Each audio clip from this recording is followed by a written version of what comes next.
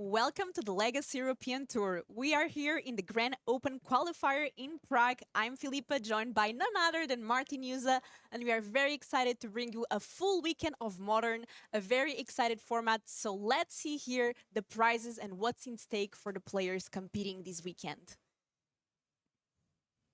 Taking a look here at our prize schedule, of course, these players really want to lock out the top 32.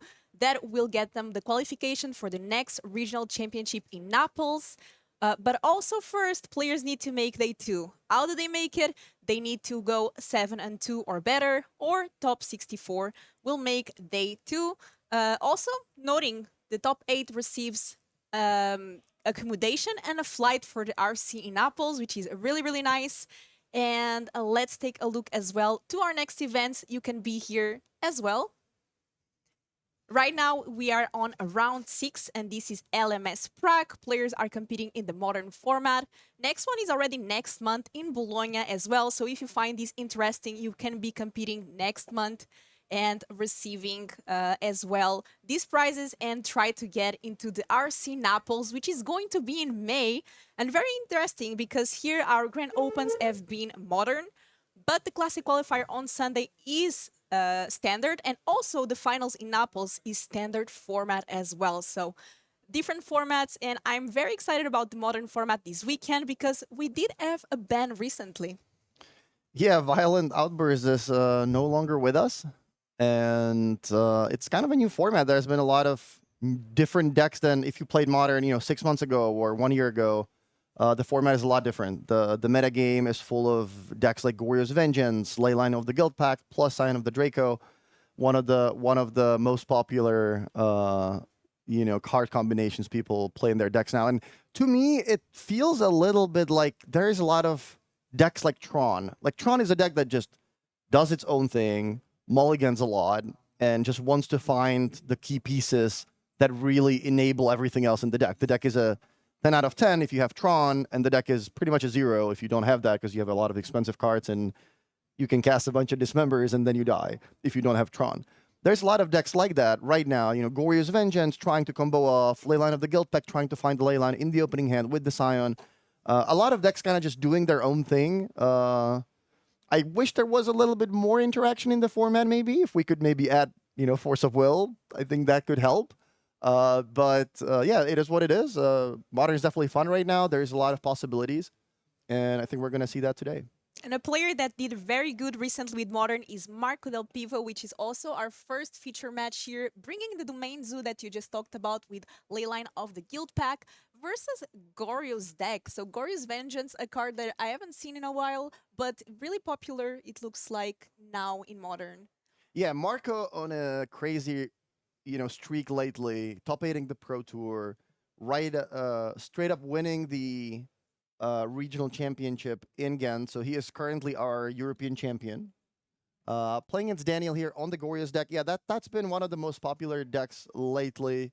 If you're looking for something new that maybe some players are not going to expect just yet, that they haven't been paying too much attention to the online results, Goryo's Vengeance is trying to put Atraxa or Grizzlebrand into the graveyard and then use Goryo's Vengeance to bring it back. And if you want to keep it around for longer than just one attack, you can ephemerate it, which also works really well with Grief and Solitude. So this is kind of a Goryo's scam type of deck. And Marco is actually playing a different version of Zoo than we're used to. He just added the Leyline plus Scion and also Leyline Binding and Territorial Kavu. He basically added these cards into a Murktide shell. So he's running Lightning Bolt, he's running Counterspell, Preordain, Expressive Iteration. It's a uniquely looking deck list. If you're used to Zoo, you can expect cards like Stubborn Denial, maybe more creatures. Marco's deck is a little different. I think I saw Andrea streaming with it towards the end of the week. So if you want to see Andrea, playing that deck in action, it's probably going to be on his YouTube channel as well. And I think, yeah, they probably decided the deck is very successful. I think it did really well in one of the last mocks or a tournament online. Yeah, and I guess the Italians decided that this is what they want to play. So Marcus starts with a turn one Ragavan, exactly the start he was looking for. A perfect start. This card is very strong if it's not answered to. And as you said, Mango also actually here this weekend competing in this tournament as well. A lot of familiar faces. Yeah, modern, very popular format. Keeps being the format people want to watch and people want to play. I think right now modern's kind of weird, but I would still say it's in a very healthy place. No decks are overrepresented. It looks more like people are trying to find out exactly what decks should they be playing right now, because after the bans, things are kind of unclear what the best deck is.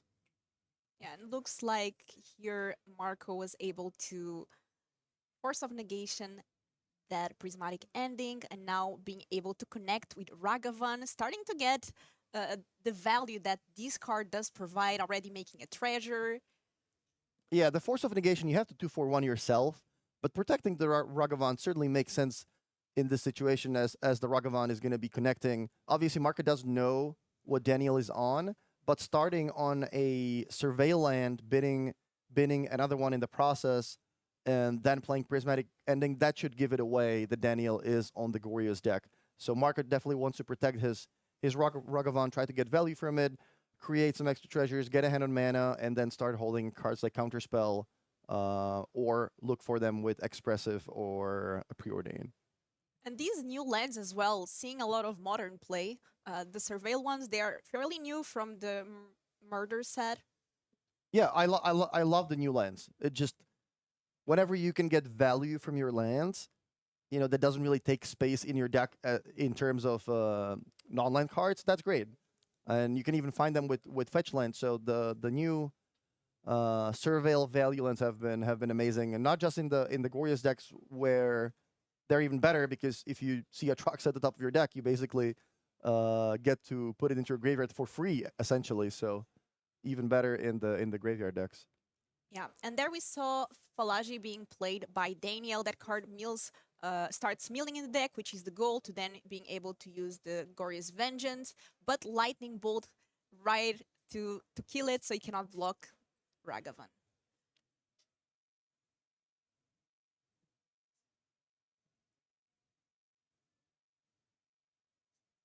All right, there's a Scion. So Marco doesn't have a ley line, but he was able to fetch the right lands that are allowing him to cast it as a 2-mana 4/4, adding more pressure to the board. And Daniel doesn't have a good way to mill himself just yet, so probably sitting on a bunch of cards he can't use at the moment. That's the thing with the Gorgeous deck.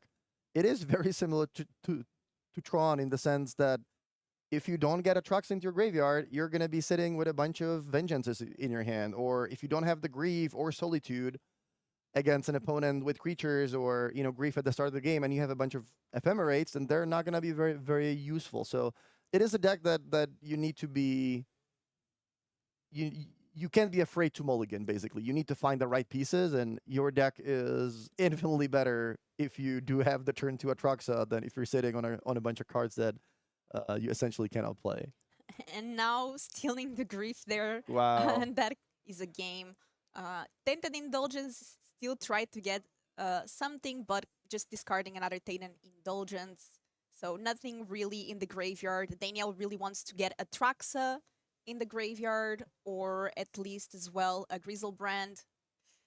That was not possible. As you said, a deck that really relies on trying to combo out, doesn't have... It has some interaction, but here not enough to deploy what Marco was trying to do. Yeah, Marco with a great start. Ragavan backed by Force of Negation was able to get some value, play the Scion, and Daniel wasn't really able to do much. We can maybe take a look at the players' deck lists. That is something new we have for you here. It is a tournament with closed deck lists, but the players are, I think, agreeing to, if they're being featured, then we get to use the deck lists, because everybody wants to see them.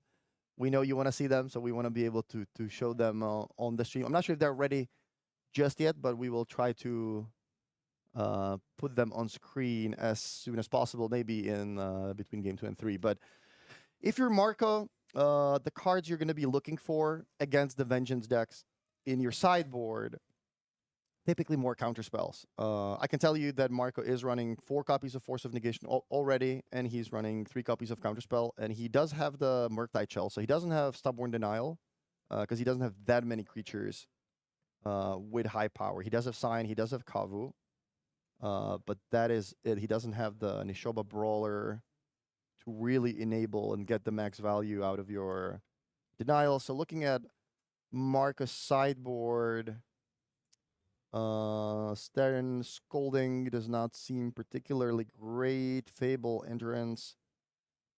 Yeah, he's gonna want cards that exile Graveyard or something that can counter Agorio's Vengeance. But basically, his deck is already kind of pre-sideboarded. Like, he does have a lot of good answers for what Daniel is already doing. He does have a lot of counter spells, which is what he needs. But he's going to definitely bring in an Endurance or, whatever anti-graveyard cards he has in the graveyard. On the other hand, Daniel, his sideboard is a little bit of everything. Seeing some copies of Teferi. So he was able to see, multiple forces. Teferi can definitely come in. I think he has 2 copies of Teferi Time Reveler in his main deck and 2 more in his sideboard. So that's definitely something that's good against counter spells. Other than that, I don't know if he's too worried of, Leyline. I don't think he really wants to fight too much. He does have Grief. He does have a lot of discard. So maybe add more Thoughtseizes or something along those lines into your deck, or something for the counter wars like a Flusterstorm. Yeah. Could certainly come in. Something that I really liked in Marco's deck is that he didn't really have Leyline of the Guild back in his opening, and he still managed to get the Draco early on, still managed to get good access to mana. So this is more like a card that provides you extra value, but you don't necessarily need it to win, as we saw here. Marco doing pretty well without it in the deck. Yeah, and by the way, Marco is a very popular person in the Czech Republic because his last name Pivo translates into beer. That's the Czech word for beer. So Marco is certainly one of the most popular players on the tour because he has a great name if you're a Czech person. Yeah, and as you said earlier on, Marco providing good results after good results. So not only here, but everywhere we start to hear more and more of this name. Daniel with a mulligan, that's just something that, that comes with the deck. When you are playing a deck like Tron, or when you're playing combo decks, or, whatever deck that really needs to find the right combination of cards early on, because otherwise it doesn't work, you need to be willing to mulligan. Or even if you're playing, standard Boros Convoke, the difference between going turn 2 Knight, with 4 creatures out and just passing the turn with a bunch of 1/1s and 1/2s is like night and day. So you have to be okay with taking a bunch of mulligans, mulliganing aggressively to try to find the right pieces, and it cannot tilt you. It's just something that comes with the deck. If you're playing Tron, your average starting hand size is probably something like 5.75, because if you find Tron, it's just going to be so much better. So this is just something you have to accept, and yeah, you're going to mulligan a lot. That's how it is. But if you do find the right pieces, your deck is doing something extremely powerful. Unfortunately for Daniel, he is playing a matchup where Marco has a lot of counters. So he can't take too many mulligans, because then a single, counter spell is going to be able to usually stop what he's doing. So yeah, and keeping this end to 5 is pretty difficult, but as you said, cannot mulligan much more. And we see that Solitude there on top.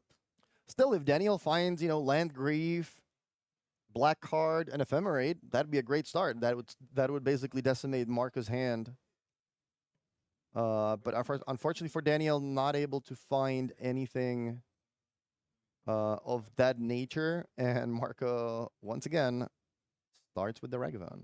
Yeah, pretty powerful card. We saw how important it was last game and again. But let us know in the chat what decks do you want to see this weekend. Modern has a lot of new decks, or a lot of different decks being played. I wonder what the most played deck is going to be. If I was playing, I think I would play a Zoo deck myself. This sort of blue red zoo build from the Italians is very interesting. I like that you get to play more counter spells, both counter spell and force of negation. Like that. That is something that uh, I appreciate having in a field full of combo decks. If your opponent's trying to do Tron things, or if they're trying to play Glorious Vengeance, that's where you want to be on counterspell and force of negation. So this build looks really interesting, and yeah, we're gonna see how they perform. Yeah, and once again, Marco did not start with the ley line of the guild pack that has been so talked about in Modern recently, but not even needing to. That Ragavan does enough work. So let's see if this removal does resolve. And it does, prismatic ending. Um, Wait, this is a copy of the first game. Marco starts with the Ragavan. Turn two, Daniel plays the prismatic ending. no force this time. This time, no force. Yeah, maybe Marco, realizing, what, you have 3, 4 cards left. Maybe it's better for me to keep my force for your Glorious Vengeance or whatever else you might be doing, because you're so low on cards that one counterspell is probably going to be enough to stop you. But what most likely ended up happening was that Marco had a second copy of Ragavan, and he just decided that, yeah, I'll just play a second Ragavan. I'm not going to fight over this.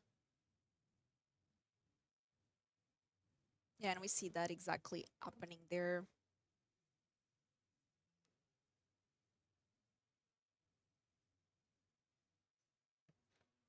The Surveil lands are really strong. Surveil is probably like, how would you describe it in terms of cards?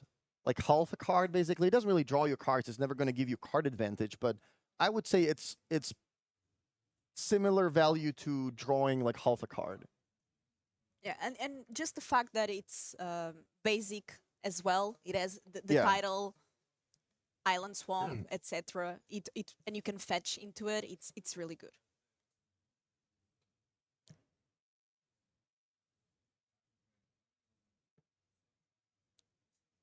And we have a triumph there. So Marco's starting to get more colors into the lands, which is great. Can again cast a discounted Draco.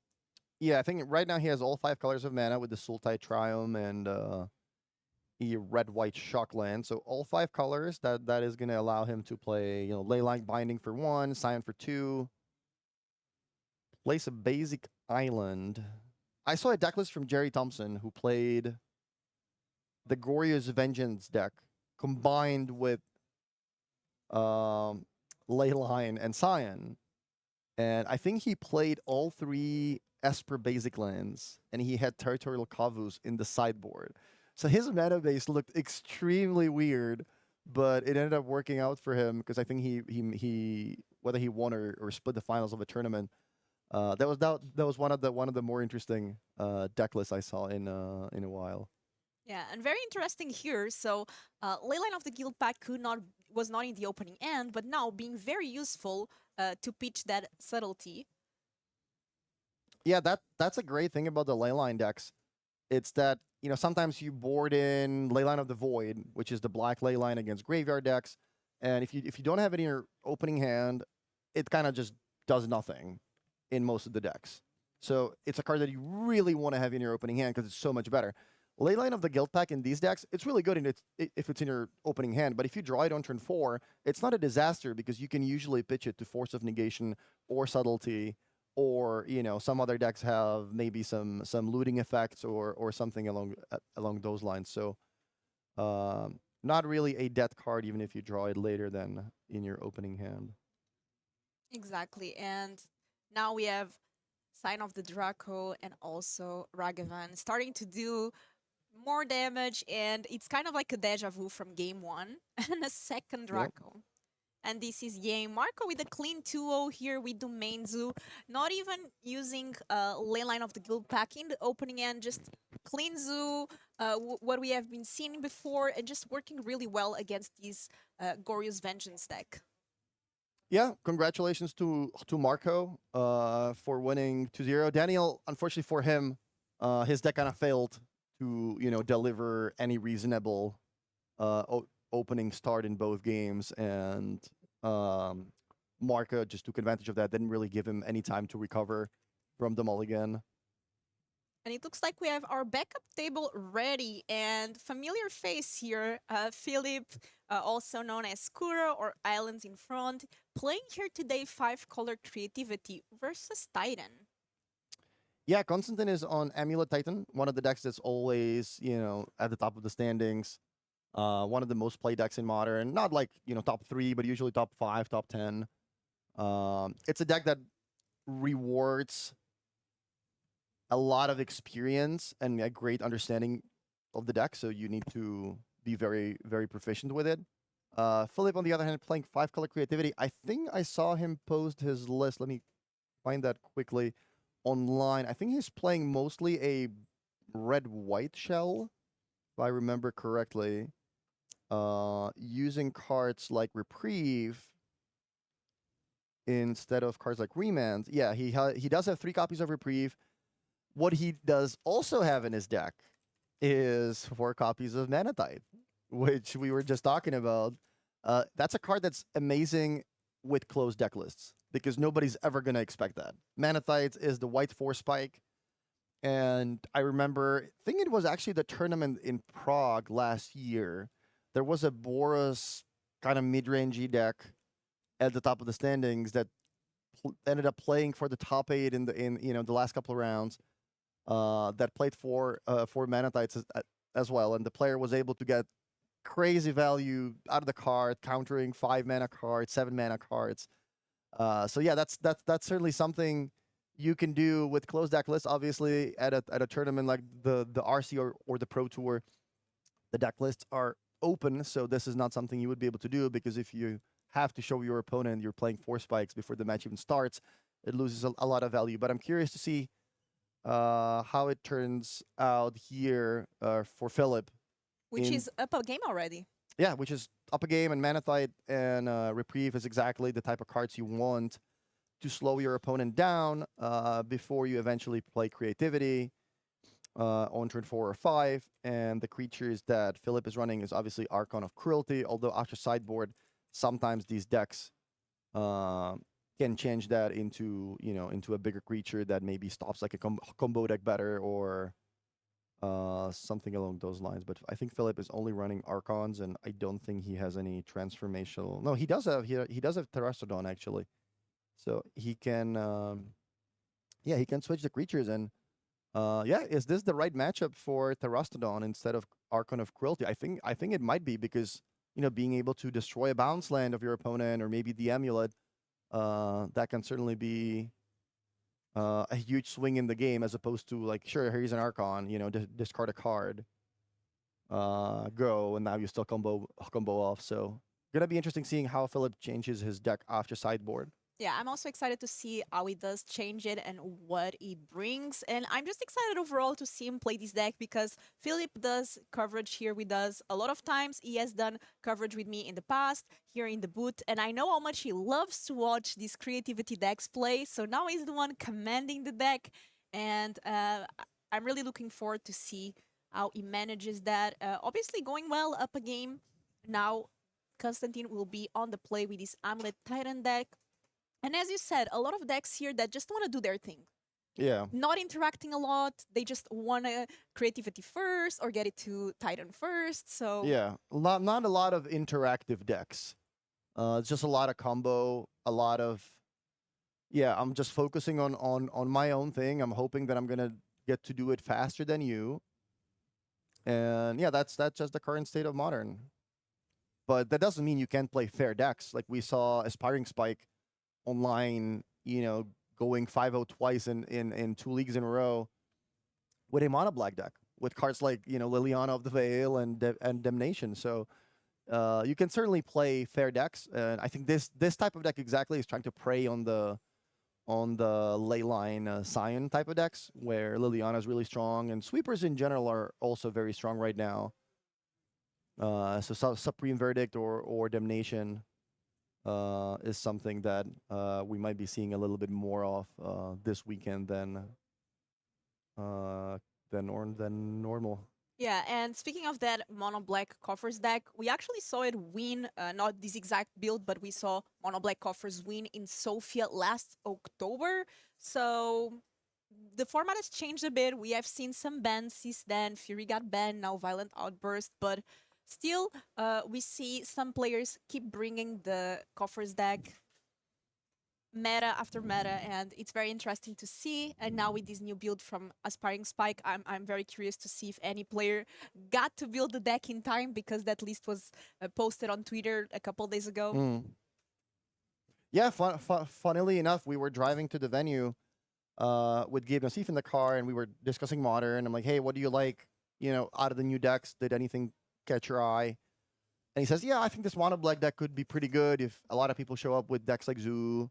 Liliana's great against the Scion decks, Damnation in general. It has a lot of removal. It's a fair deck, but it's kind of well positioned against the top decks of the format right now. And then I see a friend of mine in front of the venue that I haven't seen in a while. I'm like, hey, what are you playing? Are you still playing Rhinos? I know, without Outburst, the deck is different, but did you maybe switch to something else?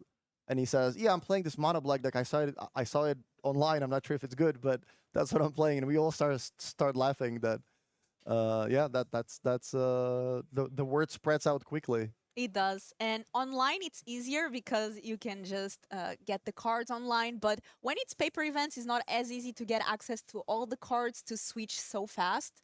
Because maybe you are needing a couple of cards that you don't have, that you have to buy. So it's nice to see that some players adapt quickly and are able to build these decks in just a couple of days.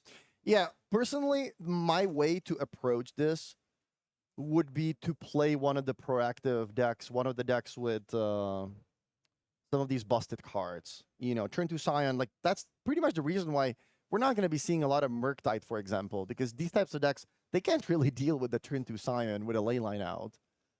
So it does change the format, but I would still like to be the person that presents these threats and these powerful strategies rather than playing fair and then hoping that I get to play against the top decks, because you can be playing mono black and preying on the decks with the greedy mana bases with your Sundering Titan, and maybe preying on these leyline decks with the Lilianas and Damnations. But maybe you're gonna play against some of the less represented decks, and your deck is not gonna be very well positioned against that. And yeah, I just like to do the powerful things. I was also talking to Andrea yesterday why he loves Modern so much, and he was saying that, yeah, it's a format with powerful cards. I want to play powerful Magic. I want to do crazy things. I want to play cards for free. All these forces and endurance and grief, and that's why he enjoys Modern. So, yeah.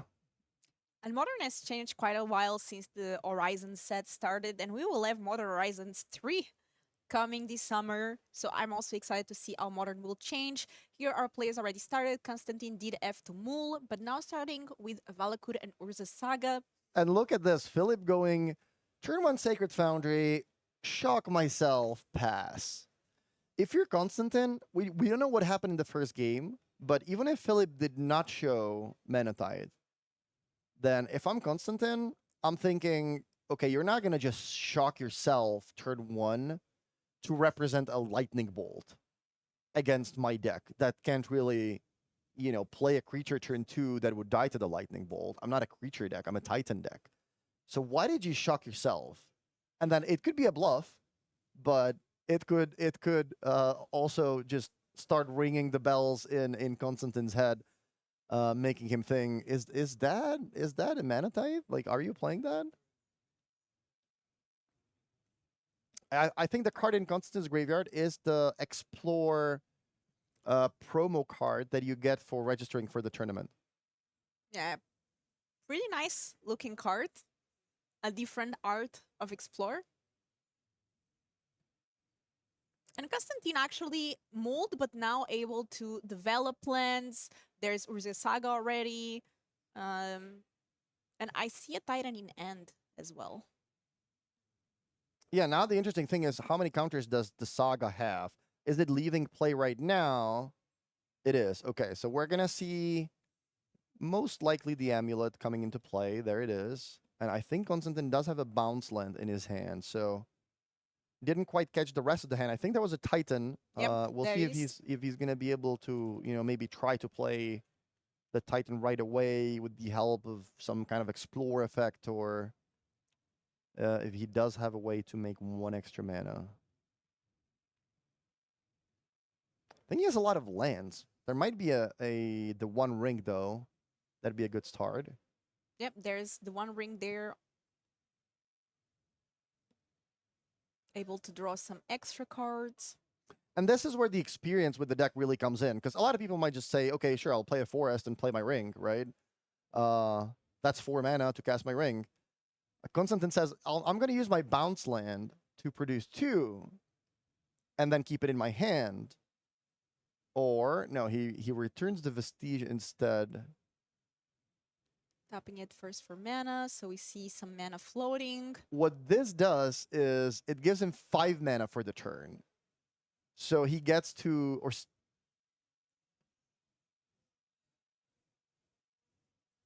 oh, there was 1 mana tapped from the Saga. Okay, that's what happened. So I think he is actively choosing to play around the mana tithe. So he plays the ring with 2 untapped, gets reprieved, but didn't want to get his spell mana tithe. And when Philip taps out, he uses the land to copy another amulet.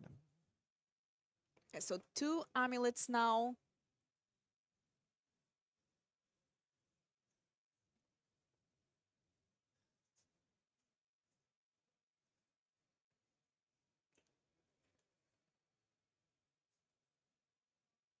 That reprieve being really, really good in Philip's deck. Ooh, a Ran here. Yeah, run in 6 is not as effective as it is against creature decks in this matchup, but it still means that you essentially have a free land drop every turn of the game.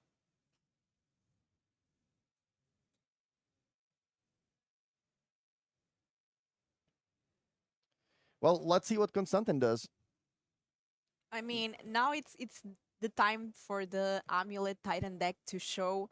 There's 2 amulets in play because the land is copying 1 of it. We know that there's Titan in hand.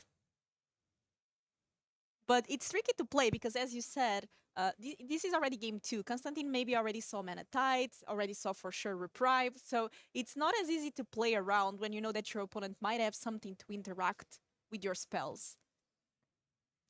That's a defense grid. That's great against decks with a lot of counter spells.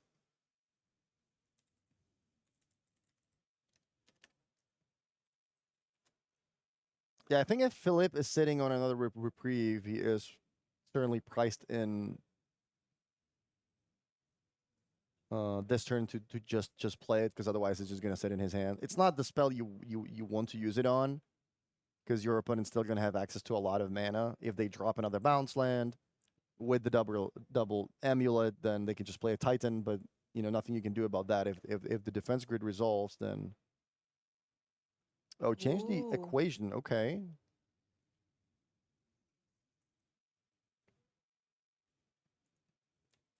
Philippe having a lot of interaction there and making a dwarf with the land, so creativity starts being on the radar. There it is. Konstantin resolves the 1 ring, draws a card, and yeah, gets ahead on board.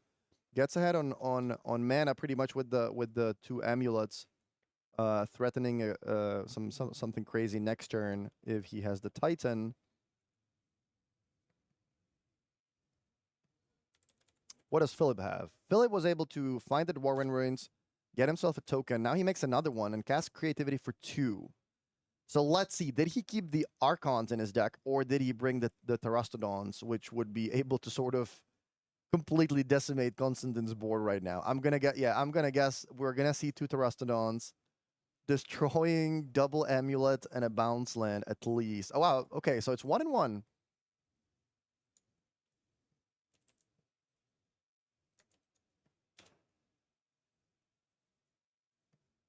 Whenever this enters the battlefield, it may destroy up to 3 target non-creature permanents. For each permanent put into a graveyard this way, its controllers create a 3/3 elephant token.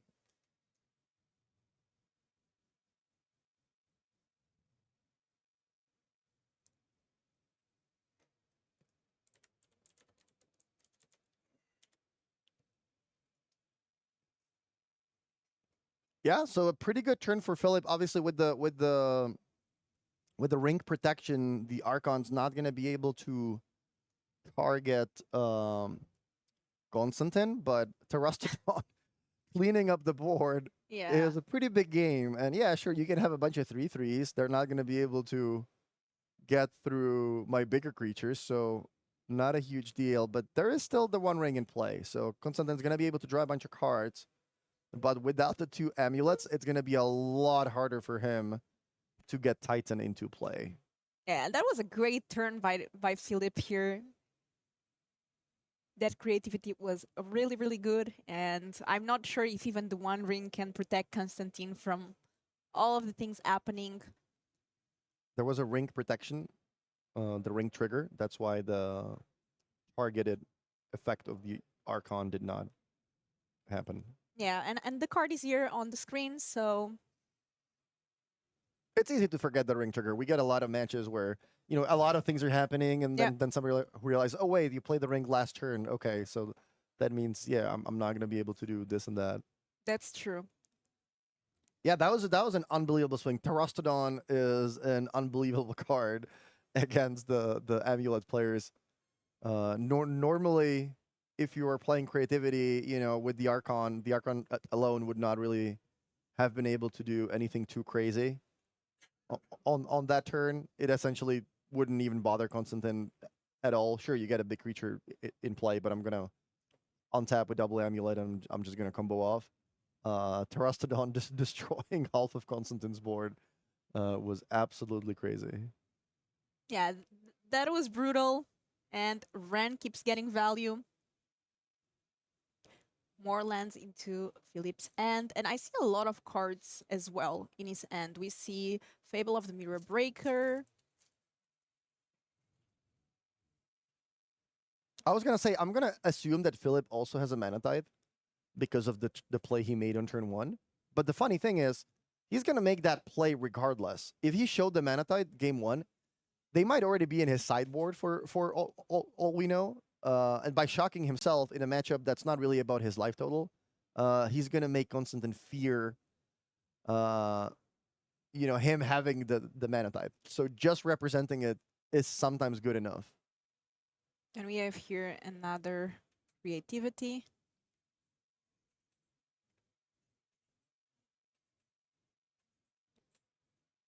And that Archon of Cruelty, it also triggers when it attacks. So now without ring protection, all those abilities happened. Okay, it's a surprise. Wow.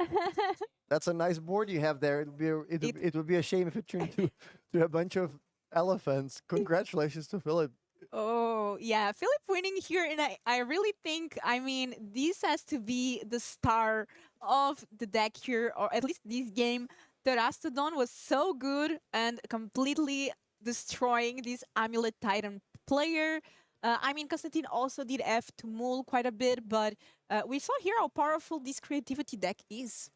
And how versatile, because we saw the changes with the Terastodon coming in post sideboard, Yeah. also keeping some Archon. Philip showing us how he sideboarded. He brought in 3 copies of Silence, 2 Terastodon, 2 Boseiju, and I'm not quite sure what that card on the left is. But I can take a look at his sideboard real quick. Is that Test of Talents? Get Lost, maybe? Yeah, it is Get Lost, I think, with the alternative art from the Excellent set. Okay, cool. Yeah, I think we have another feature match for you that we can switch into. We have Esper Reanimator playing against John Sagavon, which I think the decks might be switched, or the names and the decks might be switched. But we can fix that for you real quick. I'm gonna take a look at the decks. Yeah, so looks like Stanislav is on Jund and Mateus is on Esper Reanimator. And I think we're going to have a game 3 here.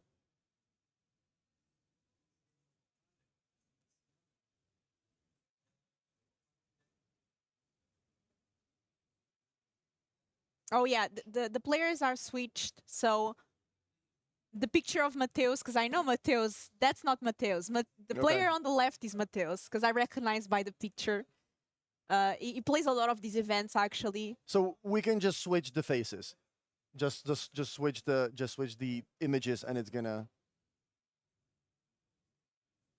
Although no, Junt was on the right side, I think. Yeah, I think just Okay. they are just switched. All right, so taking a look at the deck list, John Sagavan, I'm looking at a very Reed Duke type of deck. It actually still plays 4 copies of Tarmogoyf, which is a card I haven't seen in a while. 3 copies of Orcish Bowmasters, Ragavan, obviously, Dark Confidant as well, Scavenging Ooze. So very typical Junt creatures, but there's also 3 copies of Elvish Reclaimer. And I'm wondering if there are any lands in the list that do something special. Not really seeing anything, so just kind of a creature that, it's decent 1-drop that grows over time. Outside of that, 4 copies of Thoughtseize, Inquisition of Kozilek, Lightning Bolt. So very typical stuff, plus obviously 4 Urza Saga, so you're going to play some artifacts that cost 1 mana. In this case, Stanislav is running. There's a Pithing Needle, a Nihil Spellbomb for the graveyard decks. There's a Shadow Spear if you want to gain some life. Yeah, On 4 your Urza Saga. on your Tarmogoyf, yeah, and 1 copy of Mishra's Research Desk. What is the Esper Reanimator? It looks like a pretty typical Goria's list with Atroxa, Gristlebrand, Gorias. There is Faithful Mending and Tainted Indulgence to get the cards in your graveyard. There's also the Archaeologist and also Grief, Solitude, and Ephemerate. So pretty typical Esper Gorios list here. Pretty similar to which we saw in the first match here today versus the Domain Zoo deck. So it looks like players decided to bring some Reanimator decks. And so far we had 6 different decks, although 2 of them are Esper Reanimator or a Reanimator shell at least.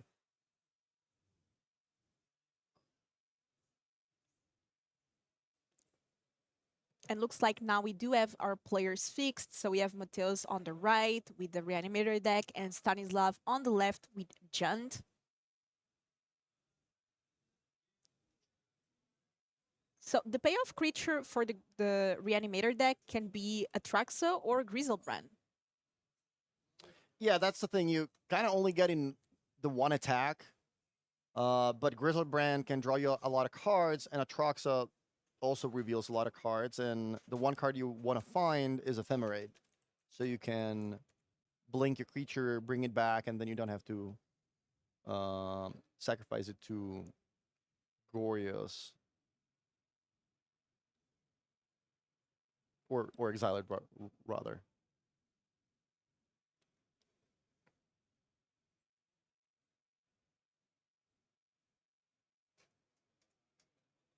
The decks are still switched. So Mateus is the one on Jan, that's correct, with the Giganta. And Stanislav is the one on Reanimator. We will get that switch quickly.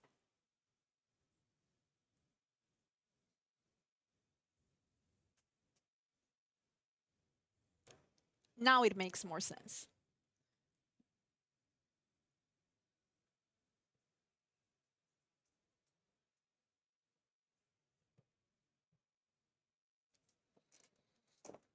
All right, so turn 1, nothing from either player. Turn 2, nothing from either player. That's not the typical start you're expecting, but hey, we are sitting on instant speed spells. So Stanislav goes for the, or rather Mateus goes for the end of turn Tainted Indulgence, not respecting a Bowmaster perhaps, which Stanislav has in response to try to make a big creature, but there is a Solitude. So still getting the token. So we are just fixing the deck list, but just to be clear, Stanislav on the left is playing the Esper Reanimator deck, and on the right, Mateus is playing the Junt deck. And the Giganta as companion. And now it is fixed. Everything is good now. And that's an Inti from the Lost Caverns of Ixalan.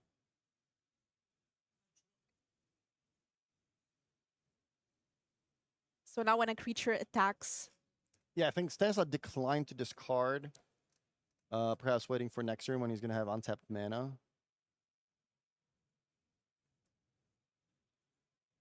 And Mateus wasn't able to find a big creature just yet, so his Tainted Indulgence, I think, only discarded him a Swamp. He did find a Grizzlebrand, but it was one card too late, so he's gonna need to find a way to ditch that Grizzlebrand into the graveyard.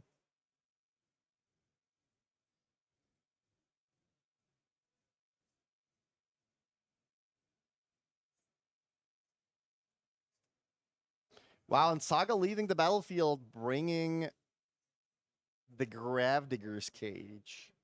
yeah. So good luck getting that Grizzlebrand or Atraxa into play. So now Ren enters the battlefield, getting Saga back. And Saga being played. Yeah, the deck is certainly good at finding Saga with the Reclaimer and bringing it back with Ren and 6. It's not the most, it's not the fastest clock, or it's not the fastest game plan. John certainly looks very fair-ish, but you still play cards like Thoughtseize. You still have in this matchup, for example, Bowmaster is great against Grizzlebrand. If you just get it in play, yeah, good luck drawing 7 cards. That's gonna cost you a lot of life. So yeah, John looks kind of fair, but it still plays some of the best cards in the format. Yeah, and that Inti attacked as well as the Bowmaster Orc, but deciding not to put a +1/+1 counter and trample, discarding a card. Well, there's the Archaeologist. So Atraxa goes in the graveyard. That was the perfect mill for Mateus. So Atraxa in the graveyard, Tainted Indulgence in my hand. But now I think the big problem is that Gravedigger's Cage in play. If you want to find a modern budget deck, I think Burn is probably your best choice. It used to be decks like Merfolk maybe, but I'm not because they don't really need fetch lands and a crazy mana base. But I think Burn is probably the most budget deck at the moment, or perhaps something like Kuldotha Red, something along those lines. And bye-bye Atraxas. Oh, wow, that's a surgical. Yeah, looks like Stanislav is ready for the graveyard decks. Yeah, showing to be really prepared against the graveyard decks, as you said. Surgical Extraction being a great card. We also have the Cage already into play, so it looks like Mateus is not going to be able to get anything back from the grave, at least not soon. I was hanging out with a bunch of Czech players in the last 2 days, and a lot of them also played the Atraxa Glorious deck, and I have to say I was not too impressed, because the deck in a lot of games it just doesn't do anything. It just kind of fails to either put the big creature into the graveyard or find the Gorios, or something goes wrong, or my opponent has the Relic of Progenitus, or they have the Gravedigger's Cage, and this is the second match we're seeing this weekend. Where the deck isn't really doing anything either. So looks like it is not great against the interactive decks. Yeah, so we had there the Ephemerate on the Phalange.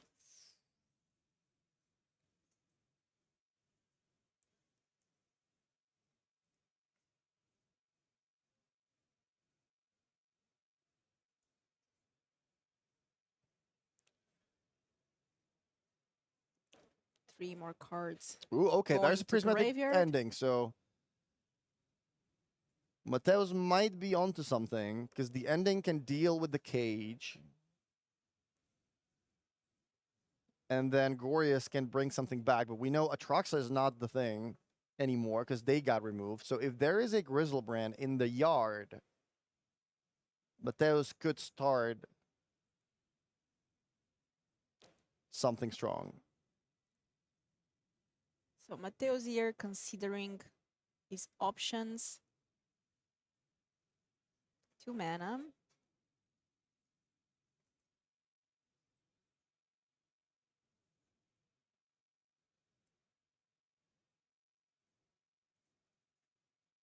Tainted Indulgence there.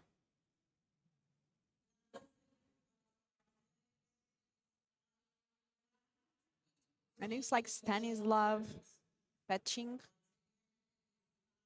in response to that Tainted Indulgence.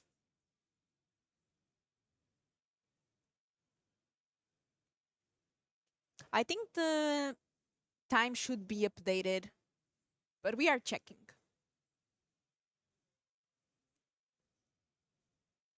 Usually the players on the feature match have a bit extra time, but we also update it to reflect that on the stream.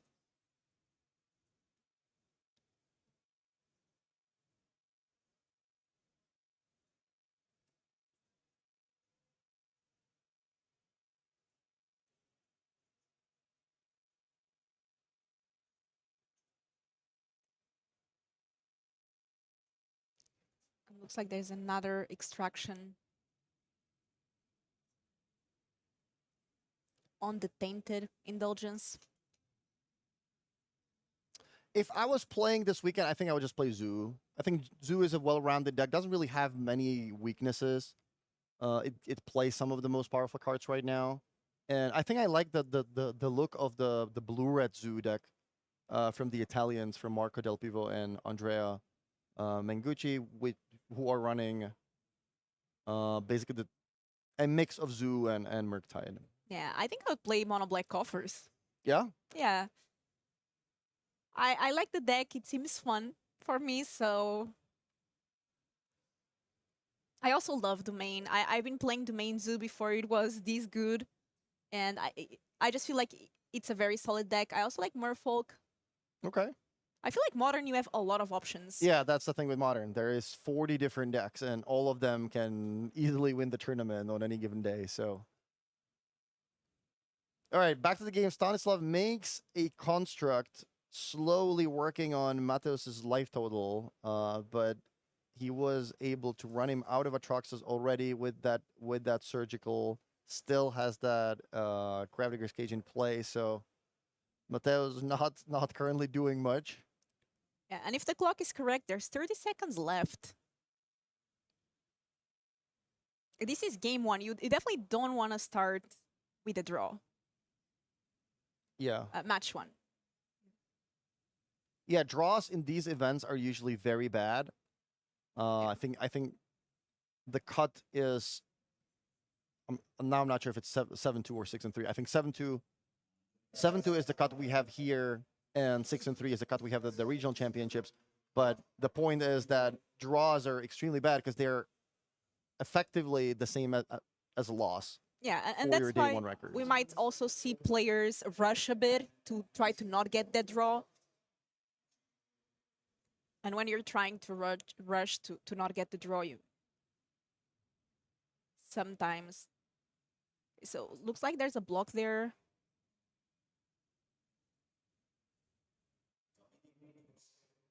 Yeah, Archaeologist jumping in front of the Inti. Mateo's just trying to survive. Down to 6 lives. But he has no board now, and Stanislav has a, what is it, 4 or 5 creatures. So Mateos would need something like a Supreme Verdict. I don't think this is exactly the type of matchup for Supreme Verdict. If even Mateos has that in his sideboard, which I can tell you very quickly that he does not. So Mateos is going to have to go off this turn. So he's going to have to start basically by prismatic ending the Gravity's Cage. But I think there is also a Soul Guide Lantern now. So Stanislav has that covered pretty well. Fateful Mending being flashed back or cast.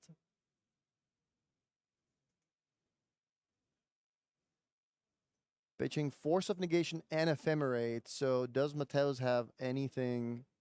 Oh, there's Oh, Dam. Okay, so he does have super. I did overlook a one copy of Dam in his sideboard. So that is a sweeper right now. yeah, there it is, cleaning up the board. But I mean, it does also not grant the victory to Mateos yet, and we are already in turns. It's turn 2 now. Yeah, my eyes were looking for Damnation or Supreme Verdict, and I didn't see one, and I completely overlooked the one copy of Dam in the sideboard. So it does look like. Because the goal of the card is for you to go like, damn, you cannot expect it. And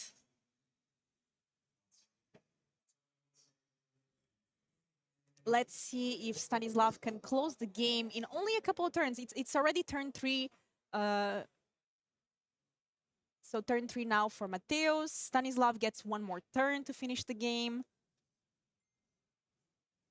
And then Mateos still has an additional one as well.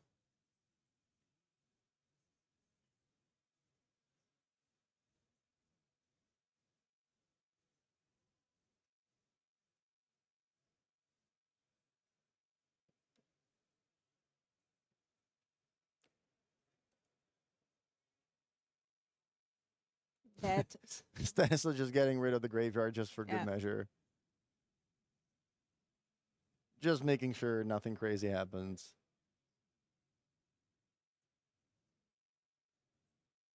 And that's a Priest of Fell Rights on Mateo's side.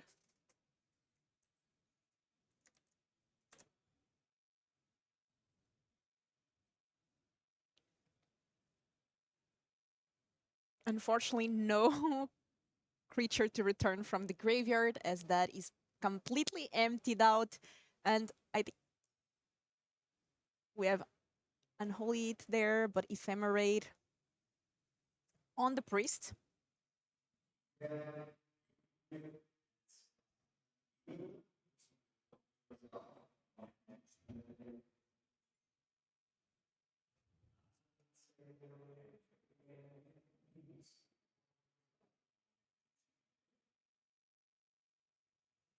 Looks like there's a judge there just to make sure.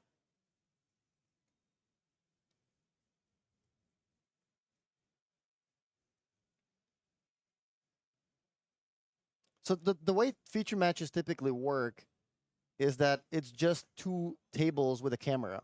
You don't really get your own table judge and some special treatment just because you're in a feature match. Your match is just being broadcasted. So most of the time there is not a dedicated table judge that would be paying attention to everything. So obviously, if something happens, if someone catches that, they can call a judge. The judge can come over and help the players figure out what the solution should be. And looks like that's what's happening right now.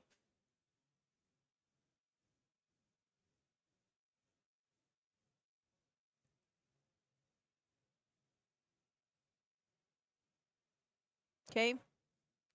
The Ren is now the emblem, but I mean it's going to be a draw. Not enough on both players' side, and that's not where you want to start here with your first match being a draw. Yeah, it is. It is what it is. You're gonna have to go 7-1-1 now. Yeah, draw is not ideal for both players. But that's how it is. Interesting match. The John player was certainly very well prepared for graveyard strategies. Yeah, and nobody won. It was a draw. But looks like we already have another backup today. This is our first backup here for round 1. And it's already on time as well. And it looks like it's a Rakdos deck versus Jeskai Prowess.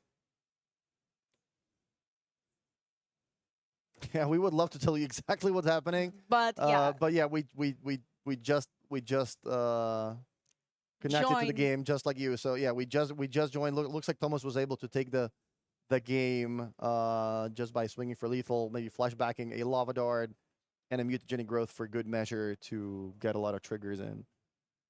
Yeah, and quite the round one. We got to see a lot of different decks. We got to see. I really like the creativity deck that Philip brought. I think that it was really cool to see. Also, Yeah, that game post sideboard, the Manatites main, Reprieve. So a lot of cool cards on Philip's side. Just in the end, making everything elephants and just destroying completely the Amulet Titans board. And what decks are you excited to see here today, Martin? just everything. I don't really have a favorite in modern. As I said, if I was playing, I would probably be playing Zoo. But my round one takeaways or round one wrap up is creativity looked good, Manatite great in closed deck lists. Uh, the Aspergorius decks didn't really look all that great. They didn't really do their thing. Uh, so obviously they got stopped by the opponent having interaction. In Marcus' case, Force of Negation. In Stanislav's case, having a lot of anti-graveyard cards. But yeah, it didn't look particularly great because if you're not doing your thing, then your deck does nothing. If you don't bring the Atraxa back or the Griselbrand back, then you're casting a 2-mana 0/3 and you're sitting on a bunch of ephemerates that you cannot use. Obviously, maybe sometimes you have the grief scam combo in your opening hand. That's a lot different. But yeah, they didn't look that great to me in the first round. But obviously, it's just the first round, so we'll see.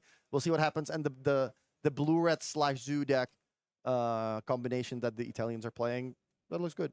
Yeah, and I'm really excited for these days. It's going to be a full weekend of Modern. Don't forget, today we have 9 rounds. This was just the first one, as you said. And the more rounds that we go, we see players with better and better scores. Thank you, Martin. I appreciate But that. I can't sit like this because my legs are too long. So Uh, so yeah, I'm just very excited. Don't forget, players with 7 and 2 or top 64 will make day 2. Top 36 will qualify for the regional championship, which is going to be standard in May in Naples. And next round would be broadcast for with Will All and also Gabriel Nassif. What's up with us having all the Hall of Famers here casting with us? That's pretty cool. Uh, and it's going to be just a full day. Don't forget to comment what decks you want to see today. What are you excited to see on stream? And we will be back for round 2 very shortly.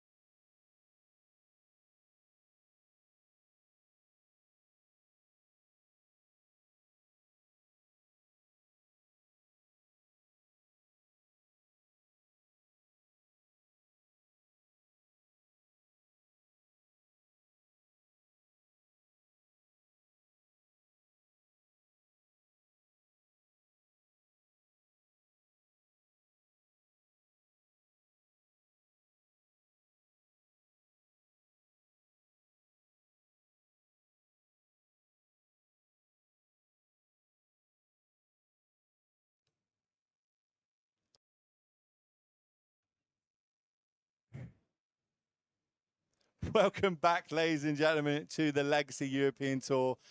Here, where we are playing Modern for 9 rounds today and another 9 tomorrow. My name is Will Hall, better known on the internet as the Will Hall EXP, and I am delighted to be joined by Hall of Famer himself, Gabriel Nassif. Let's start getting those yellow hats going up in chat. Obviously, Gab, you covered me last time when I lost my voice, and we thought you did such a good job. Let's come back and let's see if you can take the whole job. You know, see if you can do it. How's it feel to be here in this side of the booth yet again? Just really excited. It's been a while and looking forward to it. It's going to be sick. It is going to be cool because, as I say, lots of Modern. It's my favorite format. I'm not going to lie to you. I do enjoy this format more than any others. And we've actually got 554 players battling out this weekend. So they're all trying to get their share of the prize that we've got on. Let's get the prizes on the stream so we can start talking about them. As you can see on your screen there, the first goal is get day 2, right? We need to get 18 points. We need to get a 6-3 record. We need to get the invite to play again tomorrow. And then we can start trying to get into the top 64 players. And this is how the prizes break down. So if you do, 64 up to 30 seconds, you're going to get yourself a bunch of ticks and a couple of dollars. But then really, it starts ramping up from here. So 16th to 9th, you're going to get yourself a bunch of ticks for $250. But then we get into the top 8. And as you can see there, yeah, there's a bunch of ticks. Yes, it's a bunch of money. Yes, it's a bunch of boxes. You get some card market coupons. Shout out to Card Market for adding them. But what everybody's after is these RC Naples invites. You get an invite to the regional championships. That's where the best players in Europe are all going to be coming together, battling it out, trying to earn their qualification to the Pro Tour, which, you've been on a few of them, I've heard. A few of them had a few highlight moments going to them. What you played in these as well. What do you say the difference from playing in these large events to playing at Naples to playing at the Pro Tour? Obviously, Pro Tour world best, but like in the European best, you played at every level. Ooh, I don't know. I guess it just gets a little tougher, but it's always the same. Which ones do you enjoy more? Do you enjoy hanging with literally your stream, your crowd here, or do you enjoy, with the Channel Fireball homies at the Pro Tour? Yeah, I guess I have more friends at the Pro Tour because a lot of them are American. So yeah, you don't get to see them as often, do we? Yeah, exactly. Big part of the game is just getting to hang out with your friends. Travel the world, play the game. That's the saying, wasn't it? Back in the day, yeah. Hey, I'm not shy of it. I love doing it as well. Do love to travel. But that's what the prize is. And I suppose I should also shout out, top 8 also get flight vouchers. So not only do you get an invite to Naples, well, we're going to help subsidize getting you to Naples as well. So you've really got all the chance possible of getting to the Pro Tour, because that is another level up, as we said. But on that one, we've also got the metagame breakdown now. So there is 554 players, but what did they bring this weekend? Obviously, we've had a ban recently, which, Violent Outburst means the Cascade decks are meant to be down in number. So this is the first time I've seen the metagame, first time Gav's seen the metagame, so let's try and break it down. Top deck, Domain Zoo. There is a bit of a meme going on in Modern at the minute, and it is you can play Leyline in the Guild Pact and Draco in any deck that you choose, but it does go into this deck pretty well, right? Yeah, it does. I'm looking at the metagame breakdown. I'm like, yep, Domain Zoo. That's the deck I lose to the most, I feel, when I play Modern. So story checks out. Just really strong deck, super versatile.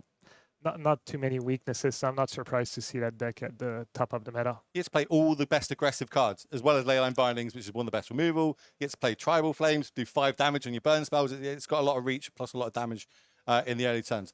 Next up is my deck, though. This is my favorite deck in Modern, Yawgmoth. Okay, like Grigori Yawgmoth, it's the combo deck. It plays a lot like Pod back in the day, I would say. You've got that kind of element where you can tutor through your deck a little bit. It's not as powerful as Pod, but it's pretty up there. It's got some really cool synergies. That's the second most played deck. What do you think about that? Yeah, another super streamlined deck. Very few weaknesses, very proactive, kills you fast, really resilient to removal spells.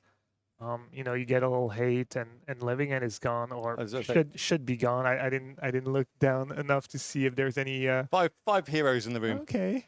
Playing living end. But yeah, I think that the bans really helped Yawgmoth just excel itself back to the top, because Rhinos was kind of a hard matchup.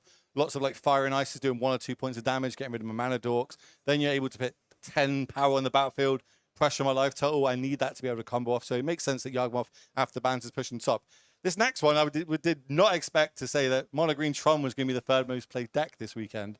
Any reasons behind that? Is that gained anything by the Cascade decks kind of having a downcline? Just people like Tron. I think it's a good deck. I know I've been playing against it a decent bit online, so I was wondering, is it just variance? I'm just happen to get paired more against Tron than I should, or if it's just a popular deck right now. And I guess if you want to compare Magic Online meta to our meta, then it makes, I'm not surprised. strong deck. It was also a deck that was not awful against Living In. I think it was kind of a close matchup. Carmin does quite a lot, right? Especially they have like main deck relics and stuff like that. The ring can be scary. Just graveyard hate, chalice in the sideboard, all that stuff. So, It's interesting. Also, there's two different builds really of Tron these days. We don't like counting Eldrazi Tron, but like we've got the what they call the Team Handshake Tron and then traditional Tron. So I think they've probably been clumped together here in the meta breakdown. But it'll be interesting to see which decks, if any of the Tron decks start doing well, which build is going to be on it. And then in fourth place, I think probably the most powerful deck in Modern. I just think it's probably the hardest deck in Modern to play, Amulet Titan. Now this deck it's so powerful, right? There's a lot of Blood Moons floating around in the format either at the minute, but it is really, really hard to pilot when you don't get the turn 1 Amulet, turn 2 Amulet sort of turns. Do you think that one's going to be shining more here? I think it's got a really good matchup against Yawgmoth.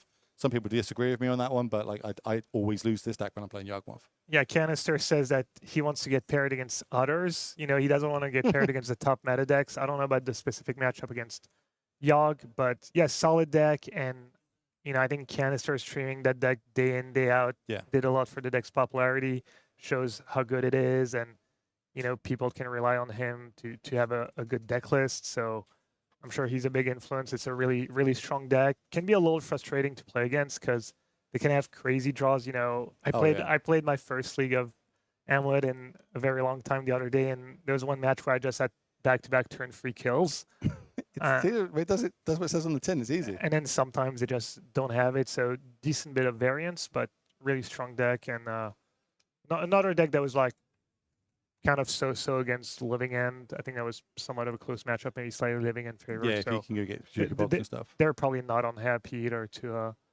see a Living End that's 5 players in the field, or I guess the ban. So yeah. Well, we're going to be coming back to this meta game quite a lot throughout the day with not only ourselves but also the other casters. So and I imagine it's been pushed out on all the socials, so you can go have a look yourself if you want to carry on. But we have got 2 players sat down in the feature match, ready to go. So, Gab, tell me, who are they and what decks are they playing? All right. So we've got Victor Lenoble, maybe French. Sounds like it could be a French last name. Playing 5-color humans. That was the deck you were looking for. You were hoping Victor won his first round. Yeah. You saw him yesterday. He top 8'd a tournament yesterday. So in the modern, I say classic. Basically, there's a big Friday modern event before today, and they managed to top 8 yesterday with it. Which I'm a big fan of spicy decks, especially if I can get them on the camera in the earlier rounds, because spicy decks don't tend to do as well in Modern. It is a very powerful format, so they're managed to win game round 1. I was like, yes, it looks at the deck. It is like an Asmo humans list, which is going to be pretty cool. We'll be able to get the sideboards or the full 75 on the screen for you all during the rounds as well. So we're going to have a nice little look at that. But they are against the third most played deck, Tron, here, so it's going to be interesting to see which build this is. Of course, this is one thing you got to get used to, Gab, in the booth, is alternate art cards, foiled. But, it's a bit of a treat. So if you can tell me which those are, I think that's Mine and Tower, I think. Well, I have literally no idea, but it does look like 2 different Tron lands. So Elias Palabel off to a decent start. And yeah, you already see the new technology Victor brought. He's playing Asmo, you said. He has Urza Saga, so not your traditional humans deck. He's got a really cool card, fairly recent print, Warden of the Inner Sky. That's going to be really good when you've got the cookbook going. Get all these, food tokens to work. Yeah. It's also got Inti. Inti's like a new card that's been printed recently that I never thought I'd be seeing this in Modern. Here it hits the battlefield now. Powerful 2-drop, 2/2. It's got the ability, whenever you attack, you may discard a card. And when you do, put a +1/+1 counter on target attacking creature. It also gains trample to end the turn, which is going to be very nice if you've got some big constructs. And then it says, whenever you discard a card, one or more cards, exile the top card of your library, you may cast that card until end of turn. So again, just a nice value engine that in the past, humans was kind of lacking this, right? A way to turn and burn through their deck. Once they've got 2 or 3 land, they don't really want any more. And this is a great way of getting through that deck and finding all the value, so to speak. Yeah, Inti's really strong 2-drop, and especially in this deck, you've got the cookbook interaction, so you get to trigger Inti whenever you discard a card to the cookbook. So you can see all the pieces kind of fitting nicely. All these creatures are humans. Inti is a human. Asmo is a human, unless I'm mistaken. So yep, correct. Just tons of little synergies working well together. You saw Ooh. both players up to a pretty good start. Ether Vial, typically all these Ether Vial decks, they're like really strong when you have turn 1 Vial and maybe a little lackluster if you don't. Even though this build can also get the cookbook Asmo draw maybe. You can play Asmo on 0. Turn 1 Aether Vial, tap it for Yeah, 0, yeah, Asmo. I think that's that's another little like cute interaction. And you know, Ether Vial plus Urza Saga, you get your mana freed up from the vial, so you get to use it on making tokens with Saga, and that's like an insanely fast clock. We see the Tron player. He's gonna have turn 4 Tron. Is it gonna be enough? That's enough for Oblivion Stone. Well, we've got the range captain of Eos on the battlefield now, right? So potentially we could end up sacrificing this in the upkeep. Yeah. Non-creature spells now can't be cast during this turn. That's going to potentially save us for a turn. Not ideal, but you got to do what you got to do, especially when we've got Urza's Saga coming off next turn. We've just added an Asmo to hand, and by the looks of it, we can put a lot of power on the battlefield really quickly. But is stalling Tron for a turn going to be like good enough? Wormcoil Engine, maybe. Yeah, there it is. Clutch. The max punish. Yeah, I mean you have to go for the Ranger sack for sure, and just hope Elias doesn't have. I think it's exactly Wormcoil in game 1, I would guess, for 8 mana. Let's have a little look at the deck lists. Like high impact, anyways. Yes, that's the only creature besides the Ulamog. 2 copies of Ulamog in the list. Yeah, as and well. only 3 of Wormcoil, so a little unfortunate for Victor. And let's see if he can power through. He does have Asmo in his deck. It's going to take a while to shoot down the Wormcoil. It does look like Elias still has a bunch of cards in hand, so Wormcoil should buy him enough time to deploy maybe his next threat. I don't. Well, I suppose if we can get an Asmo down with a couple of food tokens, we potentially start killing this Wormcoil and getting the tokens off the battlefield. That's the way we can fight through it. But other than that, there's no real other good way. One thing to point out: there's 3 Soul Cauldrons, actually Soul Cauldrons in this humans list as well. Just because, I guess there's some crazy interactions here that I'm not realizing. Maybe we turn them all, get them all the Warden of the Inner Sky ability. That'd be pretty fun. Warden, Asmo, Ranger, Captain of Eos. That's kind of a nice. The Ranger one, yeah. You can kind of lock out a deck that has very few creatures. You just keep sacking a. Wait, does that work? Yeah, you give them the sack ability. I think that sounds like it would work. So, and it's kind of a nice, not as essential now that Living End is mostly gone, but you know, Graveyard Hate, Goryo. You know, we've talked about the Outburst ban hurting Living End, but there's a new Graveyard deck, Goryo. Yeah. Gore's Vengeance, really strong deck. I've enjoyed that deck a lot. It was actually the deck I almost played at the last Pro Tour. Ooh. And the scam matchup was just the Ragdos sacrifice matchup was just too tough, so we kind of gave up. But Gore's been shining lately. Was the new Surveillance fitting that list perfectly. That's one of the things I'm like really interested in to see how what people brought this weekend is now the ban has happened. People saying Living End's gone now. Like that's not a deck anymore, even though there still are 5 heroes and they've been playing it. But does that mean people are going to start cutting back on their Graveyard Hate? And then maybe this is a really good time for Living End to shine, you know, or some sort of Graveyard Hate, Graveyard decks like the Goya's Reanimator list, which we saw in round 1. It's been hitting up really good results on Magic Online, as you know, you're fully going to be aware of. So it'd be interesting. In the next couple of rounds, we start seeing some of the better decks filter to the top. But now, with that's how much 6, 10 mana. This is like Ulamog now. I don't even know if that one turn is actually going to be good enough to stall here. Here comes Asmo on 0 from that Aether Vial. That's going to go find us a cookbook, add that to hand, trigger both of our humans, get some +1/+1 counters on them. Now we've actually got one that can trade with the Wormcoil. I don't think it will, but we'll see. Yeah, Victor catching a break here. Looks like Elias is maybe flooded. He had 10 mana, so he can cast pretty much any spell in his deck, and he just couldn't do much else than pass the turn. The Wormcoil is still going to be a huge speed bump. You know, you have to chew for the original Wormcoil, then you get the 2 tokens, and you know you still only get 1 food a turn was the cookbook. So That's Elias should have another like draw step or 2, but well, there's a Soul Cauldron off the top. So does that change any math here? Is it worth us getting the also, by the way, why has a vial gone up to 4? What am I missing? I mean, he played it on turn 1 and 4 mana. It's just the Daredevil. That's the only thing 4 in the deck. Maybe we've got so many of them in hand. We're like, well, I guess I'm going to be pumping out some 4/2s. Yeah. Look, I'm all for it. Yeah, I'm a little surprised because you'd think you would just want to keep the Daredevils in hand. Maybe he has multiple in hands. Yeah, I feel like the sweet spot. Well, I was saying that there's 1 and 2s are kind of the sweet spot. There's one card that's got 3 CMC and the other's got 4.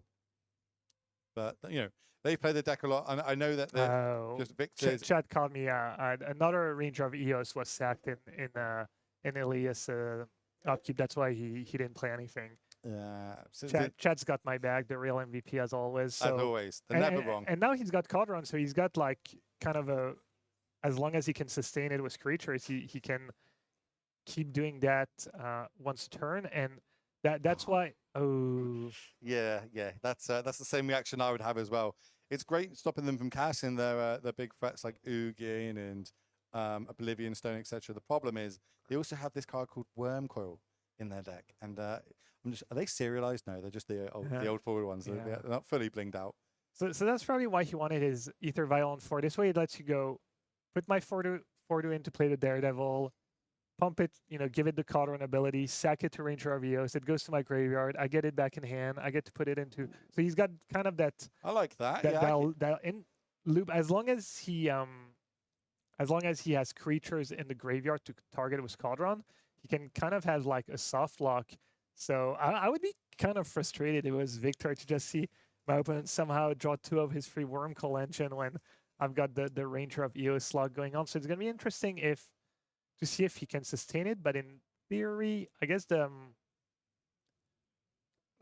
always some sort of combo deck with this unit. So in the Humans Discord, which Victor's part of, they love brewing these types of decks. So some sort of combo always happens with the human decks when I get it on the screen, and I'm like, I don't know how this works, and then it just happens, and then we have to kind of decipher what is going on with it. So it wouldn't be surprised if literally what you said is correct, and there is this kind of semi-lockout with the Ranger Captain of EOS. Yeah, the limiting factor is creatures in the graveyard, which Victor might run out of at some point.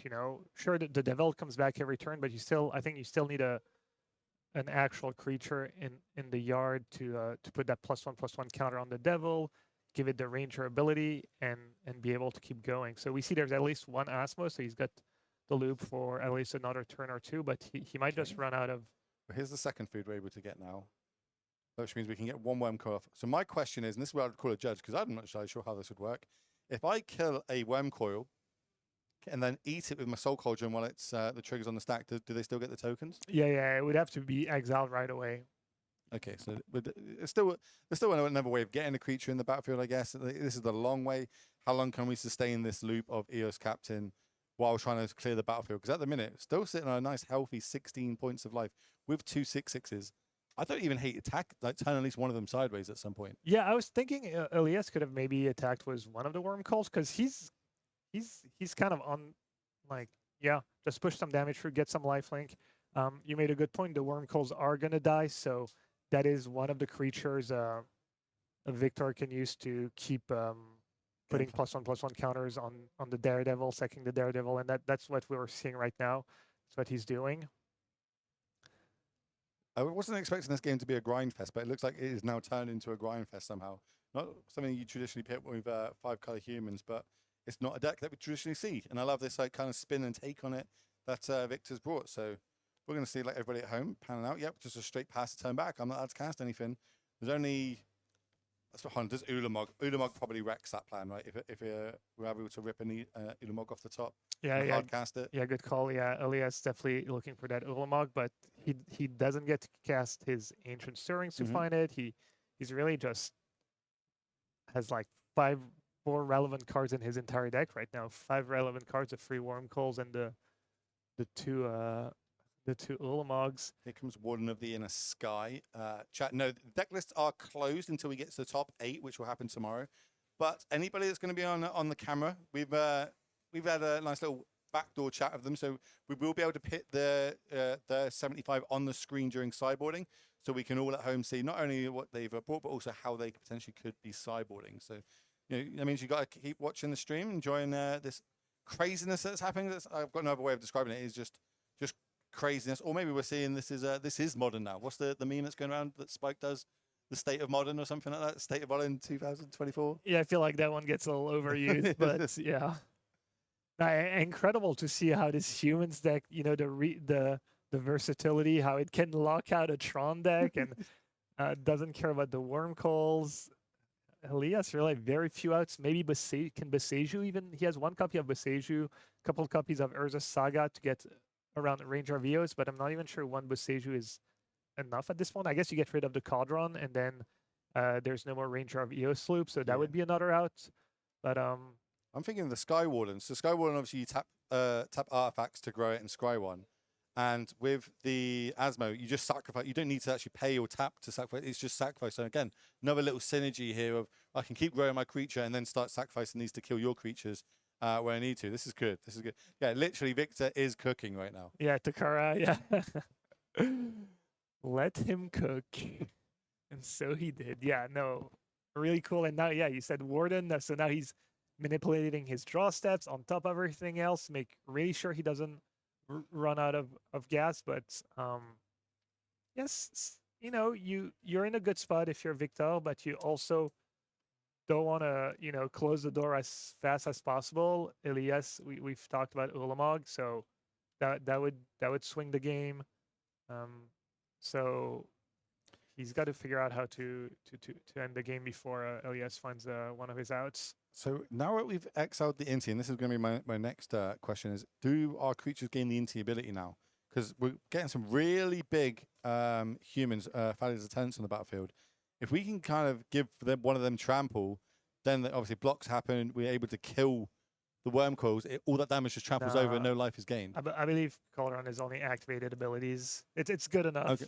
So basically, if we can dig and find ourselves another end team, that's another way that we potentially can win in a one shot. So that's gonna be pretty sweet. Yeah. So right now they have the Ranger Captain ability. Well, the creatures with +1/+1 tokens on them have that ability, and they also have the Asmo ability. So no need to have actual Asmo in play. And a gazillion food tokens. That's 5 by my count, with the ability to make 3 a turn. Which how many do we need to get? We need what? 12 in total to deal with the other side of the battlefield. And we're not far off that. Aether played, gets returned to hand, discard it 3 times. Yeah, make 3 more food tokens. Yeah, we see the shortcuts, just kind of tapping all 3 cookbooks, getting the. That's 8. And third counter on the Warden means flying for it, so he can start attacking. I believe Vigilance as well. Yep. Up to 5, so that's a 2-turn clock because it's going to attack for like what 5 this turn, and then might just be lethal next turn. All right, it's up to 6. So what's the out? Ulamog or bust? I believe Ulamog or bust. I don't know if Boseiju still does it. Boseiju. Well, if we can go end of turn Boseiju now and then untap into like an Ugin or something. Yeah, because they won't have the ability, so that's potentially a way. There's another Sky Warden. Yep, Sky. Oh no, this is another. Oh, this is another Ranger hardcast. Oh, not hardcast. Through the vial at the top. So yeah, this is we're getting pretty locked out here. This is beautiful to see. I'm very happy that this is all happening on camera. Yeah, you hyped it up and it's delivering it's working. so far. Don't get used to that, Gab. We've got like a lot of Magic to play over this weekend. Me being right is not something that happens very often. There's one on the screen for everybody at home. Again, recently played does see quite a bit of playing Standard and Pioneer now in the Boss Convoke decks, but maybe it's going to start moving to Modern in this 5-color humans list. Yeah, no, incredible. Just one of the most fun things to do when a new set comes out is you have these pet decks and you gather, you search Trifle, you're like human, merfolk, all the creature types, anything new, Defender maybe. I'm a big Arcades fan, so I'll do the Defender search once in a while. And is that big turtle thing that just got printed? What was the big like? Oh, the turtle. Yeah, what's 215. Yeah. I drafted that the other day. I was like, yeah, sure, why not? This looks good. It's gonna be hard for someone to kill. Okay, right. So we're starting to clear up the other side of the battlefield by sacrificing these foods. We're gonna sacrifice these. Are we just getting rid of the Death Touch ones? Yeah, just clearing the boards. Probably the lifelink ones. Well, the problem with Asmo is the creature deals damage to itself. So a bunch of life is being gained because the worm coils do have lifelink as well as Death Touch. So that's why you see the life total is spiked dramatically up to 28. Okay, I was thinking maybe you get rid of the Death Touch ones, and since you have lethal, the lifelink doesn't matter when Elias blocks. I think maybe that's what happened, but I guess not. You're right. He went up to 28. Maybe Victor overlooked that detail, and he could have had lethal this turn, and instead Elias might get another draw step. So but then I'm thinking, I'm not even sure an Ulamog will do it now with this. So Ulamog comes down, it kills what, the 2 biggest creatures? And then depending on blocks here, it's on how much damage is going to get pushed through this turn. Like, even with just a 10-10 on the other side of the battlefield, that might not be enough on blocking duty with its its powerful ETB. We've got a third co-caster, Olsen, in chat helping us out again. He gained a life from the big worm call. That's because they fight this. So yeah. it's 12, 6 from one, 6 from the other when they do it. If these two, I'm guessing the life linking ones. I'm not up to date on my Arcade Post token art. I'll have to give him a message. Do you know I play Pokemon Go with Arcade Post? That's my my humble little blag. Okay, all right. Me and him running around different cities trying to collect Pokemon. Yep, 2 grown men. Don't worry about it. Right, damage is being counted by the looks of it. Looks like we've got some blocking happen. I'd imagine these are the life linkers left. Yeah, there was a lot going on in this game, so it was hard to keep track of whether or not either player was maybe missing some attacks. It does look from just the way the game played out. Maybe Elias could have snuck in an attack or 2. Maybe Victor could have, ended the game 1 turn sooner. A lot of the time these decisions don't matter, but once in a while it's going to be the extra draw step either player needed to turn the game around. So yeah, chat's asking about the end of it. So what's discarding is Oval Chase Daredevil, which is it's just a 4/2 for 4. But whenever an artifact enters the battlefield under your control, you may return it from your graveyard to your hand. So it's got a nice little loop with the cookbook, and obviously that's like how we're kind of recurring it. But we're also, while we're doing that, bringing it in with Vial, adding a counter to it, sacrificing it with the range captain of Elos, so it goes to the graveyard, and getting that extra value with it. And that is going to be enough for Victor to take down game number 1. So we get to potentially get this deck on the screen and have a look at sideboards. I'm looking at production, but can we get the deck list on screen? Yeah, we're going to get to see all the cool interactions. Really just beautifully came in together. The Ether Vial turn 1 was huge, and one of my favorite things about these Asthma decks is just the Daredevil beatdown. When the game get kind of scrappy, maybe they have a bunch of graveyard hate, and you just end up casting the 4/2 and killing them with it. And it happens to be a human. It wouldn't even matter, I guess, in this deck because it doesn't get into play that often, and when it does, the human type might not be super relevant, but it's just another human. Why not? It's a nice synergy. Just multiple synergies in this deck, and there's probably, I'd go out on the limb and say there's probably some we don't even know about that we haven't seen yet. Yeah, I'm sure. Moving forward. So looking at the sideboards, there's Meddling Mage for the human side. That might come in, even though Meddling Mage could be a little tricky because there's a lot of different threats. It doesn't pressure. It doesn't really fit the rest of your game plan. Like, you pick Oblivion Stone, you pick the 1 ring. So I'm not even sure that card might come in, but this is the point where I always ask you. I'm like, so what would you board in here? What's good in this matchup? So yeah, Damping Sphere is probably coming in. Pithing Needle could come in. Meddling Mage could come in. He's got Outland Liberator too that could come in. But it's kind of tricky because you don't have a lot of bad cards in your main deck. We kind of saw all the cards have a purpose this game. I guess the Thalia's Lieutenant didn't. Well, they grew pretty big, right? But yeah. I get where you're coming from. Like, what do we trim on? Yeah, and it's probably hard to know because every game plays out a little differently. This game he had the turn 1 Ether Vial, he had the Lock, he had the Cotteron, so that went well. But maybe he can just win. Kind of, I want to say the good old-fashioned way, like turn 1 Champion of the Parish, turn 2 NT into like maybe a couple Meddling Mage to lock out. So a bunch of options for Victor, and on the Tron side, typically not a ton of sideboarding going on. We're working on trying to get that list on the screen for your chat, just so you know. So what I want to know, Gab, is on the other side. Okay, so I'm the Tron player. I have no idea what I'm playing against. I saw some humans. I saw some. How do I sideboard on the other side? And that's what, again, one of the huge advantages of bringing this sort of deck to a closed deck list tournament where you literally have to learn on the fly what your opponent's doing and hope that you kind of sideboard right. What do you tend to do in those situations when you don't know what your opponent's got? Yeah, probably a little easier for Elias since he's playing Tron. Not a ton of sideboarding. We see 3 copies of Pick Your Poison in his sideboard, so those are coming in. You can hit Urza Saga. You can hit that turn 1 Ether Vial. So Maybe you know, even a Warden if it's big enough, I guess. yeah, exactly. Warden was flying. So definitely those are going to be coming in. Makes your curve a little lower. Cheap interaction. Gets rid of, we're talking about Damping Sphere. Gets rid of Yeah. a lot of the hate people bring in against you. And I'm not an expert Tron player, but sometimes you'll bring in one of your one-ofs. Your sideboard is mostly one-off targets for Karn. Yeah. And sometimes you can bring, maybe you want to bring in a Walking Ballista or cards like this. I would guess That's it would. what I was kind of thinking. I was like, I just got locked out by range captain. So I feel like I'm boarding in my creatures. I'm boarding in my Walking Ballista. I'm boarding in my Cityscape Leveler. I'm boarding in my Sunderland Titan, just so I've got things to actually cast in case that does happen again. Because I'm in a good spot if I can actually cast any of them. Just I wasn't able to play Magic there.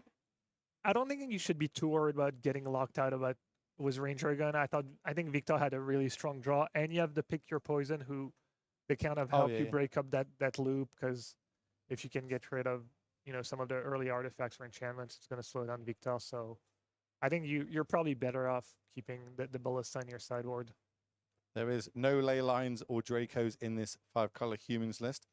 It is it is just straight 5-color humans. We got Aether Vials, Agfa Soul Cauldrons, Urza's Saga and stuff. We are working on trying to get that graphic for you all. Apologies while we work for that in the background, but it's fine. This is live at Paper Magic, and we are off to the races. And it looks like we've got turn 3 Tron again. Yeah, he didn't have it last game, but this game, I think they both kept 7. Always good for the Tron player to keep 7 cards in. Always a scary thought. When you're on the draw against Tron and they keep 7, you almost feel like you already lost the game. And we see no Ether Vial this time, so kind of a fair draw for Victor. Warden into NT. Let's see if he chooses to use the discard. He does. I don't think he can hit anything that costs 0 in his deck. He's just doing it for the damage. And yeah, probably not super happy to see Damping Sphere go, even though honestly turn 3 Damping Sphere might just be too late this game. We'll see. Well, yeah, it might be too late, but also it's given the information that, okay, this is one of the cards I brought in against you. So now he's got a little bit of an inkling of, okay, wait, the time is come in. I definitely do need these Pick the Poisons or leave up my Besages, etc. moving forward. But do we have something powerful to do on turn 3? It is basically the point of the deck, being able to get some crazy 7 drops out on turn number 3, semi-cheating them out, I suppose, how we'd go about that. Our options are obviously Khan Liberator. Don't really play Khan Great Creators too much in this. This does look a lot like the Team Handshake build with the Dismembers and 2 Urza's Saga in the main. So it's going to be interesting on...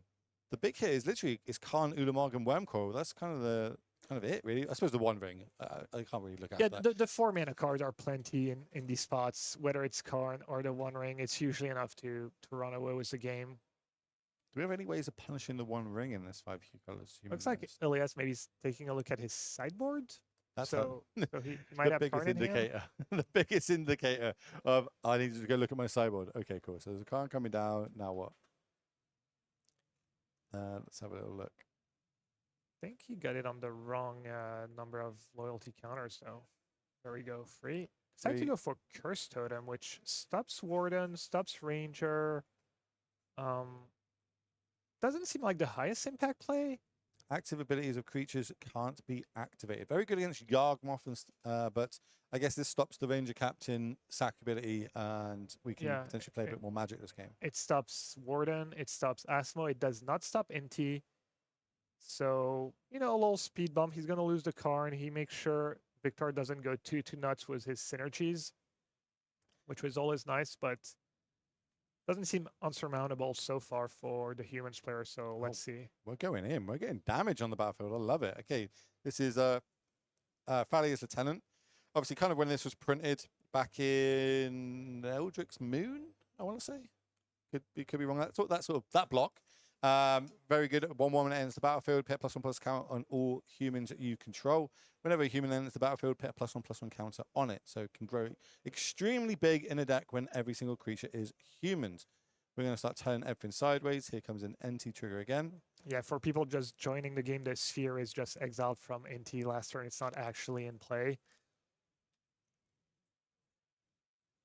I suppose this is like we had to go for we know we were only getting 1 shot with this Karn, so we really had to make it it work, so to speak, and we decided to go with the got the name of it already.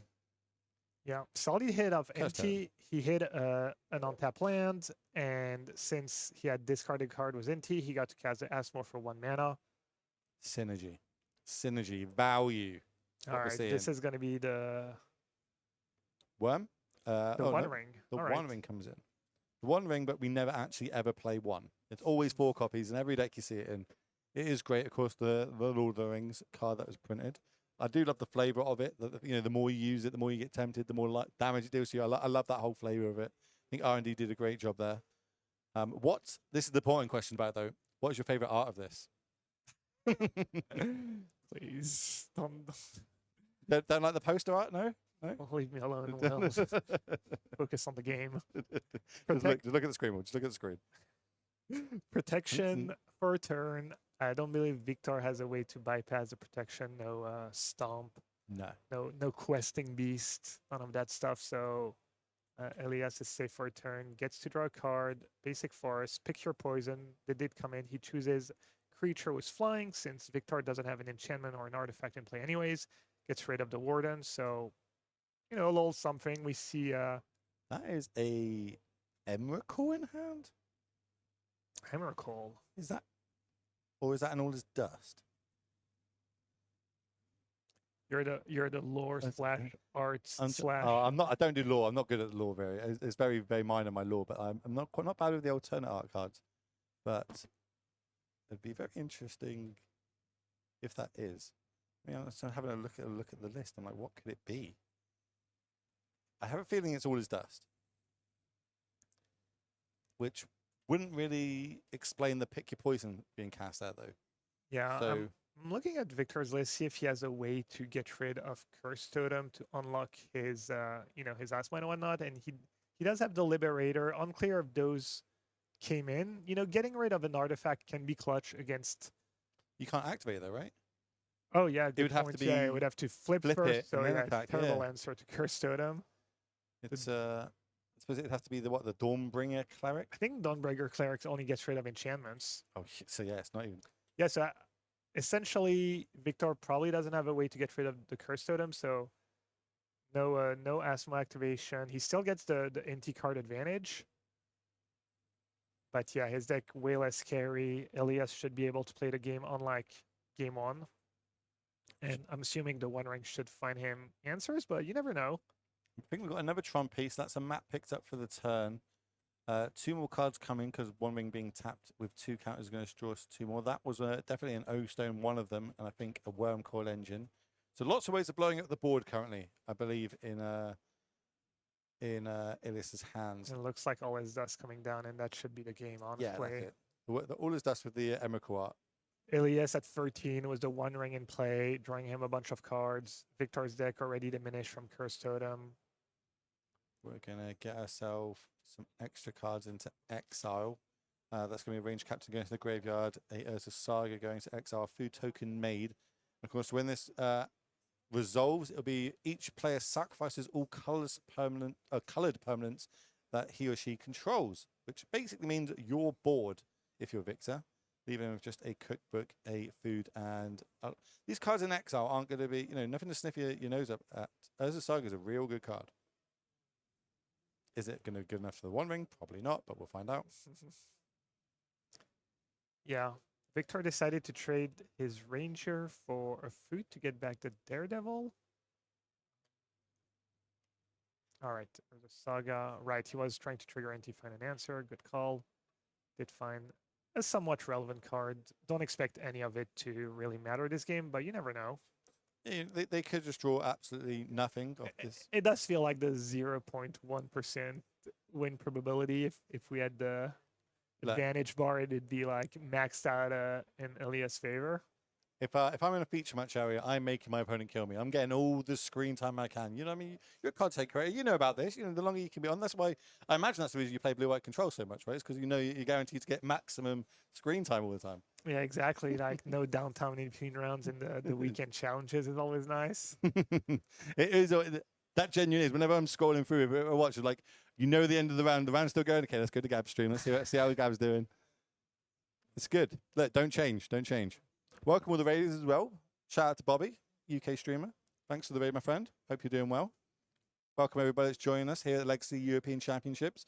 We are live in Prague, bringing you a lot of modern action. We've got 9 rounds today, followed by another 6 tomorrow before we cut to the top 8 and we crown ourselves a champion.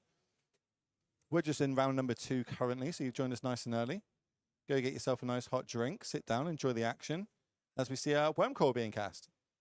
That's going to be able to gain us a lot more life, so we can start using this ring a bit more. And the problem with ring is it chains into more rings. So it's like, oh, it's got 4 counters. Maybe they're going to kill them. No, okay, cool. Here's another ring. Reset it. Go again. Yeah, one of the reasons why most decks who play ring play 4. They work well together in some ways. Here comes Oblivion Stone. All right, Victor's seen enough. Humans with 1 Wrath, it's kind of normally game, but when they get a second one, it is like, all right, yeah, let's tap me out. Let's see if we can get game number 3. All right, I'm looking at the production team. How are we looking at deck lists? Can we get it on the screen? Let's have a look. Like, everybody's itching to see this humans list. Yeah. Obviously, we've got full access to this, but we want to give the people what they've got. And like magic, we can see this is the list that we've brought. So yeah, we've seen most of it by now. I think we've Yeah. literally seen every card in the get. Maybe not champion of the parish, but and a Shadow Spear. That's probably the only 2 we haven't seen really. But everything else, you kind of get the gist of it. yeah, out of the old list, it's only Ether Vial, Lieutenant, and Champion of the Parish who survived. Every other card is, kind of new-ish, new. So Are you trying to tell me that there's a power creep in Modern? maybe. We'll be talking about Modern Horizons 3 throughout this broadcast today and tomorrow, I'm sure. Getting, not only your opinion on it, but also the other casters will be talking about it. Plus, we want to get to hear your opinion of it, chat. So, it is very a 2-way thing that we've got going on here as we're going to be moving into game 3. We do have this 5-color humans food deck, I guess we're going to call it, against Tron. So we get access to this sideboard. We saw that the Dampen Spheres come in. Do you think there's a chance of over sideboarding in this matchup and diluting our main game plan? Or do you think the matchup is so bad for us that we actually really do need to to bring in a lot of our heavy hitters like Meddling Mage to try and get break tempo, so to speak, naming Oblivion Stones or Order's Dust, etc. Because it's not open deck list. We don't know how many of each are on the other side. We do. People at home do when we get the deck list on the screen. But like, how do you think we go about going into game 3 on the play here? It's tough. It feels like every card in the main deck of Victor is pretty solid. The Shadow Spear can probably go, but we saw pretty much every other card used to good effect. It's either fast pressure like Champion or part of the engine. So Meddling Mage can backfire. If you name the right card, it can be game winning, but it can be a Grizzly Bear. Yeah. Well, back in the day, you used to be able to have the I forgot the name of it. The 2-drop black one, 1/2 flying that you could see their hand. It was you used to be able to cast that. Freebooter, that's it. Thank you. You used to be able to freebooter, and then you could see the hand, know what to name. But in this, it is pretty much blind. Very good against the big combo decks. But playing against Tron, obviously, there's a number of cards that you could be casting. Yeah. Once they've got 7 mana. Do we have the other deck list? Can we see the Tron list quickly? Let's just get that one up, just so for comparison, everybody can see at home. This is the actual numbers that we would be playing around. We know about the Pick Poison. We saw one of them come in and was cast, but the rest just a lot of one-offs, as you said, mainly as Khan tutor targets. Any on the draw? Do we bring in any? Like, obviously, we don't want Chalice or anything like that. I don't think. No, it's just going to be Pick Your Poison. Just straight through Pick Poison. I don't hate that either. Tron does Tron things. Yeah, the human side is way more interesting. One thing you could wonder is, do you want to rely on Osmo? Do you want to be okay? If it gets to the point where my opponent's casting more call engine, isn't that just Osmo going to be too little, too late, too slow? Do you want the Meddling Mage instead? Maybe just try and log them out before they can do anything broken. That that's maybe one aspect, or maybe Osmo Cookbook's just too important part of the deck because it works with Warden, it works with NT. It kind of ties the room together, or ties the deck together. So imagine being on the play is. Obviously, it's always beneficial being on the play, especially in Modern. But being able now to get down our Ranger Captain before turn 3 Tron would potentially happen, and try and semi-get that lock going like we saw in game 1. Maybe that's the actual game plan here, and trying to move forward. But we're going to find out like everybody at home. Yeah, I mean, it's one of the ways you can win, but it's a bit Victor kind of has had his Tron draw game 1 where he had the turn 1 vial, like he had everything going on by turn 4. He was locking out Elias. So it was really impressive to see. I don't expect that to happen every game, but let's see. Turn 1 Saga vial, as I would guess as good as it gets for Victor. I'm not sure if you want the Saga on 1 or on 2, which one's better, but really strong start. Looks like a bunch of cards on the Tron side, at least. Tron kept at least 6, I would say, maybe even another 7. I was going to say, like, how low do you mulligan on Tron to make sure that you can guarantee that you got that turn 3 Tron?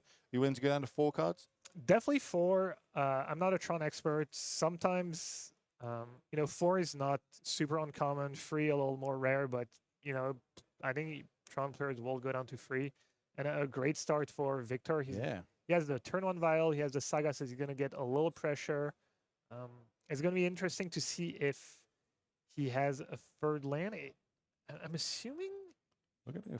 Well, starting on both these vials, I imagine that this is our only land and we basically can't cast anything. But the good thing is these as the Sagas can go get more Aether vials moving forward, which means we're certainly playing a turn behind here, but yet can't play that second spell for the turn. It's going to cost an extra 1. Damaging Sphere does have extra text on it. There are judges at the table.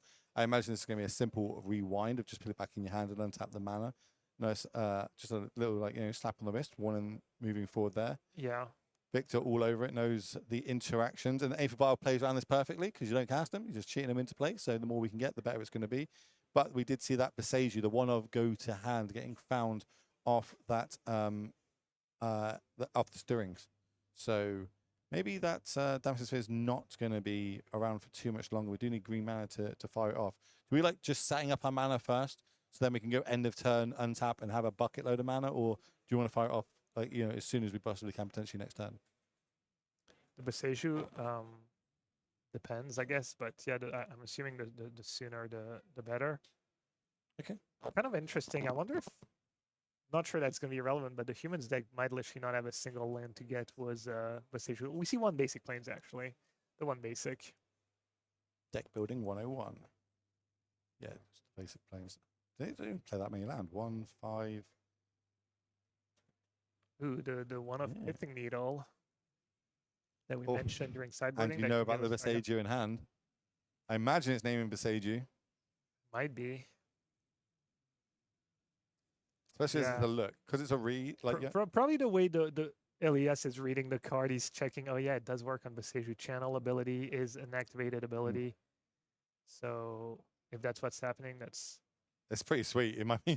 I love that. It's like Victor knows the ins and outs of this deck, and as well as modern, which is obviously pretty key when it comes to modern, right? Everyone has their pet decks, and it's more knowing how to change your deck for the meta. Like you see people with like specialists in certain archetypes, like Nikachu, MTG, plays Merfolk. Not really one of the better decks, but sometimes he always ends up winning with it. He was always taking down tournaments or doing it extremely well. He just finds a way because he understands the game plan, the meta, and breaks it down and attacks it from a different way. And we're seeing this now with Victor in this 5-color humans list. As I say 5-color humans, there's no colored permanents on the battlefield right now. As the Saga gets ticked up to 2. Then we're going to use the mana that's floating to cast this cookbook. So we can't deploy any more spells because all our spells do cost 1 more to cast, and just pass the turn back. That's the forest. Victor was very reactive. Draw still no creatures in play in his humans deck. Turn 3, no creatures. Didn't have the third land to make a Saga token, so he's got Elias' hand locked for now, but no pressure at all. And Elias was one of his 2 or is a Saga? Plays a spell. So as a Saga plays a sphere, he can play a second 1-mana spell. The sphere makes every spell cost 1 more. So your first spell costs, at rate. Second spell you cost in a turn is going to cost 1 more colorless. So that's why we see Elias tapping 2 mana. That's why he couldn't cast the sphere last turn.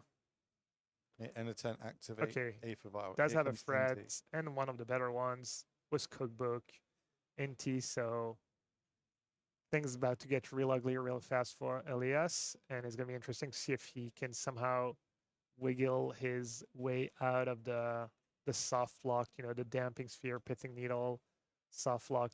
Victor is I was just about to ask you, like, why are we discarding this end of turn? It doesn't make sense to me. But then, Inti's got this extra little ability that whenever you discard, you get to exile top card and cast it. So again, another bit of value generated there from Victor on the left of your screen. Yeah, Still end step right now, I believe, as well, aren't we? As if Inti wasn't good enough, the ability, goes until your next end step. So if you discard on your opponent's turn, you still have access to the card on your following turn. So that's going to be a cookbook plus It's like a land. Yeah, I think that's the courtyard. Well, it's a land of subscription that will come in and name human and let us cast them if that is how we want to go. 12 of the mana base is 12 of these lands, Cavern of Souls, secluded courtyard territory, and then one basic plains and free Sunbay Canyon. That's 16 lands plus the 4 Urza Saga. And now we'll actually draw a card for our turn. Saga's going to go up to 3. We're going to float 1 mana. Then we're going to go and search. Targets in the deck are Shadow Spear, if it's even still in the deck, or it's going to be a cookbook. But obviously, we know a few come. And Aether Vial. But we know a couple from the sideboard have come in. And because Piffy Needle's already entered, but this is just going to be another Aether Vial. Not something you get to say too often in the booth. Aether Vial hitting the battlefield. Not something we see too much anymore, but I'm loving it here. Yeah, a card that used to be a little more popular back in the day. Now it's pretty much only Merfolk, I think, and I guess maybe humans soon. Off topic, but do you think it's safe to reprint that into standard? Get it in Pioneer? Probably. For Pioneer, I don't know, but usually these cards shine in older formats. I would say a card like Aether Vial is probably scarier in older formats. Here comes the... might still be good enough. Might still be really good in standard, though. Agatha's Cauldron, but there is a severe lack of creatures in graveyard for that to have any sort of effects at all. We're going to attack with the Enti. Trigger, discard a card. Do we want to get rid of this extra Urza Saga in hand? Don't think we do. No, I think Victor agrees. Just 2 points damage coming across. And maybe this is what he's just drawn the wrong half of his deck, or do you think this is potentially a bit of over... like sideboarding? Maybe he's more boarded out some of his creatures for some of these, and now he's very creature light at the minute. Or just is it just this is how the draw is unfolding?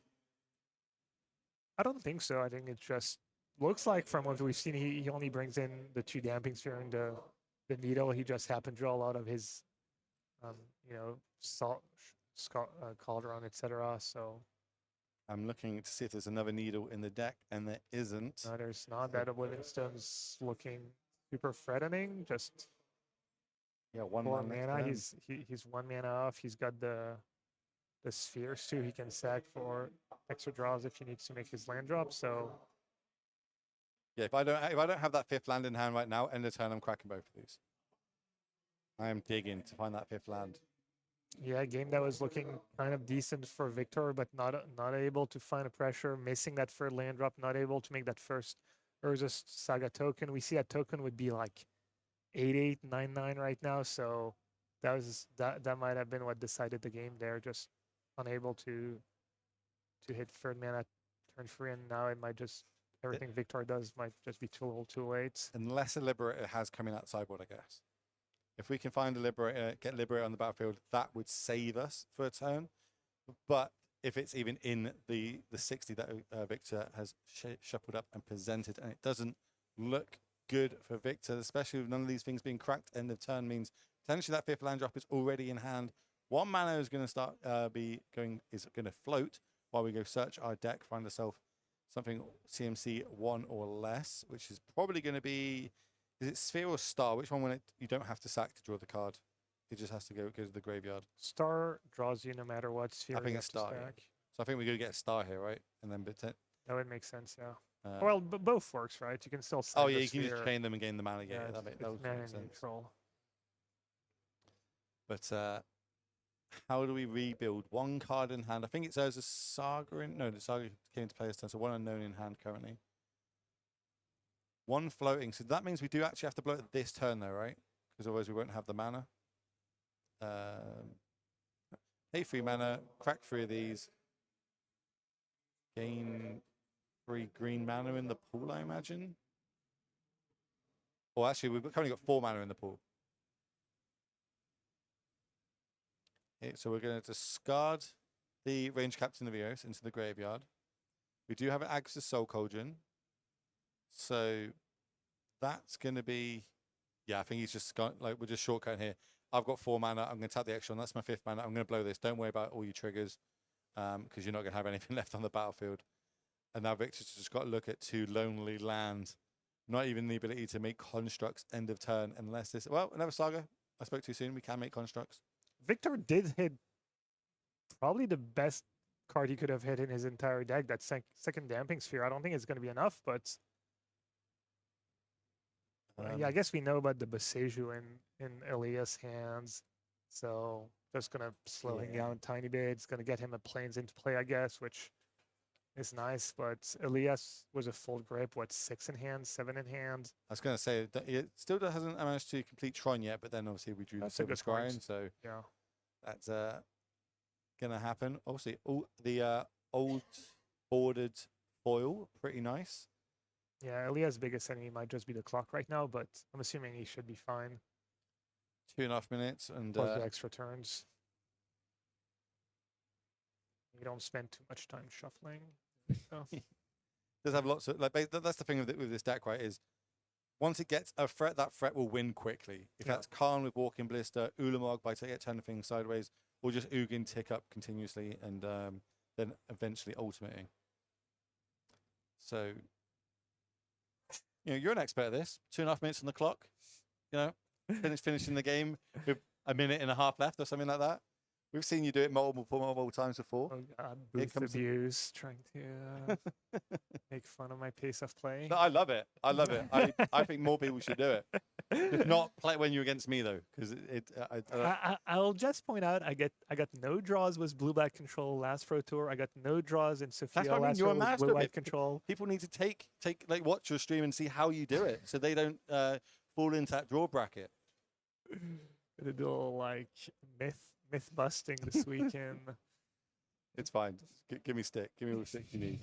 So here comes the land, which is going to give us the ability to make a construct token. We're going to find a cookbook that's going to go to hand. As a saga is going to go to the graveyard. 90 seconds left on the clock. Game at 1 apiece. Don't want to be joining into a draw bracket this early on in a big tournament like this. Remember, 9 rounds today, 9 tomorrow. Need 18 points or better to advance into day number 2. It doesn't matter the point of the tournament. You basically never want to draw in a Magic tournament. We're just looking for that big hitter now. It's an all as dust. Probably wish it was an Emrakul, but the Khan the Great Creator, that's going to be good enough. That obviously we can cast for 4, and then we can go to our sideboard.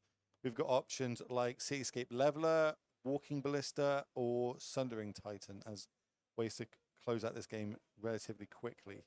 Which one do you like?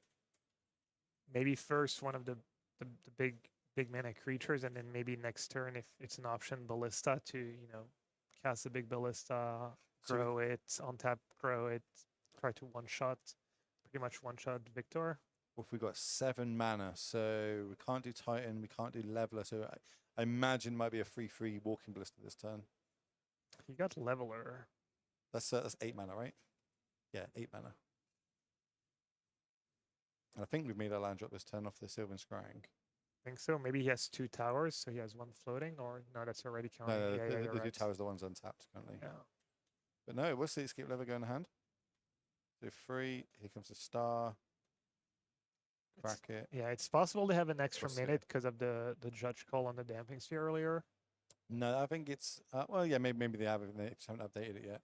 But we'll find out shortly if the dice is added to the screen or not. 20 life, Cityscape Leveler, 3 attacks. That will do it. Are they not playing the extra turns? Looks like Victor might just be scooping. Oh, okay. As it goes extra turns, he's like, yeah, cool, you got me. We'll get confirmation on that, and as we head back to the booth, because I imagine there's no more feature. We don't have a backup feature match, do we? Oh, we do? Let's go. Okay, we've got Thomas versus Peter, Team of Murktide versus Naya Scapeshift, and looks like they're going into game 3 with 4 minutes left on the clock. I think. I don't know. There's some cards up, there's some cards down. It looks like they're de-sideboarding. Can we just get confirmation if they're still playing? I think that game's over. We'll come back to the booth anyway. We'll just come back to the booth, and then if they start playing, we'll move back down to them. Yeah, come back to here, and we'll have a little chat about what we just seen, because that was spice, let's say. We saw some spice. Didn't pan out too well for Victor there. Game 1 looked amazing. Game 1 looked like you couldn't lose the game, but then game 2 and 3, Tron just did Tron things, right? Yeah, game 1 was really interesting. Both players had good draws, and we got to see the humans deck in full action. We got to see the turn 1 Aether Vial. We got to see the Ranger Captain of Eos, Soul Cauldron, Oval, Chase Daredevil, Small Log, just all of it. For those of you who missed it, Elias did draw 2 of his 5 creatures. He found 2 Wormcoil Engines, and I thought that would be enough, but it wasn't. And yeah, it was beautiful, but then things didn't work out. Elias did get to keep, I believe, 7 cards every game, which is really, which used to not happen much. It happens way more now with the One Ring. It makes your deck way more consistent. You don't need Tron as badly, but Elias definitely, you know, always a good thing when Tron gets to keep 6 or 7 cards. And good for the Tron player, not good for your opponent. Yeah, like exactly. you never want to be sat across from a Tron player. Go, yeah, they go, yeah, I'll keep my open 7. You're like, oh. Yeah, game 2 was just Tron on the play, really good hand, and then game 3 looked like it was good for Victor. He had the early Damping Sphere, he had the Vial Saga draw, he had the Needle on Boseiju, but Oblivion Stone, he couldn't find the pressure to go with it. He missed his first land drop. He couldn't make that crucial first Saga token, which would have been more huge. Pressure, yeah. And what happens a lot when, I wouldn't say he over sideboarded, but what happens when sometimes you just draw too many reactive cards, Oblivion Stone just comes down, you get to 5 mana, they sack it, you lose everything, and that was the game.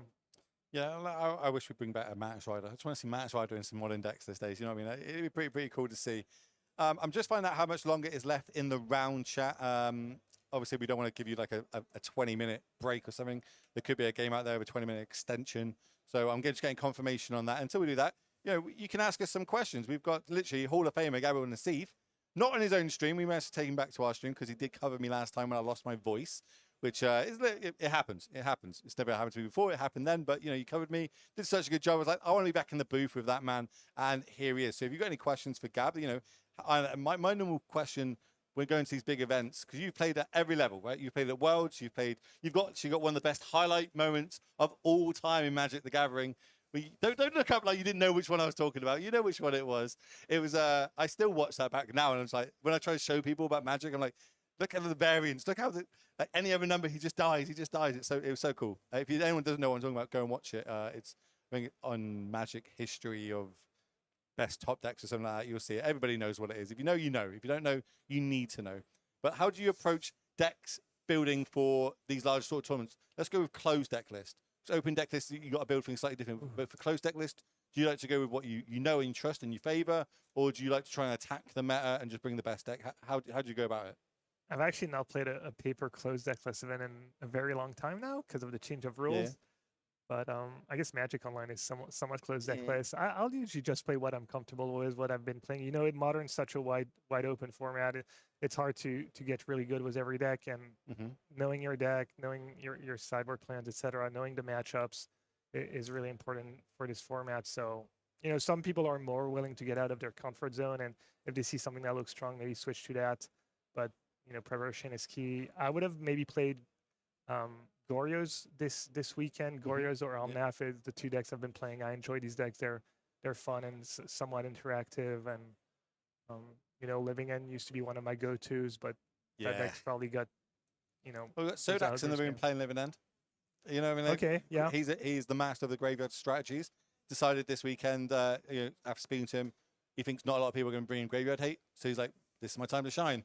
If he's winning or not, I don't know. I could literally look that up while we're talking. Yeah, problem with that logic is that a lot of the hate is not even anti-graveyard. It's cards like Chalice or Flusterstorm, Spell Pierce, the counters, and now you have Goryo emerging, so people still need graveyard hate. You know, I saw a Surgical Extraction being cast we did, in the feature match in round 1.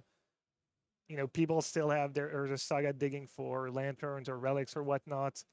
So I don't know if that logic really holds, but maybe it does. Maybe it does matter. Maybe, you know, people are trimming that one Flusterstorm, that one Endurance. People are going a little lower on graveyard hate. So all these little things does add up. You know, it really matters when you're playing a deck like Living In, and instead of your opponent bringing 10 cards, he's only bringing 8 cards or 7 cards. That's a huge difference. It's just, you know, I always go back. I've quoted it so many times about yourself at the Pro Tour of the Rings when you bought Living In, and you were talking about this is like, and we're going into open deckless tournaments now, but like open decks, I don't have to guess what my opponent's graveyard hate is. I know exactly what it's got. I don't know if it's enchantment hate, removal hate, if it's endurances. I know what they're going to be bringing in, so I know how to sideboard from and use that to your advantage. And I think that's huge because obviously there's a lot of players in the room and also watching that, they haven't been to big tournaments before. They're just getting into competitive tournaments. They're seeing the RCs, they're seeing the Pro Tours, and they also want to jump on this level. But it can be a bit daunting turning up to a 500 person tournament in a format that you're semi-new to and you kind of need to learn. So it's like, how do they approach coming to these events? Like, I always say to people, watch streams, watch YouTube, find something that you like that sits you. Some people are control players. Some people like to just turn things sideways and get 10 points of infect across. Not playing any points. Some people have got different strategies on how they like to play Magic. So watch streamers, watch YouTube videos, find the deck you like, practice the deck you like, and then turn up to these awesome events because we do have some coming up in the future. The next one we've got, I believe, we've got a slide for every production, the future events. I'm looking at production. Future events. Can we get that one up on the screen? Because we've got, not only we are in Prague right now, of course, 15 rounds of Modern with a cut to top 8, but we do have more Modern coming up in the future, which I believe is in Bologna. There it is on the screen. That's going to be happening April 26th to 28th. If you want to, fly, by the way, in that city, I love that city. I also love the food in that city. Just saying, don't tell Mengu, but that's where I've actually had good pizza in Italy. I struggle to find good pizza in Italy sometimes, and there's a whole debate about it all. But that's the next time we'll be going live, and that's going to be Modern for the main event, and that's what will be getting broadcast. You're gonna have a little competition on that weekend, though. I hate to break it to you. Yeah, the Pro Tours that same weekend. Is it? Yeah. Shh. Maybe. Oh, it's Seattle. Yeah. Oh, word. Okay. Well, each other up. People get to dual screen. Look, all I'm saying is Modern on one screen. That'll be the easiest tournament you could play in to try and qualify for Naples because all the best players in the world are going to be somewhere going to be in America and Seattle battling it out. I did not know it was that weekend, so that's nice to know. Appreciate that. Look, scheduling bookings. It's a busy year. We need to get all the events in we can. But these are, of course, today and also in Bologna will qualify you for Naples, which is the RC Championships of Europe. That's where everybody that is qualified in their local game stores or qualified in these big events or qualified online will all come together and they'll ballot out in a 2-day event that weekend where now I don't think it's for that one, but in the future, the invites have now been upped. They've gone from that one to be the top 24 players will get themselves Pro Tour invites. And then for future regional championships, it's gone up to 36. So again, there really hasn't been a better time to try and qualify for the Pro Tour at the minute. So many invites are getting thrown around, plus so many opportunities to travel around Europe and ballot out. I'm getting some... okay, so I'm getting some messages come across, which means I can look to see how many rounds there are left in the room, if it's going to work for me. Give me a second, chat. Yeah, Ferishti was asking, what do you think is now the top tier deck after the Outburst ban? For those of us joining us, we saw the most played deck was Domain Zoo this weekend, followed by Yogg, and I think that's two of the best decks, if not the two best decks in the format right now. That Domain Zoo, I've played against it a lot, and it's super impressive. You get a 1-mana counter spell with Stubborn Denial, obviously non-creature, but a lot of time that's what you need. You get the 1-mana removal spell with Binding, good frets. They get to play Ley 9 Draco. Yogg was already one of the best deck. Probably benefits a bit from Living End, losing Outburst, and being kind of out of the meta. That was one tough matchup. So, I never really minded Living End when I was playing Yawgmoth because I tend to play Yawgmoth slightly different. I always have like minimum 3 endurances. Like I like the ability to combo off really early. And Yawgmoth's kind of gone to this very mid-rangey game now with a combo element. I very much enjoy playing the combo element with the mid-range as kind of the backup. And I play a lot more endurances because it enables me to combo a lot quicker through quarter callings and just getting my green creature into play. So I wasn't really too worried about the Living End one, but I see what you mean. Most people generically it's not good unless they can get a Yawgmoth in play before you cast Living End. But even then, normally it comes back and your board's super huge against it. But I think you're right. That's benefited the most. Yeah, out of it with Rhinos kind of being on a it looks a little scary on paper when you see these cards, endurance, this and that, but Living is just so inherently powerful that you're usually able to, you have your own subtleties and griefs, you're usually able to do good. Where do you see that going moving forward now? Obviously, so Rhinos had to adapt. They've changed their mana base slightly. You obviously just play the Ley Line Draco as well, which really helps your mana base and moving forward, so it enables them to be able to keep the non-instant speed way of getting Rhinos consistently. But Living End doesn't have that sort of luxury, or does it? Maybe it does. Do you think there's a way to adapt now with Living End? Do we go back to the old As for told electro balance lists, Nah, or that deck's way too fragile. It's just way too susceptible to discard and even more susceptible to cards like Spell Pierce and whatnot. Easy to pick apart. I honestly don't think Living End's going to survive that ban. I think Rhino's still going to be a fine deck. Nothing special. People were already adapting to Rhino. It had actually a terrible showing in the last round of RC. There was 4 or 5 medium-sized RC the same weekend, and Rhino got trashed across the board. Whether it was a teamer version or the 5-color version, it's way easier to adapt to than a deck like Living End. And Living End had a really good weekend, preyed on these Rhino players. So Rhino benefits a bit from Living End being gone, but it probably got a little weaker, even though Ardent Plea is way less of a downgrade for Rhino than it is for Living End. Well, yeah, you can attack with 1 Rhino for 5 now. Yeah, Even better.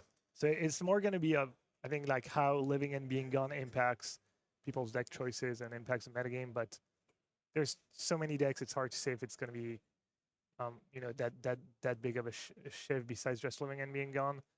But who knows? When Fury got banned, we thought, okay, that's Ragnar Pivo, that's gone. And first turn, Ragnar Pivo won the tournament, was just still fine, arguably better than Are it you was calling before. it now? Rhinos is going to win this weekend.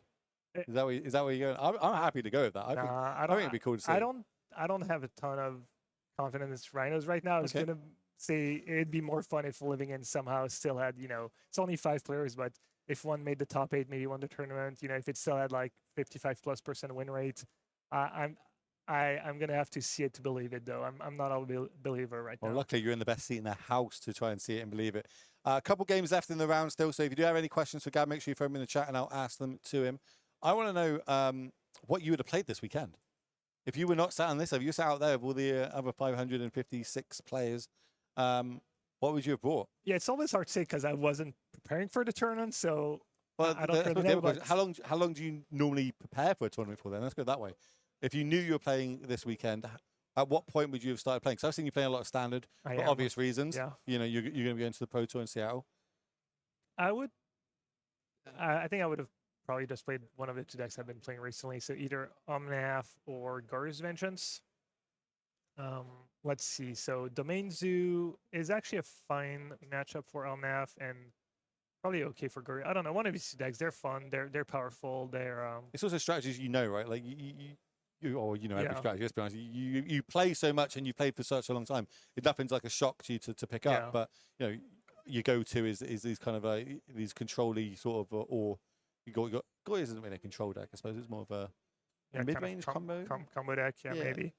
I might have just gone with Domain Zoo though. That deck's just put up the consistent best results. Numbers. Yeah. So I'm trying to get the info for people to learn. So if they've got an event coming up and they haven't had much time to practice, obviously Sideboard guides or wherever you want to go now. There's lots of places you can get Sideboard guides, lots of streamers you can use patrons to get their guides with. Would you suggest just play the best deck and then it's going to win you some percentage points anyway, just for it being so powerful and being able to go over the top? Or do would you go, actually I'm really good at this control stuff. I like Counterspell too much. I'm gonna play that. It's different for everyone. Depends how much time you have to prepare. The match depends how much emphasis you put into just playing a deck you enjoy or just trying to play the best deck. But for the Pro Tour, typically I would suggest people to just try and lock in a constructed deck at least a week or 10 days before, even though that's hard because the new set usually comes out 2 weeks. So but usually you're not going to find anything like groundbreaking in the last few days, so you're better off picking a constructed deck early, focusing on draft as much as you can for an event where it's just constructed. I think the online reps, they translate well to live. If you're used to playing your deck online, if that's your main way of testing.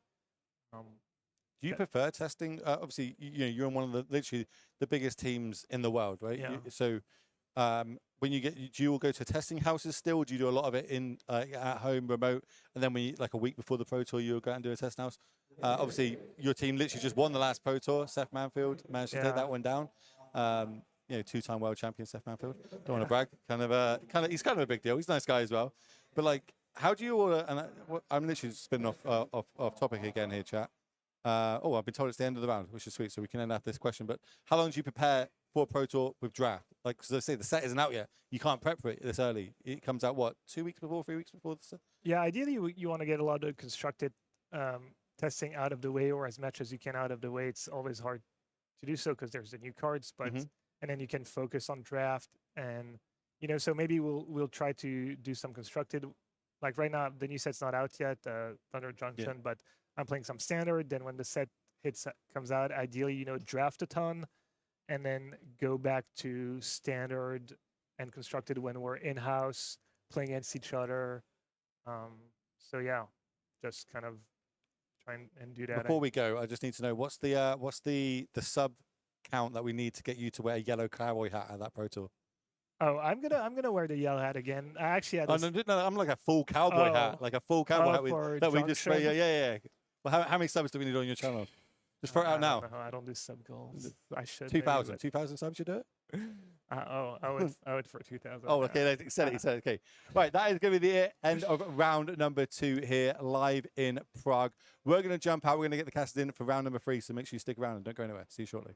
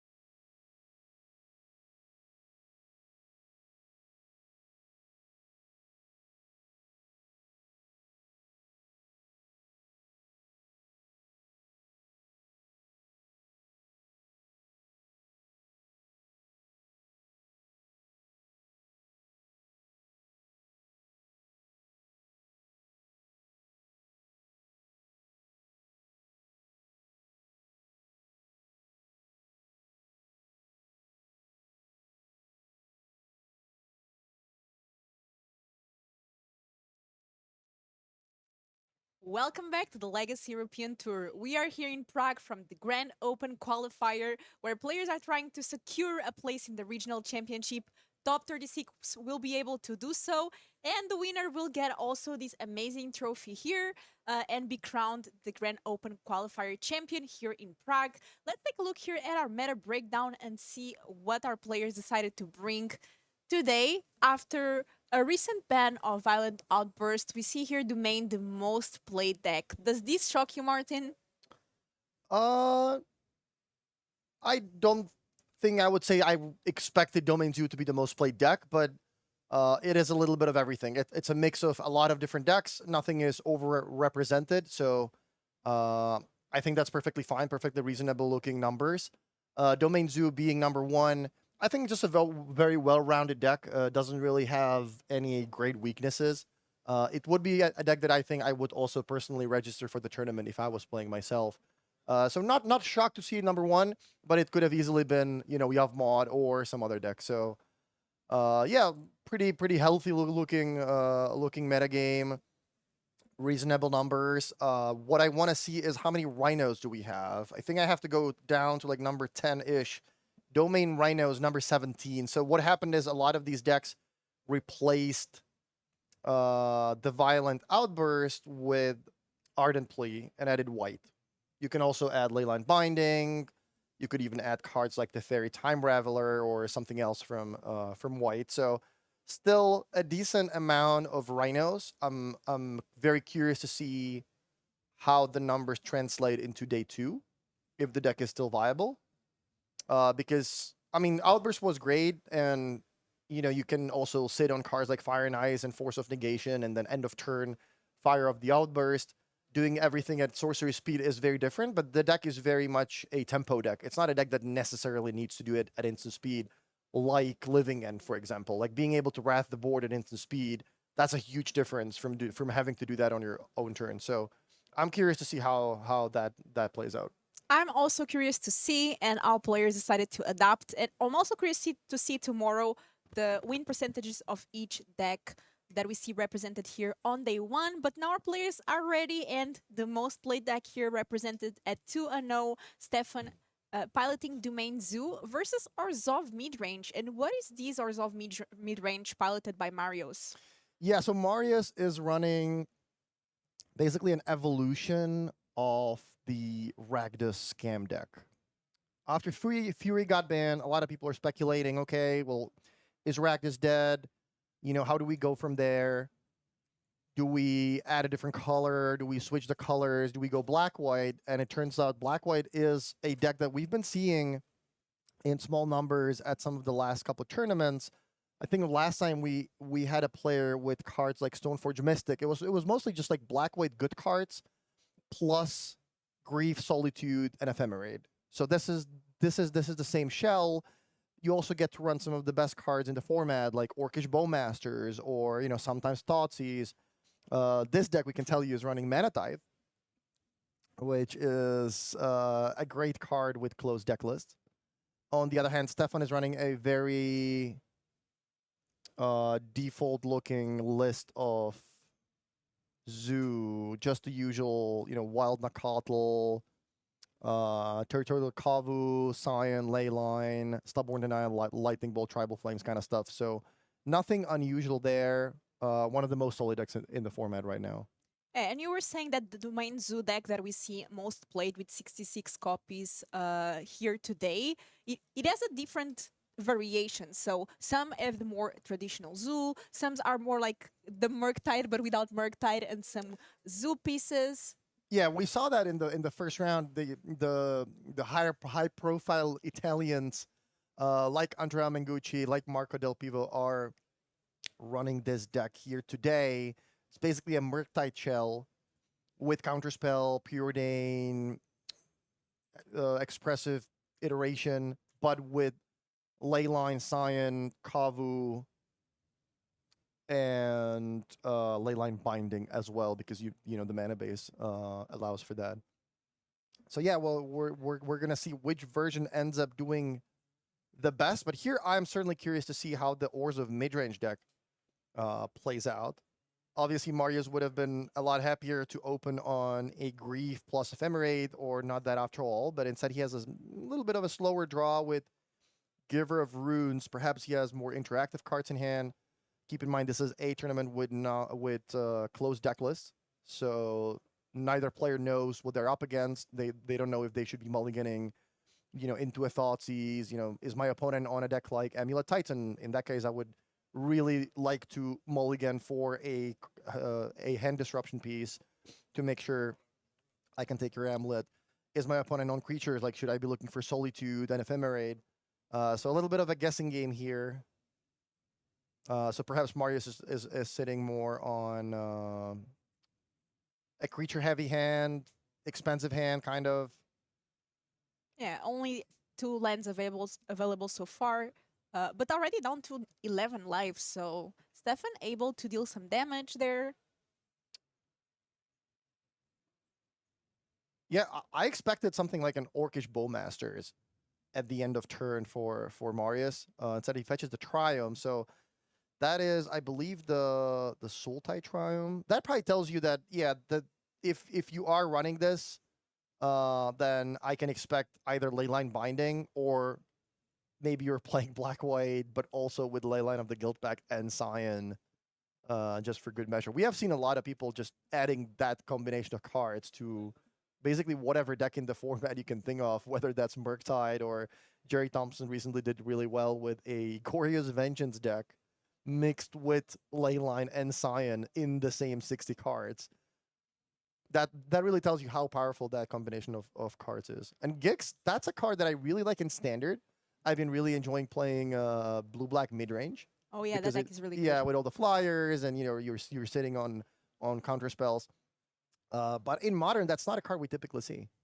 Yeah, I really like Geeks, as you said, in Standard, and nice to see it here, but Leyline Binding just taking care of it fairly easily. We also had a Bolt take care of Giver of Runes. Yeah, I think Stefan is extremely happy. Okay, you played 4 turns and all you did was play a Mother of Runes and then a 3-mana 3/3. Sure, I'll take care of those with my with my interactive cards. I keep attacking with the Nakadal. You're taking damage from your lands. So before you know it, you might be at 5 life. At which point we know the Tribal Flames would be lethal. So pretty good spot for Stefan right now. Marius certainly needs to get on board really quickly. Otherwise, he's gonna get in the burn range. Yeah, and that Nakadal, just living the dream, dealing damage since turn 2. Yeah, keep in mind, Wild Nakatl is a card that used to be banned in Modern. We went a really long way from there. Like, look at the decks now. Look at the cards that are playable these days, and compare that to Wild Nakatl being banned, years ago. Yeah, a lot of things that changed with the Modern Horizon set, and we are going to have a new one this summer. But it looks like Leyline Binding here, being able to exile Nakadal. Yeah, Marius valuing his life total here, protecting himself from the possibly lethal Tribal Flame, saying, okay, well, I would like to keep my Leyline Binding for something bigger, but this 3/3 is killing me, so I have to play it and stay above 7, or stay above 5, rather. And here cracking the fetch.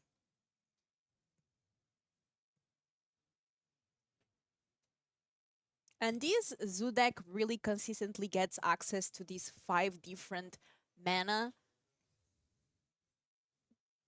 making cards like Leyline Binding only costing 1, that Tribal Flames dealing 5 damage. Yeah, Binding is a really messed up card. I would not have thought that, these days there would be a card basically from Standard that would basically be better than Swords to Plowshares. Oh, okay, so... It's just a 1-mana deal with pretty much anything. And it looks like we are going to have Geeks back. Stefan puts Giganta the Companion in end with 3 mana. End of turn, Marcus binds the Binding. Yeah, I think Stefan is flooding out a little bit. I think he has a Stubborn Denial in hand that is not able to do much. And yeah, both players just exchanging ley lines. Stefan wisely choosing to deploy his to make sure the gigs does not connect, because every connection translates into an extra card for Marius. So Stefan doesn't want to let him get ahead on cards. Yeah, it's a binding fight.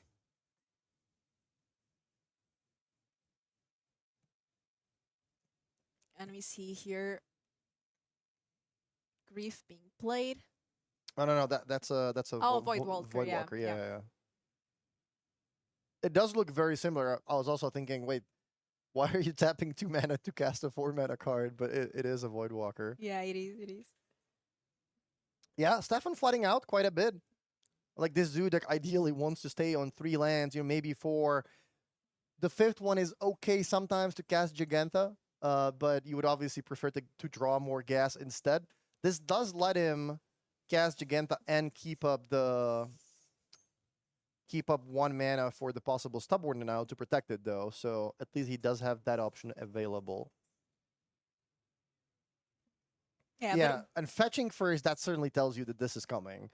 Fetching first instead of keeping the fetch land up, to be able to keep my blue source up, that is a very big giveaway of, yeah, I have a Stubborn Denial in my hand. But a Reprieve there and the Stubborn Denial. But now Stefan is completely tapped out. There's... Now this is Grief. Card reveal Wow, okay, that was a Leyline Binding. It's Leyline of the Guild Pack. Leyline of the Guild Pack. That's the thing with this deck. I've been getting asked by some of my friends picking up the deck for the first time, like, how aggressively should I be mulliganing into Leyline? Like, is it that important for me to have it? This deck can easily... It's just a normal deck. It's just a normal Zoo deck. You don't really need the Leyline. Obviously, if you have it in your opening hand, it does make the sign better. It makes your mana better. But I would not be aggressively mulliganing for it to try to find it. It's just a fine card in the deck. And even better if you have cards like Force of Negation that you can pitch it into later in the game. And here Stefan attacking with the Giganta and Marius deciding if he wants to do anything in response or take the damage.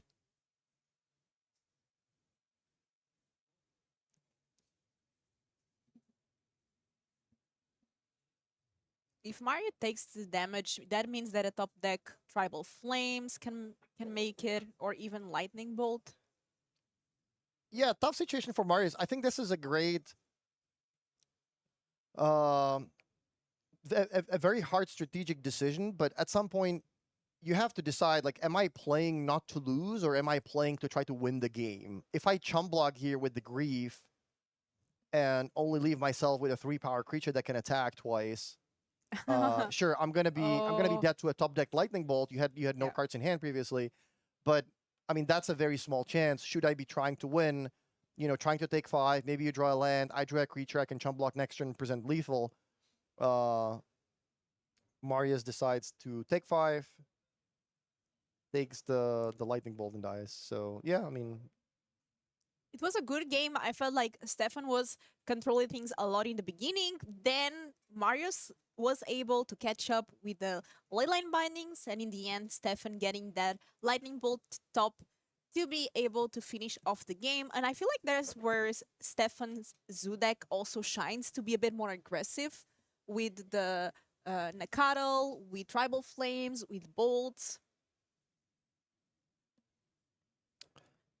We're going to take a look here at our deck list from the players. First, we are seeing the Domain Zoo by Stefan. So as we said before, pretty standard Zoo list. Yeah, this is as standard as it gets. Maybe in some versions you see 4 Ragavan instead of 3 to have the full 8/1 drops. And then a lot of creatures, Nishoba Brawler being the difference here between the Domain Zoo list as a more aggressive list, maybe, compared to the blue-red, like Murktide Shell, which doesn't run Brawler, doesn't run Stubborn Denial, and instead runs the cards like Preordain, Expressive, Iteration, Counterspell for some more interaction. In the sideboard, Maybe Pick Your Poison looks like a card. Okay, wait, I've been seeing this in draft going around the table. Why is this, why is this a card that people are using in modern now? And that's pretty much because you need to have a way to deal with the ley line. So Pick Your Poison has been a pretty popular sideboard card lately. And I'm really excited. If I had like a bingo card, I really want to see the ley line of the guild pack in the opening end with a Draco turn 2. Yeah, We haven't seen it yet, but it's definitely in the bingo card, so maybe it's going to be this match. On the other side, we have this Orzhov mid-range. As you said before, pretty much like what Rakdos Scam was trying to do, but now in Orzhov. Yeah, it's an interesting looking deck.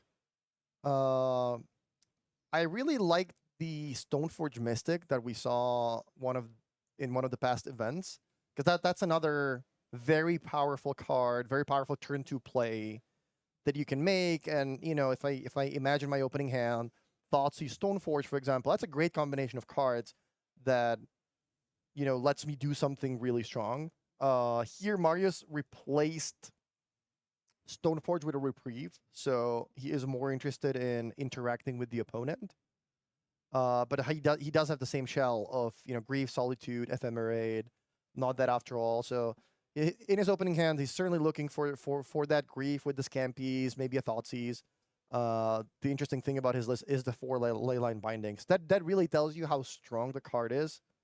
If even regular 2-color decks are still making their mana base in a way where, thanks to the fetch lands, I just add a couple Triumphs, maybe an extra Shockland or 2, and that easily lets me play these 4 sorts of Swords to Plowshares kind of cards, which Swords is one of the best cards in Legacy. So we are very spoiled right now in Modern that we get to play 4 ley lines in pretty much any deck thanks to the fetch lands and Triumphs. One card that I see on sideboard here for Marios is Magos of the Moon. How does that card work with Leyline? Yeah, I usually just call a judge to check because there are these like timestamps and whichever came into play first and how exactly it works. So I'm gonna say call a judge, ask, and make sure they tell you exactly what's happening without proceeding, because it can go very wrong. But yeah, it is a crazy interaction that sometimes results in this and that, and I don't wanna say something that's wrong. So I'm sure somebody in chat will have the perfect answer, but this card a lot of times can ruin things for Zoo players. And I think our players are getting ready here to start game 2. Now with the Marios on the play. Magus of the Moon, certainly a card that you want to bring against the Zoo decks. But they also have both Lightning Bolts and Tribal Flame, so it's not like if you get it in play, they are completely gonna destroy your game plan. So Blood Moon typically a little bit better, although Megas has been I think the more popular card lately. Yeah, that's the thing. Call a judge if you're not sure. The judges here are to help you. It's nothing against your opponent. It's not a personal thing. It's not like your opponent did something wrong. Just ask the judges. They're nice people. They're here to help you, and they're here to make sure that everything is according to the rules. And if your opponent plays a card that's in a foreign language, you're not sure how some interaction works, just raise your hand and ask, and they will tell you how it works. They will give you the extra minute or two and make sure everything is according to the rules. I completely agree. When in doubt, it's always great to call a judge. And we see here Marius already with 2 Giver of Runes in end. And again, no leyline of the guild pack in the opening end for Stefan.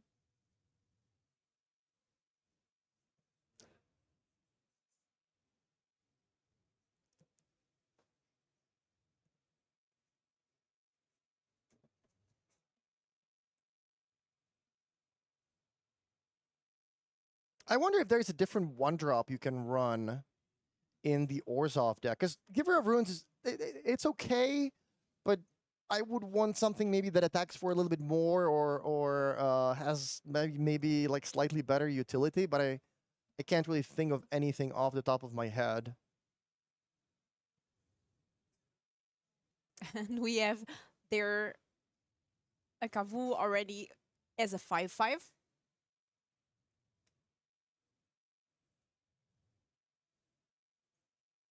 And if all my opponents are running Kavus in their leg lists, I really want to be playing blue and a Tishana's Tidebinder to take care of it. And here we have the Voidwalker and pass. Yeah, Tiny Bones is a card that was spoiled from the next standard set. And that could certainly be a card that, you know, it works well with a card like Gix. Like maybe it's a good card for standard, but in modern, like there are more opportunities to play cards from the graveyard because typically they're cheaper cards. So Tiny Bones can certainly be a card worth trying from the new set. So I'm pretty curious to see if that fits into, you know, any of the already existing archetypes, how strong the trigger actually is, and yeah, if it's a good standard card. Yeah, I think it's one of those cards that you can actually only see if it's good or not when you start seeing Yeah, it get played. In standard, I'm excited to try Tiny Bones with Inti because Inti gives the creature trample, and if you have both Death Touch and trample, that means even if your opponent blocks with a 5/5, you still trample over for that point of damage. If your Tiny Bones is a 2/2, which gets you the trigger, so excited to see how that plays out. But you're already ready to get that Rakdos play in standard. But here we see the Draco.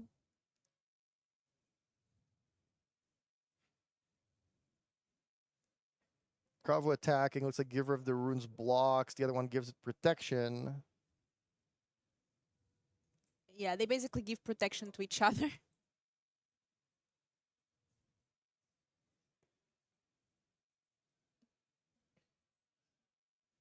And Kavu does have a lot of text, but no trample.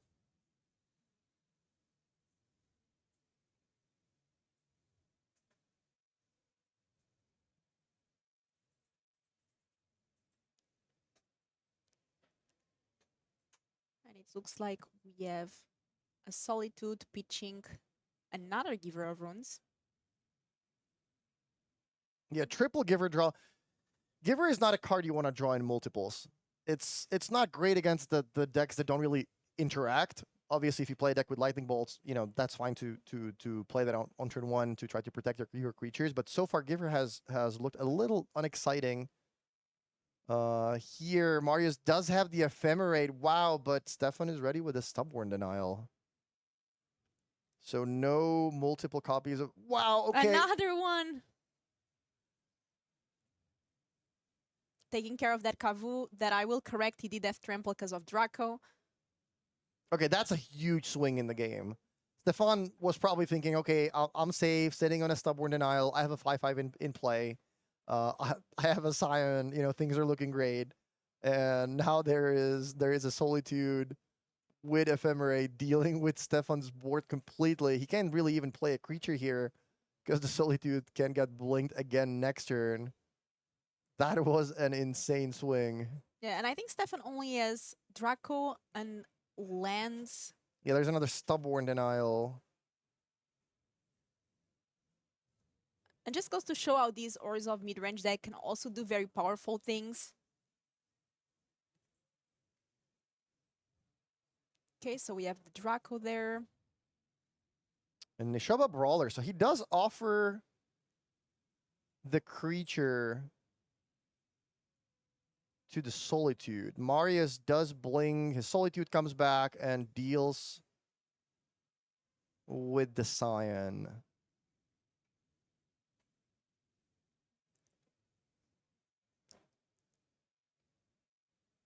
Things are looking pretty good here for Marius.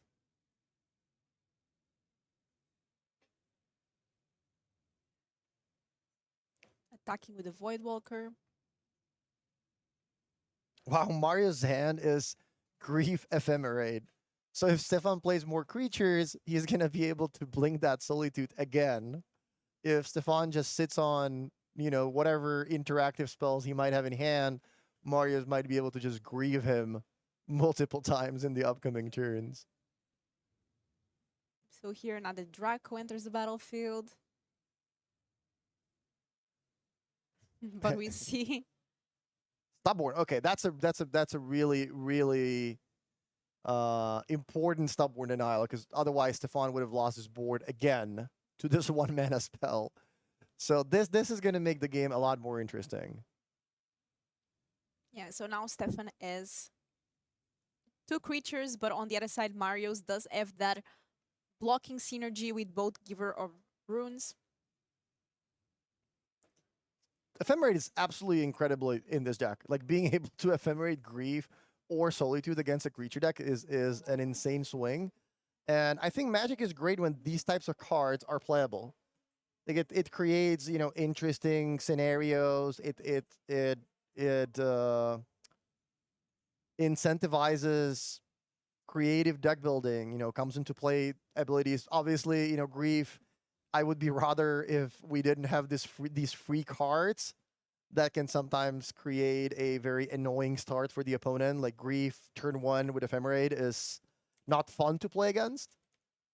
But at least, you know, it's a creature deck kind of doing relatively honest things compared to, you know, the rest of the format. Everybody's bringing in a Atroxa in to play on turn 2, or, you know, having 3 Tron lands in play on turn 3. Everybody's doing something that feels unfair. Yeah, and Mario's able to give the Solitude protection from Colorless and attack with it, plus Voidwalker to deal some additional damage to Stefan and gain some life in the process.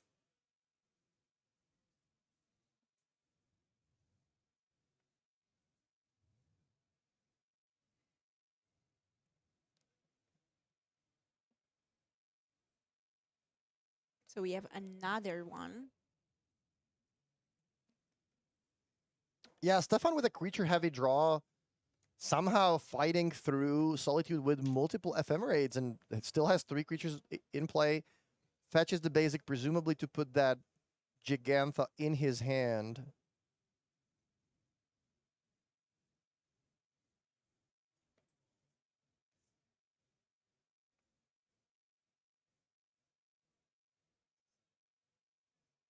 And Yep.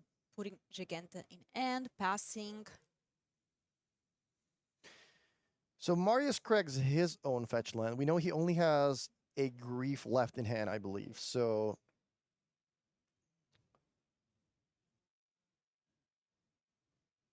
This has been quite the game. That stubborn denial for Stefan on the Ephemerate was really crucial to Yeah. not lose the game on the spot. And fighting through with those 2 Brawlers and the Draco.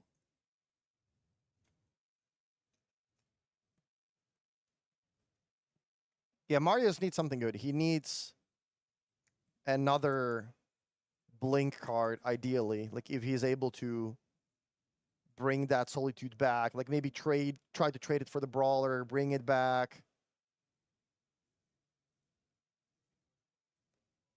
Grief deals with the Giganta, but now Marius has a tough decision. Like, can I, you know, is there a way for me to try to raise this?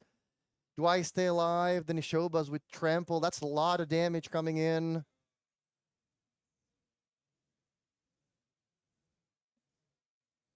At the same time, if Marius does not attack, I mean, he has to be.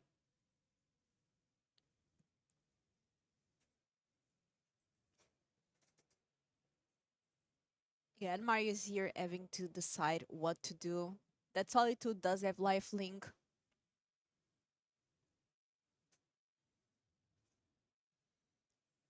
Yeah, I think you have to attack with at least something, because otherwise you're just dying to the Scion having flying. 3 points of damage coming through from the Solitude. That's going to bring Marius to 12. Still keeping the 2 Giver of Runes and Grief there.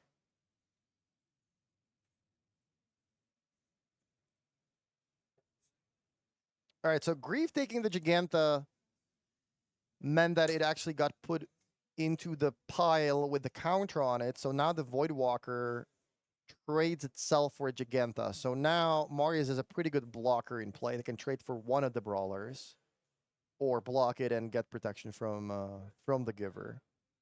But the flying Draco is still a thing.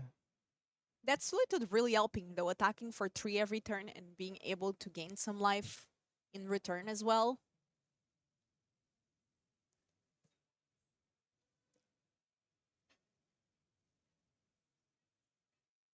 Yeah, Marius prioritizing his own life total more than swinging with the Void Walker as well. Maybe trying to go for a damage race, but risking losing to something like a Tribal Flames. This way, he gets to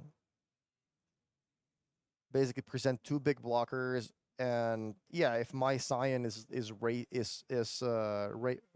racing with your Solitude, then you're taking 4, but you're getting 3 every turn. So that's a raise that would certainly favor Marius.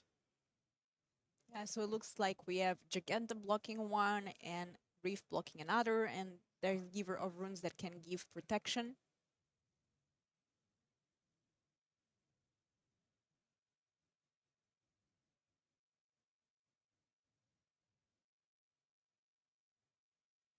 Yeah, now both players are probably saying, okay, well, do you have any effects? Well, not sure. Do you have any effects? Okay, let's see. Do we put damage? Do we do damage, or do I want to play something in response? Do I want to use Giver? Do I want to? Okay, so Marius is still figuring out. Do I want to block with multiple creatures to not let the trample damage possibly go through? And he does decide to triple block actually on one of the brawlers, so he would be taking 4 as of now. Yeah, really playing against that Tribal Flames. I mean, Marius did lose to a top deck Lightning Bolt last Yeah, game. yeah. Decided to play for a win, and the opponent ended up having Lightning Bolt. So yeah, first order of business is ordering the creatures. So which blockers first, second, third. Marius uses the first Giver to protect his Gigantha.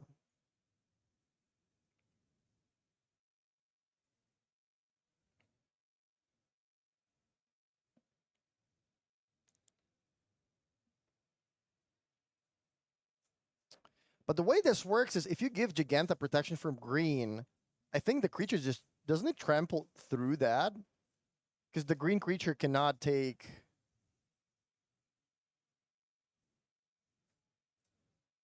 I guess you still have to assign the full 5 to it, and it just gets prevented. So nothing tramples over. That's why Marius was blocking with multiple creatures on the other one.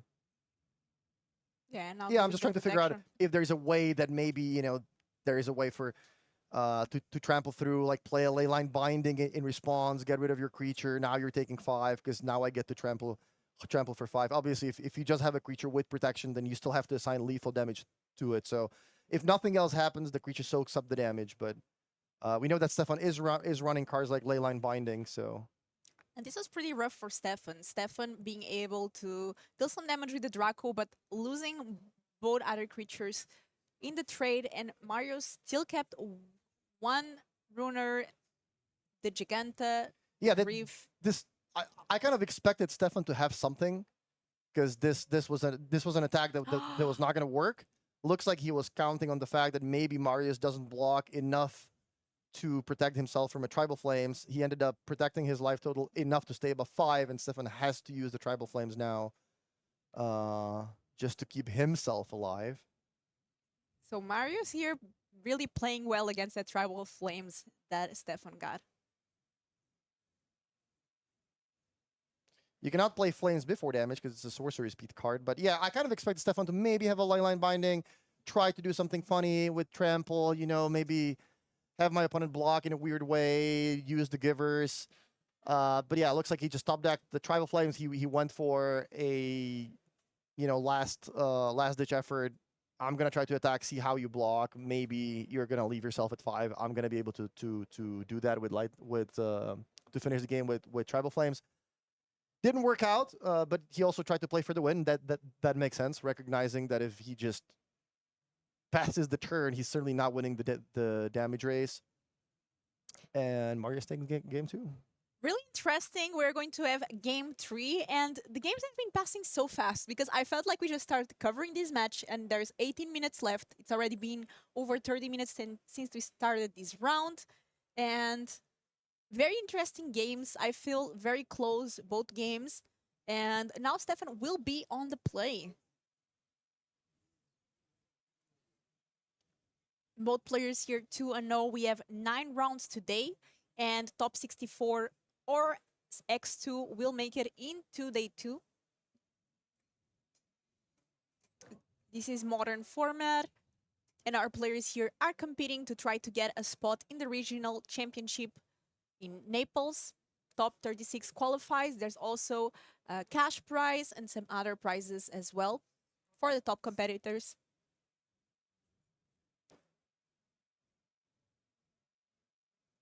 And once again, I haven't seen the leyline of the guild pack starting in any opening end yet today.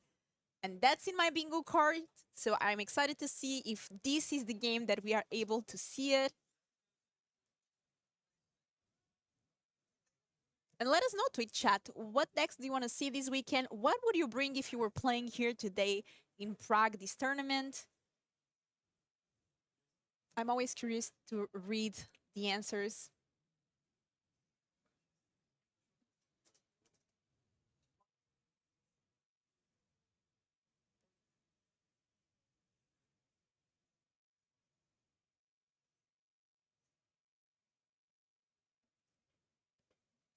Someone commenting they would like to see Esper Reanimator, and we actually already saw that deck today here. Yeah, I think we had it in 2 different matches, Yep. and it kind of just failed to produce a good draw every time, unfortunately, for the Esper players.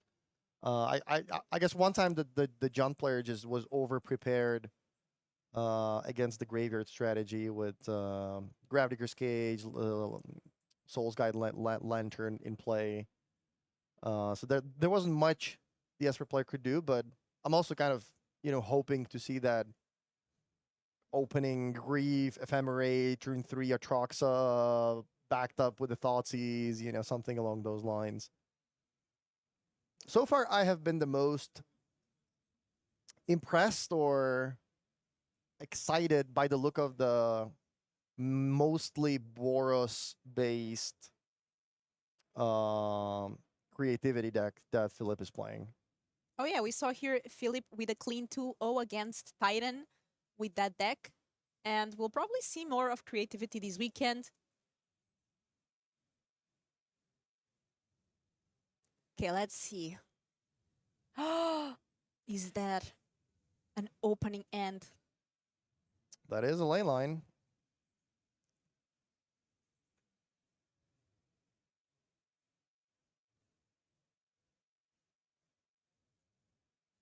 If you want to see Philip's deck list, I think he posted it on Twitter.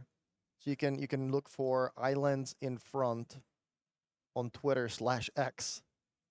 And I think Philip's list is there as one of his last thing he tweeted about. Basically, blue is kind of getting replaced by white because instead of Remand, you can just play Reprieve. Instead of Force Spike, you can run Manatide. So Philip is kind of playing a Boros-based. Obviously, you still have cards like Ren and 6. So you have green for that. There's some blue cards in the sideboard, I think. It's definitely multiple colors, but it's a very Boros-based deck. And our players here are ready to start game 3. Stefan showing that ley line of the guild pack. Ooh. An interesting choice now for Stefan. I have a Lightning Bolt, but if I play it right now and you play Ephemerate, then that's not going to do much. But if I show you my hand, then you just take the Lightning Bolt if you have the Ephemerate. So do I really have a way to play around it? I mean, I do have the... Okay, he has a ley line as well, so multiple ways to deal with the Grief. So let's take a look here what Marius decides to take. That lightning bolt is gone, ephemerate, and let's have an answer to that. Yeah, now the ley line of the guild pack was extremely important because it allowed Stefan to play a turn 1 binding. Otherwise that Grief would have completely destroyed him. And now Stefan will be able to play the brawler that we know. Or the wildcat. Looks like Mario's asking, can you show Yeah, the can you cards that you show me revealed before. one more time? I'll, Yeah. I'll write it down. Looks like it's the Brawler here. That card did some damage before. And because of the leyline of the guild pack, it's attacking for 5 damage. Oh, Price of Progress would be an excellent card to have in the format. Yeah, you want to play all these 5-color mana bases?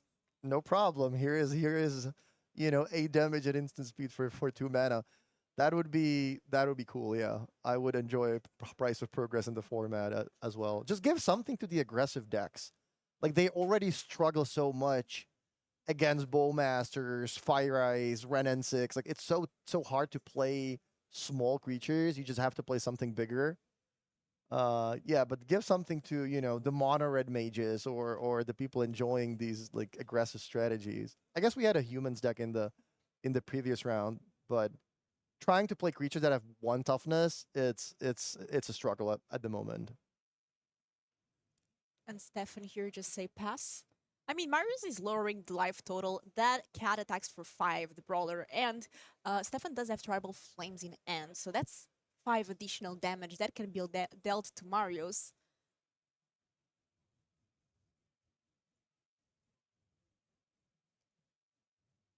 Yeah, I think Marius's hand was really banking on hoping that Grief plus Ephemerate resolves, and he would have been able to do that against 1 interactive spell, but perhaps not realizing that the Leyline of the Guildpact gives Stefan the option to also play Leyline Binding in that turn, maybe just wanting to get that out of his hand right away. Unfortunately, that didn't work out for him very well. Basically trading 3 of his cards for Stefan's 2. 3rd mana available there and just pass. We see a Solitude there.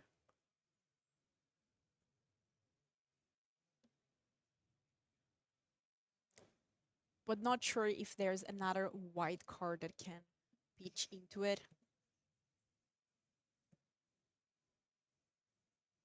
You need 7 and 2 or top 64 for day 2.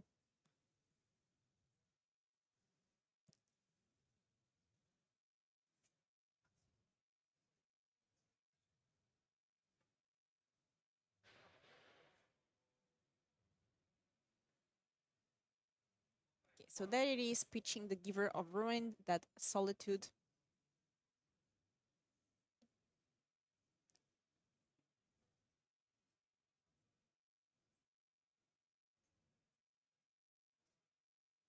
No Ephemerate though. I think Stefan has a Tribal Flames and another Leyline of the Guild Pack in end. There's still the Giganta in the companion area that can also be put into end. I think this is the reason why I would like to have a card like Stoneforge Mystic in Marius's deck, because you end up 2-for-1ing yourself a lot for Grief and Solitude. If you don't have the Ephemerate, it's just a 2-for-1. So having something that can make up for that lost cards and sort of pressure the opponent by itself, like Stoneforge Mystic, that sounds like a card that would fit really well into the deck.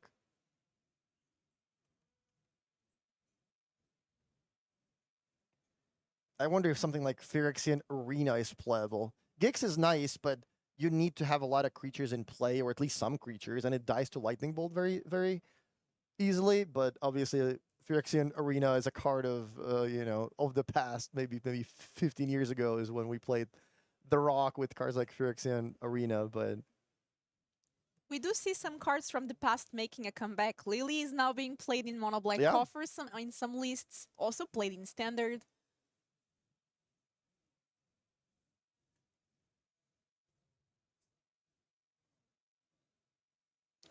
Tribal Flames face when you're at 11. Interesting. What does that tell you? Reprieve, okay. That goes back into the end, draw a card. Stefan can just do it again. Stefan just has to have a handful of burn Ooh, spells. Bolt. Still, Flames plus Bolt is 8. So not quite enough.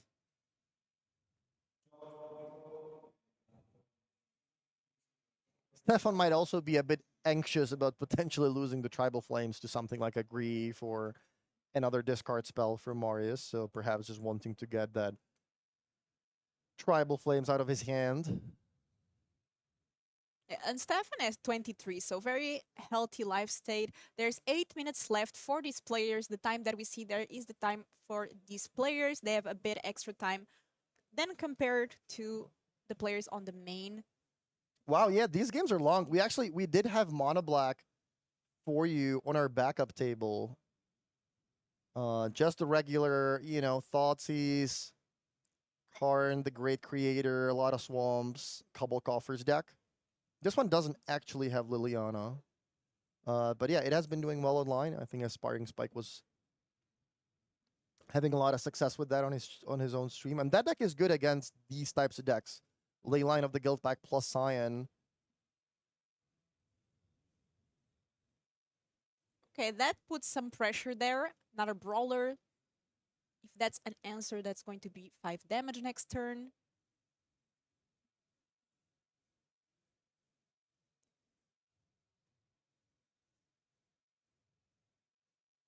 Yeah, I think the life total is not updated. Marius should be on 6. Yeah, Marius took 5 damage from the Tribal Flames there. Ooh, and sacrificing the fetch land here, that can't feel too good. Going to 5, potentially dying to another Tribal Flames.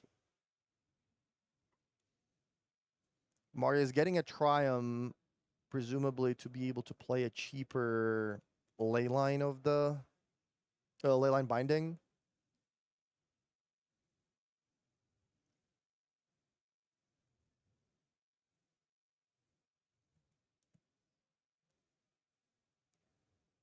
And this Domain Zoo proving to be a very aggressive deck.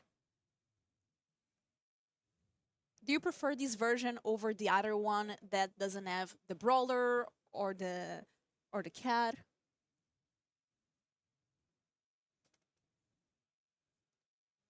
We do have a game chart. We showed it before this round, and it's also on Legacy European Tour Twitter. If anyone is curious to see, I think it should be there. Yeah, Zoo was the most played deck, not by some crazy amount, but it was the most played. I think Yavmod was number 2. Rhino's still there, but not as many as we used to have before the ban. Stefan attacking for 5. Marius is at 5, so Marius does need to do something here. Yeah, that fetch Triumph also gives Marius a 5th land, so if he has Solitude, that's another card he can play here. Going down to 4. And we do know about the Lightning Bolt in end, I think.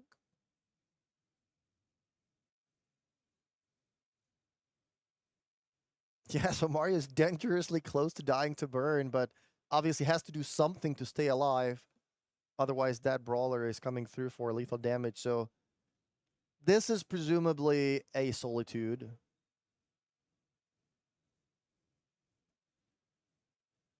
And there we have it.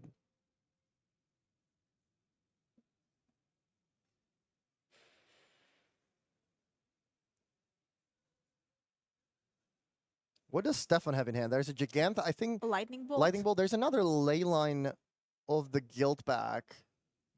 So that doesn't do a whole lot. And the last card is either a land or...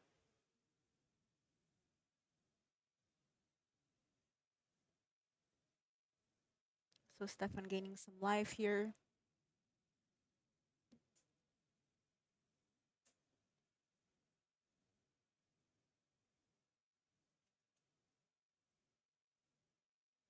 And that Bolt goes to take care of that Wow, and Solitude. yes, Stefan really playing around a possible Ephemerate or, some other way to blink or return the Solitude back.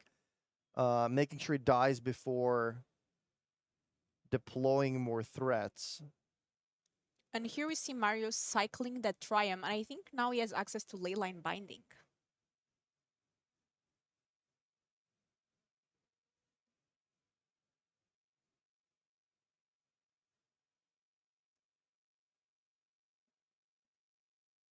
I like this play from Stefan a lot. Instead of playing the Giganta here and saying, okay, well, my creature is bigger than yours, so your Solitude is not going to be able to attack and gain you life. He is expecting his opponent to be sitting on maybe another removal spell, maybe an Ephemerate. And if that happened, remove your Giganta, maybe attack at the same turn for 3, gain 3 life. That would kind of get out of the bolt range anyway. So he just preemptively uses that to deal with the Solitude, not risking any life gain, not risking any Ephemerate. But unfortunately for him, he does lose the Giganta to a Grief off the top. Yeah, the Leyline Binding taking care of the Leyline Binding, and then there's the Grief. It's the binding fight at this point. Stephanie's still at a solid life total, and Marius does not have a way to gain life yet. Giver of Runes here, so a top deck Tribal of Flames can be enough. Yeah, Marius has the Ephemerate now, so he can even bling the Grief in Stefan's draw step. And wait a second, because let's take a look here at the Draco that Stephanie's just trying to play. Each creature you control has Vigilance if it's white, X-Proof if it's blue, Lifelink if it's black, First Strike if it's red, and Trample if it's green. And this Draco right now has all of these effects because of the ley lines of the guild pack. I think what's happening is maybe Marius did want to play that in his draw step. Yeah, that's what they're saying. Hang on, you drew a little too fast. I wanted to do something in your upkeep. They asked the judge, hey, can we still do that? Is it okay? Maybe some miscommunication, but looks like the judge rules in Marius' favor. Says, yeah, you can still do things. He does play the Ephemerate, and that's a very, very big difference, having the Scion in play or not. That completely changes the game.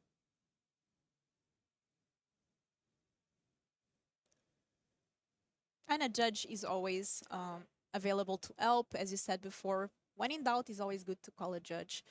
We do have the Kavu here.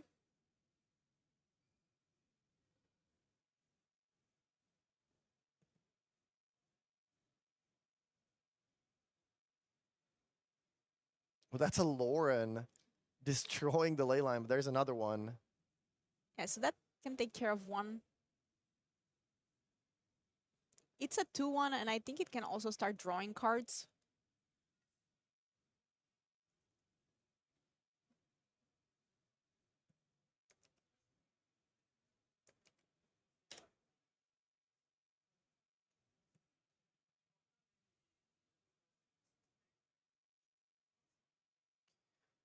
Kavu attacks, rummages away the Wild Nakatl.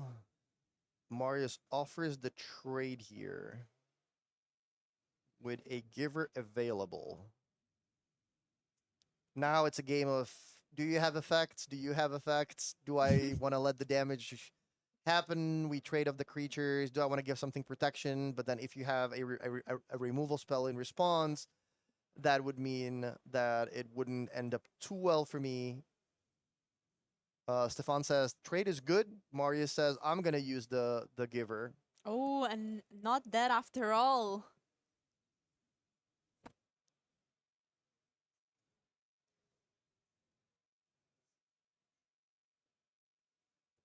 Okay. So those will trade, but the Grief does come back, revealing the Brawler that goes to the graveyard. Wow. And now we are in turns. Marius, Stefan is at 19, but Marius really working his way out of a horrible situation and slowly crawling back. Being at 4 life with no board 3 turns ago, that turned into Stefan has no board, no hand, and now Marius is the one that's attacking. But he's still 1 Tribal Flames away. and I think there's a Grief top deck from Mario's.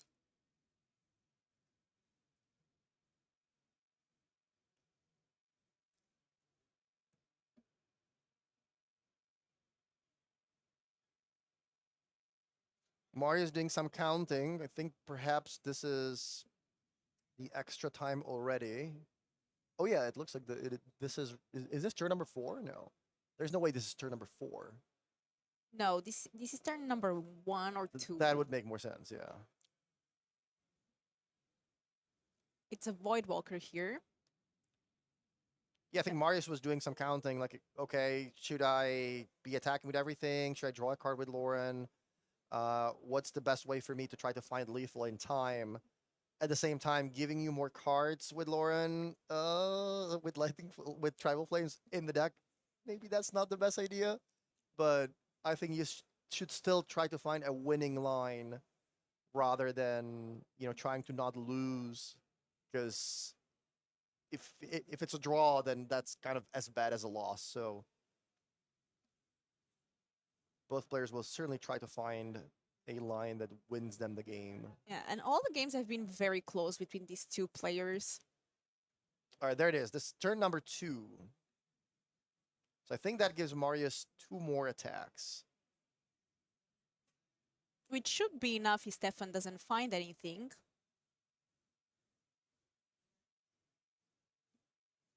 But there's a removal spell there.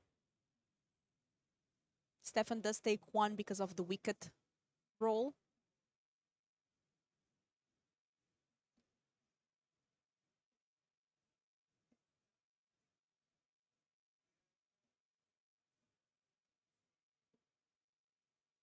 Yeah, Pathfix deals with the grief, but I think that's still lethal. There's still 6 points of damage coming through, and if this is indeed turn number 2, Marius gets to tap all 3 creatures sideways. Yeah, so it really depends on what Stefan is able to top deck. If it's a Tribal of Flames, it's going to be enough if Marius doesn't find an answer for it. Marius does not activate his lore, and I like that decision quite a bit. Just attack with it, vigilance 2 damage, that's okay, but don't get tempted by the draw ability at the end of turn, because you don't want to give your opponent a chance to draw Tribal Flames. They only need 1 card to draw to win the game, so give them only 1 in their draw step. Try to present lethal even if they draw a creature, and hopefully they don't get that Tribal Flames right up the top of the deck. And this looks like a Sanctifier and Vec.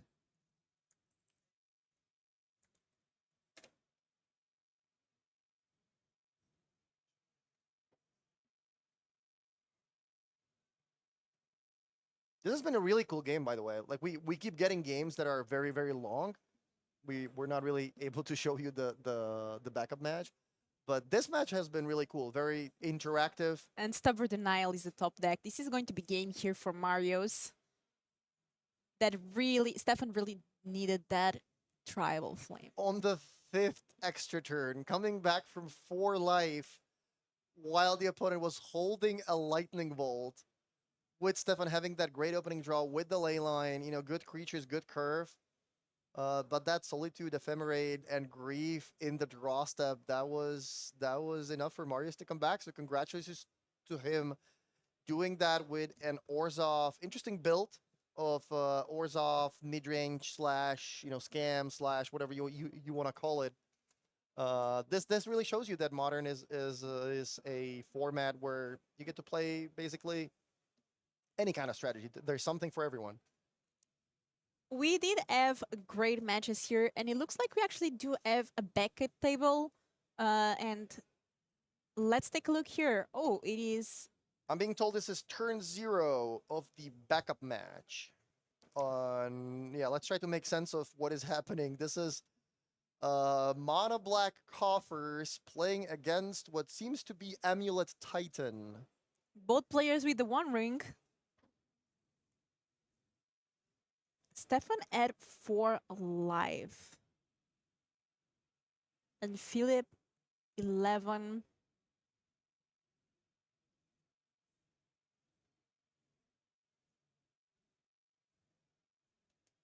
I'm trying to make sense of what exactly we have in play at the moment. I think there is an Amulet Double Dryad. We have a Valakut, so I don't know if we have any ways to get lands into play right now. Stefan's turn gets a land, triggers Valakut. Is that enough? one of the players is conceding. I'm trying to make sense of what's Yeah, happening. it looks like Stefan probably also just dying for the one To ring the ring next turn. and the the shock trigger from the land, the bolt trigger from the land. So looks like Philip is able to take down this match. Amulet Titan against Mono Black. If Amulet has a strong opening hand, that should probably favor them. Obviously, Mono Black has cards like Thoughtseize, but other than that, they have a lot of expensive cards that are not all that great in the matchup. Looks like this game went fairly long. Philip eventually able to get over the finish line with a Valakut. Yeah, and Titan also, Amulet Titan being one of the deck choices for this weekend. It is a deck that it is not easy to play at all. It is Oh, very yeah, difficult absolutely. to play, and I feel like the players that do choose Titan, they choose it over and over again. So it's the Yeah. deck that they really need to spend a lot of time to learn and to play it perfectly. I think Titan might just be the hardest deck to play perfectly in Modern because there's so many different lines. You do one thing wrong and it backfires so much. Like with other decks, at least, like you can't really play the wrong lane on turn 2 in most of these decks. Or even if it is slightly wrong, it can be too wrong. Here, if you just play the wrong bounce lane, or you don't expect your opponent to have a Field of Ruin, or something happens, and you're like, okay, well, my game plan just completely crumbled. So Titan certainly rewards a lot of practice and knowing the metagame, knowing all the play patterns, knowing what is in my opponent's deck. So I would have to agree. Yeah, and we had an insane round 3 here. We watched just one match, and 3 games. It went into turns. Both players back and forth, and it really goes to show how both decks here were really strong.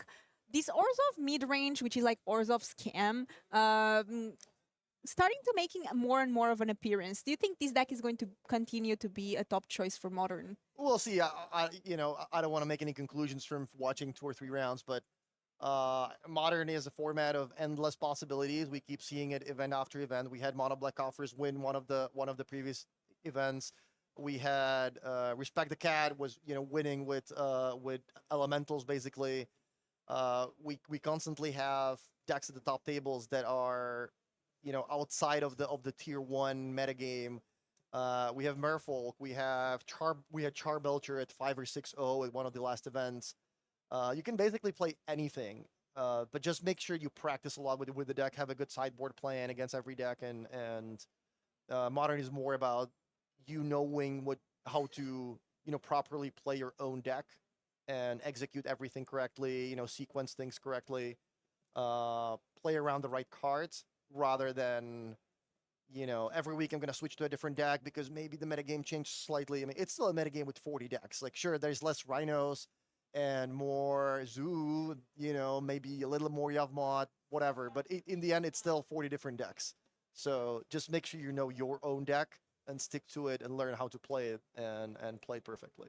That's true, and I feel like we have seen Modern change just a bit here and there with the ban of Fury, now ban of the Outburst, but solid decks continue to appear, and sometimes even the same decks that got the ban, but they adapt. I'm excited to see what Modern Horizons 3 brings, because Modern Horizons 3 will be in the Pro Tour in Amsterdam, so it's Yeah. going to be Modern, with more Modern Horizons 3 already legal, and being the draft format as well of the Pro Tour.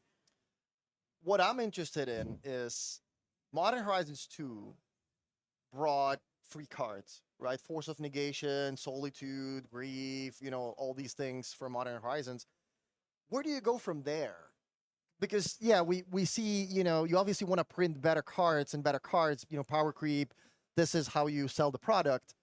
But how do you go from there? We have free cards now. What's next? I also feel like these sets do print a lot of answers. So we had the first Modern Horizons bringing the Ragavan, but then we had Modern Horizons 2, I'm not sure. And then we had the Orcish Bowmasters printed in the Lord of the Rings set, being kind of an answer to the Ragavan. So Okay. do you think we might see answers for these free spells? I don't know. I'm really looking forward to seeing what's in the set because, how do you go from, is the next free spell going to give you a free Dark Ritual on the top of doing something cool, or is it going to draw you cards? I think we already saw some cards spoiled. It was that instead of paying for the cost, you sacrifice a creature of that color or something along those lines. which seems a lot less powerful than just casting spells for free or by pitching a card from your hand. But I wouldn't be surprised if if we see something completely like, wow, really is this is this the next best thing? Yeah, we'll see. Just wait a couple more months when the spoiler season starts, and I am sure there are going to be some exciting cards in Modern Horizons 3 that are going to shake the format again, because Modern Horizons certainly was the set that completely changed the format. So I'm expecting pretty much the same from Modern Horizons 3. Yeah, and this event is modern. That event that we talked about, the Pro Tour in Amsterdam, is also modern. Next month in Bologna is modern, but actually the regional championships, which are in May, are going to be standard. What do you feel of the format right now? These players are trying to qualify in the end to a standard tournament. I love standard. I think standard is great right now. Lots of different strategies. I kind of wish aggressive decks would be a little more supported. Like red has been kind of getting overlooked. Phoenix Chick is that's just not a great. It's just not a good one drop. Like give me Goblin Guy. Even Goblin Guy is not that great. But give me something that attacks for 2, to help these decks a little bit. There's a lot of mid-range strategies. Whether it's green black, red black, blue black with Gix. There's a lot of decks that are trying to go over the top of these mid-range strategies, like Domain. There's blue-white control, which is very close to the list in Pioneer, so you kind of feel like you're playing very powerful cards. There are now these like Ram combo-ish strategies that are they're trying to go over the top of those decks that previously were going over the top of the mid-range strategies. So lots of options. I find standard fun, but I'm obviously somebody prefers modern, somebody prefers other formats. When I was talking to Andrea, he said he loves modern because he likes to play with the powerful cards. He doesn't want to play with an awkward mana base. He wants to play the free spells, the I'm gonna draw 3, I'm gonna do this and that. I'm gonna blink my card, bring Atraxa into play. I enjoy playing with cards that are less powerful. In standard, that's why I enjoy limited, for example. I really like when you have to work for the small advantages, when you have to work to get ahead on cards on board.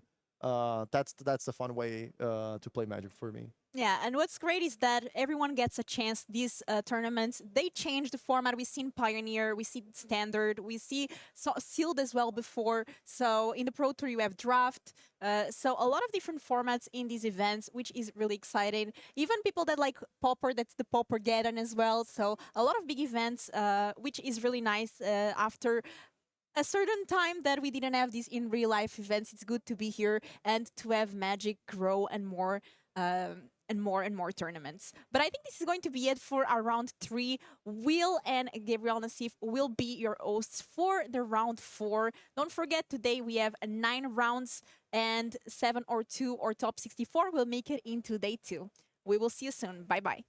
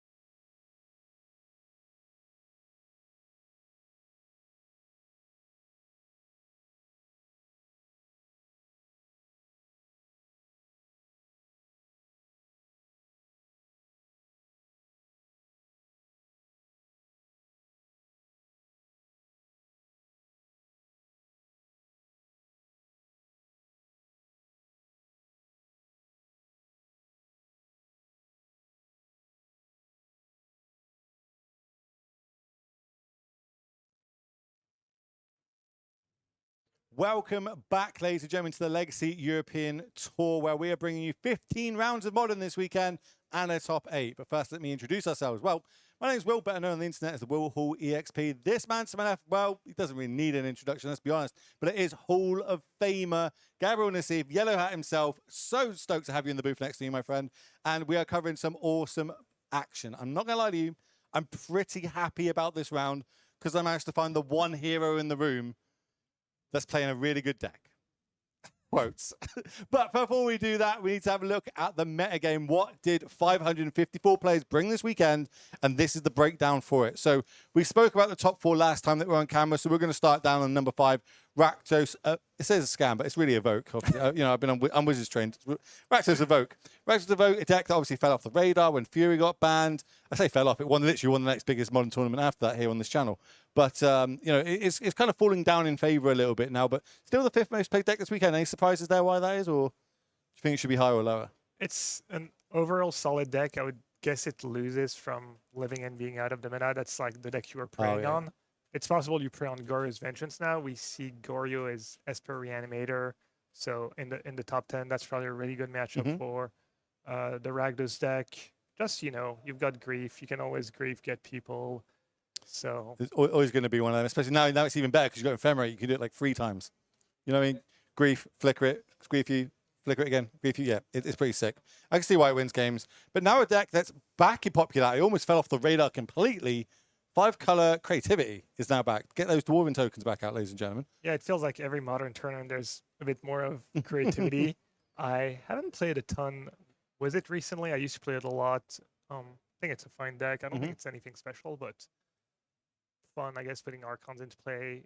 They didn't really get anything new recently. Like Reprieve is okay. It makes your mana a little less awkward. It's a solid card, but Oh, I'm a mana type person. But moving down to the match. Now the secret is up, ladies and gentlemen. I managed to find the one Infect player in the room. And yeah, I was like, well, look, if you're your winning record, I'm getting you on screen because I don't get to cover Infect very much. And everyone will know that that is literally my favorite deck in Modern. Well, it's not very good right now, but we're going to see them on the play and absolutely off to the races. A Solitude is going to take out that Noble Hierarch. That's aggressive. yeah, both players 2 and 1. Yeah, going to they are round. 2 and 1. We'll get that changed. And Rob decides to use Solitude. The Infect deck is low on land, 19 lands. So it could definitely be effective, slow them down. The Infect, the Exalted trigger adds up a lot when, you know, most of the Infect creatures are 1 power. So it's not lost, it slows them down. It's not lost later in the game. Hierarch really, you know, arguably better to have a turn 1 Hierarch than a turn 1 it's been too long, whatever that one, Glistener Elf. Yeah, if my opponent started off with a Tron land, I'm slamming that elf turn 1. But in an unknown matchup like this, and I'm on the play, yeah, I really like going an Ignoble Hierarch. I can not only deploy my next threat, but also have some sort of protection for it. But as soon as they saw Ignoble, like, nah, I'm going to Solitude it straight off the board. Let's keep moving forward. Also, one we haven't seen, we didn't see in our last round that we covered, but Surveil lands have now made an impact in Modern. Really, really good just in general, but now when you can fetch them up end of turn, get that kind of half card effect from them, you know, they're really good, really making a big impact. What's your opinion on them? Yeah, I think Undercity Sewers might just be the best card ever printed. You just get to fetch for it. Oh, okay, let's go.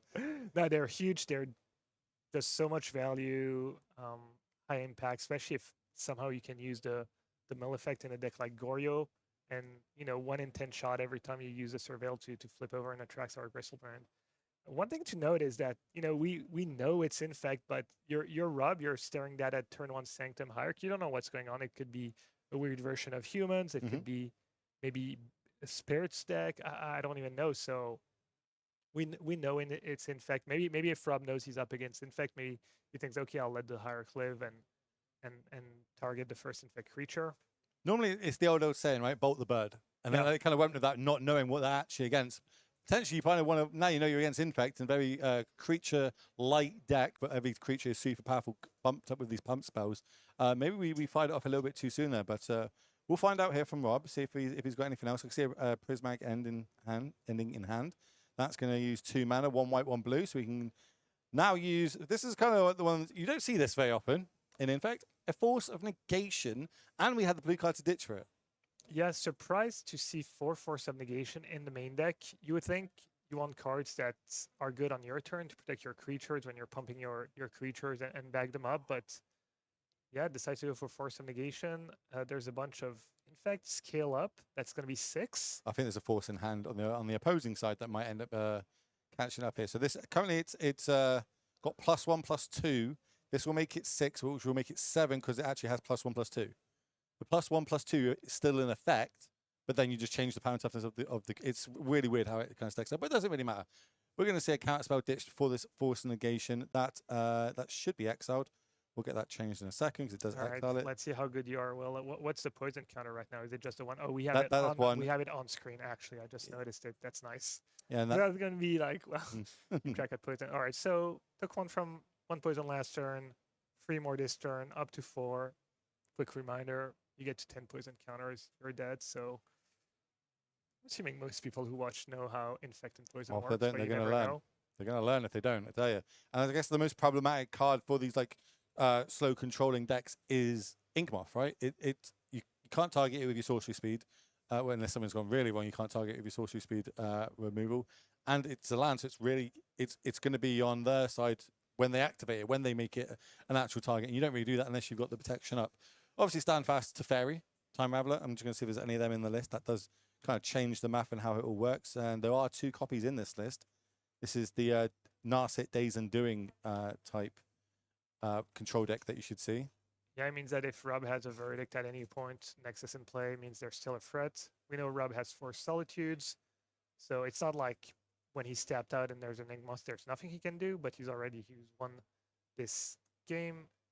Happy to play the One Ring on turn 4, gets protection, that does work against Infect, still combat damage. Okay, no. here's a Rot Priest. I'm not big on this card, in fact, Yeah, but there's 4 copies in the list. So every time something gets targeted, now 1 in poison counter will be added to Rob's toll. Currently on 4, of course. One Ring going to make it so that combat that will not be effective here.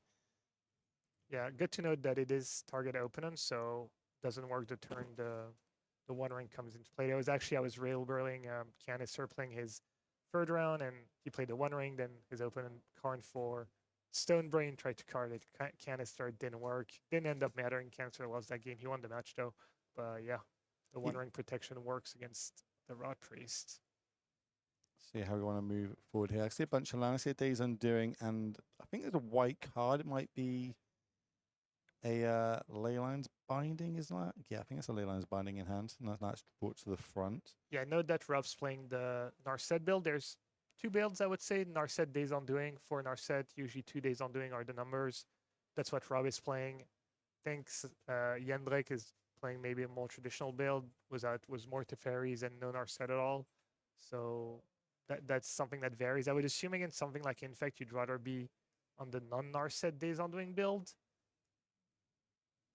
But Yeah, I would say if the game's slow down enough, it can still be effective. Narset still can find maybe a spot removal. And it does stop the 4 preordains on Killian's side, 4 preordains in the Infect list. So we're going to have a little read here. Is whenever we target, so this Leyline's Binding will generate a trigger as long as we remember it. I'd like to target this one that's 2/1. We've got the protection, which is the royal treatment. So if people don't know what this is, it is 1 mana for a target creature gains hexproof until end of turn. Create a royal roll token and attach it to that creature. So it gives it another +1/+1 and ward 1. Yeah, you still have the 4 Vines of the Vastwood, obviously. Great card in Infect. And Oh yeah, I love that card. It's so good. that's one of the newer additions, Royal Treatment. Do you play that card?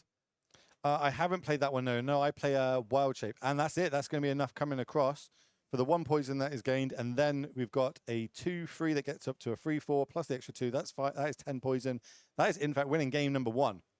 Yeah, and that was, a Solitude, a One Ring trigger, I think a Prismatic ending on turn 2, another removal spell here, a Binding. So kind of an okay draw for the blue-white deck, but it's not enough to just have 1-for-1 removal. You can get out tempoed. Killian did draw very well. He had good mix of lands and threats, making his land drops. Having these, he still had the Nexus too, in case something went wrong or verdict came. So, just think it was that Solitude turn 1. It was kind of like, I feel we would have much rather had that later on in the game to potentially try and, Leyland's binding, I'll protect it in response Solitude, something along those lines. But we do have the deck list for you all, so let's get them up on the screen and see what they're working with. Here is the Infect list from Killian. Look at this sideboard. Do you want me to get this one, or do you know what? Go ahead. Have you played much Infect in your time? I've played a lot against it. I almost played it at a PT, but no. That would have been a game changer. So I think if I was playing this, I would like the Spell Pierces. I would like the Endurances, just to have like a flash threat I can bring in after a Wrath or something along those lines. Flusterstorm might be a trap in this, and Veil as well. Like, how much counter spell magic am I going to see my opponent on the other side? I've got my Force of Negations. Maybe I trim them and I kind of shore up on a couple of Spell Pierces, a couple of Flusterstorms for the key bits. I'm not sure how much I want my stuff not being countered, because everything costs 1, and if you got to pay 2 for your counter spell, it's going to work out a little bit better in my value, especially if I can resolve them. But then on the flip side, maybe we put too much value in our creatures, and we do need the Veils to cast them, but that is going to be a turn behind on the draw, which is less than ideal for Infects. But let's go over to your deck list. Let's have a look at My deck list. Yeah, well, let's be honest. It's going to be my deck versus your deck. If people were going to put us on any of these decks, I would be on the Infect. You'd be on this. Are we calling this blue-white control? Is this going to be? Is this like 5 color? It's just blue-white splashing for blue-white the control is fair, I think. Cool. How would you sideboard in this matchup? All right. Spell Snare looks solid. Verdict number 4 looks good. Stern Scolding looks really good. The pitch spells, there's only so many times you can 2-for-1 yourself in a game of Magic, even if you have the One Ring and you're drawing a few extra cards here and there. So I'm not sure you want a million subtleties and force, especially on the play. I would just probably rely on my regular counter spells. I'm assuming Dress Down is also fine. It could be good against scale up turn. You still take the damage, but they would lose Infect, right? Yeah, lose Infect. So yeah, Dress Down, Stern Scolding, Spell Snare, Verdict is what catches my eye. Maybe Subtlety, just the fact that, turn 4 onwards, it's just a good body time too. warp, really, yeah. I'm assuming most of the Narset stuff comes out. Narset Days Undoing, I would assume, comes out. I'm trying to see, how does deck actually win? Is it just through 1 Hall and Solitude beatdowns? Yeah, Kahira, Solitude, usually more than enough Oh, once you take over the game, especially in the Narset Days Undoing version. That's kind of a win-con, quote-unquote. We are 2 sides of a coin. Me and you. I'm like, I want to get damage in as quick as I can, go and leave. And the other side's just, I've got like 2 threats, and I'm just going to chip away at this. Yeah, but it's cool. That's how we think we're going to be sideboarding. Let's see if we can move back down to the match, see how they're getting on, shuffling up. Remember, we're going into game 2, and it looks like we're already on with it, as we see Surveil land, and that is going to put a Warrior Grave into the graveyard. Kind of an uphill battle. Don't worry, ladies and gentlemen. I know that this isn't your typical match you see in Modern, but that's the main reason it's on the camera, let's be honest. Not my fascination with the mechanic Infect. But on the backup feature match, we do have none other than Canister MTG battling out a nice 3-0 with his Titan list that he's bought this weekend. So if we have another repeated game 1, it's going to be pretty quick. There's a Spell Snare, did come in just exactly as you said, Gab. And that is going to eat potentially probably the best Infect card in the list besides Inkfroth. Yeah. I mean, I would guess against blue-white, the cheaper, the better. They don't block that much, especially early in the game. We did see Killian had to keep a hand, was no 1-drops, but it's, if you have a functional hand, you're playing against a lot of removal, trading 1-for-1. You can't just mulligan because you don't have a 1-drop. It might not even be the end of the world. Also, literally looking at the deck list, that is the only target as well. There's no other 2-drops in this list besides from a Blighted Agent. Yeah, but you really want as much cheap interaction as you want. I believe you might be able to counter Kicked Vines of the Vastwoods. Chat, let us know.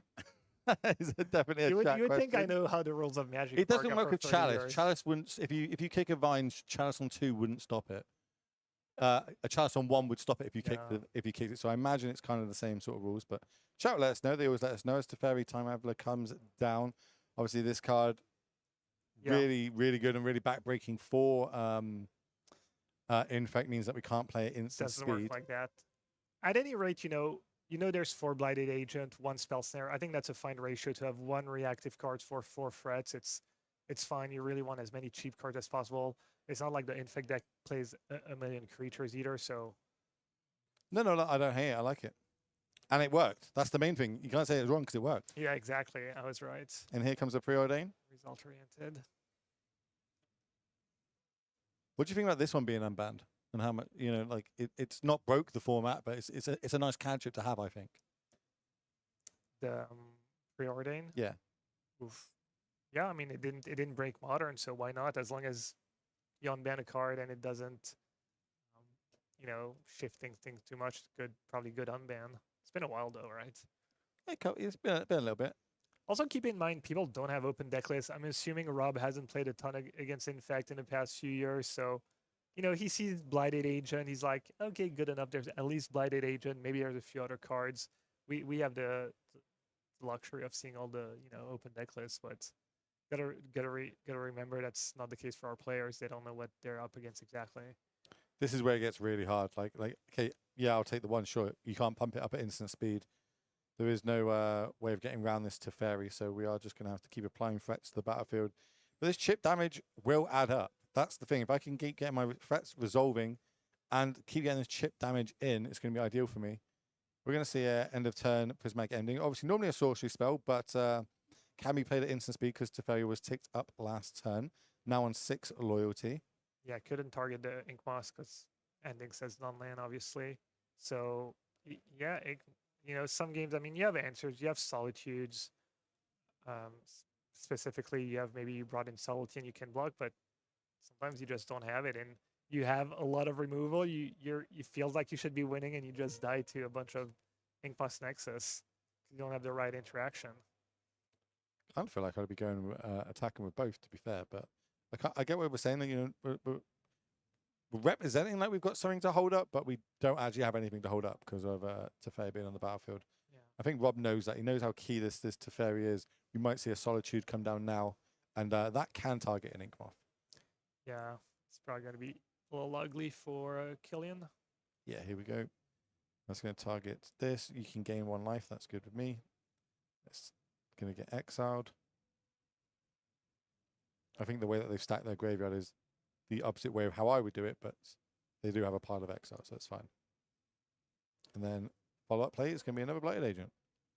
So sometimes you get this. This is almost the draw I want against these control decks or removal heavy decks is I want the heavy creature draw, not the heavy spell draw. So every time I'm able to just keep applying a threat, and eventually you're either going to run out or I'm not. But the fact that the fact we turn it sideways, you can't block it anyway, so it's going to be getting in either way. Life total is not super relevant here for Rob. No. Yeah, Rob looking to curve out, removal spells into eventually a 1 ring. Or maybe just a couple Solitudes just good enough. Solitudes and Subtleties. We'll just bounce it back to our hand. That's another way of getting a Solitude plus an extra card in hand. Fledged Strand was the find. We're going to play that as our land for the turn. Oh, wow, that Teferi was up to 7 counters already? I was like, how's there still 4 counters left after minusing? That's got to be wrong. No, okay, yeah. He was just sticking it up the whole time, and Killian was ignoring it the whole time. That's the other thing. Like, not only is its stack ability great, its tick down ability is good to kind of reset my turn. But on the other side of that is I now have to use my resources, which are more valuable in Infect than other normal traditional creature decks, to actually use a pump spell, get Teferi off the battlefield, and I've just missed a whole turn of being able to play Infect to your face. So yeah, it's real backbreaking in here. Rob realizes that Prismatic Ending is going to take it out, as well as the 1 ring coming down. Trigger's going to happen. Now Rob has protection, and end of turn we're going to be drawing ourselves another card. 1 corruption counter. It's corruption, isn't it? Is that the right mechanic on the counter that goes on it? Is it a corruption counter? You're asking the wrong person. I feel like it's a corruption counter. Set names, counters, that kind of stuff. But yeah, both players was decent draws. You just see the difference. Game 1, Killian was on the play, had a 1-drop. Game 2 on the draw, doesn't have that 1-drop, and I feel like we might have been able to attack the Planeswalker though, because Rob gains protection, but the Planeswalker doesn't. So maybe a little mishap there for Killian. Yeah, kind of blue-white control in a nutshell right there. Game 1, Rob had a decent draw, had a bunch of removal, didn't seem to matter, still got like ran over, and you're like, why would you ever play control deck? And then Game 2, you just see, this game that most likely is pretty over, just curving in perfectly and having all the answers at the right time, and taking over was the One Ring. We're going to move. Yeah, get in. Exotic trigger. Okay, that's the show of force. If we're firing this off on on the ignoble, Yeah. we take it. I mean, you got to use your cards. You're drawing all these cards from the One Ring. You're gonna end up like discarding hand size anyways.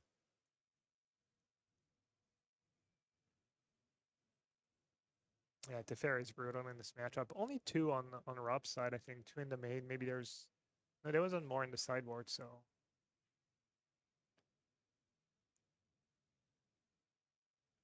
definitely makes the Infect deck look way less threatening. Yeah. Yeah. Chat's going crazy for something. I'm not entirely sure what they're going crazy for, but chat's always crazy, let's be honest. When are you not crazy, chat?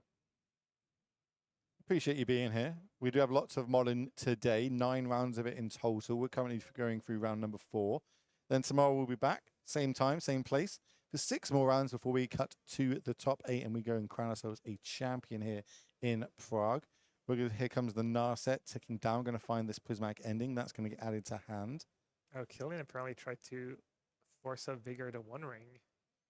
Don't recommend that, but you know, I mean, it's a game of Magic. Everybody's got different levels of Magic that they want to go. I think when I was speaking to Killian just before this is his second ever tournament. You know what I mean? He's just here having fun. All right. He went. He was telling me that he went 4 and 5 in the last event, so he's just here to try and improve that, trying to get to a 5 and 4 record. Everyone starts somewhere. Yeah. Do you remember what your first tournament was? Yeah, I remember my first couple tournaments. I can't remember which one came first. I think my first turn was in some like bar in Paris on a Sunday. I was playing Mono Blue and I didn't win a match. I don't think I won my first tournament. I didn't win a match. I think I went 0-4, 0-5. My second tournament, I think I went 2 and 5. So yeah, it was not the. Everyone's got to start somewhere. You know what I mean? Exactly.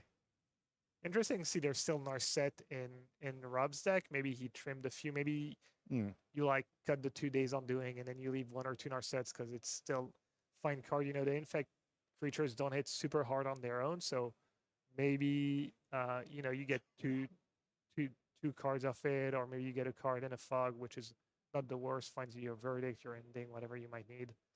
Must feel good here for Rob knowing that my life total not really relevant. I can just keep drawing gazillion cards because I'm pretty sure that's how many he's got in hand right now. And yeah, like what's that, like 10, 12 cards in hand? Yeah, plenty of time on the clock. So going through the motions. You know, maybe if you're the Infect players, you're like, okay, I'm just gonna get to see how you sideboard it, see more cards. Once again, also just enjoy your time while you're on camera. You know what I mean? Second ever tournament, you're on camera. You gotta love it. Here to have fun. You get to watch this back. There goes discard end of turn, clean up step, and then we're gonna tap. Yeah. 5 mana open on the other side. We know about the Solitude. That's a Vines of the Vast withdrawn for turn, and that is going to be enough for Killian to pick him up. But now, more importantly, is going to be on the play. This is where we want to be. When you're Infect and you know what you're against, you want to be on the play. You want to be able to, you know, kill your opponent with a grip full of cards in the hand, not have them keep drawing and refilling their cards. You want them to be like, oh, you got nothing? Here it is. But we'll see if we can get the deck list back up on the screen for you all. Just have a look at one more time. Yeah, you could have some play draw differences in sideboarding. I feel like I'd want the forces on the play now. I feel like I would have maybe had spell pierces when I was on the draw, but like on the play, I would kind of want my forces back in because I'm going to have to tap out turn 1 potentially for, you know, my elf or something like that, and then if I can protect it, untap, could just end up winning from there with you know, with 2 pump spells just chained together. I'd think the other way around actually. I think you want the force on the draw because, you know, you want to be able to tap out on 2 and counter it to Fairy, and you're at a mana disadvantage in the early turn, so Force of Negation goes up in value. So I mean, the theory is that cards like Force, Solitude, Subtlety go up a bit in value on the draw because you're a turn behind and you have that extra card to pitch. So I would actually guess the other way around. If I was going to do something, I would have more forces on the draw and more cards like Spell Pierce and Veil on the play. Interesting. That's good. That tells me that I still suck at Magic. What's that? But I think, yeah, so depending on how, so we saw the Force of Vigors coming in, maybe wasn't sure what they were against, maybe thought there was going to be a few ley lines, bindings and stuff we could target. Yeah, as you said, maybe he didn't realize Force of Vigor didn't get rid of the One Ring. There's still bindings when they go really long, but I would not want Force of Vigor. I mean, maybe pick Yeah, your I say poison. pick your poisons, but Yeah, I'll be bringing in after seeing that game too. if you want removal, pick your poison. But even that is a little reactive. For me, I would really be high on these Spell Pierce. Look great. Veil is kind of tricky. You did see Stern Scolding and Spell Snare, so they are kind of appealing. So I think I would be looking at these two Spell Pierce and these two Veils and not much else, honestly. What's that? Does anything change on the other side? Let's see if we can get that list up for everybody watching. Remember, this is like blue-white. Does have the access to all 5 colors of mana because we've got do play things like ley lines binding. So you want to reduce them. We're just going to try and get that graphic up on screen for you shortly. Yeah, same story there. The pitch spells go up in value when you're on the draw, and cards like Narset maybe get a little worse. So, maybe you bring in that extra. On the play, I would not even bother with any Force of Negations, really. Maybe one. Maybe on the draw, you want extra. Maybe on the draw, you want that Spell Snare becomes even more valuable. Oh, yeah. So, not a ton of changes either, but yeah, maybe you go plus 1 or 2 pitch spells on the draw. Interesting. Right, well, let's get back down to that match to see how they're getting on with the sideboarding. Looks like we're having a look at opening hands. Of course, Infect, we always need an Infect creature. At least it's kind of works slightly in the. It is more of a combo deck, I'd say. You need to have A and B to be able to win the game. You can win with just A, but B by itself doesn't win, so your hands can get a bit clunky and a bit weird. And make sure you know which ones are key in this matchup. Are we going out of 5? That looks rough. Oof. Yeah. Also, keeping the 2-drop Infector in hand, I feel like I'd probably have kept a 1-lander if I had it. But we're gonna go with Preordain and start off with. Yeah, mulligan to 5 and no 1-drop. Yeah, it's pretty rough. We see the Force Negations did stay in and an Ink off Nexus. That's the 2 cards. Are we going to keep them on top? Are we going to keep them in that order? Yes, we are. Force is going to go to hand, and we're going to pass turn back. I can't imagine keeping a Force when you're already down to 5 cards is a winning strat. It's pretty rough, but if we can, if I can play my card, have it resolve, untap, and pump. Like, I mean, if this resolves now, and then the untap is what, a prismatic ending.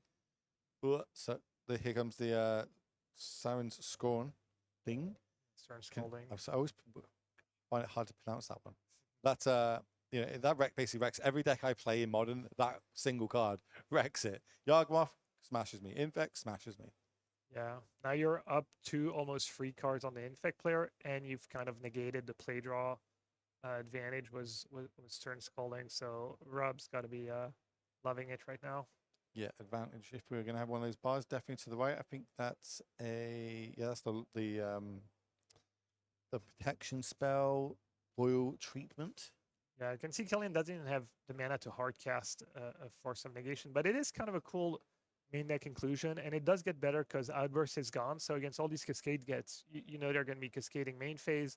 The One Ring is one of the better cards against Infect as well. Hits that. We saw Teferi be a really high impact, hits that as well. So even though I do think it's weird to play 4 Force of Negation in your Infect deck, it is maybe a correct call. And well, it's making Rob think about it, right?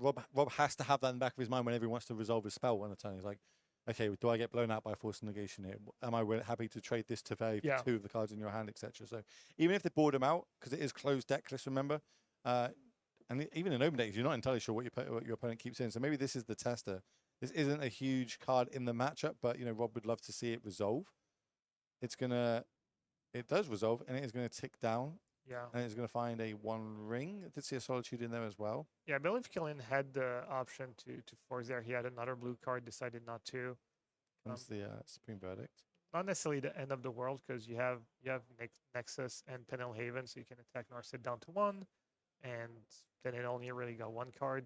I think I'd go to face. I'm not even sure I care about Narset at this. But I'm not winning. I don't think if I go to at Narset. Don't get me wrong. It's probably what we should do. I think you can't give Rob another card of the Narset. That's just too big of an advantage. We're going to pump it, give it +2/+3. Going to turn it sideways. Is it going? Yeah, it's going face. I guess I don't have the mind of an Infect player. You do what you have to do when you need to do it. That's it. Now we're 8. So, no, I'm trying to think if there's one single pummel spell that we could draw to get us there. I mean, one argument is that Narset doesn't find subtlety or solitude, which was the way you have to deal with Nexus, but I'm not sure that's enough to justify just give another card to Rob, another shot at a One Ring. Especially if it's Days Undoing. That'll be back-breaking. That is extremely aggressive. On the other hand, you know, Killian does have the force. Maybe Rob taps out for a ring, gets forced, on tap, activate, is it Haven, scale up, win the game. Just 8 damage, right? Isn't force a cast trigger? No, the ring of cast trigger you get protection, or does it have to resolve? Is No, it it immediate? has to come into play. It's if you've cast it when it enters the battlefield. Ah, okay. Okay. Tell me there's a chance. Slam it. Bam. Ditch blue card. Get that ring out of here.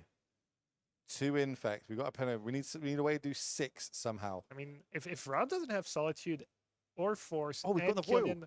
And Killian has scale up, that's just game. Yeah, scale up is He the also card. didn't use Narset. Yeah, did not use Narset. That's a noble off the top.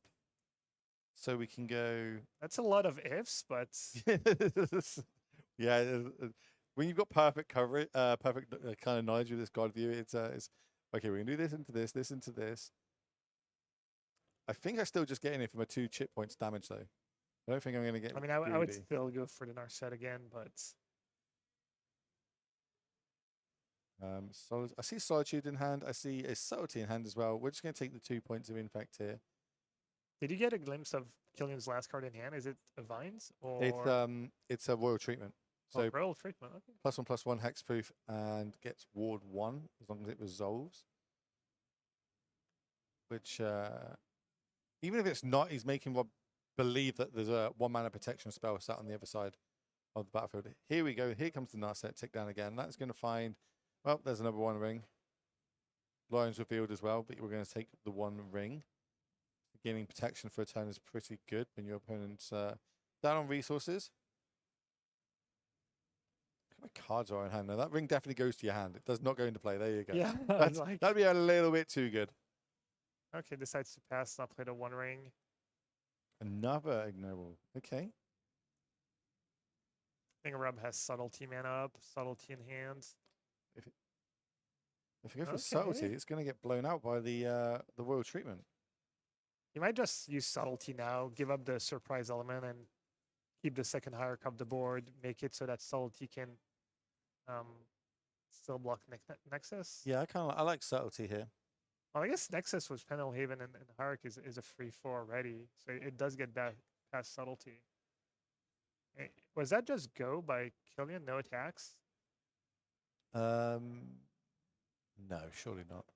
Yeah, that seems a little weird. Or is that still? I think we're just fetching in the combat step, or maybe this is on the stack.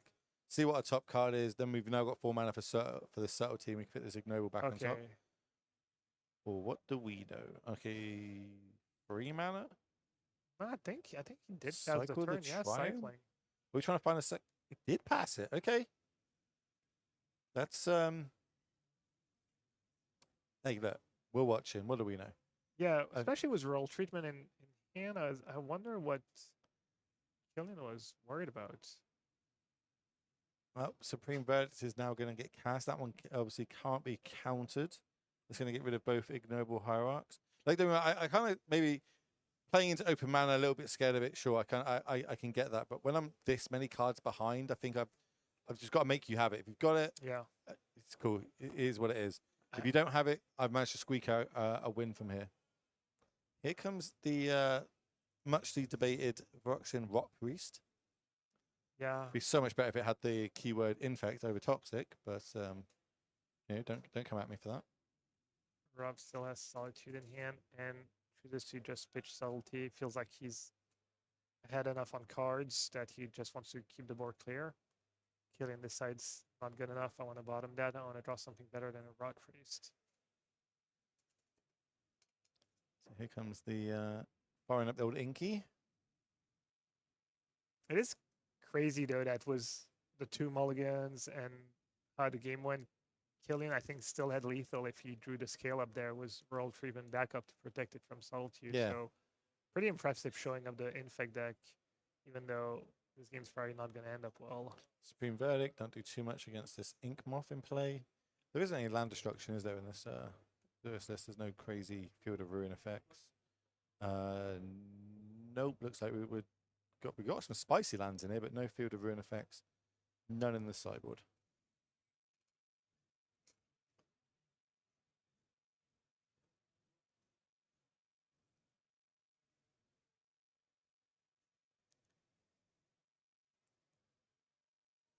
So One ring protection in effect, so killing Basically as fast time as the walk. turn. Yeah. this is where I think we're going. We're going to start pulling away now. Tap, Prismatic draw ending off the top as 2. well. It's pretty rough for us. And another Solitude. And another Narset. Just we're missing lands. That's the I like the for us infect players. Just yes, it is. It's very much an us. I always say us. Whenever I'm talking about it, so, for us, it's pretty rough. Having to discard this Narset end of turn. Like, see that? That is a basic forest. That is the Phyrexian inked ones, I think they were called. They look really, really nice. on theme. So we're going to animate, attack you for 1. Now we're going to Pendlehaven. 2 more comes across. 7 infect. You're saying there's a chance. Oil slick. That's the word. Thank you very much, Yeah. Darren. And that's a play pattern you see a lot when you play against infect. You'll take the damage, take the poison, and cast your removal spell end of turn, so that you don't get the double whammy of taking the damage and getting blown out by the protection spell, which a lot of the protection spells like Divines and This is World going to be a rough Treatment, stack. they pump as well. So you'd rather take the damage. Force Stitch and Verdict. Last card is Veil of Summer. My cards can't be Oh, protected wow. now. But there is a... Okay. Is there white card? Are we going to Solitude again? There is white card plus Solitude. How many resources are we willing to throw at getting this Ink Moth off the battlefield? I imagine you throw everything and the kitchen sink at it. And then... I would guess so. Was One Ring in play? Well, yeah, with 1 ring, no more cards left in hand for Killian. Yeah, Killen's still going to have to draw up the Veil.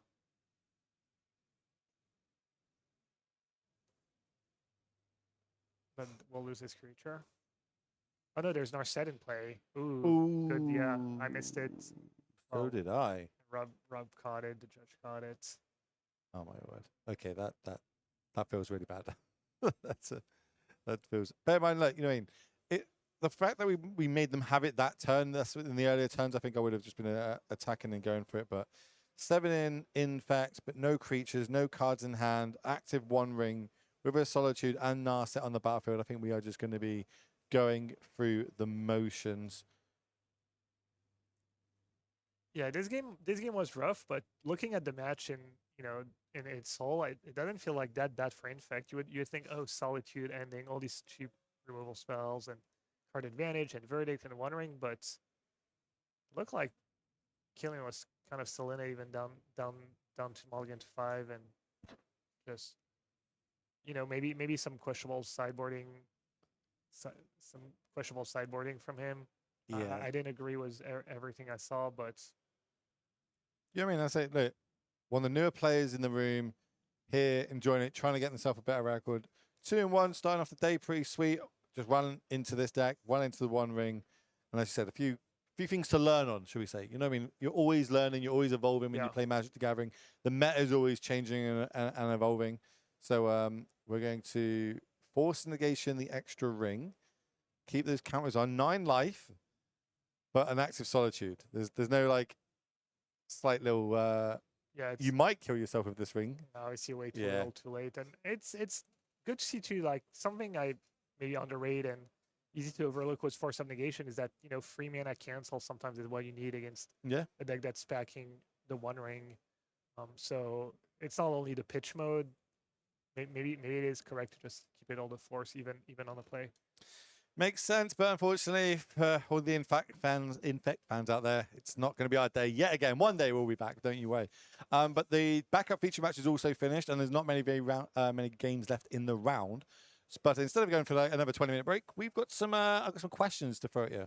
All right. And we've got some lovely little slides for that, because obviously not the next Pro Tour, the next modern Pro Tour, or the next Pro Tour that's going to happen in Europe, in Amsterdam, is going to be modern.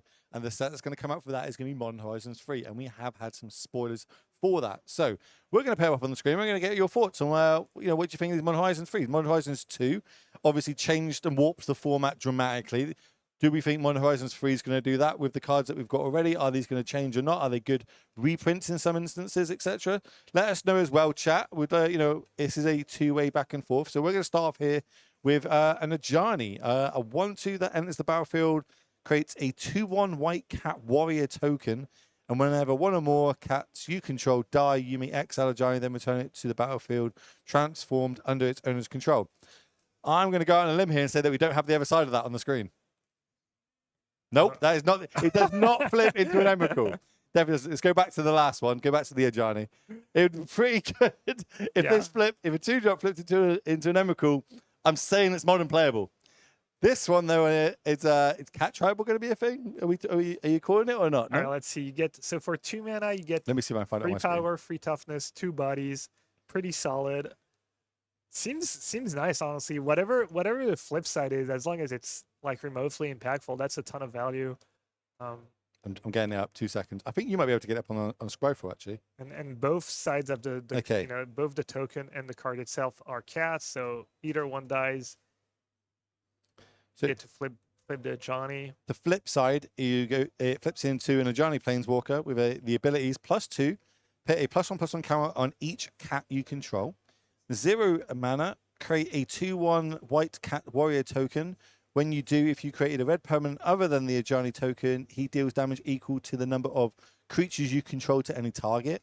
And the -4 is each opponent chooses an artifact, a creature, an enchantment, and a planeswalker from among the non-land opponents they control. Then they sacrifice the rest, and it starts on free loyalty. That's not bad. I'm really happy for you, or sorry it happened. But that sounds like a lot of text, and it did sound like pretty impactful. So I like it. It looks really. Maybe there's some powerful. white weenie decks going to come out of the woodwork. We don't know. It might just be good enough to play in a CAD just on its own as a standalone. As like a in little most warrior. decks. Yeah, just aggressive card utility. But there were a bunch of abilities that were cat related. So And it's coming in at Mythic. And remember, this is like the first evaluation of it. We don't have all the cards yet. We don't know what's going to be good. Like, no one picked Fable the Mirror Breaker, for instance. No one thought that card was going to be good. And then it turns up in every format and ends up getting banned in some of them. So it's going to be pretty cool. Let's move on to our next one. So obviously we did get a little glimpse of it there. It is, of course, Emrakul, the World's Aeon. yeah, I think people are really hot on that card. It does seem powerful. Madness pays 6. And you get a 12/12. When you cast this spell, gain control of all creatures target player controls. So as early as turn 3, I guess, if you're playing Tron, flying, protection from spells and from permanents that were cast this turn. Are you saying turn 3 Tron, cookbook, discard, Yeah. cast this? Okay, I like it. I like what we're cooking. And then when it leaves the battlefield, you sack all creatures you control. So I guess if it dies, all this creature you stole from your opponent gets sacked, so they don't get them back. I don't know. That's a lot to take in, honestly. This to me is the sort of card that I think like Aspiring Spike will just pick up and will brew so many different decks or ways to cheat things in, cheat things out, blow up boards, etc. It really comes across that sort of card. And on top of it, it's a big 12 mana Eldrazi, so they tend to always show up in random different decks because 12 power is not bad. Don't get me wrong, I think there's better Eldrazi's out there than this, is what I would say. But really big effect, really could be really cool in some decks. Yeah, it does feel like you need a way to madness it because 12 is Ulamog is already expensive, but you kind of get there. The extra 2 mana is going to be a big deal, and I don't think you can just play that card in regular Tron. No, yeah, I don't think this is one. Yeah, I say that we're brewing it on stream. Cookbook Tron, easy. Yeah, Let's do it. Let's go forward. Do we have any? Let's do one more. Let's do one more before we end round. Oh, I'm getting waved at. I don't know what this means. Tell me. Oh, okay. We're going to try and get a few more. Any other ways to madness Emrakul in Carolus? Other what way. chat can come up with. Blood tokens. Ooh, blood tokens. Yeah, What? but how do you get the blood tokens in the first place? You play red Tron. Red black Tron. And you Easy. there must be some other ways of getting Liliana. You play Liliana the Veil. Tick up. Oh yeah, I guess you Discard. get Urza Saga for consistency. Chat's going crazy now. That's what I love it, chat. Come on, give us your best ways of cheating this into play with madness. Ooh, Oh, the okay, we've got another frog. one. Okay, this one I actually think is going to make a nice impact in multiple formats. I think this frog is going to be pretty good. So how do I pronounce? Is that sentient frog? Psychic frog? It's going to be known as frog from now on. Also got really cool alternate art. But anyway, so this is a 1 black, 1 blue. Whenever it deals combat damage to a player or planeswalker, draw a card. Discard a card. Put a +1/+1 counter on it, and exile 3 cards from your graveyard. It gains flying until end of turn. Nice little key text on there. We haven't really got before in the past. Is deals damage to a planeswalker as well. Normally it's like deal damage to a player, you get some sort of effect. This one is player or planeswalker. I feel like this is going to see quite a bit of play in in some other format. I feel like it might even be legacy playable, but who knows? What are your thoughts on this? Seems super busted, honestly. Just a slight upgrade on Psychodoc, you know. Just a little teeny weeny little bit.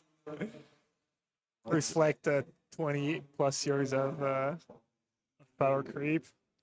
But it's not like you can only just discard 1 a turn or something like that. The fact you can just get rid of your whole hand if you want to means that there's probably going to be some crazy combo deck with this. That, you do it, turn your deck upside down, draw them all, discard them all to this, make this a 60-60, fling it to your opponent or something. I'm sure there's going to be some sort of craziness with it. But yeah, I think this is going to be pretty cool. Yeah, it is Oh, scary. chat's saying you can use this to discard the Emrakul. Oh yeah, I'm sure the mana works. That easy. That sounds functional. Yeah, I don't know. That card is, you get to back it up with Grief. You get to back it up with Force of Negation and Solitude, and just takes the game over. It doesn't die to Bowmaster, obviously, or Ren and 6, which is That's huge. huge. I guess even if it had 1 toughness, you can still discard. It's a discard outlet, maybe for a Reanimator deck. It's just so, I don't know. Yeah. It seems like a lot. I like it. I think this is definitely, from what we've seen so far, going to be the first card I try and order 4 copies of. It's also gold, so it pitches both to your Grief, your Force, your blue pitch cards, your black pitch cards. People are already playing blue-black in Modern. Yeah. That arguably was a really good ring deck at the time when it was floating around. Having counter spells, Fort Seasons, and Orchestra Masters is not a bad way to kind of mix your spells. I have no idea what's in Modern Horizons 3, right? I know some of the people that worked on it, but genuinely will not let anything go. I try my hardest to try and get any information out of them. So my hedge, or what I think we're going to get pitch elementals, but 2 colors. Yeah. Like a Solitude with a Fury attached to it. So it's not that as crazy as that, but I feel like that we're going to see something along the lines there. The elementals, Solitude, Endurance, etc. are all just Modern Horizons cards. This is only a modern legal set, modern and legacy, vintage, etc. moving forward. So we're not going to see these in Pioneer. We're not going to see these in Standard. It's probably they've already shown that they're pretty broken. One of them is banned. Yeah. The others get calls to be banned. Everyone is not hot on Grief, but we see a lot of Griefs and Solitudes floating around. Even in that match there, we saw some subtleties and endurances. So yeah, I don't know what their pattern is as far as the cards they spoil really early. Are they in general some of the better cards in this? I mean, clearly this Frog's got to be like upper end.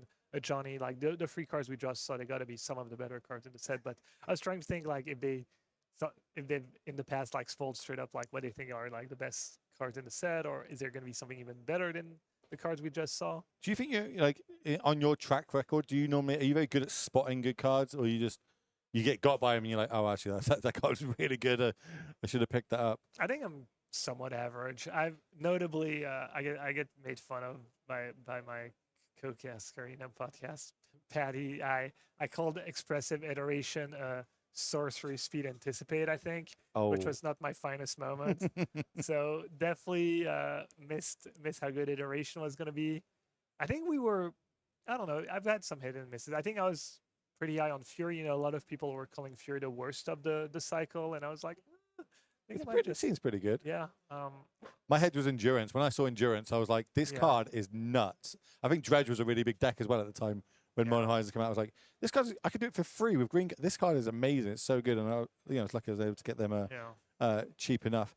What was I going to say? So, explicit iteration. So when I played with it for the first time, I thought this card was trash. I was playing it on turn 2. Yeah.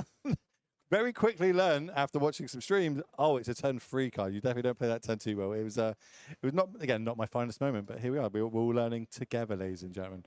Let me find out how long is left in the round. time check, please.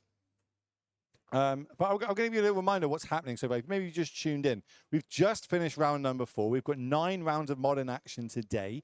And then we come back tomorrow for another 6. And then we're going to have a top 8 again. We're going to be battling out to see who is going to take away this trophy here in front of us, as well as all the cool extra prizes that they get moving forward. You've got enough trophies, good sir. You don't need any more. We have 554 players in the room as well.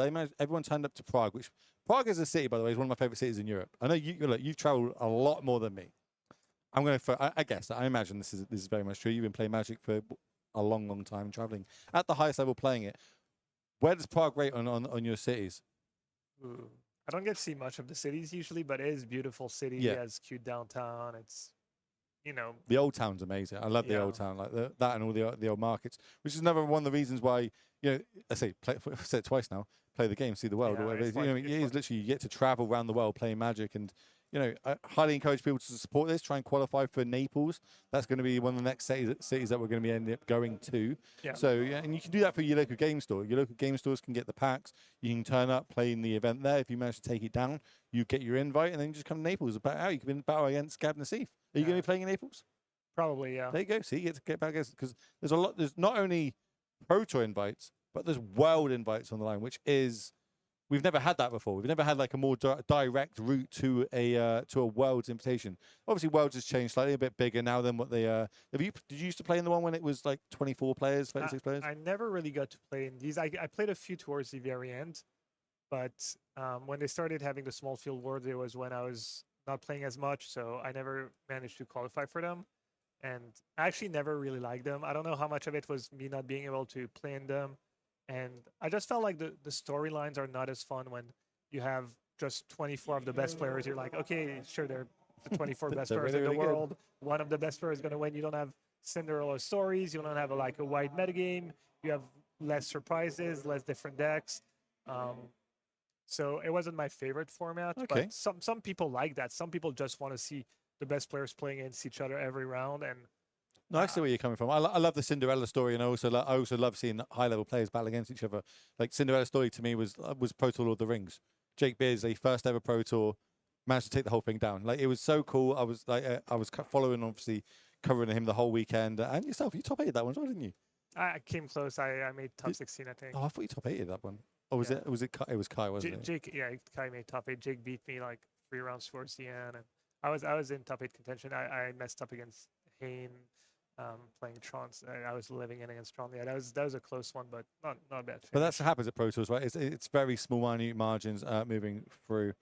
No one's got back to me on how much time is left on the round yet, so that's great. This is a closed decklist tournament, answering your chat. So decklist will not be going live. They can't go live until we get to the top 8. That's to give it, a fair advantage to all the players in the room. If they do get, the chance to play in a feature match here, then when they come here, they are asked, are you happy for your decks to be put on feature match?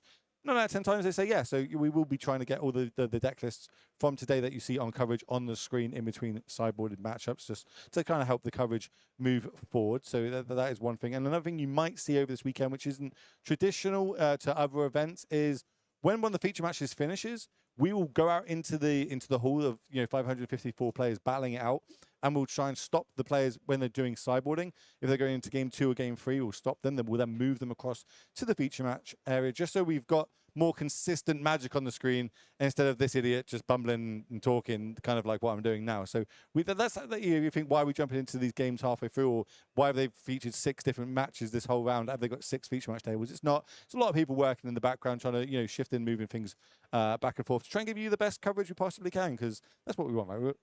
As much as I love my own voice, as you can probably tell, I much prefer watching Magic the Gathering. I'm sure you all do agree with me.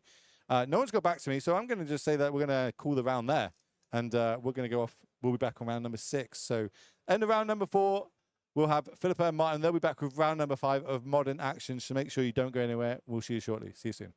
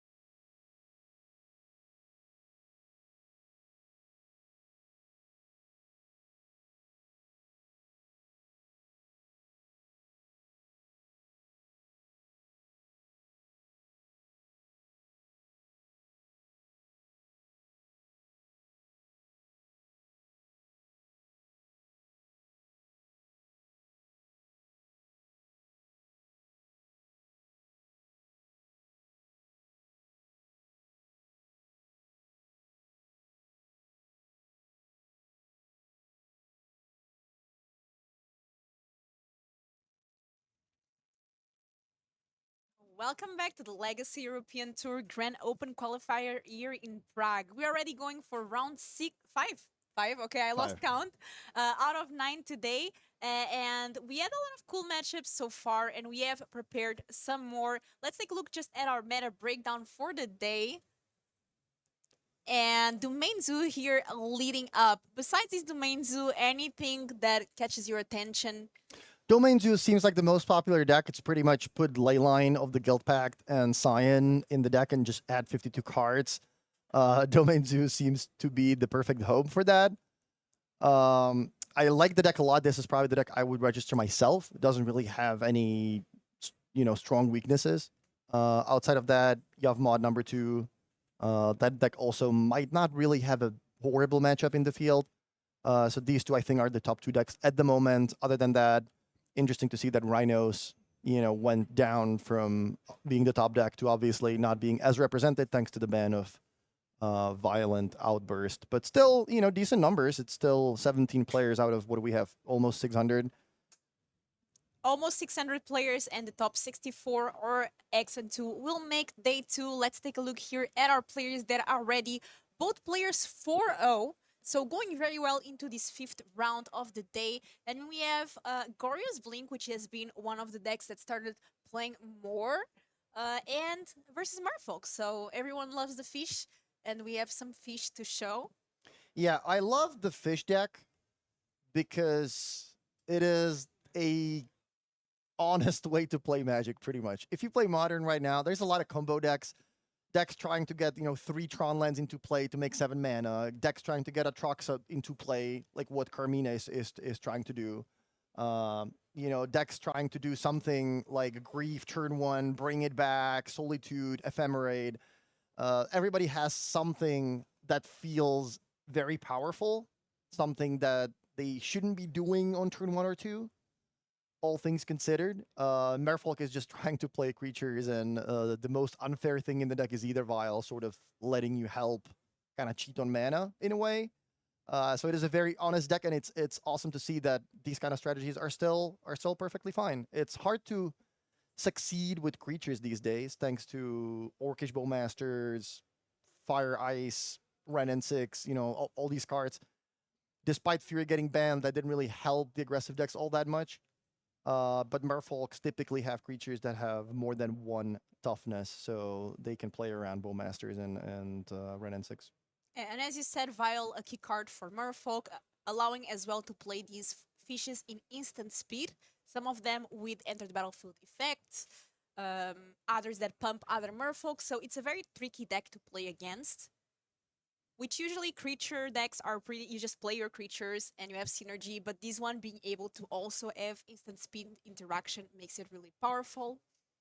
Yeah, there are some nice Merfolk synergies, plus you have ways to give your creatures island walk, so if your opponent ever fetches a blue land, then your creatures a lot of the time are pretty much unblockable for your opponent, so even if there is a Atraxa in play, you can sort of make your way around that. And the one card that Abdullah is going to be looking for in this matchup is certainly Force of Negation, which is the way to protect yourself from all these modern shenanigans. It's important to notice that this Merfolk list does include 4 Tishana's Tidebinder in the main deck, so that card can be key against Atraxa triggers and other trigger effects. Yeah, you can stifle a fetchland activation, for example. Like you mentioned, stifling the Atraxa trigger is a great way to stop the opponent from perhaps finding an Ephemerate to blink it, leave it in play. Definitely cards that Abdullah is going to be looking for in this matchup. His draw is pretty slow. I think what we saw is turn 1 land go, turn 2 Vial, which is 1 turn too late. So not the most aggressive draw. Perhaps Abdullah opening on a hand with some interaction like Force of Negation, which is exactly the card he wants in this matchup. Yeah, and we see that Daniel Carmin already able to get a lot of cards into the graveyard, which is one of the goals of this deck. One of them being Atraxa. So in a good spot to start reanimating things.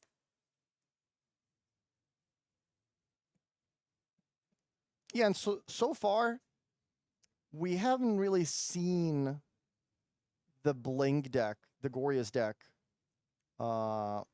have a very strong draw. Obviously, we saw one player multi-5 Not the greatest start, but so far the deck hasn't really looked that impressive. If you're someone just tuning in, wondering what's new, yeah, there's a lot of glorious decks these days that maybe they weren't in the field, 6 months ago, but they haven't really looked all that impressive so far. So we're certainly waiting for someone to finally show us the turn one survey land, put a Truxa in the graveyard, turn two Gorios, draw a bunch of cards, and that hasn't happened yet. And here, Carmin was able to take care of that vial, which was really the only thing that Kals can add going. In response, he was able to activate the vial to get Tide Shaper into play, but that's not a lot. Yeah, that's not the biggest clock. Obviously, the most important thing for Abdullah is a counter, like Force of Negation, but at the same time, he also needs to have a clock in play. If you're not pressuring the opponent, if you're giving them enough time to set up, that they are going to be able to play all these card selection spells, put a Truxa in the graveyard, try to find a way to bring it back with Gorya's Vengeance, and maybe have a counter of their own to force it through. And some people are curious, this is indeed a closely deck list tournament, but the people that are on coverage did allow us to show the deck list just for coverage purpose. But that's why you cannot find the lists online yet.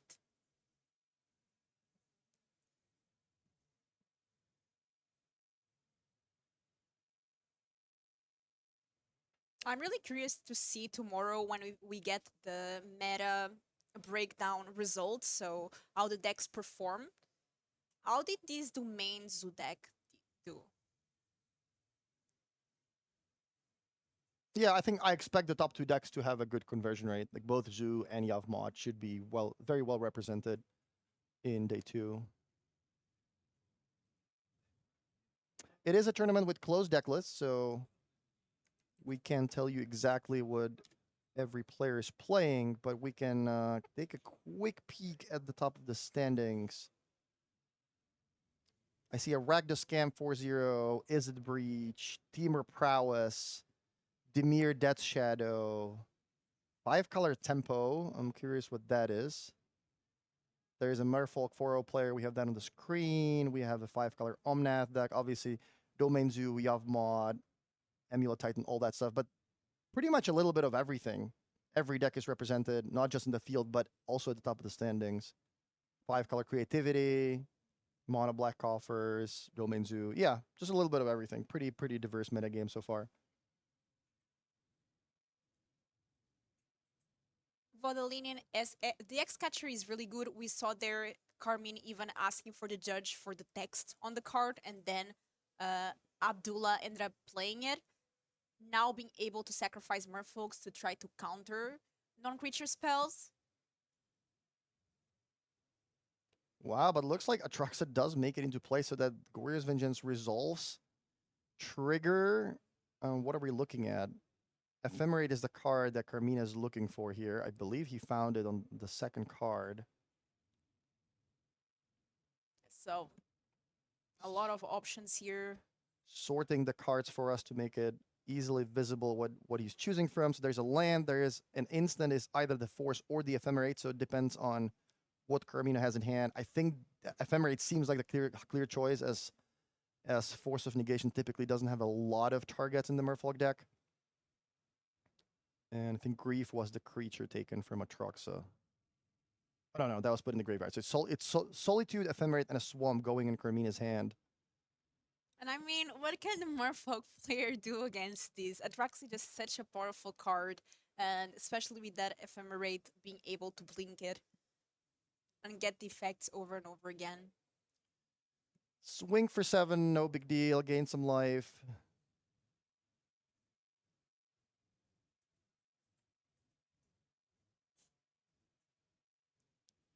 And we saw here finally how this Goris Blink deck can be so strong, because before we did feature this match, but we were not able to see it really do his thing. But here we can see.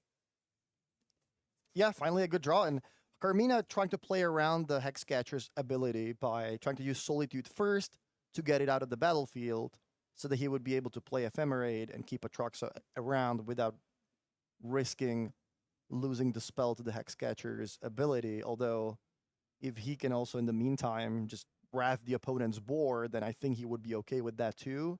But that subtlety is gonna stop the Solitude, it seems. I think Carmin might just have double Ephemerate, though. That would just be too much. He does. Although I guess it doesn't really matter against the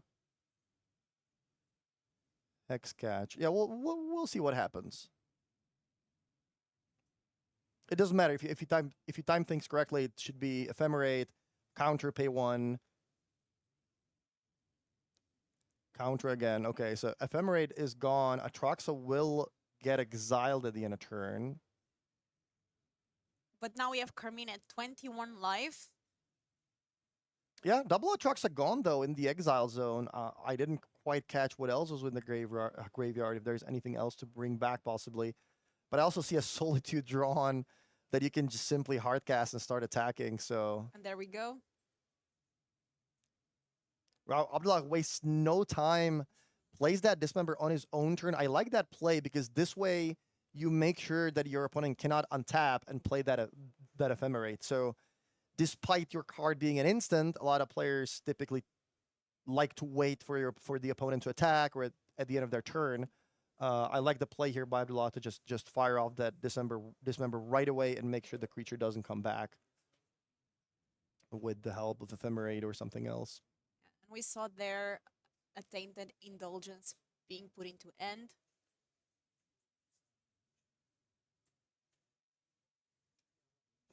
And that can start putting cards into the graveyard and try to find cards to combo again.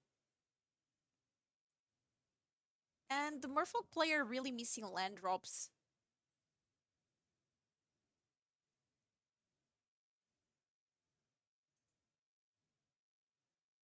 Tainted Indulgence, I think with 5 mana costs already. Or is it 4?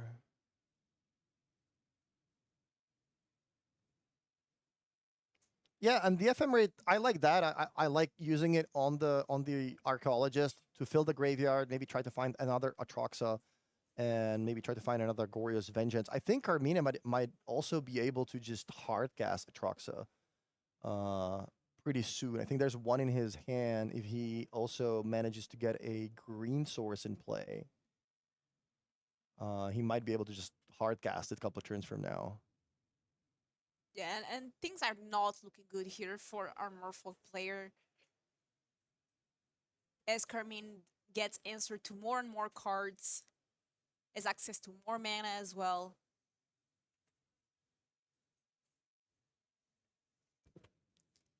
A lot of triggers going on. The Archaeologist is getting blinked a bunch of times. I think it should have a count. No, never mind. So Thoughtseize was taken as one of the cards, and is that Leyline Binding? Maybe no. No, I don't think so.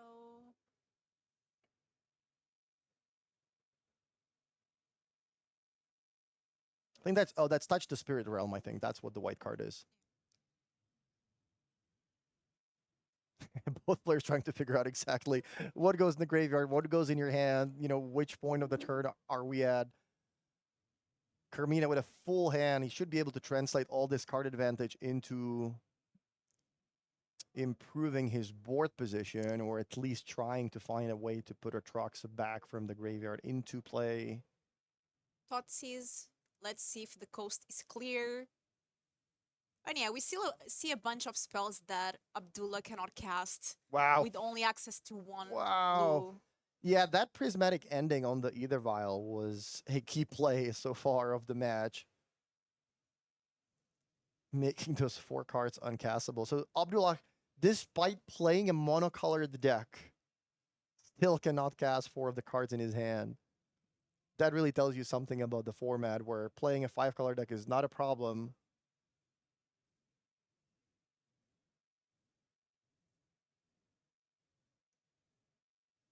And let's get more cards into the graveyard.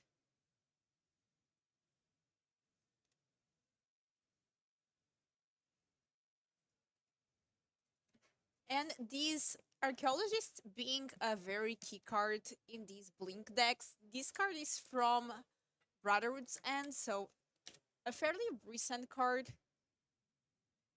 and doing a lot of work here with Ephemerate. One important thing to keep track of is with all this milling, there typically is only one green source in the Blink deck to hardcast Atraxa. And we know that Carmin has at least one of the remaining 2 Atraxas in his hand. That land can easily get milled. So that option would get taken away pretty easily. Although, with Abdullah giving him just so much time, I think he's more than fine by playing a bunch of card selection spells. And eventually, yeah, I think Abdullah just concedes having a 1-1 in play in 2 lands that can produce a 2-2 every turn at best is certainly not going to be the way to win the match. So, yeah, never great to watch somebody get mana screwed, but That's why we have game 2. yeah. And sideboards. Can we take a look at the list that these players are running here? The Merfolk versus. I think the Merfolk player didn't declined having their list shown on camera. We can take a look at the Blink deck, or the Gorya's deck rather, which is a pretty typical version for Atraxa, 2 Grizzlebrand being the 6 big cards you want to bring back. Obviously 4 copies of Ephemerate after you bring it back with Gorya's Vengeance. You don't want to exile them at the end of turn. You want to bring them back with Ephemerate and just keep them around for a longer time. Some interactive spells, you have Thoughtseize, Force of Negation, Prismatic Ending, which kind of won the game for Carmina in the first game here, and some card selection spells. Tainted Indulgence, Fateful Mending to help put the Atraxas in the graveyard, and obviously the new Surveil lands that are great with the fetch lands. And sometimes, if you run really well, you can turn 1 Surveil. Oh, Atraxa on the top. I'll put it in the graveyard. Turn 2 Gorya's Vengeance. Fill my hand. So this is pretty much what the Gorya's deck wants to do. If you're playing against Merfolk, I think you will want to bring in the Sweepers. Supreme Verdict, obviously one of your better cards. Maybe the Subtlety, maybe the March. I think that's about it. The Fairy seems interesting. You know that your opponent is going to have counter magic. They will have the forces. They might have a card like Blusterstorm, for example. But at the same time, it's really hard to keep the Fairy in play against a deck that's playing all 2 mana 2/2 or 1 mana 2/2s or creatures that get bigger with every lord. Even a Mutavault in play, can be enough to deal with the Fairy. So the Fairy is an interesting card, depending on what I would want to board out in the matchup. Maybe you can bring in, but mostly you're just looking at the Sweepers and possibly the Subtleties in March. Yeah, a lot of interesting choices. The Fairy does have a cool interaction with you being able to plus and then cast Supreme Verdict in instant speed, which is always very nice against creature decks. But as you said, Merfolk is a deck that is a bit different than other creature decks because of this counter magic ability. Even with X-Catcher, we saw that sometimes it makes the opponent in some tricky situations that you know that if they have the X-Catcher, they can start just sacrificing Merfolks to counter spells. It's going to be interesting to have a game 2 here, and it was really nice to see this Blink deck finally work, because as you said before, and we said before, we did show a game earlier on, I think round 1, where the player really couldn't get Atraxa into play, couldn't really get the Vengeance, but here we saw the full potential of the deck and how strong the cards are, and also Ephemerate.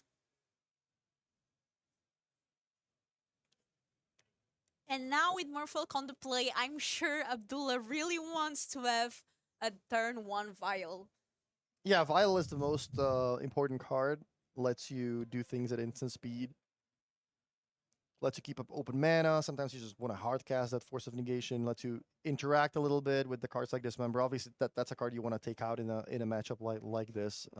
If I am mono blue Merfolk in this matchup, I'm certainly looking for more counter spells. So that Flusterstorm, maybe a Spell Pierce. Maybe if I'm not playing Force of Negation in the main, typically some versions either run dismember main and force sideboard, or force main deck and dismember sideboard. So based on your exact list, you certainly want to make sure all the forces end up in your first 60 cards after the first game. Also, really interesting, at least for me. I saw that the Merfolk, not only do they have a Discord community that is very active, somebody also made this Merfolk book, which is a full book of every sideboard strategy, what every card does. Wait, an actual book? Yeah, an actual book, That's just cool. like these kind of coffee table books, big books Okay. of Merfolk. I know that Merfolk, there's a really big community of players that love to play with the fish strategy, and yeah, it's certainly a deck that I've enjoyed playing with as well in the past. I played it at least 1 or 2 Grand Prix in Modern, but that was way back in the days. I remember that I kept losing to John because they had cards like Grim Lavamancer that were really annoying, and yeah, John was just always one of them. It was a close match, but they always ended up having so many cards that were so annoying.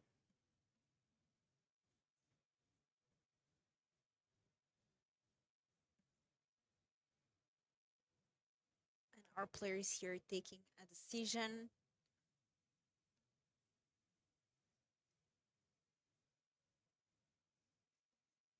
I feel like the Merfolk player really needs to keep a very strong end against this Blink deck. Otherwise, things just go out of control like it happened last game. Yeah, you can't give the opponent too much time. You really need to curve out and either have a vial or 1-drop, 2-drop, and then sit on your force and counter Ooh. the one important spell. But if you give your opponent 7 or 8 turns, like what happened in the first game, then one force is never going to be enough because they're going to be able to find backup pretty easily. Unfortunately for Abdullah here, no vial. And turn 2 is the Cavern of Souls pass.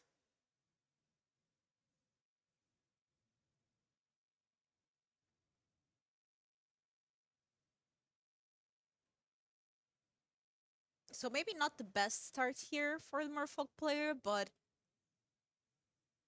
still the deck can win without vials.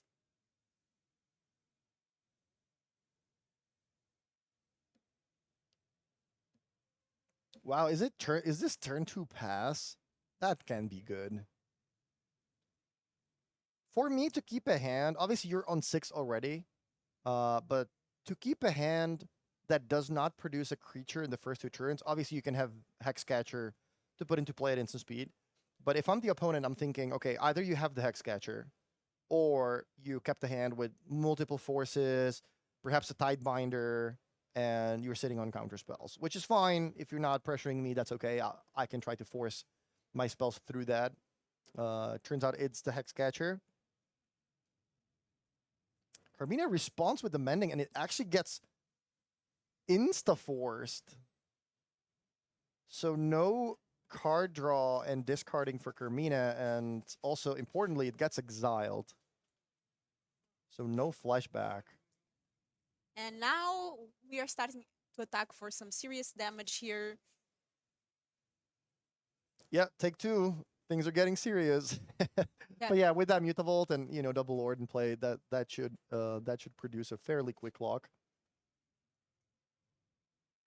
Reading there the Lord of Atlantis. Other Merfolks get +1/+1 and Island Walk. If Carmin happened to have any Merfolk, those would also get +1/+1, but I don't think that's the case. It's fun to see this card in the mirror, though. I gotta admit. We do see a Solitude there taking care of the X-Catcher. Oh wow, Ephemerate. Okay, so Carmina saying, I don't have the combo to bring back Atraxa, but I do have interaction in the form of Solitude Ephemerate to just completely wreck your board. And that should buy him plenty of time.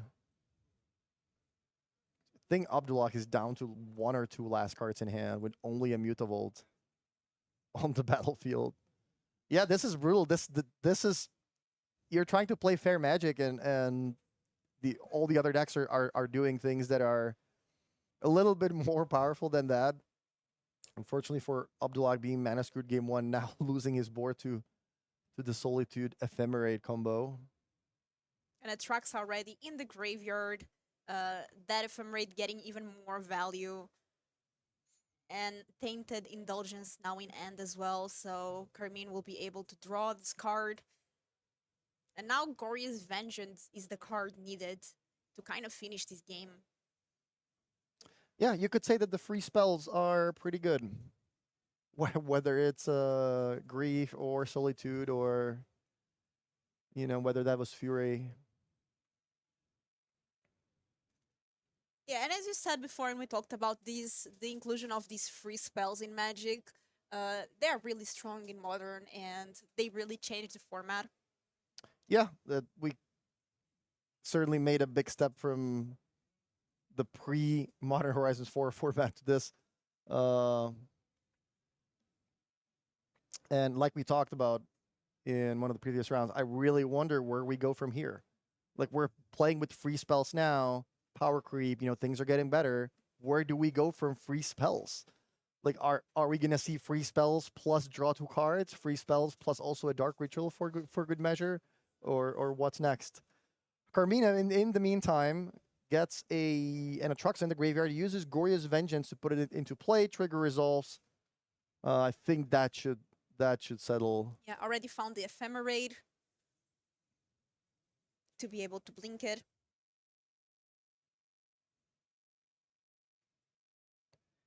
This is so strong when it's able to do his thing.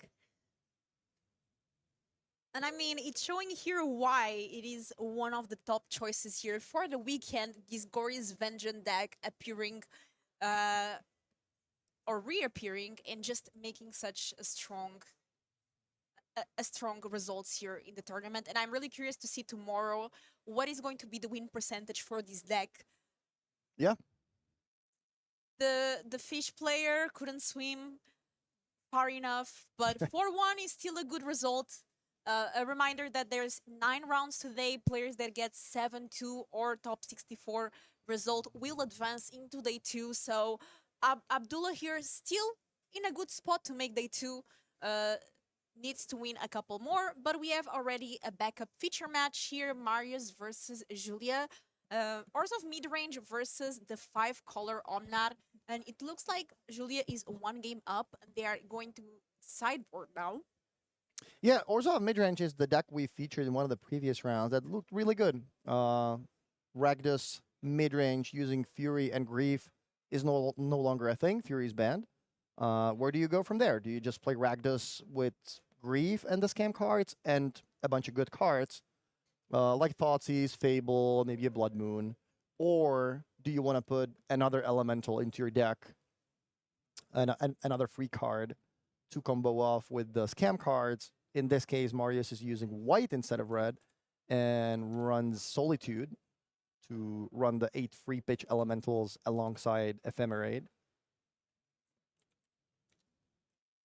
He gets to add some more good white cards, but mostly it's the black cards that I'm really excited about, like Orcish Bowmasters, for example, one of the best cards in the entire format. He is using Giver of Runes as the white 1-drop, and he's also using 4 copies of Reprieve, which is something we don't typically see in these decks, and Mana Tithe also in his main deck, which is a card that I am really looking forward to seeing counter a 4 or 5 mana card, and then seeing the opponent's confused face. What is happening? Nobody plays 4 spikes anymore. Julia, on the other hand, is running the 5-color Omnath deck. She is using Kahira as a commander. The list looks pretty typical. Teferi, Time Raveler, Ren and 6. As the Planeswalkers, there is a small creature package, obviously 4 copies of Omnath, and 4 Solitude to make up for your deck is pretty slow, but it does create a lot of card advantage thanks to, Teferi drawing cards, Ren and 6 rebuying lands from the graveyard, the One Ring drawing a lot of cards. So you don't really mind 2-for-1ing yourself to be able to cast Solitude too much, because you just want to buy yourself a lot of time. There's obviously Leyline Binding as probably the best removal in the format these days. Fable of the Mirror Breaker, some of the best mid-range cards the format gets to offer. And Prismatic Ending, obviously, and Julia is also using Supreme Verdict as a sweeper, which I think is pretty well positioned. I think sweepers right now, just in general, whether you are playing, blue-white for Verdict or if you're playing black for Damnation, are pretty well positioned because they're really good against the Zoo decks, the Leyline plus Cyan decks. And I have a feeling that Omnat deck stopped playing as much because of the Beanstalk.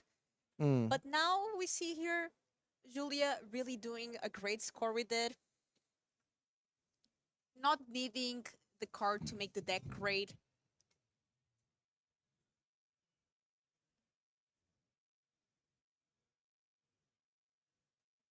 Looks like we're going into game 3, actually. So Okay. So this is going to be game 3. Mario's won the game 2. So now Julia is going to be on the play.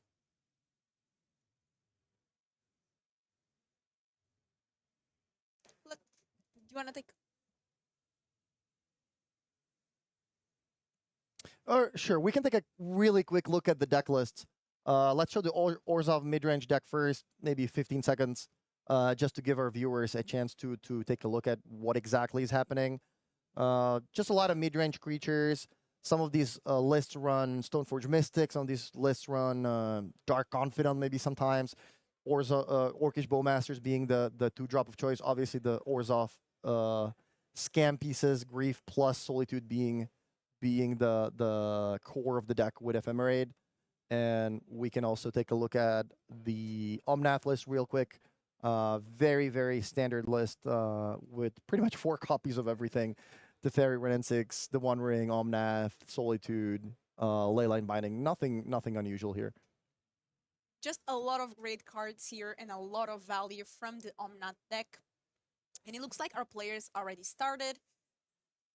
Mario's already getting a triumph there. I like the 1 mana type. It's a card that if you cast it just once, your opponent, and you get your opponent with it in a good spot, your opponent's gonna be in their head for the rest of the match. They're gonna be trying to play around that. So the best mana type is probably exactly 1, drawing it at the right moment in game 1, and then maybe even boarding it out for game 2, and then letting your opponent just play around it forever without you having it in your deck even. And one of those cards that you really want to be playing only if you are playing a closed deck list tournament like this one. Yeah, if this was the regional championship, for example, I would definitely not bring in a card like Force Spike, because if the opponent sees that while we're shuffling up for game 1, it's probably not going to get me a lot of value. Yeah, both players here developing the mana.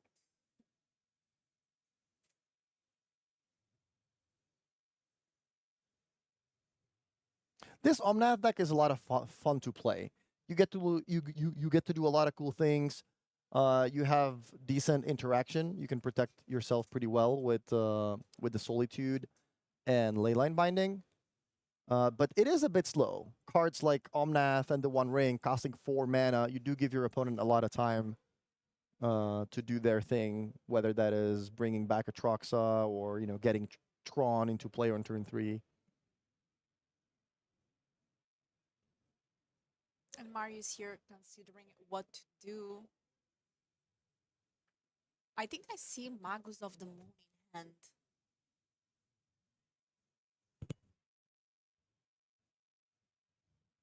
Which definitely is very good against Julia's deck. Yeah, in this matchup, Marius certainly wants the hand disruption. He is looking for that Thoughtseize. He's looking for Grief plus Ephemerate. That'd be the ideal start, because this deck has a lot. The Omnath deck has a lot of expensive cards, so being able to get Grief into play on turn 1 and take the couple of cards your opponent can play in the early turns would be a great way to position yourself, so that they wouldn't even be able to do anything until maybe turn 4. Here, Mario starts with the Thoughtseize after shocking himself. So he is planning on playing more cards this turn. Starts with the Thoughtseize to see what's up, get the perfect information first. Getting rid of the fairy, but there's a Fable of the Mirror Breaker in hand that can be played next turn. Yeah, otherwise not the best looking hand for land Solitude, but that's the power of Fable of the Mirror Breaker. You can simply keep a pretty much any hand that has 2 or 3 spells. If you have a Fable, you just play turn 3. Next turn you discard 2 lands, cash them in for 2 more cards, and Fable starts getting you some value in the form of treasure. So one of the best mid range cards ever printed, maybe. Really showing its value here. We do see it get played in Modern as well as in Pioneer. It does not get played in Standard because it's banned there, but I mean, overall, a great card with a lot of value. And Mario's actually, he shocked himself and then passed the turn, so he might be sitting on an Orcish Bowmasters, although if I had Bowmasters, I think I would rather have my opponent keep the Fairy for turn 3 than the Fable. And then if they play the Fairy turn 3, I respond with the Bowmasters, which puts them into an awkward spot.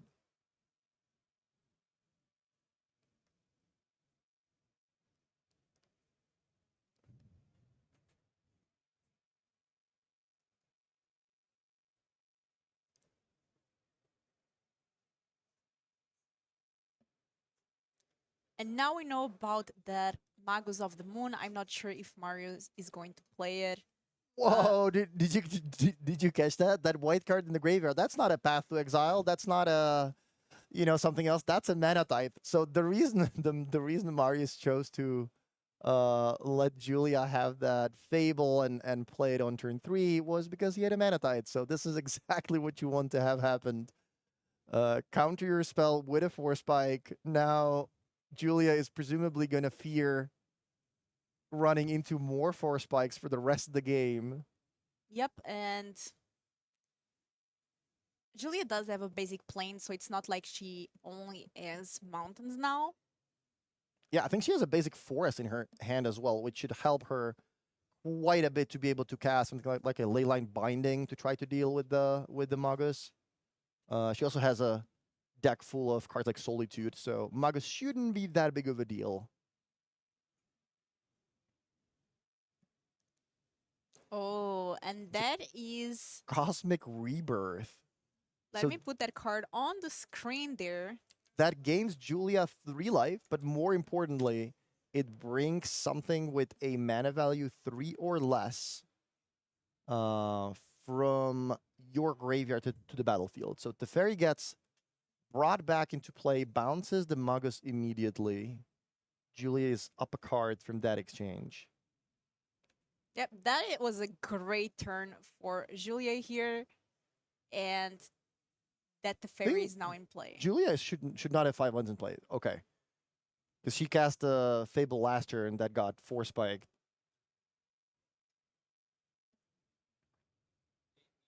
That was corrected right away. And now Marius will try to deal somehow with what's going on.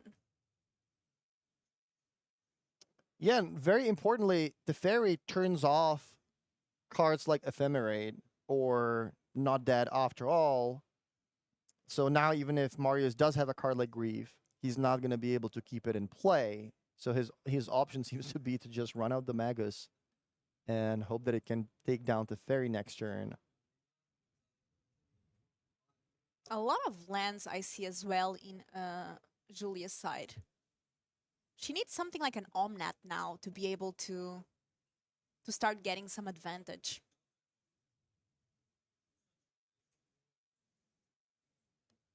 Three mana, we start with that Leyline Binding, taking care of the Magus of the Moon most likely.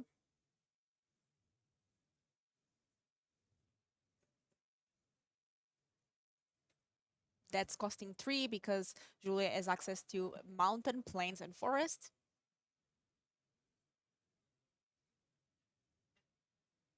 Land go. Yeah, Marius really needs to produce something, like add something to your board to start pressuring that Teferi. Because if you give this deck a lot of time, they will find Omnath eventually, start getting ahead on cards. All these triggers from all these lands. Maybe Teferi ticks up multiple times, lets you draw more cards, dig deeper into your deck. So Marius really needs to find a creature and start pressuring the Planeswalker here and start working on Julia's life total before she draws out of her slight mana flood at the moment. And Voidwalker is now into play. Julia is going to get a land. There's also one rings in Julia's deck, so that's another way Yeah. to start getting some card advantage.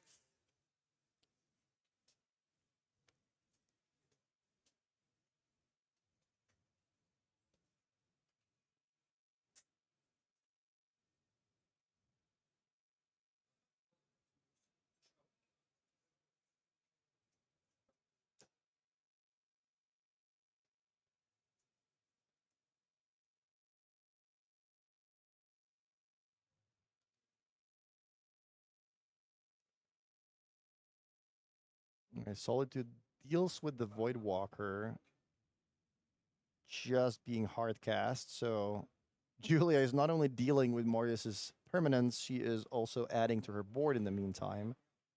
The Yeah. fairy with 3 counters. There's an Ephemerate in hand, which is pretty useless at the moment. Leyline Binding, taking care of the fairy, that's a first step into dealing with the board. And let's see if Marius does have anything to follow up. Oh, looks like we do have Grief taking a not dead after all. So here, Leyline Binding is the card and Ephemerate. Yeah, the Ephemerate keeps the grief around. But unfortunately for Marius, Julia just doesn't have any more spells. She just has a lot more lands. So Leyline Binding goes away, but the second trigger finds lands. Not only lands, but Busager can take care of that Leyline Binding, Oh, getting that's- the yeah. Teferi back. That's true. So a special land there for Julia. And again, like the channel lands being also so key in this format, especially this one.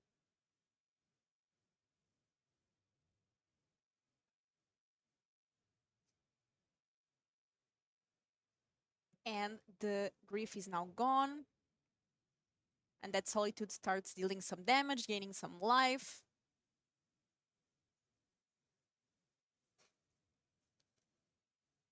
And just go.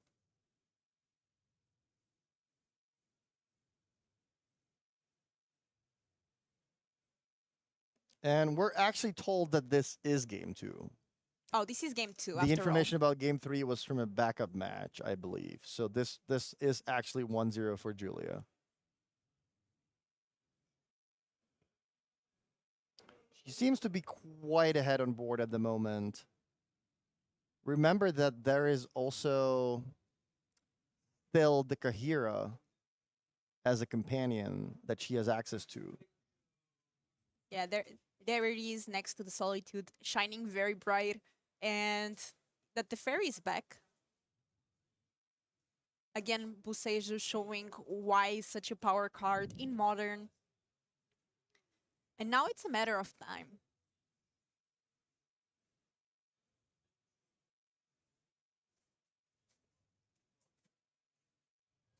And Kahira, as you said, now getting back from the companion area and being played immediately. Now the Solitude as +1/+1.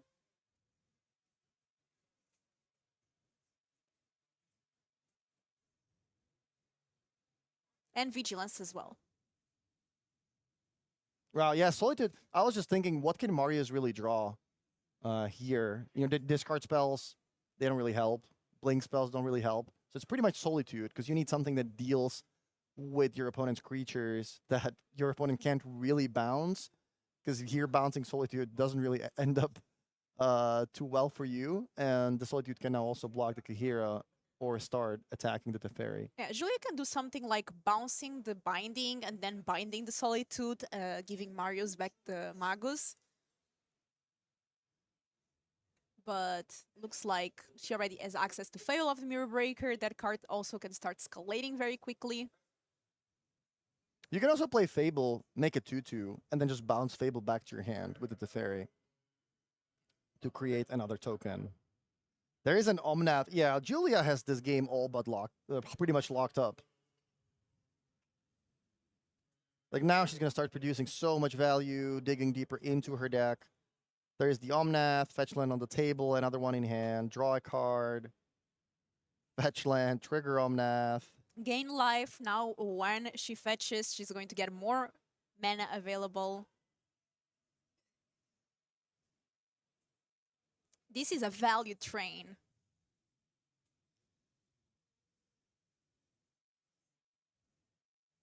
I think that's the survey land. So another trigger, no big deal. Storm count is 7. Where's that grape shot when we need it?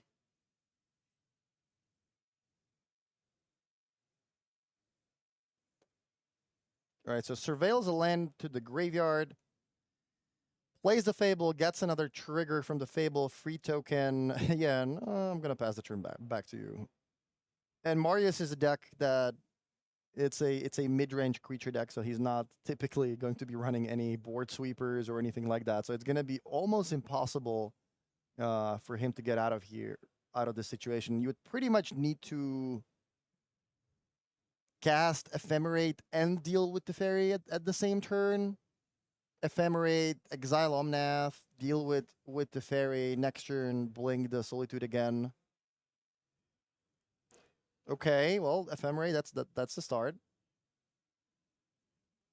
But now the fairy is still on the battlefield, so Julia does not have to be worried about any upkeep shenanigans just yet.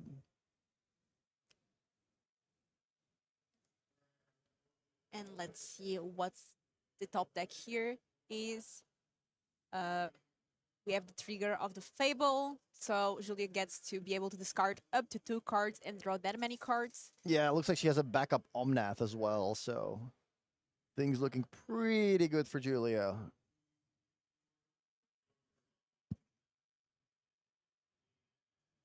Omnath, draw. I'm not sure if that's another Cosmic Rebirth. I think that's a Supreme Verdict. Oh.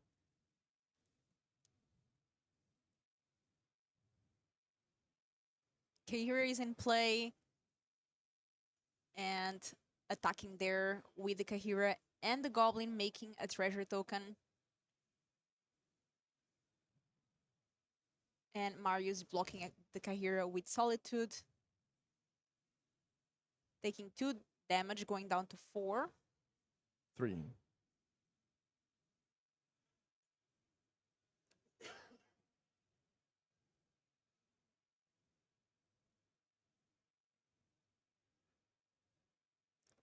Things are not looking up here. Well, Yeah, Lauren is great against ley lines, but here Marius is only getting back the Magus, so maybe he just gets rid of the Fable instead. But that doesn't really look that's to be not enough. enough. Yeah. The fairy can also minus. And there's another Solitude in hand. Yeah, another great pickup for Julia. She can sort of force Marius's hand by maybe activating the fairy first. She starts by using Solitude on the giver, gives protection to the Lauren.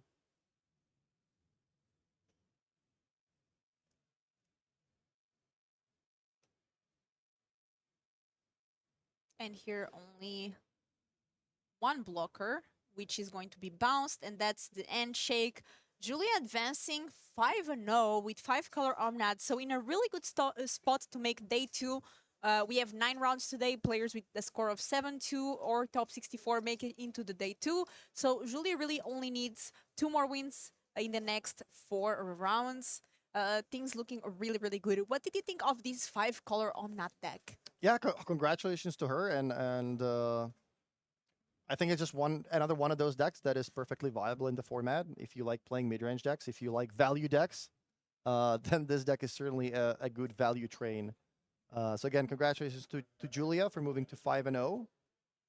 And looks like we have another backup for you between Mono Blue Tron. That is a deck that I enjoy quite a bit. Playing against Golgari Yavmod. And let's try to make sense of the gameplay of the board state here. There's a Karn on Mark's side, on David's side playing Yagmod. There's a lot of things going on. There's a Tarmogoyf, there's Undying Wolf in set tokens from Grist. Yeah, looks like that Karn just fetched the Wormcoil engine that Mark is presumably going to be trying to use to stay alive against a lot of small creatures on David's side of the battlefield. No Yavmod just yet.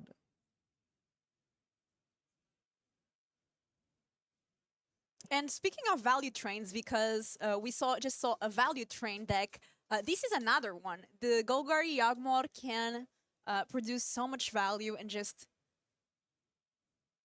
win out of nowhere sometimes.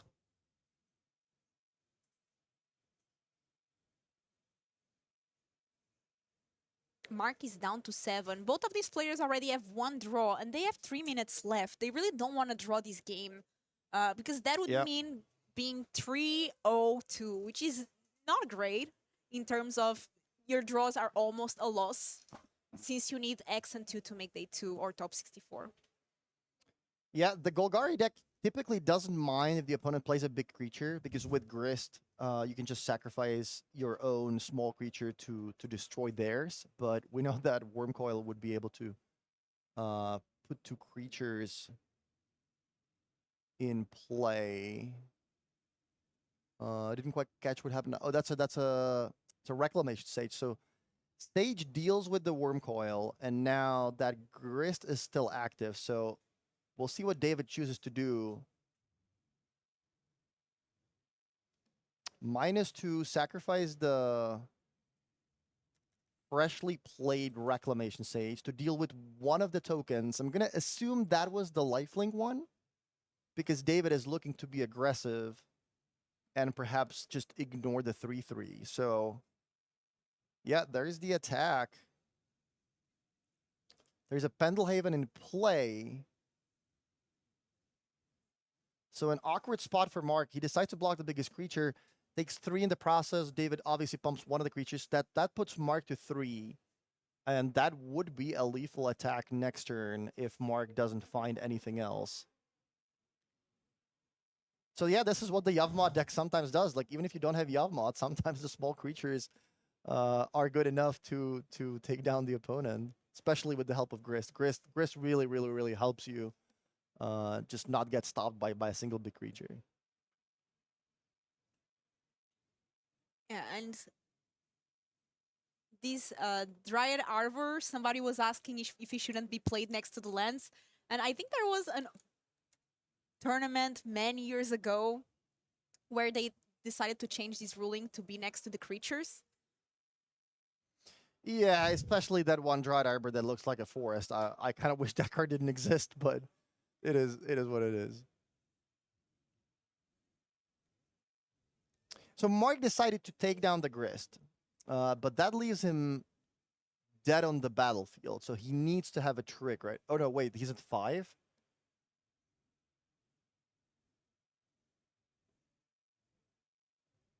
I guess I must have missed something. I thought last turn he was at 7 and he took 4.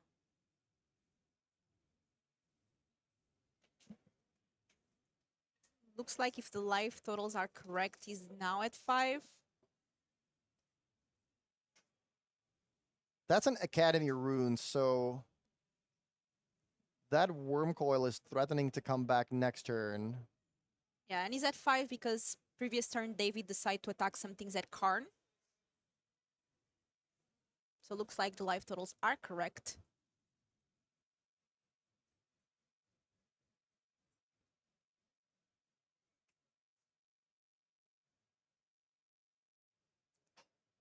Attack with everything, activate Pendelhaven, and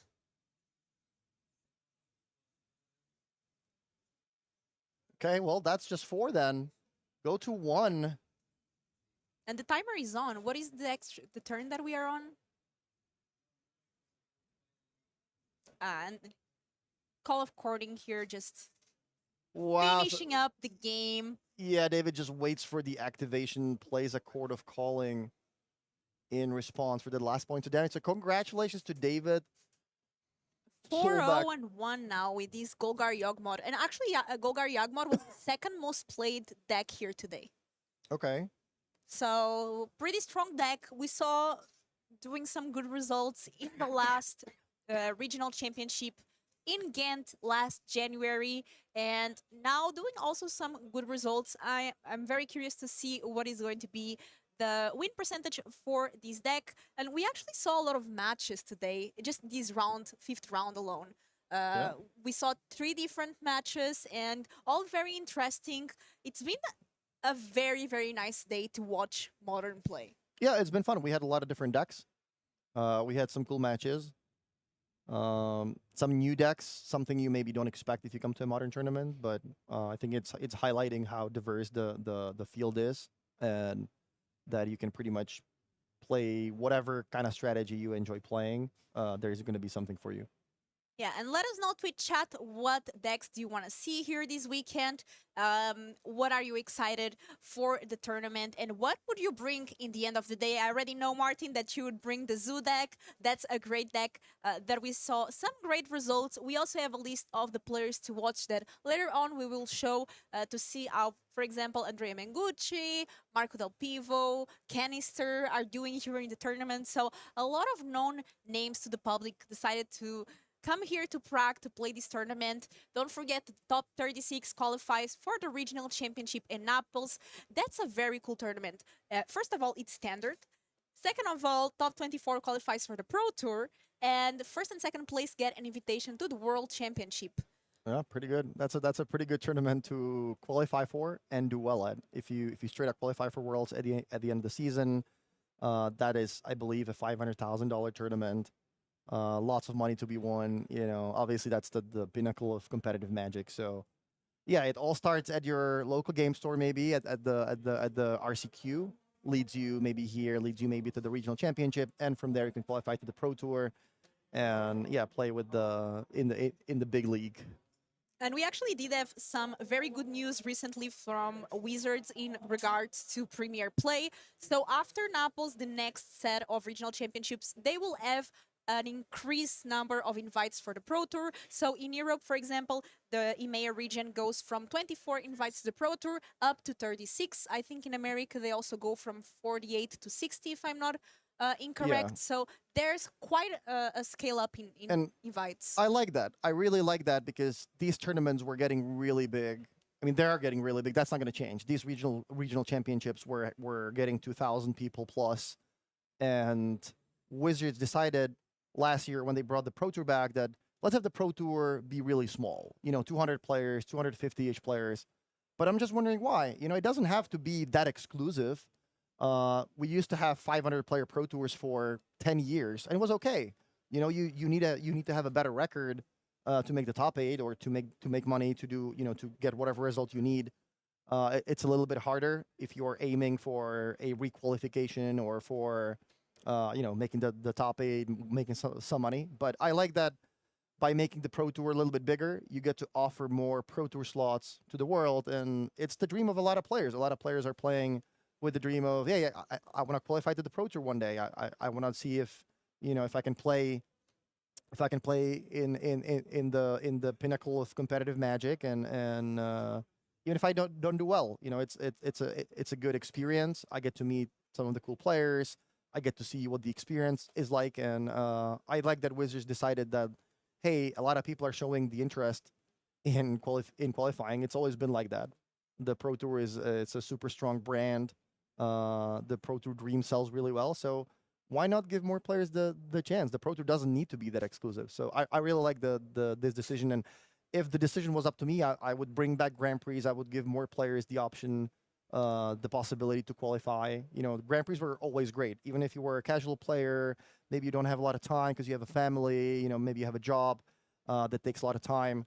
Grand Prix were always a nice way to, hey, I'll take 1 weekend off, and I'm playing this one big tournament. If I do well, great. Top 8 qualifies me for the Pro Tour. That's what I want.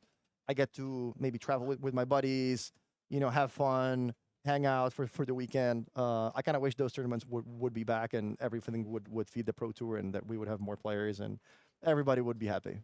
Yeah, it looks like a lot more interest is showing for these tournaments. As you said, the regional championships, they are having more people. I remember the first regional championships that we did, it had around 400 or 500 people. Now it's up to 1,000 that we saw, almost 1,000 players in Ghent qualified for the regional championship. So it's nice that we're having more invites for the Pro Tour. But Will is like telling me, cut the round, Yeah. because it's time for us to end round 5, and round 6 will start soon with Yellow Out and also with Will All. We'll be right back.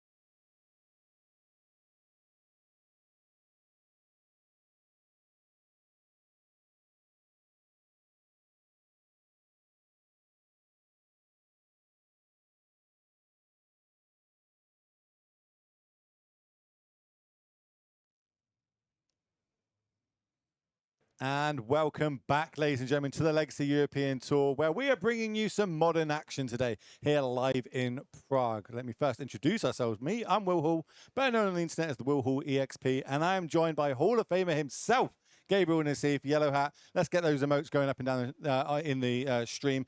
And what's going on this weekend? Well, I said a lot of moderns going on. We've got 554 players all battling it out to try and get into day number 2. They need 18 points or better. That's a 6-3 record to get into day 2, get invited back, and then they're going to be battling out to see who can walk away with some lovely prizes. Let's get the prizes on the screen for everybody to have a little look at. So this is what we've got up for grabs this weekend. Obviously, there's some ticks and some money for everybody going from 8th place down, or from 9th place down to 64th. But realistically, you want to get yourself into that top 8 bracket. If you actually get yourself there, not only are you going to be probably have a feature match tomorrow at some point on the camera, but you're going to be playing for the big money. The winner tomorrow gets to take $5,500, 20 booster boxes. You're going to need that $5,500 to get the extra luggage across on that plane on the way home. You also get a nice little coupon there. Thank you. Shout out to Card Market. But more importantly, you get the qualification to Naples. That is the regional championships. That's where the best players in Europe are going to come together, ballot out, and try and get themselves to the Pro Tour. So you can then meet this gentleman to my right. He's going to play in them all. He's always in them, or top 8 in them. You haven't not played in one, I don't think, since we come back from COVID, right? Yeah, I got a little help. I guess I didn't have to use my Hall of Fame invite technically yet, so Humble brag. Yeah, I don't did it even the need hard the Hall of way. Fame invite. it'll come in handy at some point, I'm sure. Must be nice. And on top of that, we're going to give $250 of flight credit to try and help the players that manage to get these top 8 to Naples. Kind of get that burden, pay for the hotel, pay for the flight, wherever it needs to be. But we want to get as many people playing Paper Magic as we possibly can. But remember, the format for that will be standard, which is the Pro Tour that you've got coming up over in Seattle. So it's going to be really interesting how that dynamic, people qualifying for modern, playing in a standard Pro Tour. But enough of me talking. Let's get down to the match. Let's see which 2 players we've got and what decks they are playing. Gab, talk me through it. What decks are they playing down at the feature match? Yeah, table 1 went easy mode, table 1, table 2 this round, but we got Asmo Reanimator in table 1, so it's got the Asmo cookbook engine, was Urza Saga, as well as trying to put not a track sign to play, but Emrakul, or maybe also a track sign, but yeah, Goryo's Vengeance, as well as Emrakul, and yeah, that's it. There's also Rona, Retraction Helix combo potentially. Infinite Mana was Mox Amber, so lots of things going on in this list. Not a deck you see a ton. I think I've played against it online maybe once or twice in my life. So not only is it not open deck list, but by the time you realize what hits you, you might be ready for.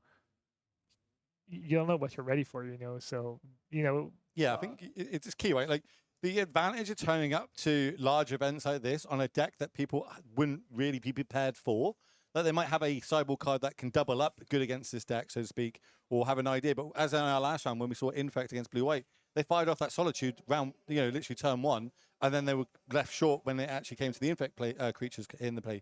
So, this is a kind of a big advantage moving forward. Just turning up with decks that people don't know. And Asmo's seen a lot more play this weekend than I thought it was going to be. I still don't think there's a good cookbook deck yet.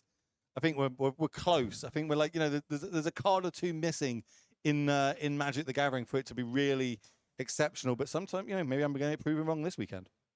Yeah, exactly. You're Sebastian. You see turn 1 Soulscar Mage. You pretty much know what you're up against. Yeah. You're Walter. You see turn 1 Osmo. You've got some idea, but you might not be ready for the Emrakul kill. You might have played slightly differently. So. Here's the best start for him. We're going to start off with a turn 1 creature, turn 2 Taylor Swift Spear. We're going to see a Lightning Bolt take out that Asmo. That's going to do some Prash triggers, and 4 points of damage are going to come across. Dropping Sep down already to 13, and he doesn't even play a second life land yet. Yeah, winning the die roll, nice curve out. Good hand for Sebastian to turn 1 Asmo into Rona. That's what, thank you. I was looking at that. That is Rona, isn't it? Again, another card doesn't see too much modern play, but very powerful. I could draft this a lot in Vintage Cube. Just said a lot. I play this one a lot in Vintage Cube.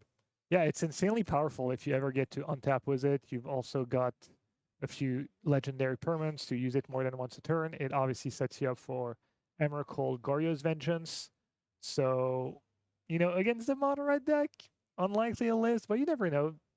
Well, if it does live, potentially next time we see an Emrakul on the battlefield, and that's generally just going to be game, right? You've got no permanents left, and you're at 2 life. It's going to be a real big uphill battle for a while because they don't potentially play many lands. I'm going to have a look at land count. I'm seeing not many. That's an actual number in case anyone was wondering. Not many. 19. There you go. 19 lands. Yeah, we see the Emrakul in Sebastian hand. We see Goryo's Vengeance. So I don't know if someone has better eyes than me in the chat. I see a Fort Seas. I see an Emrakul. I see. Is that this can't be an Ephemery. Surely we're not playing that in this list. No. It's not quite killer level of flicking cards in hand, but Definitely a Polluted Delta. all right. Pass. No burn spell for thought that was Rona. Goya's off No the other top then. spell. It was just a Daredevil off the top. I thought it was Goya's. I imagine we'll find out really quickly if it is. You know what I mean? I don't think we're not playing around anything here. None of this end of turn shenanigans. It's just going to be a straight up activate, discard, trigger on the stack, return it. Got a 15/15 with haste that's got Annihilate 6. Yeah, obviously it was 2 red mana up. Walter's not going to have ways to interact with an Emrakul. Do we have it? That's it. Do we have a Goyas or are we going to be digging? I think that's double Fort Seas. There's one card I can't quite make out. It might be another Asmo. There's a Daredevil too. I don't know if you mentioned that one. Yeah. In the cookbook. Well, Cookbook can generate food, which can generate life, but does cost a lot of our resources to do that. And this is kind of what the Paris wants to do, right? They want to, as I spoke about, kill you while you've got a grip for the cards in your hand. You need time to set up. I'm not giving you that time to set up. I'm turning everything sideways. And how much more life are we willing to lose? At 9, we are dead to potentially 3 lightning bolt effects. Fort Seas is Bolton must be ecstatic seeing this. Okay, hello. This is one we pops up occasionally here. Yeah. This is going to be a questing druid. Exile the top 2. We can play them to the end of our next turn. Hence the teamer in the deck name. And then that's going to go on an adventure. Need to go lash up the feature match with some adventure tokens that I've just had made. Yeah, a card that didn't prove itself quite worth it in a deck like Teamer Murktide, but definitely good enough for the Prowess decks. So a little bit just too slow, I think, for those decks. But it's doing really good things here for Warad. Does it actually have a hard way to cast it? Yeah, it does have a couple of stomping grounds in the decks. Can use the main part of the card, I should say. Yeah, it's a little slow and a little awkward when you have cards like Counterspell in your deck. And we see Sebastian that does the math, doesn't have a way to do much, and just dead on board. Yeah, gonna scoop them up.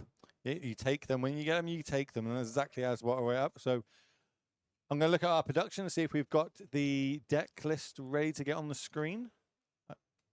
I haven't got any thumbs up. Oh, I'm getting a nod. I think we can get this on the screen for everybody to have a little look at. Give us 2 seconds and we'll get that on. And like magic, skadoosh. Okay, we're going to start off with the Asmo Reanimator list. So this is the 75 they bought this weekend. Anything in this sideboard that you like? All right, so potentially Bone Shards, Haywire Might, Spellbomb and Haywire Might, maybe to fight a card like Breach. Haywire Might just speed bomb, gain life, not super impactful if you're not getting rid of a Breach. So we'll see if that one comes in. And Fatal Push looks amazing. Potentially Veil of Summer. Usually these Prowess decks don't have counters in the main, but they do board in cards like Spell Pierce and Flusterstorm.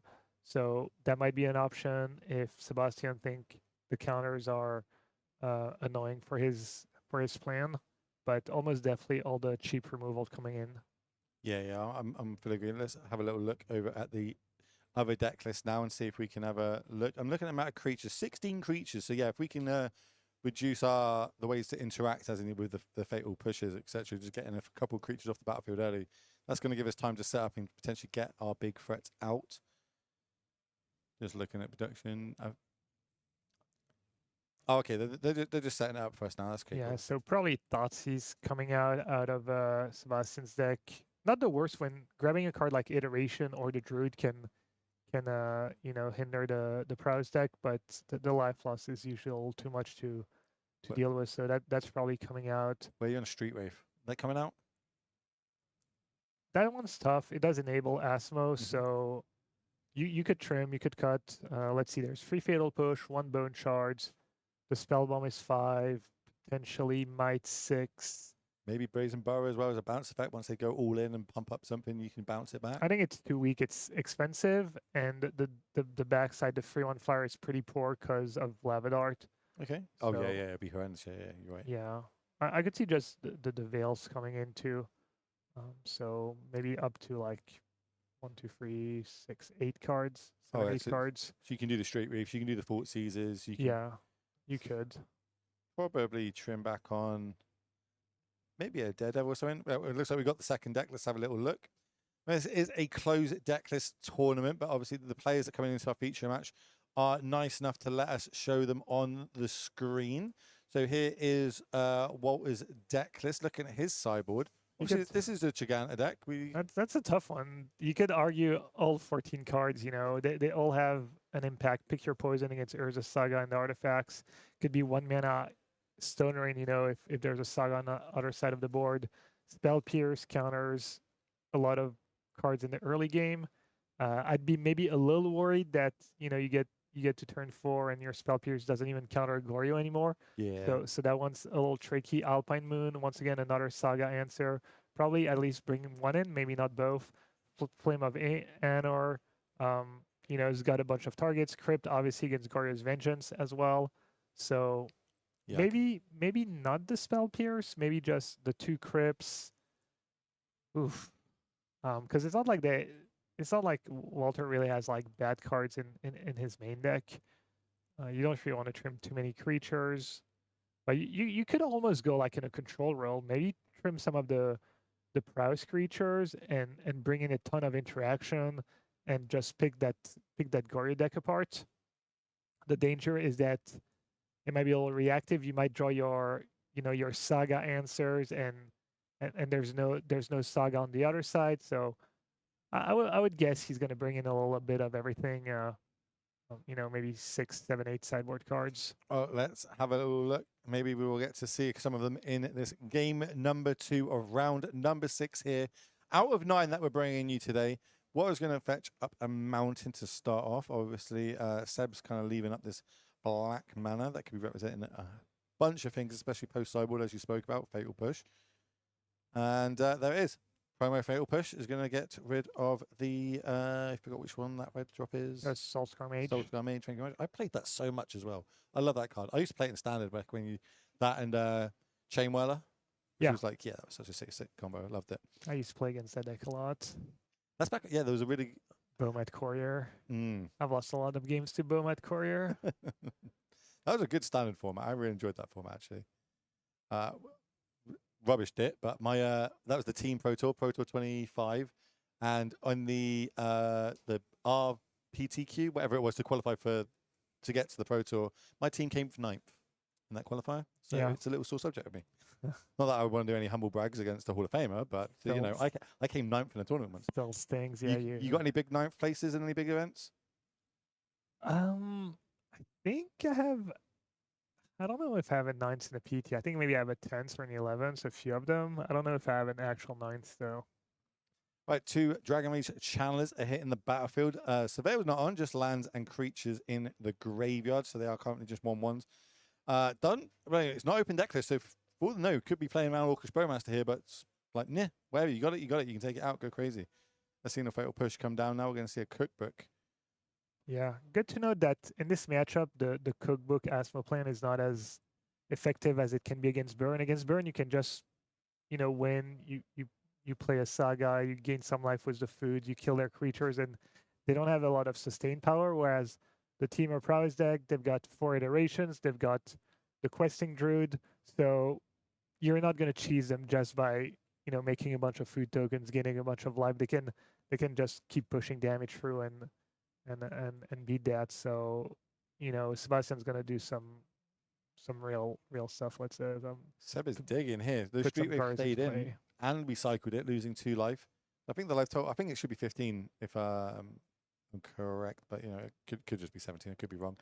We're going to follow that up with. I think it's just 1 from the fetch lane and 2 from the Street Wraith. Right, no Alright, other nice. damage yet. You are right. That's me. That's why you're here. You see, someone needs to keep me in check, otherwise I get a bit crazy. start throwing random numbers out here. Anything above 10 infect players, we get confused. You see. End of turn. Is this end of turn?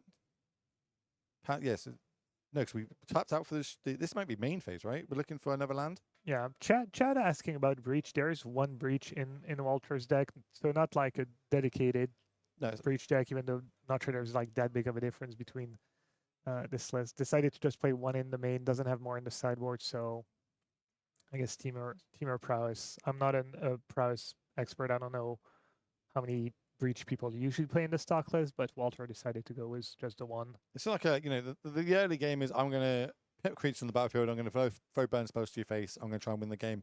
If it gets to more the late game and we can top deck that, potentially we try and get like the last 10 minus life totals down with just recurring lightning bolts over and over. So I think that's the idea of just the one-off breach. I kind of like just a one-off breach as well, to be fair. It's pretty sweet. We're going to see an Unholy Heat here being cast. Double survey triggers. I don't think it's on right now. We land instant sorcery. So we're still missing one creature type. So this still is only going to be 2 points of damage. They're just going to move the graveyard for us a little bit. Trigana is in the companion zone. They are making it all nice and easier for us here in coverage. And chat pointing out that breach plus mutagenic growth can sometimes be lethal, just like, recurring it, pumping it up with multiple Dragon Rage channelers, refilling your graveyard, recasting it for 2 life every time. I like that. Don't hate it.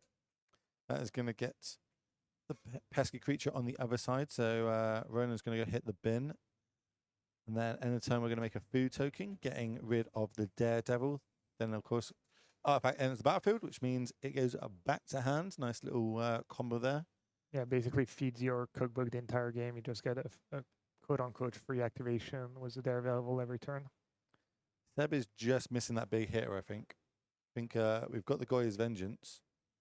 We just need a big fatty to get out. Ideally, Emrakul. There's no like Gristlebrand or something crazy like that, is there, to bring? No. Be a nice one out the board. A little rough to be relying on a free toughness creature against a red deck. Yeah, it's not the discard outlet that's crazy here, because obviously we've got Cookbook. So yeah, Rona is literally just a blocker at the minute and a way to kind of turn and burn through the deck if needs be. Which at the minute Seb does need that one big hit. And Walter being at 15 life in Emrakul would be lethal. If it resolves, there could be all sorts of mana things on the other side. It could be Spell Piercers floating around. It could be a Flusterstorm. Seb doesn't really know because this is a closed deck. This tournament, remember. Yeah. He's going to get to a point where it's not going to matter. He's not going to be able to play around anything anyway. So if he draws that, he's just going to go for it. The question is, can he live? Like, can he even live through this turn? Well, that's what I would say. Now Delirium is turned on with that artifact, with that bauble. Ooh, Lavadard in the yard is huge for prowess, free spell, more surveil triggers. Just I think we have to really block. nice hit. We do have 3 life from the food token as well. What are these last cards in Walter's hand? One of them is there might be 2 land. Yeah, it's 2 land. It's okay. So you're saying there's a chance. There's a chance that this is going to be what 1 price list. Currently, this is 10 damage, right? If we use the lava dart from the graveyard on the battlefield, at the minute it's only 8. Hard. I was about to say we're shocking that in, so we're gonna play this, get our value where we can, get extra permanents on the battlefield, turn everything sideways. Now this is the sort of magic I like to play, Gab. I like to turn everything sideways and just be like, "Are you dead?" So is he? No, not of the current state of the hand. This unless there's double lava dart and we've missed one. Correct. Which I don't think we are. So now Sebastian's wondering if he has to chum block with Rona because there's a lava dart in the graveyard. Obviously, he can't block the channelers. They have flying.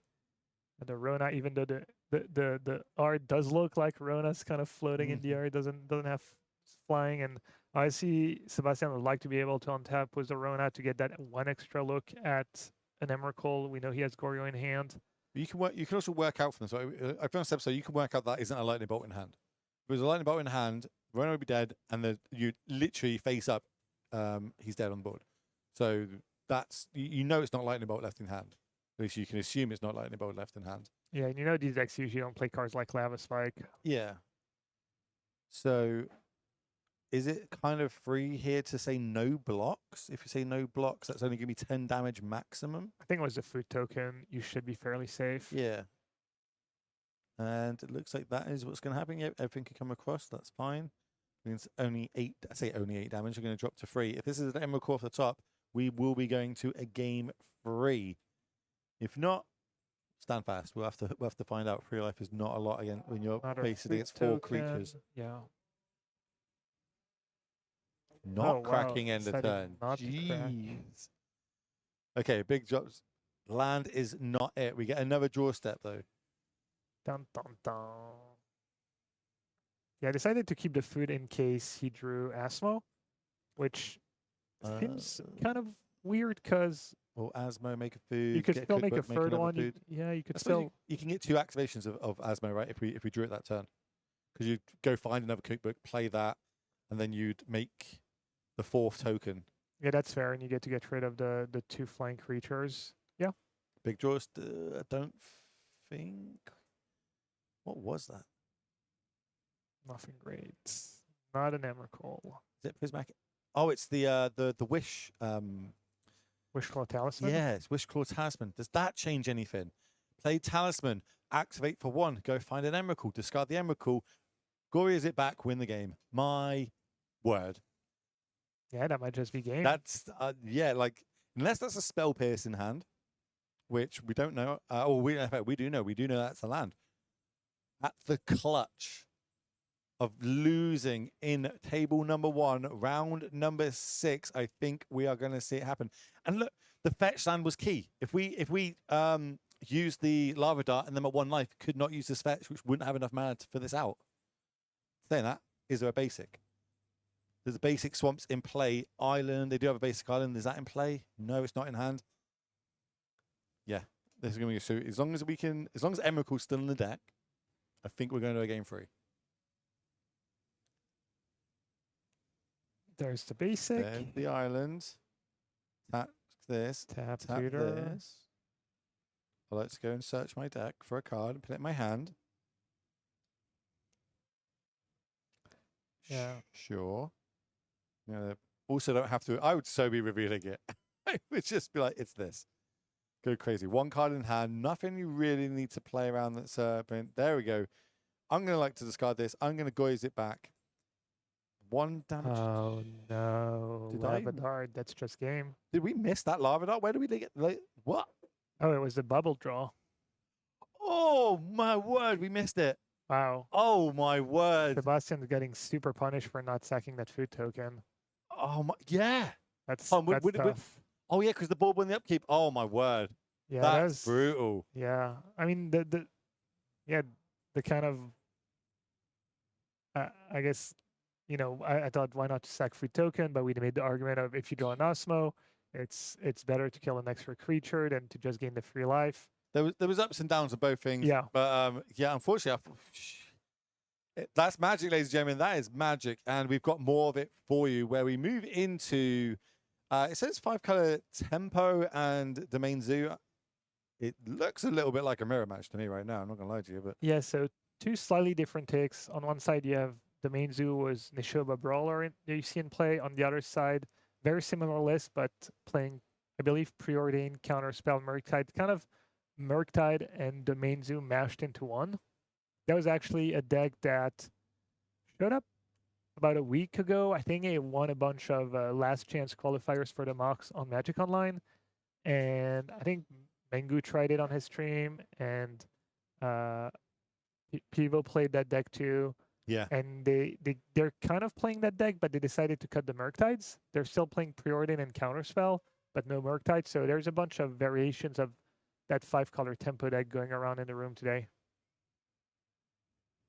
Well, let's find out which one is best. Remember, this is table number 2.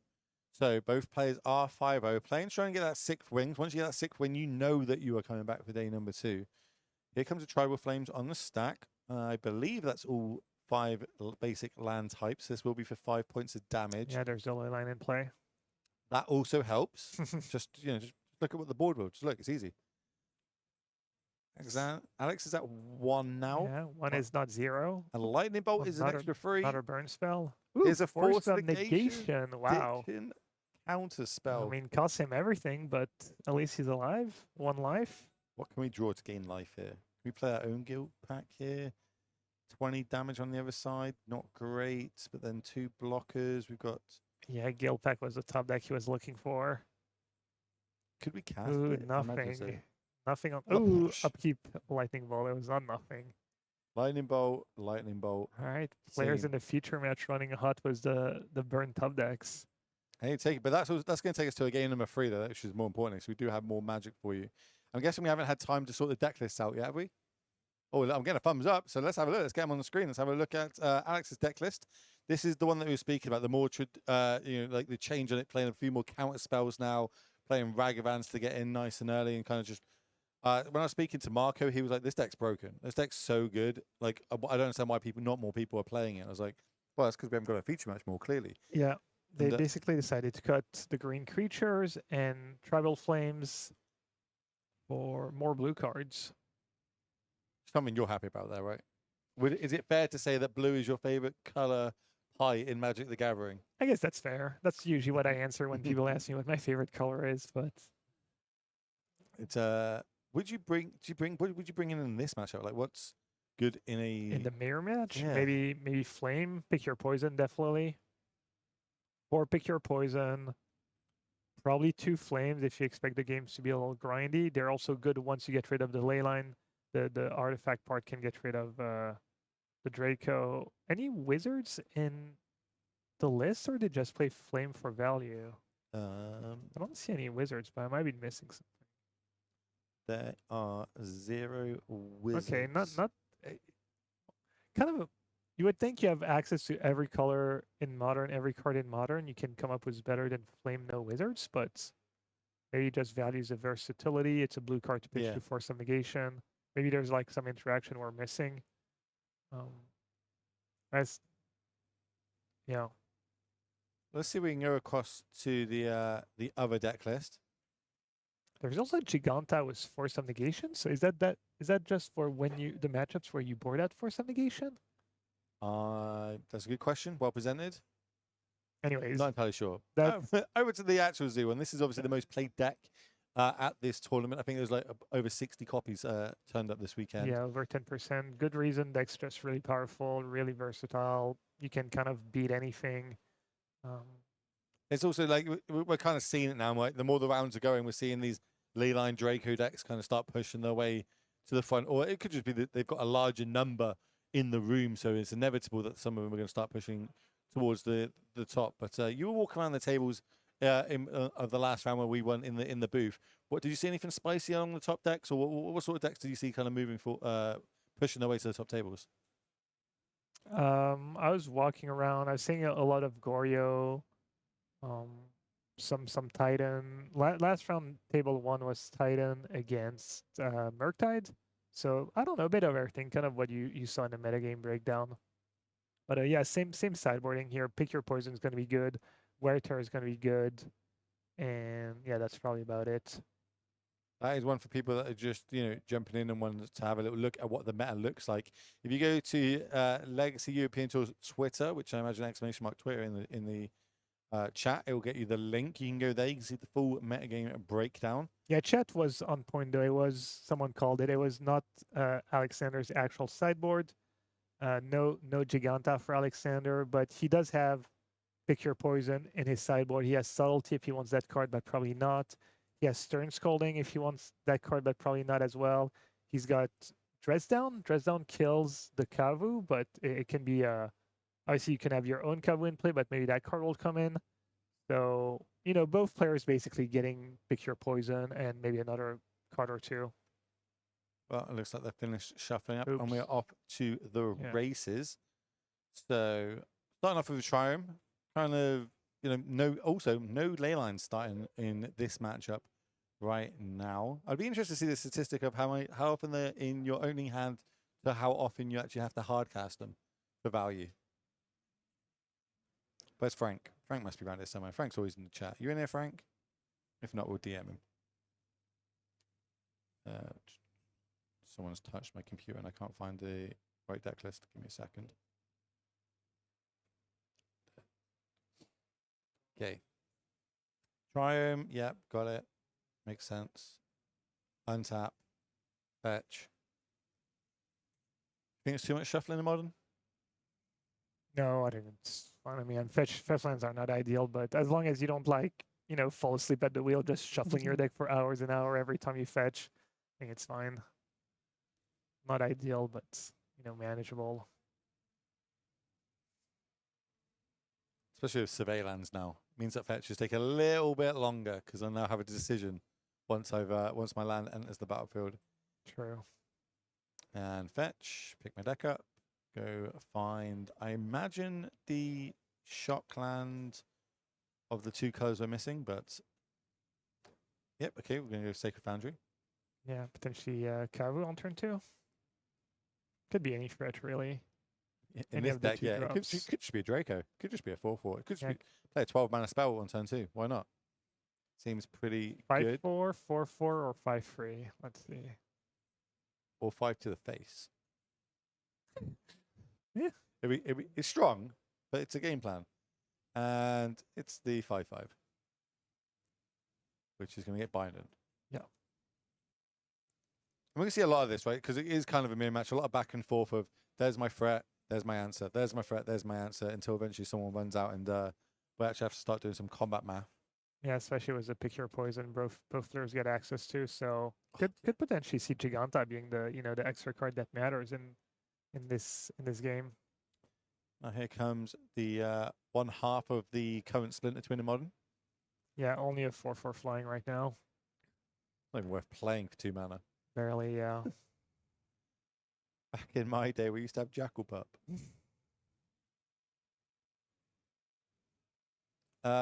What's the difference between 4 and 5 color tempo and domain? The tempo's basically not playing any of the green creatures and replace them with counter magic.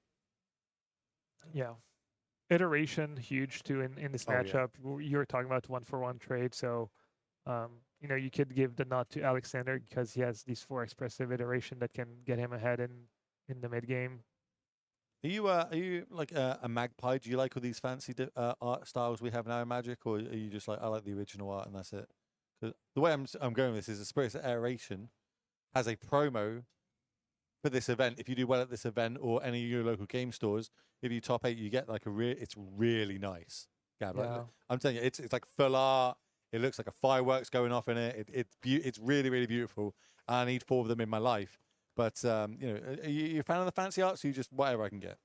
It depends. Some look cool, some don't, I guess. Oh yeah. Look, there's some secret layers that, in my opinion, shouldn't probably be secret layers, but here we are. It is a little annoying when you can't really tell which land's which, or the basics, the swamp that looks like they're reddish in mountains. Also, the dual lands that kind of all look the same, especially on Arena. I spend my time constantly scrolling over my opponent's lands, make sure they don't have a creature land in play, stuff like that. But I guess there's only so many different ways you can make a blue-black dual land look when you're an artist. It's probably not easy to. It's nice to know that you still haven't got over the creature lands. Try to harbor. Yeah. Look, I didn't say anything. We haven't had it on camera with us yet. I've been saving that one in the back pocket, ready for when it happens. But I like what I see in Plato. I like on Alexei's side way. There's some how do you say, some coherence in the lands. They kind of all have the same frame, the same borders. Are you a white or black border basic? White or black? I'm black bordered. Good. That's fine. Guy in general, but I don't mind that the white bordered basic tech to fetch faster. Some pretty unlimited white. Oof, white border basics. I understand. I like the concept and the idea of it. I just don't like how it's executed. Like, paint them blue. I don't know, something like that. But these days, everything's full art, so you don't need to do that. There is no border on it. And back to the matchup. Basically, we've had a lot of resources trading back and forth, and we're back where we started when we started our conversation. There's still a Draco on the battlefield, and it's still turned sideways. Yeah, Draco just slowly, or not slowly, getting at Alexei's life total down to 12. Alexei got his Ragavan dealt with a lightning bolt, so He's looking for his own binding, a pick your poison, something to get rid of a Draco, or something bigger than a Draco potentially. We see a Fishland coming up. Mana number 4. Could just be a hard cast Leyline, maybe set up a Draco for next turn. Do we have the life total to play with that? It's really risky though, right? If there's a lot of burn just sitting there in Axe's hand. And it is closed deck list, so don't really know what we're doing, but yeah, going with the line. Just Yeah, Leyline that it's not that technically- powerful when you hardcast it. it doesn't do anything right now, but it could just be game winning with a Draco, and Alexander lets it resolve. Gonna go So- get. Leyline gives everything all colors types, right? Mhm. And it obviously works really well with Draco because Draco gives all your creatures trample, lifelink, vigilance, hexproof, missing one. Trample, did you say Yep. first strike? First strike, that's the one I was missing. First strike. So definitely a setup turn, but if there's double burn spell on the other side, we are gonna see I say Alex, but then I realize they're both called Alex. I Yeah, think there's Alexei and Alexander, yeah. Draco's gonna come across. Yeah, down to 7, not quite in Travel Flames range yet, but getting close, Double Tribal Flames range though. potentially. What we got? No pick your poison to get rid of the Leyline, but he could just be saving it to name Artifact next turn to get rid of the Draco, and that's the setup I was talking about last turn. Leyline first, and Draco. So no answer from Alexander, and we might just see a giant swing if there's no pick your poison on the tempo side. Are we seeing Splinter Twin? Is that what you're telling me right now? Splinter Twin is complete. We've got a Splinter Twin situation indeed. What are your thoughts on Splinter Twin? Do you think it's unban worthy? Let's get the chat going. Watch chat go crazy now. And there it is, pick your poison. Gonna be naming Artifact, I'm assuming. Do you pick Artifact just so you can get another 4 points across in the air? I would Knowing that- assume so, yeah. You know, coming across, yeah. I was gonna say, is there any merit to just getting it off and being happy with the trade? As we're going to see a Leyline come down, that's Ooh, going to and eat the a counter spell, dropping down to 3 now. We're in all sorts of burn range. Yeah. 2 mana up, but only 1 card in hand. No burn left. Potentially another counter spell. I don't know if he has double blue up yet. Or if he's down to 1 blue mana. Dash Dragavan.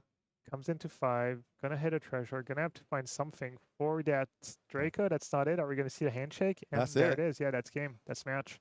That was kind of how I expected it to play out, right? Just, as I said, back and forth, resources until someone either runs out or someone's threat sticks. Went for the high upside line there of Leyline plus with the follow-up Draco to make sure it was safe. Pick Poison is a pretty good card right now Yeah. in the new set.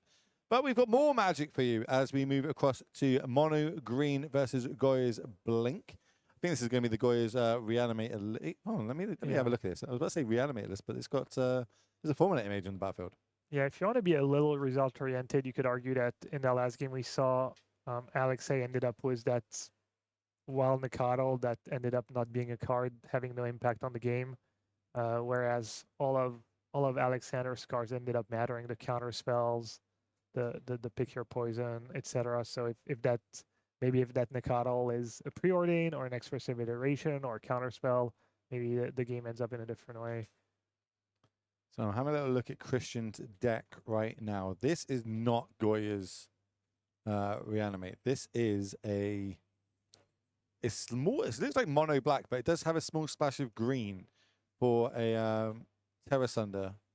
All right, yeah, they usually play Tarmogoyf too sometimes in these builds. It's basically like the Rakdos Evoke deck, except you're playing black-green.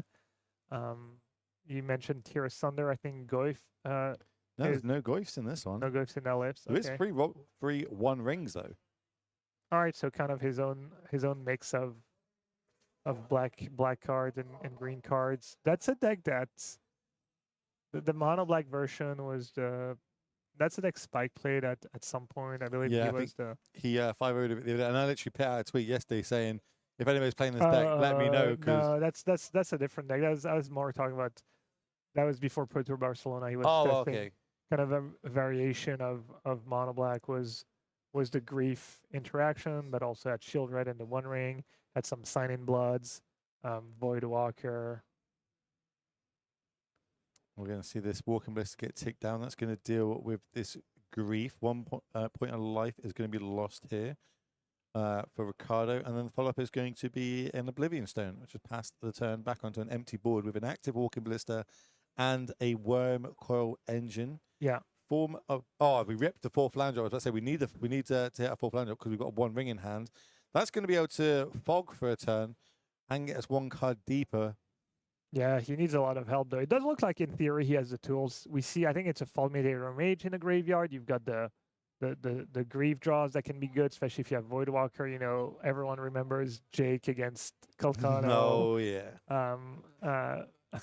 The Voidwalker Emrakul. So doesn't look like things are going solo for Christian here. Looks like he's extremely, extremely, extremely far behind. Let's see though. Never know. Yeah, like it's almost like the damage has been done. We've got these Fulminator Mages to deal with, like the lands, but that's only good in the early stages. In the later stages now, there's already the threats on the battlefield. The 1 ring is already on the battlefield now. That's an Assassin's Trophy. That's the 1 ring as a Saga. And I think it's 1 Undying Effect and maybe 2. Yeah, you've got chat going. It's like you've got your bag of tricks, right?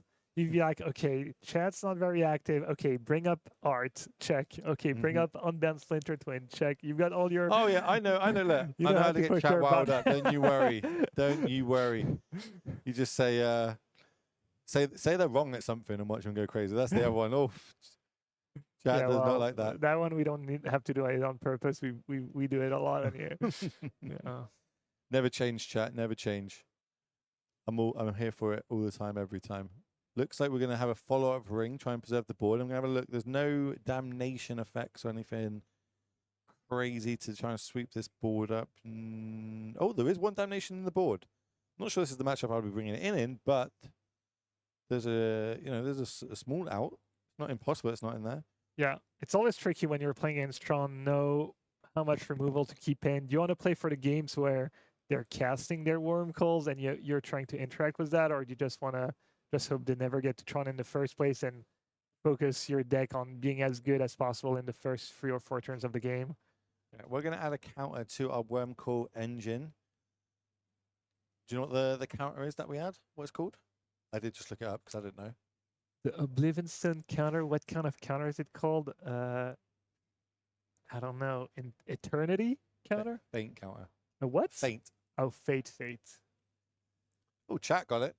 See, chat knows everything. Well done, Darren. Chat's armchair quarterback. He's probably Googling stuff. I know. They are the QB. Do you watch American football? This is probably a chat we should have off the not while we're on air, but you know, I've got into American football recently. No, it was funny though. I was at the airport and I was scrolling through Twitter and there was something about the March Madness, the basketball tournament going on, and I was watching the clip and then the guy next to me just started chatting me out. He was like, "Do you have a bracket?" So we talked for like 20 minutes. Cool. But no, I don't watch a ton of sports. Wow. The one thing I'm doing straight away after this tournament is England has a football game against Brazil. So I cannot wait to get back to the hotel and watch that one with some food. Sounds like it's just a friendly game, right? Well, we don't have friendlies in England. It's we have to win everything. Football's coming home. Did you not know? That'll probably get chat going as well. All right, where are we going? We are drawing more cards from the 1 ring. That's going to be another Undying Effect and another land. One of them being Castle, so we can go a little bit deeper in the deck if we want to, but it would be extremely painful if we did do that. Yeah. Maybe Probably no high impact card left in Christian's deck at this point. No exile removal spells, cards like the End, what even exiles in. I guess if you get a Voidwalker into play and then you kill the Wormcoil Engine, it gets exiled, but that seems like it's never going to happen against Ballista and Oblivion Stone. Yeah, I feel like this turn we might have had to run something like Dalfi into discard. The card that's discarded is an Ugin, and we're able to like untap. It doesn't even work. There's There's a Ballista in play with a bunch of mana up, so. That is also correct. And Oblivion Stone. That one's looking. We're getting that camera time. You know what I mean? It's not every day you get a feature match. You want to be able to go watch these back, tell your friends what's going on. But as you said there, we're going to see 2 counters, I believe, added to the Walking Blister. There's 1. 5 extra mana if you want to go that route. And looks like we decided against it. We don't need it. One Ring's going to untap. We're going to lose another point of life, dropping down to 6. But we do have a Walking Blister on the battlefield. Wrong, not a Wormcoil engine, which is still a 6/6. Does have a counter on it, but that's a fake counter. That isn't a +1/+1 counter. How often do you think Christian's opponents ask him why he's not playing Hammer Time? Sorry. You know, when you told me to just move on earlier, it's fine. Don't worry about it. It's fine. We'll just call it as it is. I can't even say that out loud, but it's funny, chat. Well, here comes the Assassin's Trophy. Yeah, I guess you did mention Tear Asunder earlier. Somehow, if Christian has a bunch of that in his deck, if he can just draw them all and one by one get rid of the frets. Well, we've dealt with one. Now, just unfortunately, 2 more turn up, and we get to a little bit more ramp on the other side, which I believe the 7 that gives us 12 mana now, doing this Assassin's Trophy. But you gotta do what you gotta do. You gotta live. And maybe the game plan is to tap top of our deck and hope it's a Damnation on top.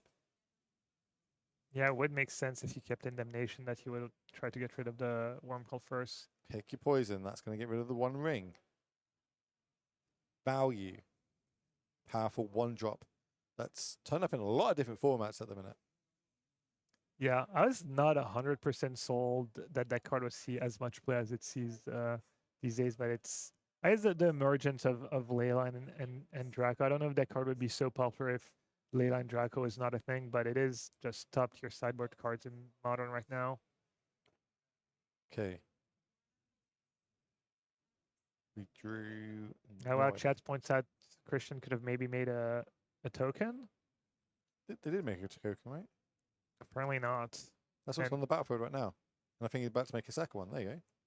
Yeah, but he could have done it in response to Pick Your Poison and could have sacked that instead of the 1 ring. Oh, chat is so big brain. That is good. Yeah, look, Christian missed it. I missed it. Chat didn't miss it. But now we're debating on this Saga trigger. What can it go find? Let's have a little look at the deck list because I've got it up in front of me. Spell Bomb, a Haywire Might. Yeah, so Ricardo basically is debating whether or not Christian might go get Pithing Needle, naming Oblivion Stone, and if that case, is it worth it for him to blow up the Oblivion Stone in response? He would be losing 2 Wormcoil tokens.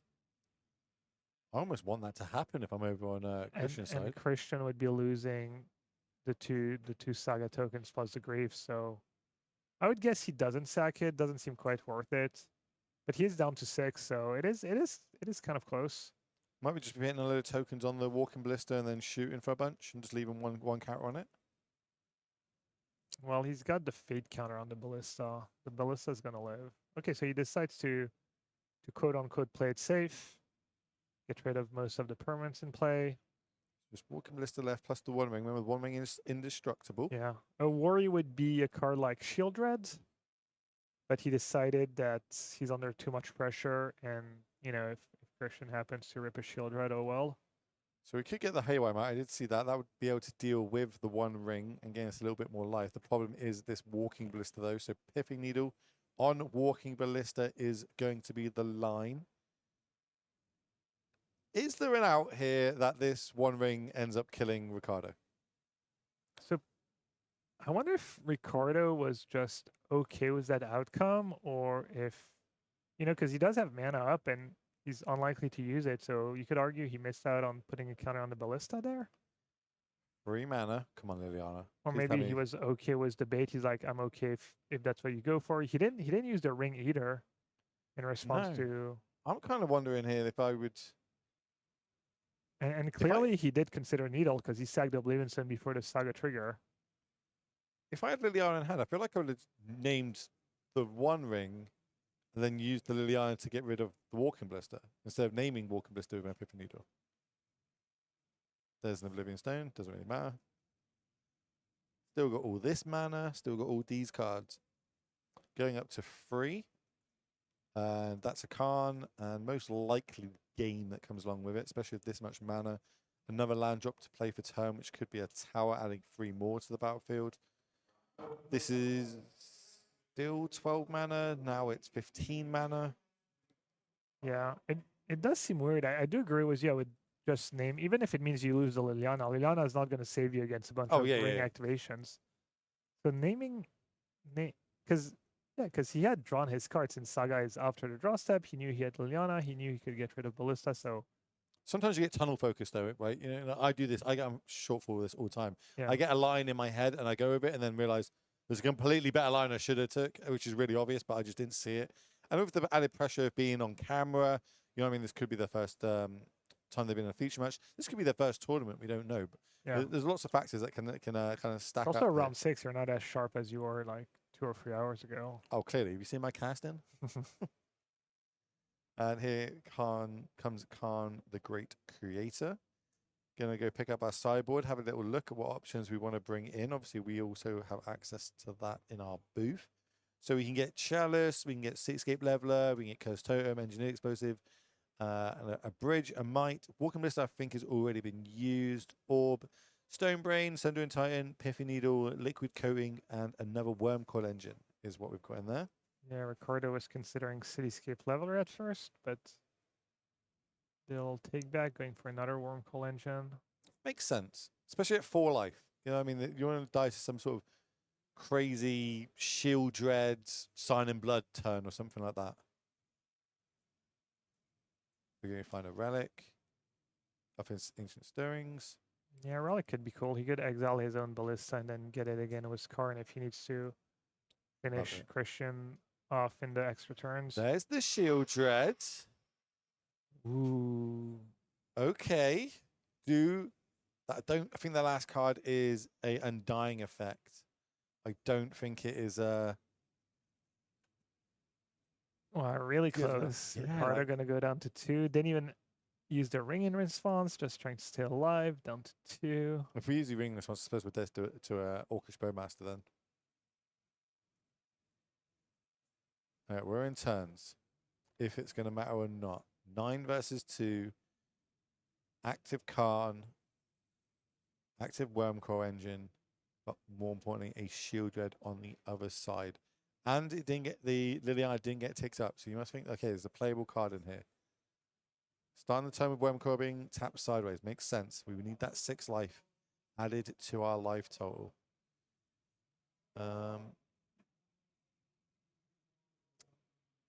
No, I was about to say, is there a way that we could have won this turn? But I don't think there is. We can't give something haste, right? Ricardo could have got rid of the Shield Red with Cityscape. He decided, you know what, if you want to block my Worm Call with Shield Red, I'm fine with that. I don't think it really matters what Ricardo does at this point. It does feel like he should be fine, but maybe Christian can get lucky with the One Ring giving him protection for a turn or 2. I'm not even sure that's enough because he's not drawing cards of the One Ring because of Karn. And Ballista can shoot at instant speed eventually. So there is... That's a Relic play sacking, and the play I was talking about just exiling the Ballista. He can go and get it, and I think he just has lethal. Well, there's another Karn. Yep, gonna go find it. This is a bucket load of mana. He only needs 8, and he has way more. Oh, way more. Way more than that. I think we've Oh, got good call. Needle. 14. There's still a needle on Ballista. Maybe I forgot about it. Maybe yeah. Ricardo forgot about it too, it looks like. Okay. Unless he has an answer for the needle. Did we ever besage you? Looks like he's far ahead enough that even if he did like miss that, he might be okay. So this is 10 mana currently floating. And this is 12. So we're making a 6/6 Walking Ballista potentially. Walking Ballista. Sure. Nope, that's the extra turns dice, but don't worry about it. Just steal it. Give me a 5/5.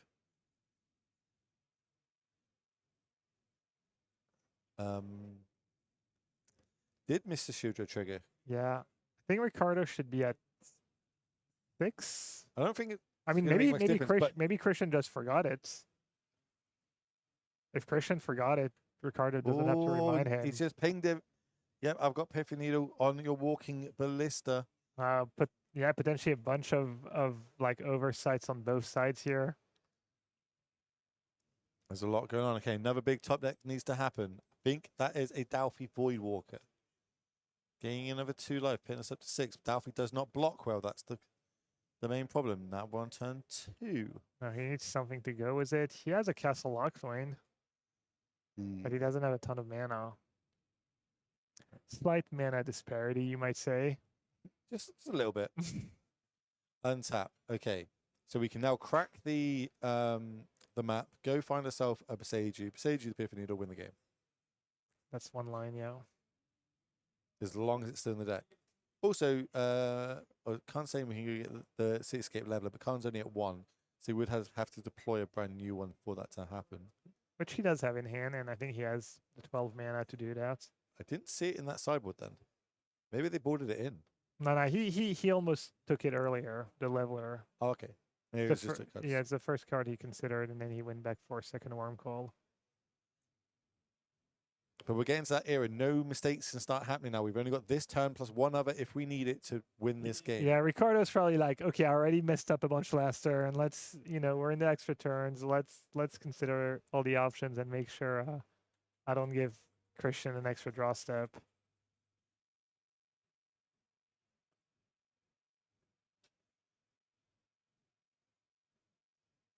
Cityscape leveler, 8 mana. And that's the Karn under the Voidwalker, all right. Yes. Leveler is a cast trigger, I believe. I feel like if we could have made our One Ring a 4/4 indestructible with the Karn before it left. Don't hate it, especially a Christian at 6. We are currently missing a point of damage. No, we're not, because we're just going to turn everything sideways and win the game anyway. But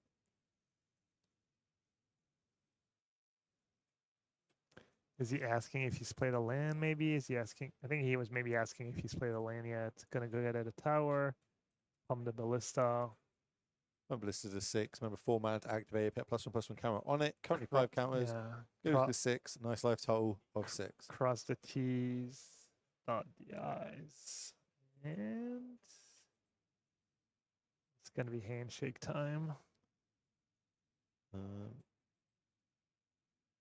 we going to do 1 life point at a time? Yes, we are. We're eating up. Look, I'm on a feature match. You need to do every single point to me, and I'll tell you yes or no if that happens. Tapping 2. What am I missing? Castle's 3 mana to activate, is it not? Might be a Citadel in play. I think there's a land behind the Overgrown Tomb there. Not that it's going to matter. They're going to lose 2 life, and then... Yeah, there you go. Just make sure, hon. You are conceding, right? You are conceding. Yeah, there was a lot of like uncertainty. Yeah, a lot of. Even Shelley's not going to get us out of that one, drawing again us a little bit of extra life. But here we are. Congratulations. We're going to see, a few more players start advancing now towards the later rounds, getting that coveted 6th win, 18 points that they need to make it into day number 2. Welcome back to the booth. Will Hall, Gab Nassif, obviously. This is Gab Nassif. I'm already pinching myself that we're still here. And that is round number 6. I'm going to just refresh my screen in front of me. Tell me how many games are left in the room.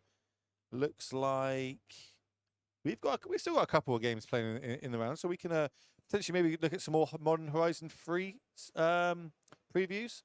Looking at my production team, can we get Modern Horizon 3 card on the screen for us all? I'm getting waved at that we don't have that to go. Okay, fine, don't worry about it. We won't do that. As simple as that. Means I'm just going to ask you, Gab, talk to you a little bit. Let me ask you a few questions. Maybe chat's got some questions for you moving forward. We spoke about open deck list versus closed deck list. We spoke about the preparation to come to these bigger events and kind of the difference. This isn't the RC. This is, on this channel, you'll see us going live with the LECs, which we're at today, and then it'll be the RCs, which we've got in Naples coming up in 2 streams time. So it's kind of a big jump going from these to the RCs, right? The top 36 this weekend get the invites to the RC, and that's kind of the first goal on competitive players' like run of ladders to get to the Pro Tour. And just when you get to Pro Tour, obviously you get those good feelings in your body, sort of thing. Obviously you win, you're always at the Pro Tour. For people like me, it's a good thing to get to that Pro Tour once you've earned it, right? Where am I going with this? Once you get there, how important is it to have events like this is what I was getting at. Having events that people can turn up to, play on a larger scale, bigger than your FNMs, bigger than your local winner boxes. This is kind of the next scale up. It's like the first time you can travel to go play in a smaller event that can qualify you for the big one that you want to get to. That was a long way around that chat. Sorry Yeah, about that. especially for a question that It's round 6, okay? We talked about it. It's dragging out, okay? I'm probably not the best person to ask that question. Honestly, I usually don't even play these tournaments. So, but obviously, it's nice to have some kind of path. I mean, ideally, I think what a lot of people would like is a tournament that qualifies you directly to a pro tour, kind of like the GP style. GPs used to do, where you get to go for a weekend in a cool city, hang out with your friends. You maybe don't have time to play a million tournaments, and you just go to that one tournament and you can bank. So I know they've that's got them at Commander Fests now, right? I think Commander Fests run GP type. so. Like First, you one-off asked me events. about tournaments I never play in, and then you talked to me about Commander. No. Magic Fest, Magic Con, Magic Con, Oh. Magic Con, not Commander Fest. Magic Con. There's a lot going on right now, Gab. It's round 6. I'm tired. I should probably end the round. But we'll finish this question before we do end this round, because clearly Will needs to go get himself another coffee. So no, I mean, clearly people show up. They like these tournaments. You've got the live coverage too, which is nice. Makes it feel a Yeah. little more special. More special now that you're here as well. You know what I mean? Yeah, and Prague's great city, pretty Awesome central. city. A lot of German players drove here. A lot of people can, drive to Prague. The flight from Paris was like under 2 hours, which flights are pretty Yeah, cheap too it's in the same for Europe. me. It's like 2 So- hours to get it. It's also good, like, if it goes badly, 'cause sometimes Magic doesn't go your way, right? Sometimes you just have a bad day one. It is what it is. There's a whole bunch of side events happening in the room of multiple different formats. If it's limited, or if you like sealed, or if you just like standard, etc. There's so many other events happening tomorrow. And if it does go bad, well, tomorrow there's also a classic, so you can try and qualify yet again to get yourself Yeah. to the RC. But if you're all magicked out, you're in a beautiful city anyway. You can just go walk around Prague and see some of the amazing sights and have some of the lovely cuisine, which is definitely what I'll be doing later Yeah, on. while I'm it's actually little. looking forward to the standard. Check out the standard tables, see if Oh, I can pick yeah. up some tech for my testing for the TT. That's actually the real reason I decided to come, just to scout the Not the because you standard got to to- cast with me. Okay, cool. Understand. Well, appreciate it. Well, on that one, let's just end the round, because it's going to get awkward that you don't want to be here with me now. That is round number 6, ladies and gentlemen. We're going to pass it back off to the other casters for round number 7. They'll be in here very shortly, so don't go anywhere, and we'll see you soon.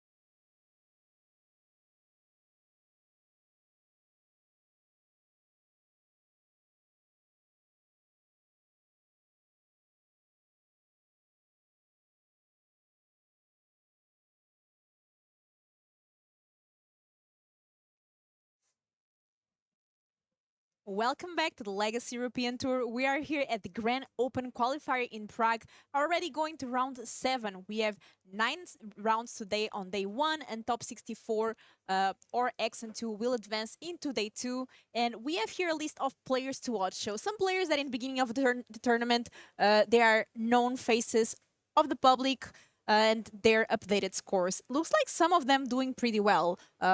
Piotr Golgaski, Canister 5-1, also Lucas 5-1. Yeah, some notable players in the field. We talked about Andrea Mengucci earlier, that him and Marco Del Pivo were running the Zoo/Murktide hybrid. Andreas Day is not going super well. Lucas Blohan is playing, I think, the Atraxa Reanimator deck, so he is 5-1. Piotr Glogowski, I think, is playing Amulet Titan, so he is at 5-1. We have Respect the Cat 3-2 before this round. We have Sodek MTG 4-2. I don't know what they're playing. Mateusz Kopec, one of the famous Polish players who used to be a Pro Tour regular, maybe took a little break, but he's coming back to the competitive scene. Nico Boni, the Swiss player, 2-3. And some of the players representing Czech Republic, Martin Hrice and Petr Sochurek, not having a great day. We also have Skura at 1-4. He was playing the Boros-based creativity deck, so he did win the first round, and that was it. So not a great day either. But we'll keep an eye on all these players. Also, Yeah. Marco Del Pivo should be on this list. I don't know what happened, but I was the one making the list and he's not there. I can tell you that Marco Del Pivo is currently playing on table 9. So he's doing really well in the tournament as well. Currently in the standings, let's take a quick look. Marco is at 5-1. So he is also using the Zoo/Blue-Red hybrid. So for him, the tournament's going pretty well. And Marco, that has been kind of in a streak, top 8 in the Pro Tour, winning the regional championship in Ghent in January. So really having consistent, great results, and really nice to see that he's dedicating a lot into Magic and doing so well in these tournaments. Doing very well in the tournaments are our players here for round 7. They are 6-0, so that's a very, very good fit. And we're going to have a repeat here in the feature match, just because this is not a deck that we see every day, especially at 6-0, which is Walter on Temur Prowess, and is going to be playing against Alexandre on 5 Colors Tempo. Yeah, I think Alexander is running a basically a Zoo deck. I think he actually is playing the Zoo/Blue-Red hybrid. So he does have the cards you can find in the Blue-Red deck, like Force of Negation, Lightning Bolt, Counterspell, Preordain, and Expressive Iteration. The rest of the deck is pretty much the Zoo base of Turtle Kavu, Ragavan, Scion, both ley lines, and Alexander is also running 2 copies of Murktide in the main deck. So fairly typical-ish Zoo deck with some of the blue-red cards that have been very popular online. Meanwhile, Walter is on this cool Temur Prowess deck. So we're hoping for a very fast match here. We'll see how that goes. And starting really well here for Walter. Already having the Channeler and starting with Mishra's Bubble, getting some triggers. Wow, I think Alexander doesn't have a second land? No. Or... I can't quite see the land. The land looks like he has a Triumph, but it could just be something else.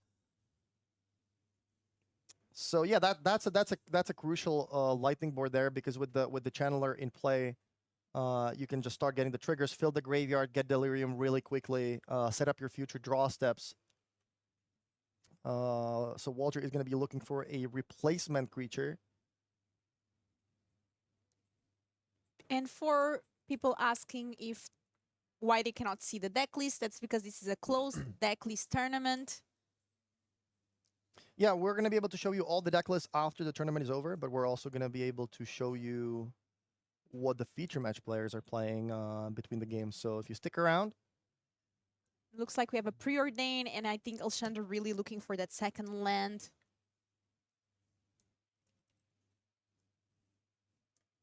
Monastery Swiss Spear can start also dealing a lot of damage. yeah, I think Alexander might have been on a one lander with Leyline and a preordain. So you go tap land, Leyline, go. Walter had that Chandler in play, and Alexander probably just decided turn 2, okay, well, this deck looks really fast. I think I would rather just kill the creature now and play that preordain next turn, because if I don't find a land at the top of my deck with that preordain, I'm going to fall very far behind. And these aggressive prowess decks really need to have a creature in play. So that's a good defensive lightning bolt, even if it means that you have to skip playing that second land on turn 2. Yeah, and following up here with Soul's Carmage. So this deck is going to be really fast and really punishing if Alexander doesn't find anything, but he does Wow. find a Scion of Draco. Yeah, with that Leyline in play, I wonder what Walter's deck can even do. Because that is a creature that's going to be really, really hard to get through.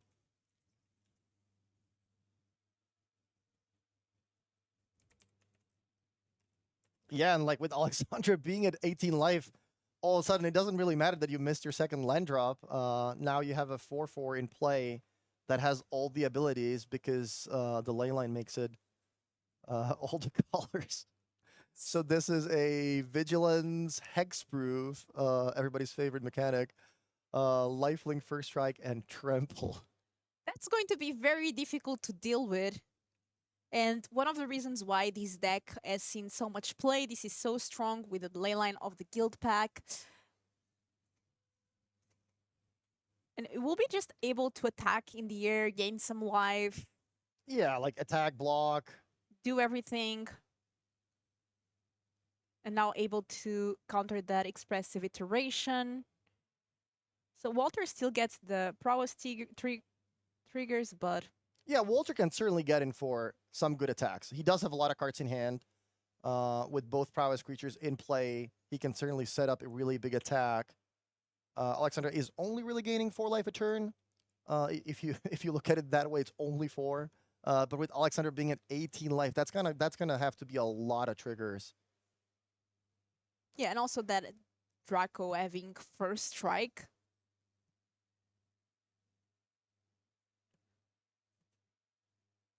Yeah, basically, if Alexander has another interactive spell, he would be able to set up a future block where he can force Walter's hand to play a lot of cards to try to make his creature bigger than the Scion, and Alexander would be able to play, you know, something like a Leyline Binding to kind of negate the whole thing and keep his Scion around and empty Walter's hand. Yeah, and the vigilance is so important there. Now Alexander has access to Ragavan in hand, Leyline Binding, so a lot of tools to be used against Walter. Okay, so Dash Ragavan. this Ragavan also has lifelink for strike, trample, all of those things, right? That's true. Yeah, that's living the life with a Leyline in play. So that is 6 life back for Alexandra. Goes to 15. Triggers the Ragavan. Gets a treasure. Yeah, I mean, Walter can certainly get another good turn. I see at least a Lava Dart. That's basically 2 spells. He needs like another expressive iteration to start chaining a few more spells. Maybe have like a Mutagenic Growth. 15 is certainly not out of the question. But it's not going to be an easy thing to do. Yeah, and Alexander here just living the dream that makes so many players bring this combination, and we are seeing here why it is so strong. I mean, this is game. Walter's like, I Yeah. cannot do anything about this, and this was just... And by the way, this was Alexandra missing his second land drop 2 turns in a row. Just with a preordain, a leyline, and a dream. Yeah, and a lightning bolt. Yeah, so that was a really good defensive lightning bolt. I like I really like that play from Alexandre, just preserving his life total at the expense of not playing a second land or not finding it early on, but making sure that that channeler doesn't live to set up the future draw steps for Walter and put more pressure on Alexandre. And let's take a look at our players' deck lists. I'm very curious to see this Temur Prowess deck. It's not a deck that we have been seeing very often and doing quite well. 6-0, it's not easy to do in a tournament like that. So Walter really punishing other decks, bringing these different deck lists into play here this weekend. Yeah, this is the deck that a lot of people probably want to see. Temur Prowess. A lot of this is a relatively would this be considered a budget deck? There's not a lot of rares. The questing droid doesn't really count as rare, and most of the other cards are fairly easy to get. The mana base, obviously, all the fetch lands. But that's modern. Yeah, but that is kind of modern. Yeah, this is kind of as budget as it gets these days. With the sideboard for 4 copies of Pick Your Poison, that's going to be the card that Walter is most likely going to be bringing in to deal with that ley line. We can also take a look at the other deck that Alexandra is playing, which is the Murktide / Zoo hybrid. Basically, you take the best cards from both decks. You have the 5-color mana base for Leyline Binding, Cyan and the other Leyline, plus the blue-red shell of some interactive spells, Counterspell and Force of Negation, card selection, expressive iteration, and actually 2 copies of Murktide. Yeah. In the sideboard, Alexandra will want to bring in some anti-creature cards, but you don't really see much other than the Scolding. Subtlety can also come in. Curse Totem doesn't really help you against the Prowess triggers. That doesn't do much. You could bring in Dress Down just to kind of slow them a little bit, maybe, or try to do that, but doesn't seem all that exciting. And a lot of players bringing this card in sideboard, Pick Your Poison, which is a new common from the Murder set, and being a choice in a lot of these sideboard. Yeah. It's funnily enough, there is another Magic card that is called Pick Your Poisons. There are 2 cards with the exact same name, which I thought was not a possibility. Although it is one of those playtest cards, so it's not really a Magic card, I guess. Yeah, so I guess pick your poison. Yeah. And very cool deck list. I feel like, as you said, a combination of 2 very strong decks. I feel like someone had this idea. They were thinking, do I bring Murktide or Zoo? And somebody was like, why not both? Yeah. And here it is. This deck was born and doing pretty well, being a choice for a lot of players. Some went more with the traditional Zoo route, where they play with the with the cat, brawler, with tribal flames, but others going with this more Murktide shell. And let's take a look here for game 2 with Walter on the play now, down a game. Yeah, I think the thing is that with Murktide, if you just played the deck the same way you played it, months ago, you're gonna have a really bad matchup against all the people bringing the Leyline plus Cyan combo, because you can't really interact with that. You maybe have a Brazen Borrower to try to bounce a Leyline, but other than that, there's not a lot of ways to really interact with that. And I actually run into a lot of players this weekend who are like, yeah, I'm still running Murktide, but I'm playing main deck Pick Your Poison. And I'm like, wait, this doesn't seem like a main deck modern card. Is this really what it came down to? I think if you're doing that, then your deck probably is not a great choice. Like if you're main decking sort of a naturalized card, then maybe you should just be playing something else. And our players here looking at their opening hand. I see that Walter has access to some interesting cards. We see Preordained there, some lands. I feel like these Temur Prowess deck does need a lot of the 1-drops, either Chandler or Monastery Swiftspear. Yeah, there's a Soul Scar mage as well. I think Alexandra's hand has at least a lightning bolt, so that's exactly what he's looking for in the opening hand. This is not a deck that's really all that relying on the ley line. Sure, ley line in the opening hand's great. It does enable Scion so that it has all the abilities, but lightning bolt or some other interactive spells for the early game, that's something that Alexander really wants. Like, he can easily play a game without the ley line. And we have Mishra's Bubble here. There's Unholy hitting end, I think some counter magic. But again, Walter really does need these creatures with the prowess to start dealing some damage before Alexander starts getting more and more values and cards like the Scion.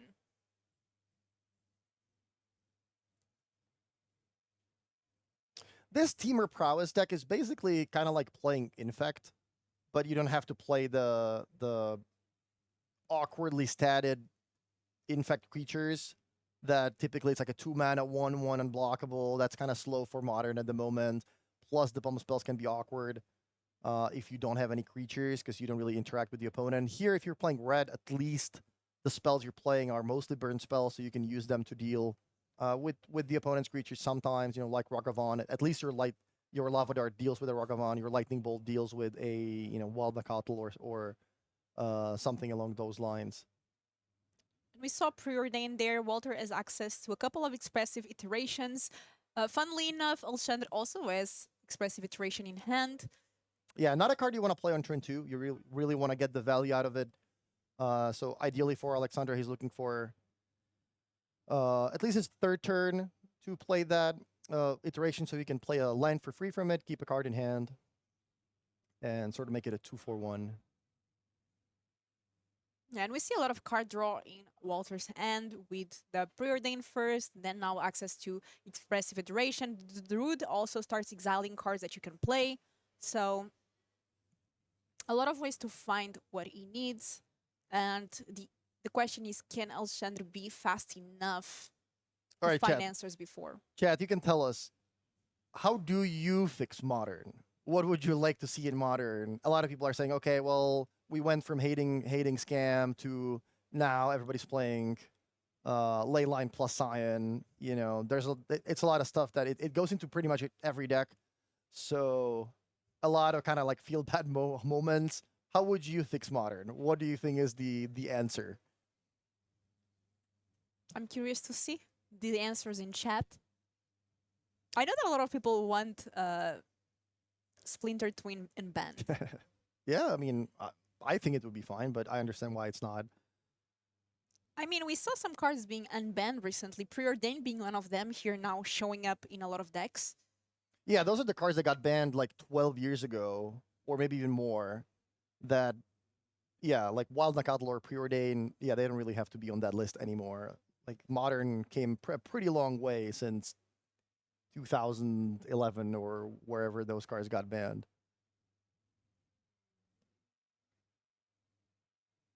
The problem with Modern is there's so many decks and so many really powerful strategies that if you make one deck weaker, there's going to be another deck that's going to be the next best thing. And there are so many decks that are doing something extremely powerful. Tron has 7 mana on turn 3.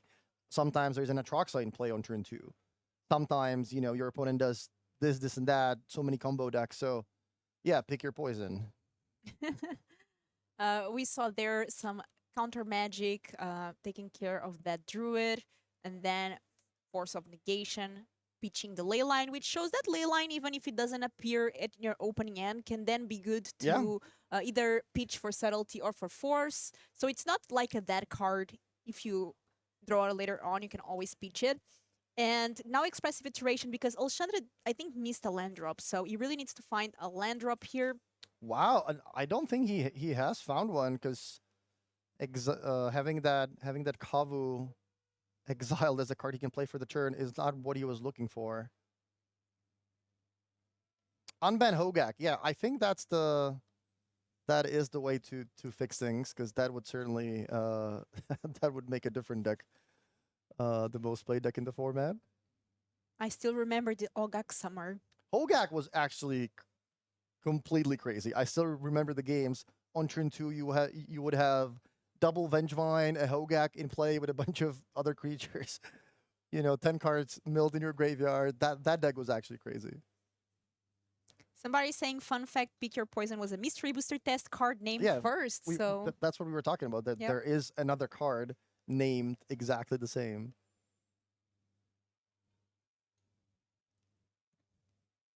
Okay, and it looks like Alexander finally found that third land. And Walter also not applying a lot of pressure, or not able to, because Alexander has been have access to some counter magic. Yeah, Walter really hasn't been able to find a second creature. Alexander using the lightning bolt effectively on turn one. Oh, and another land. Yeah, Walter flooding out quite a bit, and this deck typically plays a lot of the Horizon Canopy style of lands. So him flooding out like this without having any of those is quite unfortunate, because his deck is the kind of deck that pretty much wants to stop on 2 or 3 lands and then never draw any more for the rest of the game. Iteration, it does resolve. So here, Walter will have the chance to play some more things. And I see 2 1-mana creatures, so that's pretty good. And Holy Heat probably will be the card going back maybe into the deck, as Walter is really looking for these creatures that apply pressure.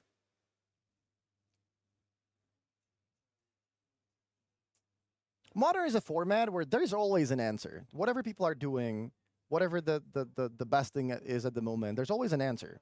We were talking about the fact that Aspiring Spike has been playing mono black, pretty much control or mid range.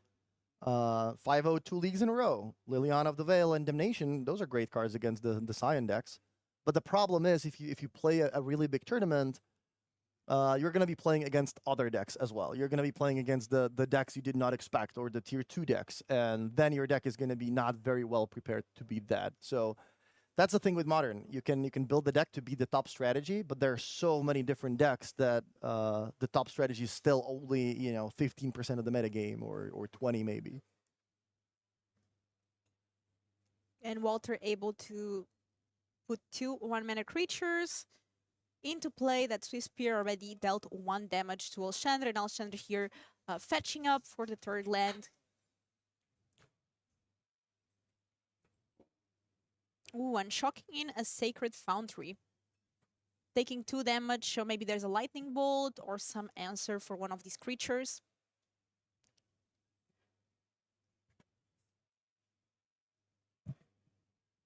Yeah, Walter's still flooding out pretty badly. I think he does have at least 2 spells in hand. I think there's a lightning bolt. He might have another expressive.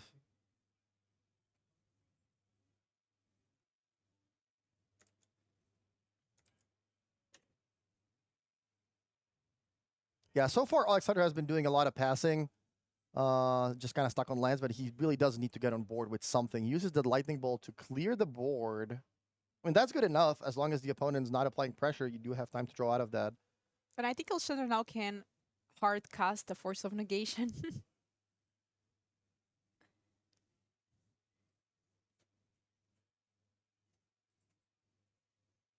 Land. Yeah, land number 6. And that's not just number 6. There's a lot of fetch lands in the Ooh. graveyard, too. And when the Temur Prowess deck is putting Giganta into hand, it's not going well.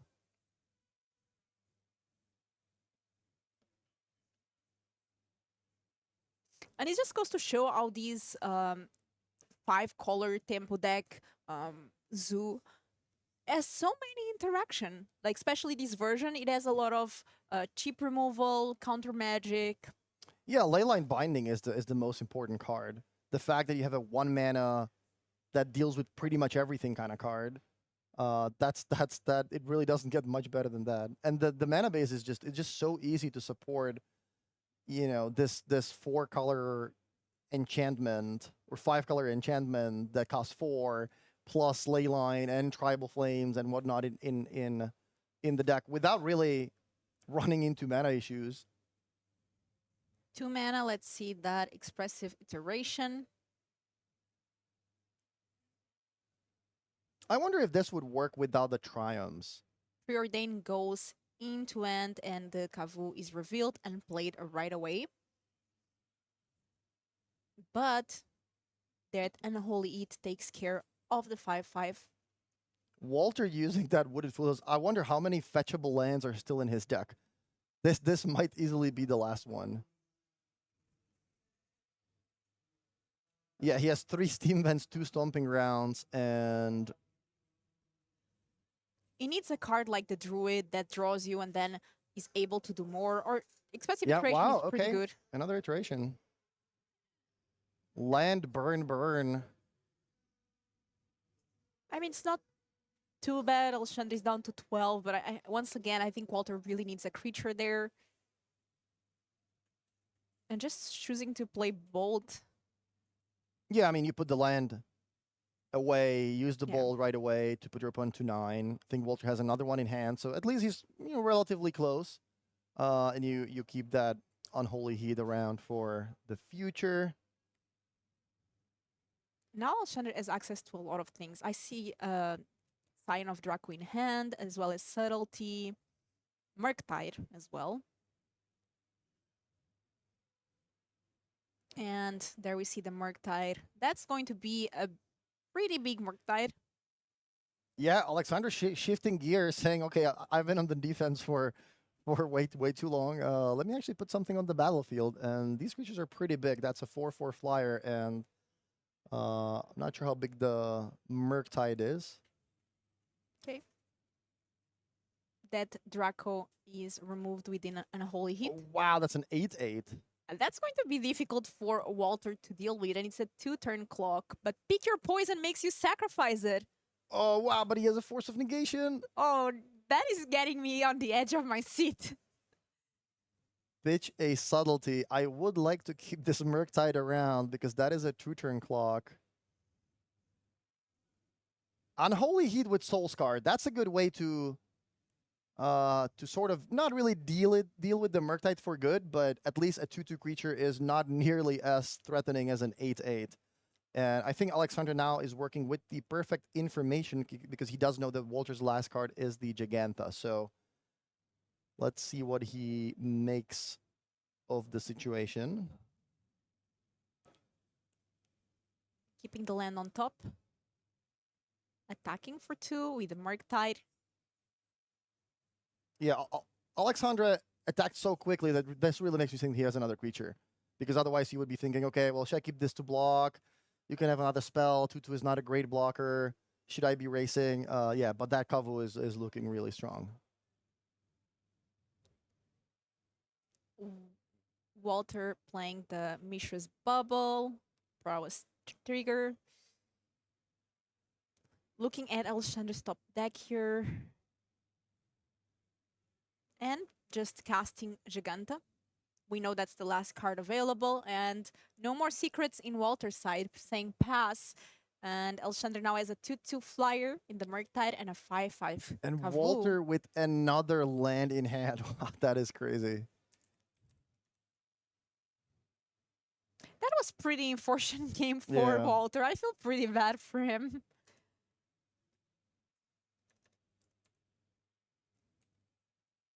Sometimes the deck just doesn't want to work.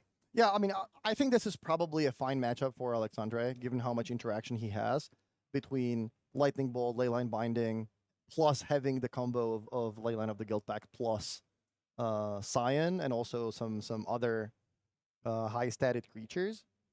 But yeah, that's still kind of unfortunate for Walter. Although, to be fair, it's not like Alexandre had the best draw ever either. He did miss his second land drop 2 turns in a row in the first game. And he was also kind of stuck on 2 lands in the second game, so.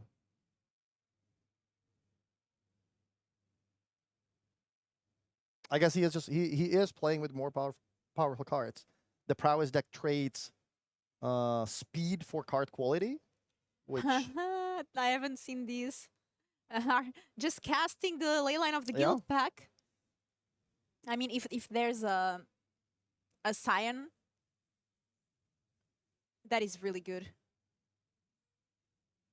Oh, it doesn't have Vigilance because there's no Draco in play. And that actually... yeah, I think the players might have been a little confused now. Alexandra kind of trying to attack with a vigilance creature, not realizing It doesn't have vigilance. Yeah. And now, like, how do you back up from there? Well, now you are in risk because of that. Because Walter just needs like lightning bolt. And let's see, there's 6 damage right now. Needs 3 more. So yeah, that can be lightning bolt. This is interesting. So I think what happened was Walter said, "Hey, this doesn't have vigilance," and Alexandria could have said, "Oh, okay, my mistake. Let's go back." In that case, I didn't mean to attack with this, because clearly, you know, I misrepresented what I was doing or what I wanted to do, which I couldn't do. But he just said, "You know what? I already said I attack. Sure, I'll tap my creature." And yeah, now Walter is 1 card away from actually being able to win this game. Yeah. And let's see if Alexander can close the game. Wow. And yeah, now there it is, that's it. the Cyan, and yeah, giving the creatures trample, first strike. Walter Trent. flooding out horribly, could not. Well, he did have more lands in hand. He was 1 card away, even after drawing pretty much all of the lands in his deck, pretty much. So yeah, congratulations to Alexandre. Okay. Yeah, congratulations to Alexandre, really showing the power of the Guild Pack, Leyline of the Guild Pack plus Cyan combo. Walter playing 4 pick your poisons in the sideboard. That really tells you how scared people are of playing against this deck. And it looks like we are having our feature match ready, the backup. That was quite the game. I mean, I really like the creativity of Walter to bring this Temur Prowess deck, and he's actually really strong. I mean, still 6-1.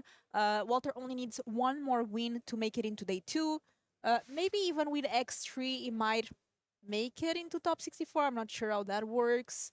But pretty good, in a good spot here to make it into day 2. And I mean, our Zoo player, Murktide Zoo, did make it into day 2 already at 7-0 now. 7-0 Luxy for day 2. Yeah, that's true. Congratulations on that. That's pretty impressive.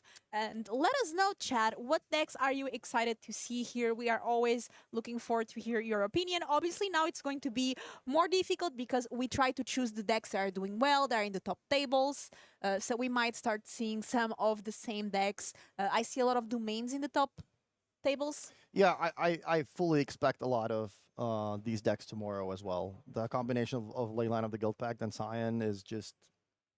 Not only is it really powerful, it also just so easily goes into almost every deck, to the point where we saw Jerry Thompson run a Glorious Vengeance deck with Leyline and Cyan about a week ago, and he ended up, I think, splitting the top 4 of a tournament. So clearly, this combination of cards is the next best thing you can be doing in Modern. It used to be, you know, Ragda Scam.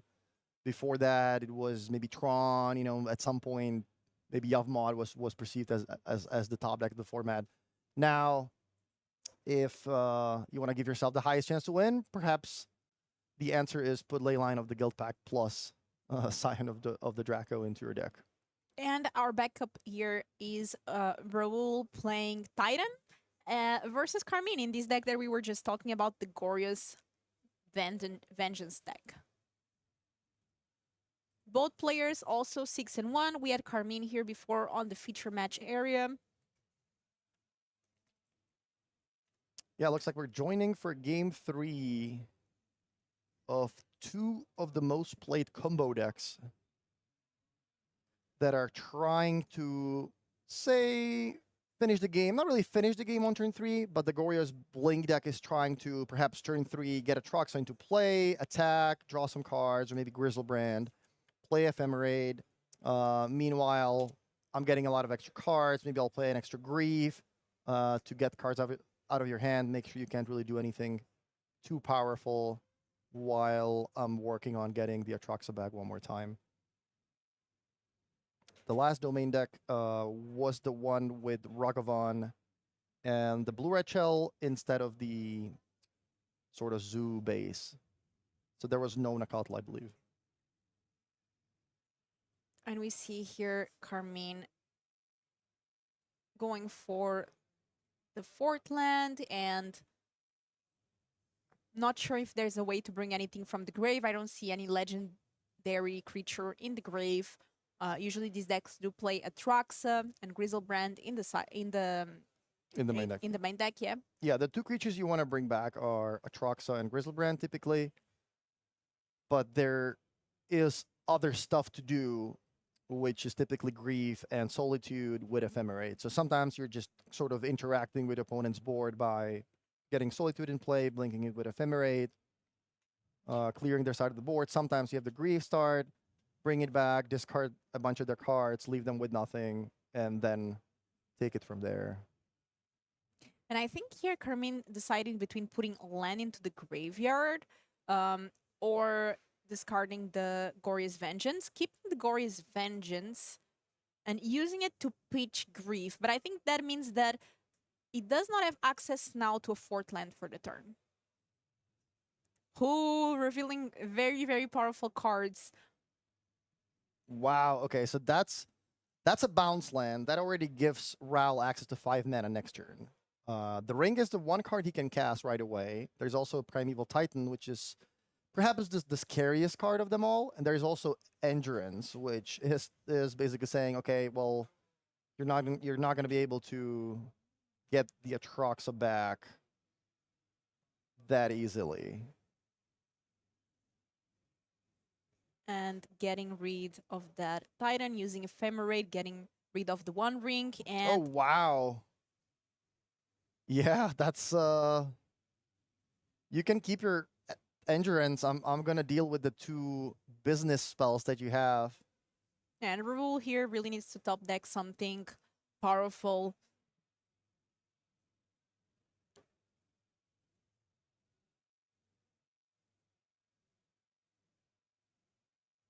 Vesuva copying the survey land.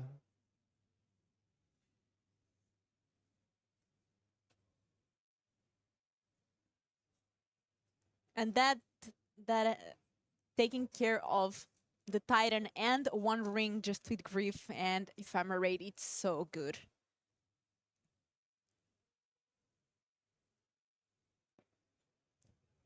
Yeah, this now pretty much forces Ral to play that Endurance, otherwise it would get discarded with the Grief.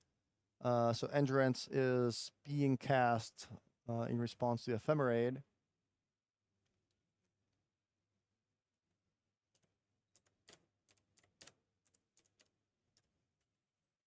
Carmina loses access to his graveyard, but he still has a full hand and he knows the opponent is down to nothing. I mean, he does have an amulet with a bounce in hand. So at every point, it is threatening a Titan of the top. So should he find the Titan, maybe a card like Summoner's Pact, he would be able to instantly get going. Copies the amulet. And there's already as well Tainted Indulgence that can start drawing discarding to try to find those legendaries to the graveyard. Wow, and Raul putting that land into play very quickly. Floating 6. Is that the Cultivator Colossus? It looks like yes. And yeah, this deck does run the Cultivator Colossus. I'm going to get that on the screen. Yeah, that's a pretty good draw. I get it why it was so fast to play Yeah. it.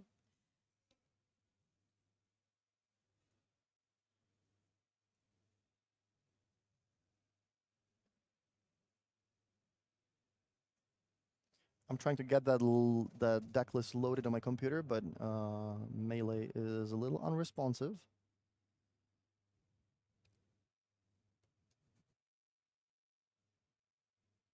And that was such a good top deck here for Raul.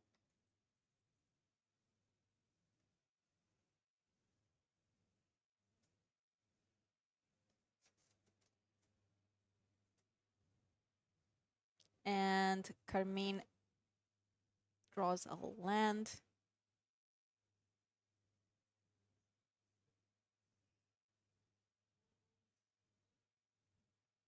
Discarding it, and now draw for the turn. There's Solitude.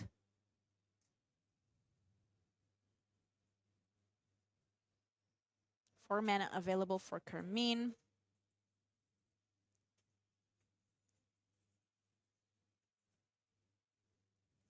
And this is a very important match because both players are 6-0, and whoever wins now guarantees already day 2 of the tournament.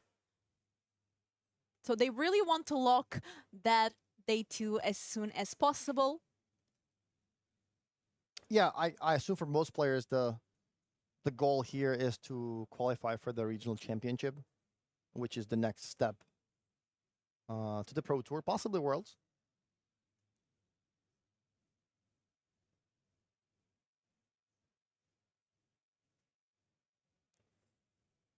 Yeah, looks like Vraul is firing on all cylinders now. Primeval Titan, Trigger, get 2 lands in play. Probably going to get the Boros Garrison with the Slayer Stronghold is going to be my guess. Boros Garrison and a Valakut. Let's see. Oh no, Slayer Stronghold and a Valakut. So there might already be a Boros Garrison somewhere in play, or perhaps he already has red and white mana.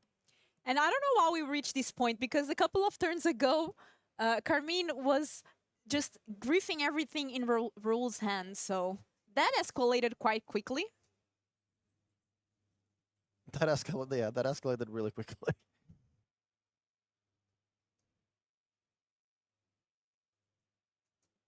There's Dryad into play as well.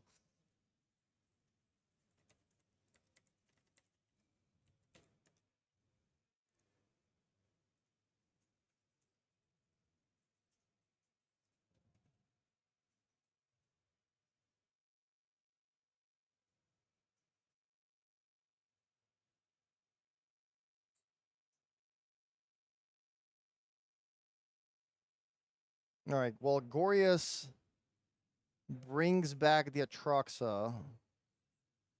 So both players kind of getting to do their thing now. The problem for Carmina is that Raul is at 20 life. So this attack is not doing all that much. So it's mostly about which cards is Carmina going to find. And he does split everything into piles for us. We are seeing an Ephemerate Plains, and I think that's a Prismatic Ending. So, well, nothing that really deals with the board. You can deal with one of the amulets. Ephemerate on the Atroxa, 10 more cards. That is pretty good.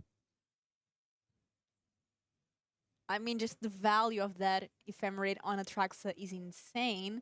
And looks like Carmine here is looking for splitting the cards into different piles and choosing.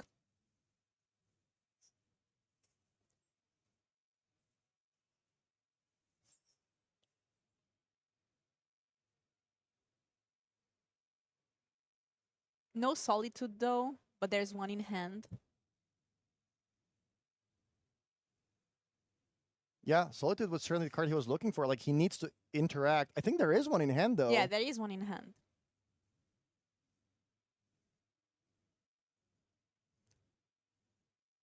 It's nice that he's getting a lot of cards, but he needs to interact with Raul's board.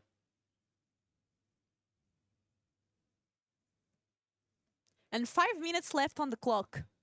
So the Oh, wow, players yeah, I didn't need even to notice. finish the game sooner rather than later.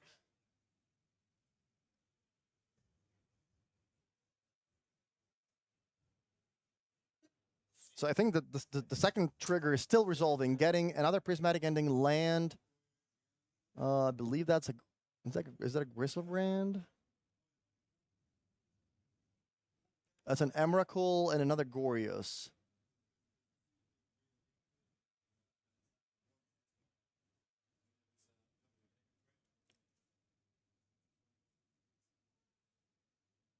Not an easy decision here.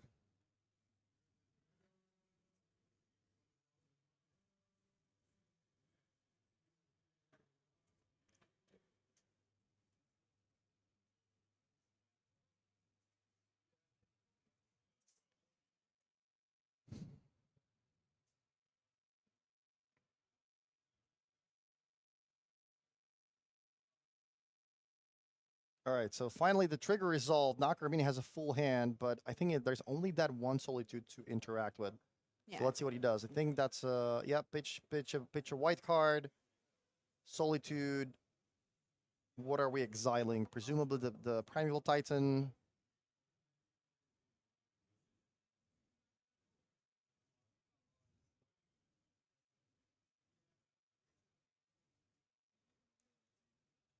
There's 3 minutes left on the clock.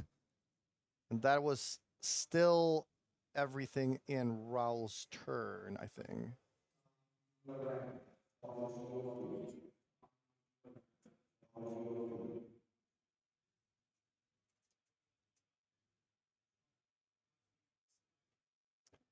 Now the Colossus gets to attack, which is, how big is it? There is, what is it, 5, 7, 8 lands in play.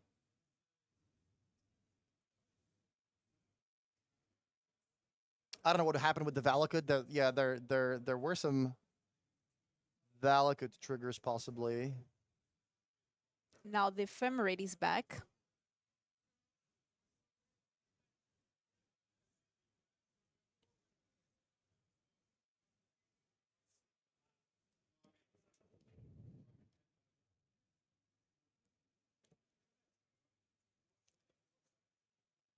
Looks like we're updating the life totals that Carmina is at 1. So looks like the Valakut triggers might have resolved.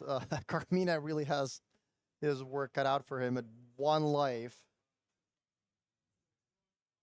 So that Atraxa does gain life, but if you Ephemerated, it cannot attack, right? Yeah, that's a good point. At 1 life, you might want to prioritize the 7 life points over the extra cards, but it depends on exactly on what Carmina has in hand.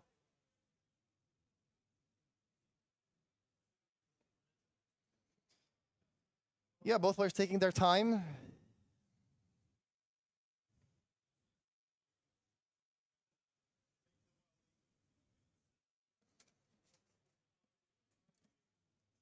And these rounds are long. It's been 7 rounds of the tournament. Players have been playing all day. I mean, this stream has been live for what, 8 hours, and these players have been playing. I honestly, I don't know how Raul or anyone is able to play 9 rounds in 1 day of Amulet Titan, but that's a feat. I'm telling you, that is not easy. Those are long days. Yeah, I'll say that if you've never played one of these big competitive tournaments that has 9 rounds on day 1 and then 6 more and a top 8 on day 2, it gets really tiring very quickly. You are here from 8:30, and what is it now? It's 5:15, and there are still 2.5 rounds to go. Yeah. So those are really long days, and it's easy to sit at home and or sit in the coverage seat watching these games, watching both players' hands, having perfect information, saying, hey, you might have missed a trigger here and there. It's really easy to not play 100% perfectly when you have a million decisions every game and you have to play for 12 hours a day. Completely agree. It's not easy to be on this player's spot. And Tainted Indulgence here, drawing 2 cards, putting something into the graveyard. Well, that's an Emrakul. Presumably trigger on the stack. Glorious Vengeance. Bring it back. How many permanents do you have? Let's see. 28 life. That should still give Raul at least 1 more turn. But if he loses most of his board, that might get kind of awkward.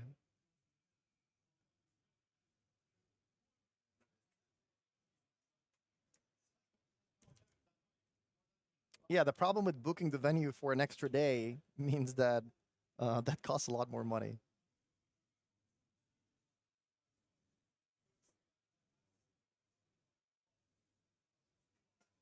And also, a lot of people cannot take the Friday or the Monday off. They just have the weekend. Yeah, you might be thinking, how did Emrakul make it into play? It gets shuffled into its owner's library when it hits the graveyard, but it's a trigger. It goes into the graveyard. It triggers. It's supposed to get shuffled. This is when Carmina says, okay, in response to that trigger, I'm gonna use my vengeance to bring it back. So this is how Emrakul comes into play, gets angry, attacks, and makes Raul sacrifice half of his board. Also loses more than half of his life total in the process. Remember that Atraxa cannot attack because it was ephemerated earlier in the turn. And Carmine down to 1 life. Yeah, that is a big deal. Obviously, with most of the lands gone, the Valakut now seems a lot less threatening. That Atrax is also going to be very difficult to deal with. Is there any lightning bolts in Raul's deck? Oh wow! And look at this. Solitude, exile a creature, and you know what? I'm gonna choose my own Emrakul. That gives me 15 life. So not only did that Emrakul wreck your board, you took 15, but I'm also gonna gain 15 for myself. And this Atraxa can close the game alone in 2 turns. Yeah.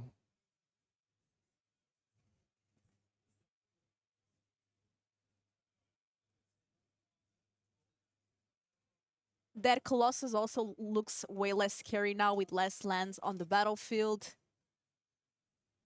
Oh, looks like we're in extra turns. Well, this Atraxa, it's definitely not 100% 2-turn clock because the endurance has reached, so that can take a turn away from the clock. Yeah, I think Carmina needed to try to find something like a prismatic ending on the endurance right away to make sure he can connect twice. Now it might be difficult to try to get in for 13 on that last attack.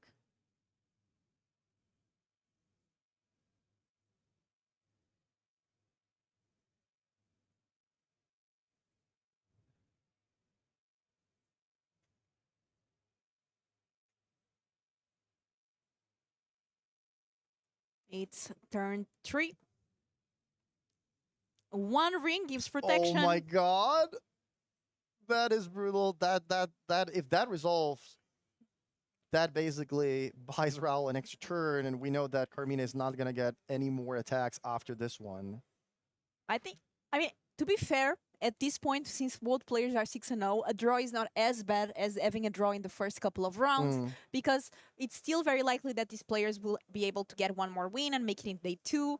And then in day 2, this draw instead of loss is really relevant, but what a crazy game. It was really crazy. And now Carmina's draws are also, like, his outs are very limited because with that Elishnorn Mother of Machines in play, a lot of Carmina's cards don't really do anything. If he draws Leyline Binding, that doesn't trigger. If he plays Ephemerate on his Atraxa, that doesn't trigger. So he's down to maybe not out, maybe even no outs in his deck to finish the game right away. And this is turn 4.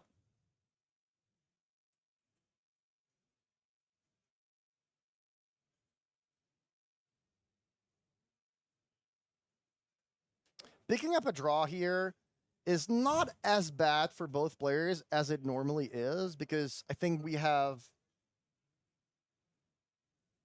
around 560 players.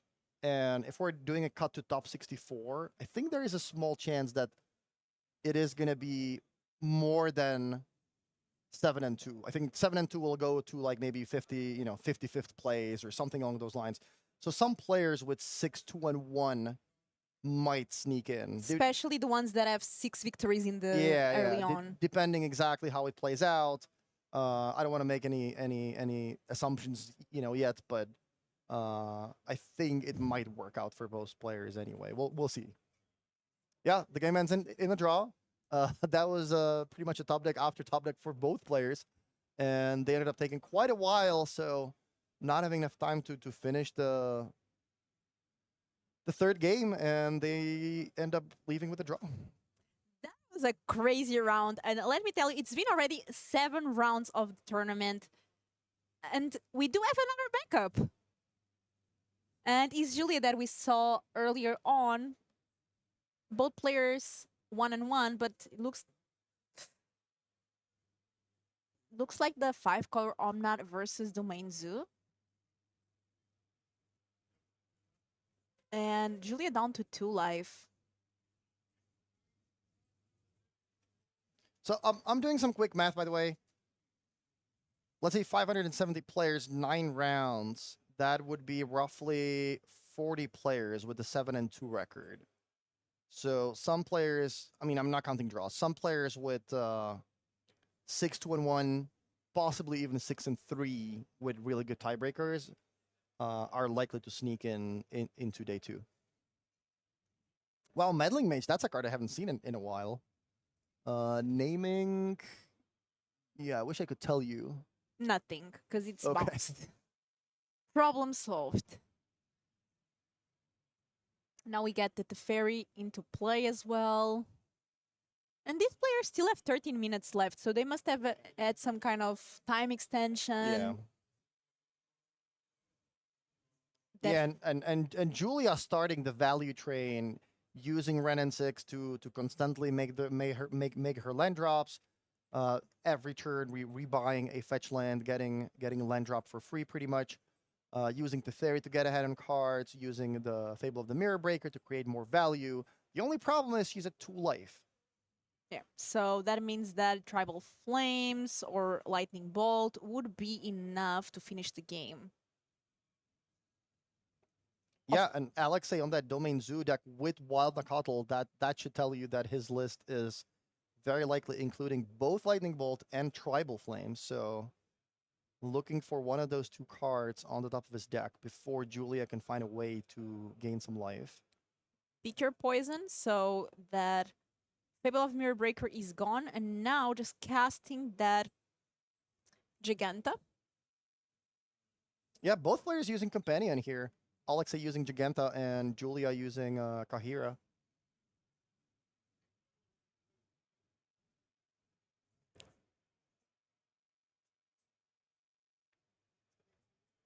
Frank Karsten in the chat.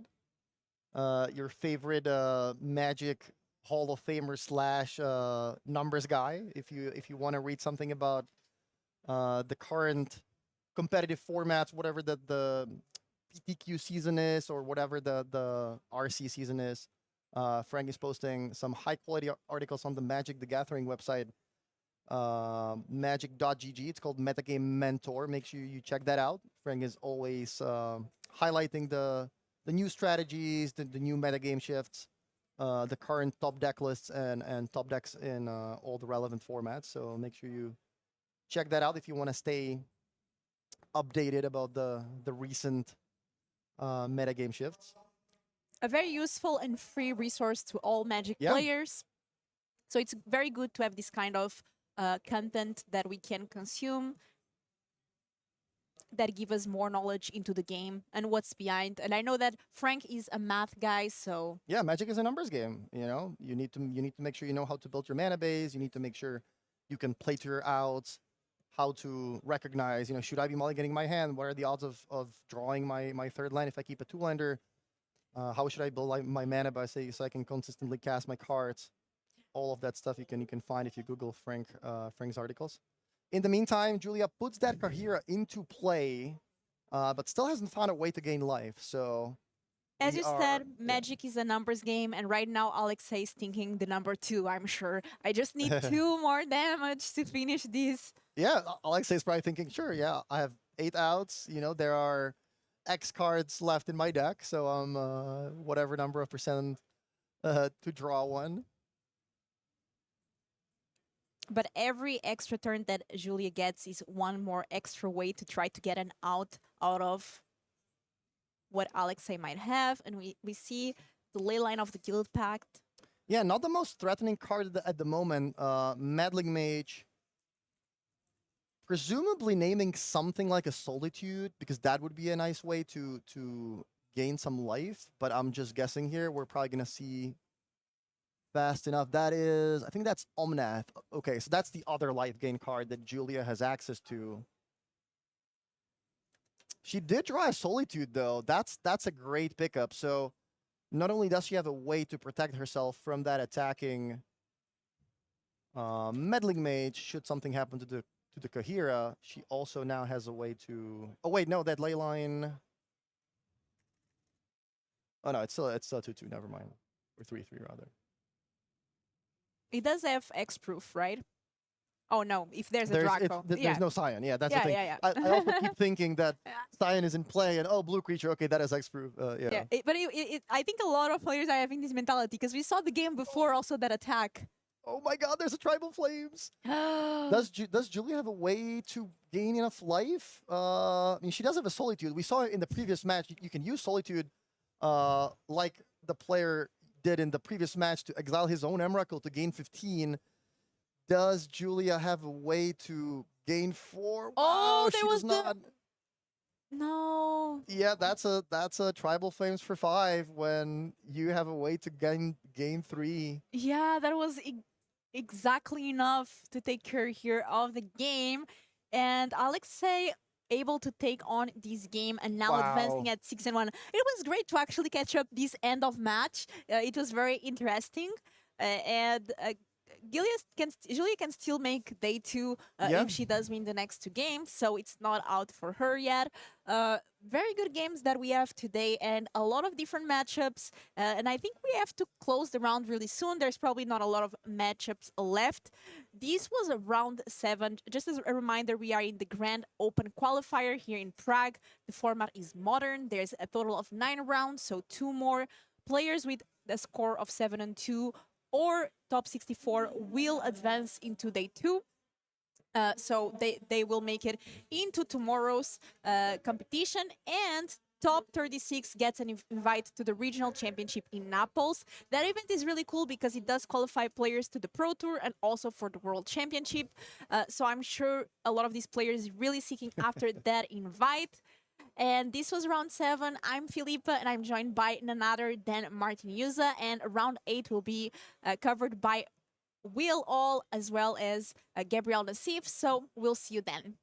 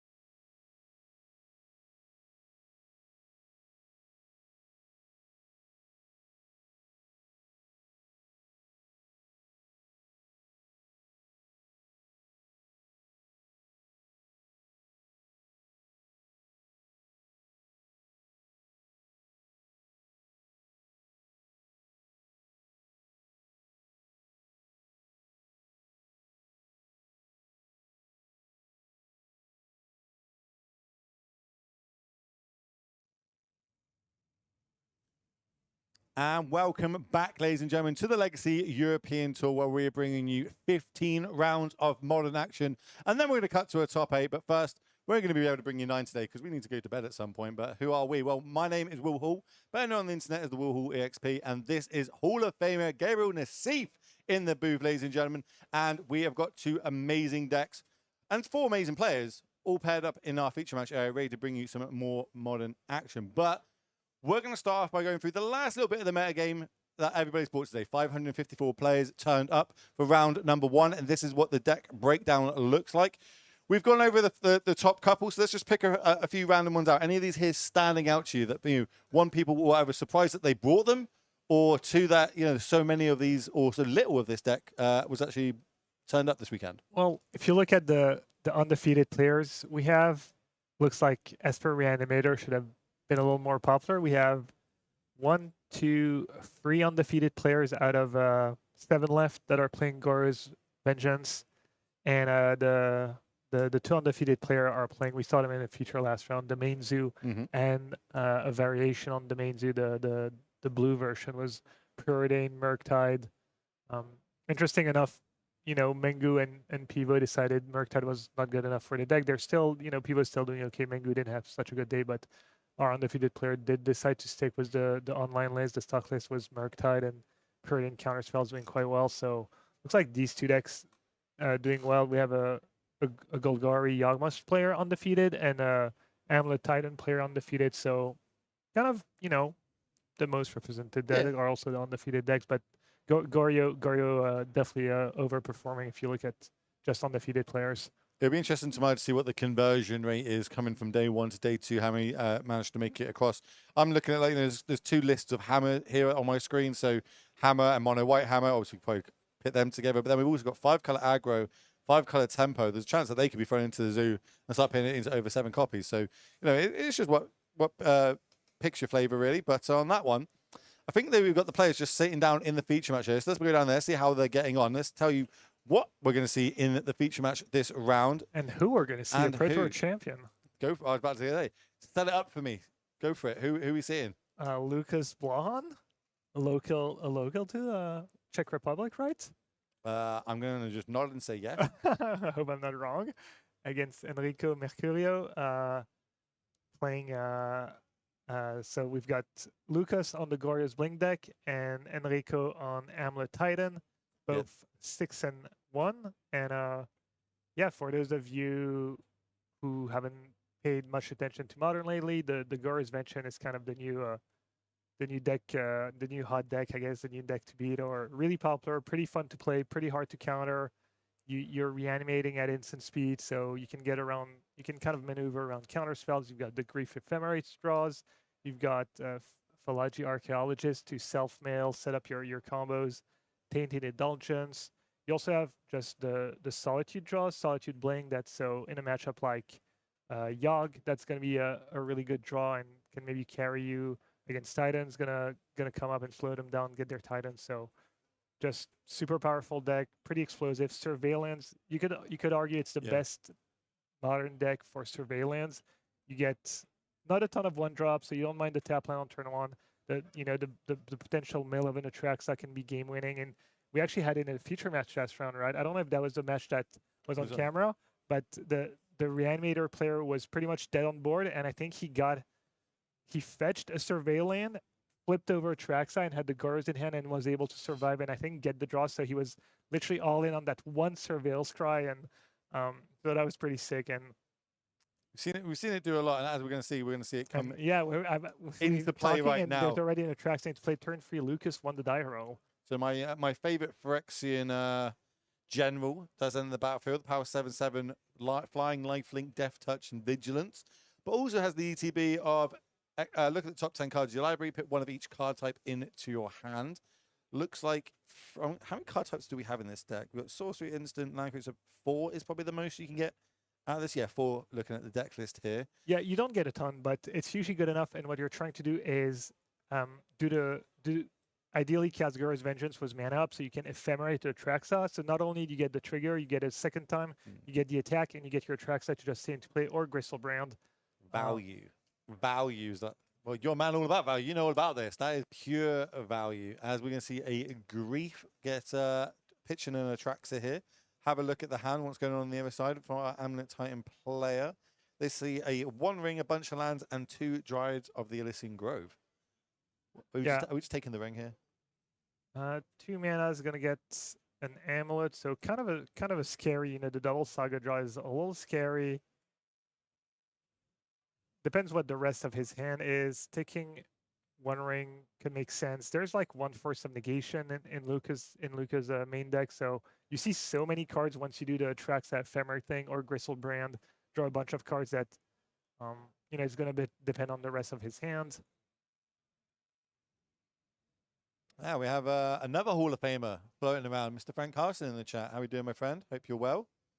Always good to have you. Throwing out some stats and numbers. So it was Pro Tour Eldritch Moon. Did you just say? Did I read a second ago? It was Eldritch Moon. And 1 ring is going to be the card chosen from this Grief. Do show the Ephemerate. So are we Ephemerating the Atraxa or the Grief to take one of these Dryad of Elysian Groves in hand? It's got to be Atraxa. It's got to be way higher impact to blink Atraxa 99.9% of the time. Yeah, having a big 7/7 lifelink is probably quite good, especially when your opponent's got 2 of the same. But what do we know? All right. We don't know nothing. That Dryad, I suppose it turns down 1 land drop if a turn. Yeah, that might mean that. Oh, it was already blinked.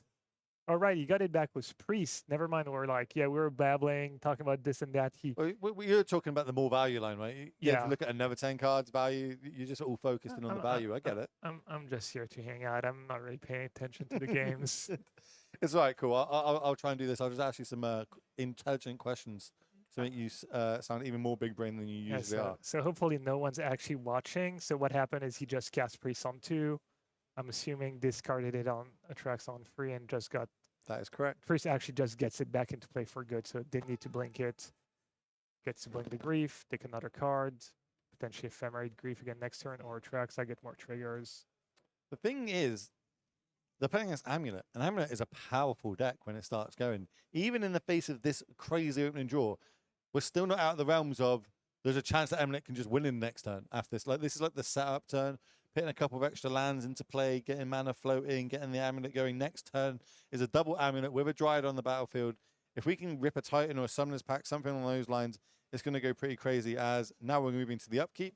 The Ephemerate is going to retarget the Atraxa. Another 10 cards we get to look at. Put one of each card type into hand. I see a Gristlebrand. I see a Force Negation.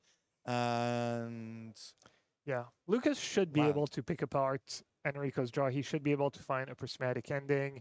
And he should be able to find, you know, maybe the 1 Force of Negation for a Ring or Pact or a Solitude for the first Titan and kind of keep going, honestly. It's not that that deck they think it's not like a one-shot. Yeah, exactly. You don't do your thing once and kind of run out of gas. Usually once you do it once, you can keep going for the entire game. Sometimes even have Atraxa and Gristlebrand in play at the same time for lethal. So... Do you know one thing I haven't seen on coverage yet that I really would like to see? I know it would be pretty brutal for one of the players. Killing themselves with Gristlebrand? I would want someone to do Gristlebrand, use the ability to draw 7 and watch a Bowmaster come in response. I haven't seen it yet, but I would love to see it just for the wow factor. We can clip that one up, get that on the socials. Not only am I going to kill your Gristlebrand in response, I'm also going to generate a huge Orca Mass token. But that's not happened yet. First of all, we're looking at refilling our hand. There's probably a good 10 cards or so now. Nine cards, and the ability to potentially draw more if we do want to get a Gristlebrand into play somehow. Lots of different ways of doing it. That Priest of the Fell Rites is just a one of in the deck, but does have Unearth, remember, for 5 mana, I believe it is. Yep, 5 mana can come back from the graveyard and do some other crazy shenanigans, but we are a turn or 2 away from that yet. Yeah, I like that card in the deck. One of the easier ways to lose with the Goryo deck is to just not have a Goryos in your top 30 cards. It doesn't happen often, but when it does happen, it's pretty brutal. You can maybe still win with Griefs and Solitudes, but it's really hard. And you know, just a one extra copy of Priest is really nice. It also pitches to Grief and Solitude, which is a nice bonus for this deck. Oh, we're force season ourselves to put the Gristlebrand in the graveyard. I love it. Then we're gonna cast the Goyos, bring it back from the graveyard, get a 7/7 with. Did he actually cast the Gorgios? Did he put it in his graveyard? Um, I think he just shortcutted and didn't, because I see Thoughtseize. yeah, I'm Not a pretty sure- big deal. He has it in Yeah. hand. He tapped the mana for it. I'm sure someone's I gonna think he's point going out through, that through the motions, as you say. yeah, just trying to like not waste too much time. It actually happened to me at the last Pro Tour. I cast a Fatal Push, and I just put it back into my hands. And my opponent was like, Oh. "Did you just put that here?" I was like, "Oh, sorry, judge." And he's like, "No, it's okay. You don't have to call the judge." But I was like pretty far ahead, and but it is awkward. It does happen, and Yes, you especially know. when you're playing against someone you know as well, and I mean, you kind of get like I'm going to do this, and then I'm going to do that. Yep, sure. And it is in the graveyard now. More importantly, Yeah. ending this, get that off. But I don't want any crazy shenanigans. Now we're going to Solitude. We've got a gazillion cards. Why not? Let's use them all Yeah. up. Yeah, as advertised, fairly trivial. Once you get a Traxxas to play once, to just pick your Port Titan, open it apart. 5 damage. There's no. What do we need? I suppose we have to leave Solitude in our hand, right? To not die to a Dryad, Valakut crazy turn that potentially could happen.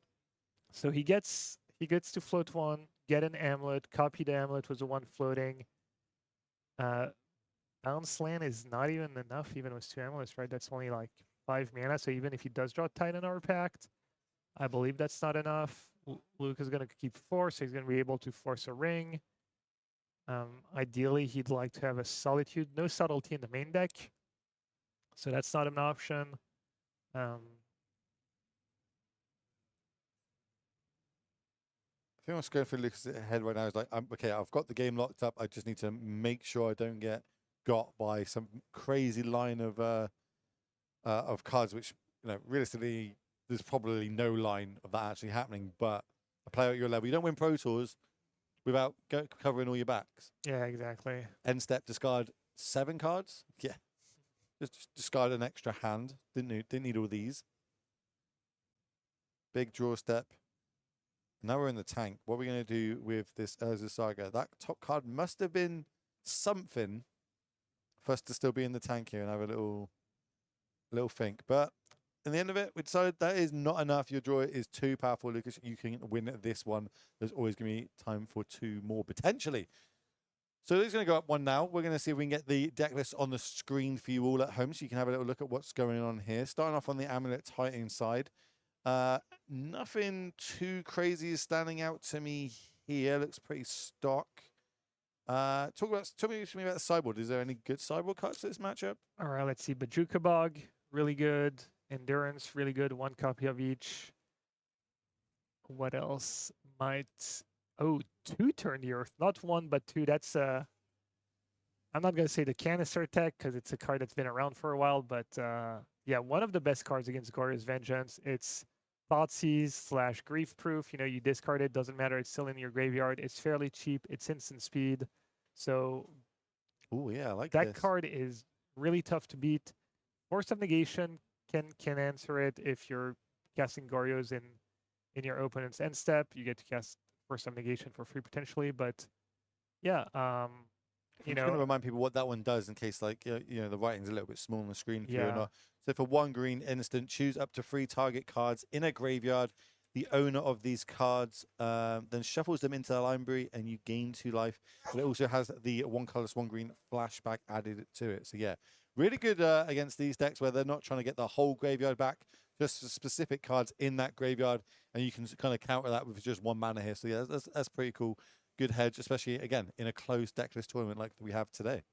Yeah, Bajuka Bug, it's not instant speed, but it does like slow down. It makes it a little trickier to maneuver for the Glorious Vengeance player. And you also have Vesuva to copy the bug. You can obviously bounce the bug, so you can get a lot of mileage out of it. You can exile maybe an Faithful Mending, that flashback, or sometimes the you don't have Goryo right away. You have to discard their track sign, then they get it with Bajuka Bug, and you have to redo the whole combo. So yeah, interesting.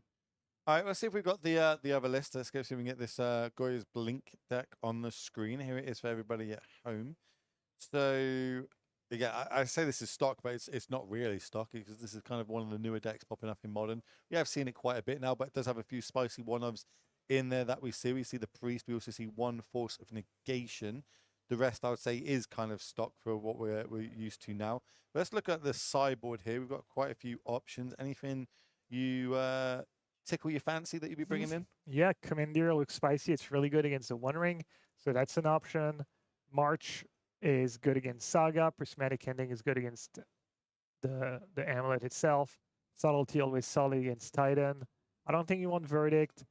I'm not sure you would want Force of Negation or more than one in general, but I guess Lucas doesn't know Turn the Earth is coming, so I doubt he's going to bring in more Force in for Game 2 anyways. I don't think Surgical is going to be very good in this matchup in general. Teferi can slow down the Saga draw, but nothing special. So yeah, I'd be looking at Commandeer, March, Prismatic Ending number 4, the Subtlety, and yeah, probably these 4 cards. Is there anything you don't like in the main? Anything you'd be boarding out?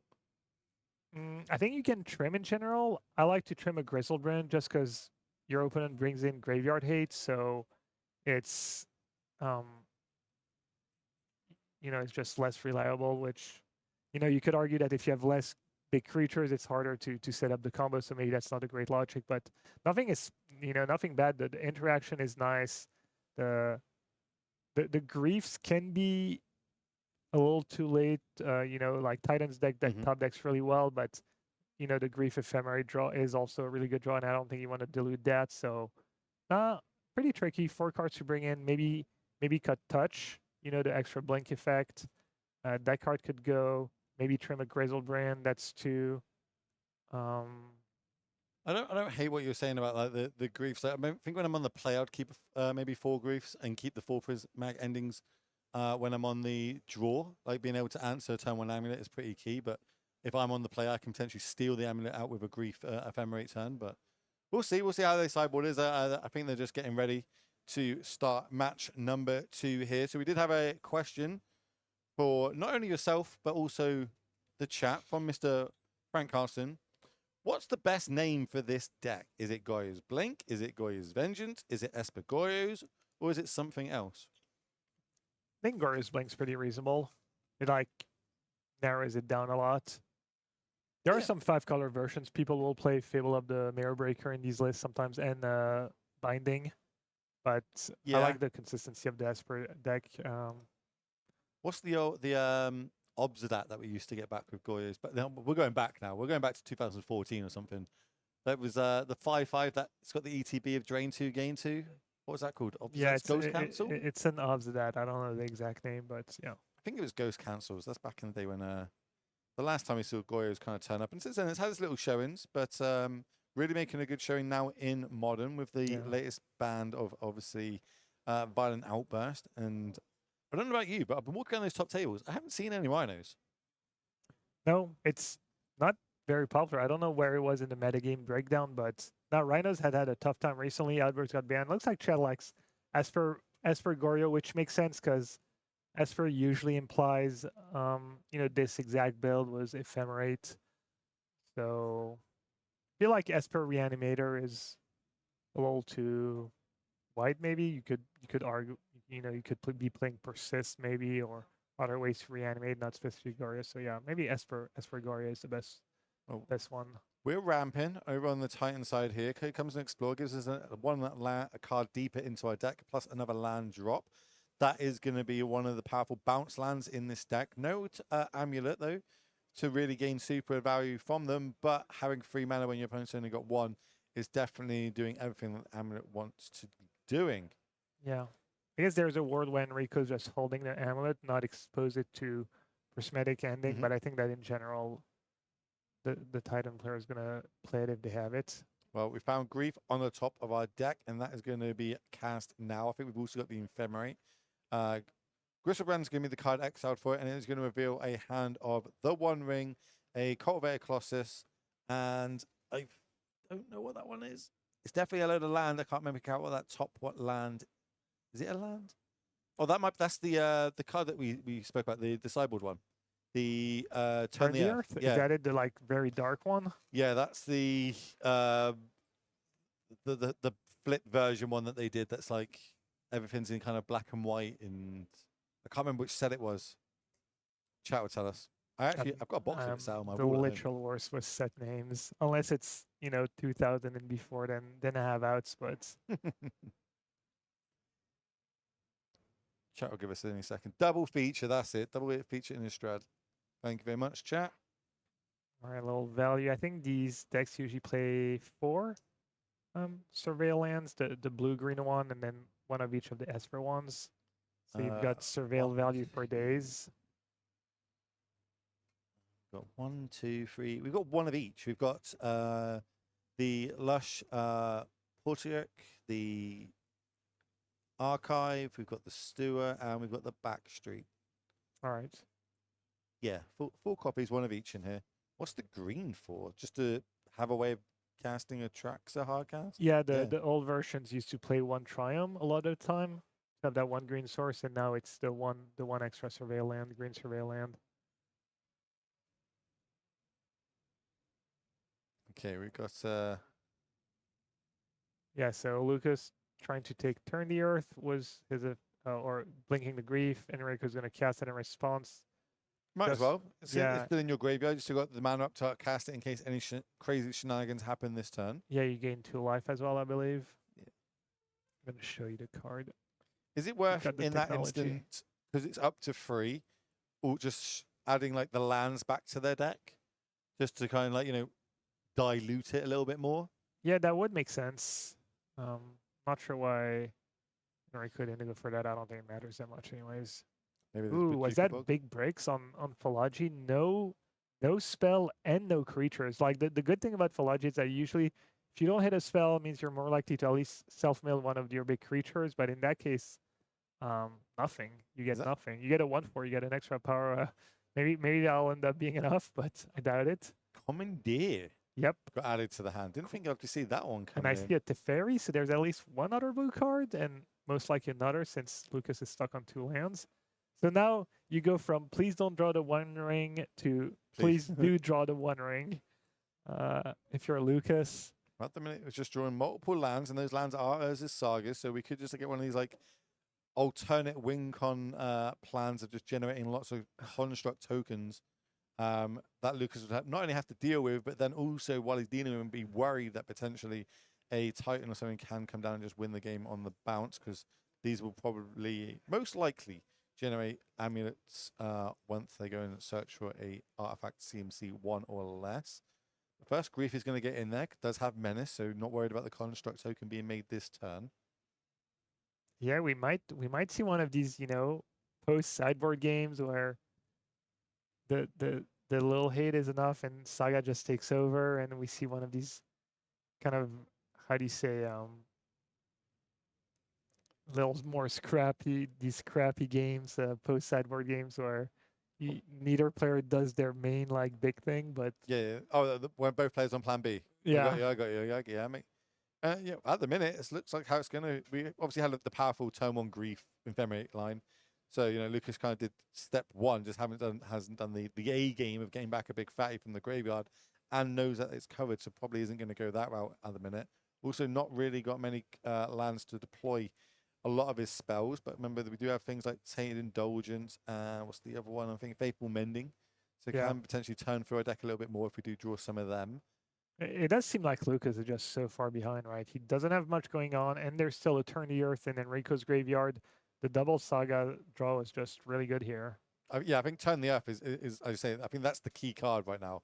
The fact that there is no get out of jail free button available. It's because as long as we hold up the 2 mana for it, then Lucas can't have one of those super explosive turns where we put something in the graveyard and get it back, and isn't able to cast multiple ways of getting things back from the graveyard because, as we can see, very stuck on land. I guess he does have Commandeer, actually. I wonder if the Commandeer goes back to, still goes to exile, what happens with it? But I guess Commandeer is one way of countering Turn the Earth, potentially.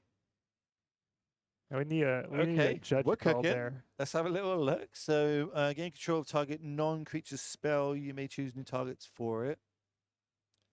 I think that might work the way that you're saying. Does it take counter to spell? No. No, it says you gain control of target non-creature spell. You may choose new targets for it. I would guess it's still exiled, so it does kind of act as a force of will on turn, but I could be wrong. We're going to be forced just to fire off a couple of prismatic endings, get these tokens off the battlefield, because they were getting pretty big and only going to get bigger. Get in for another bit more of free damage. Again, just chip damage here and there, but fully tapped out now. Something like a Primeval Titan off the top potentially could swing this game. Yeah, obviously this is not where you want to be if you're Lucas, just having to use all your removal on tokens just to not die. There's another token, big draw step. Didn't get a good look at what it is. Has got the option to go find another saga if we want to with that expedition map on the battlefield. Yeah, he has two options. He can just keep going for the saga plan and, you know, hope Turn the Earth buys him the time he needs, or he can map for Talaria West for Pact if he wants to do the Titan game, but okay, he does go for, well, with Saga he didn't have a choice because there's only one map. It's more about like what he's gonna do with that expedition map that's already in play. He obviously wants to keep 2 mana up. Even though you could argue there's no creature in the yard, so on 2 mana it would have to mean Lucas needs to play a land, surveil exactly on Atraxa, and have the Glorious Vengeance, since Lucas is not untapping with a creature in his graveyard. Well, there's the Atraxa to hand. That was the draw step. Just no way of getting it into the graveyard yet. And Lucas in the tank, because these constructs are 4/4s, so very good at blocking this grief. 1 unknown card. Didn't get a good look at what it was. Potentially we could copy another amulet end of turn. Could copy a map. Not entirely sure how good that would be, but option is there. How many?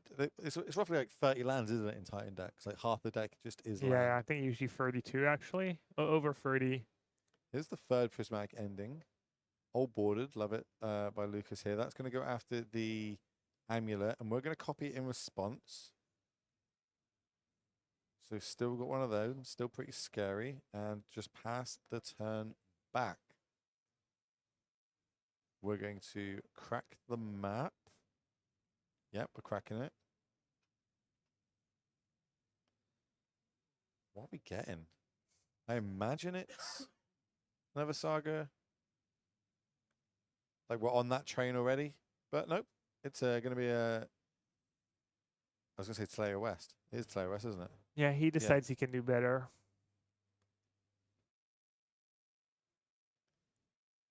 What's the actual word? Transmute, isn't it? It's transmute is the mechanic attached to this. This is like from one of the older sets, I'm going to say, because I don't think I was playing around then. One of the older sets, you played double blue, 1, discard it, go and find yourself something with CMC 0 or less, because it is a land. So normally that goes to find Summoner's Pact.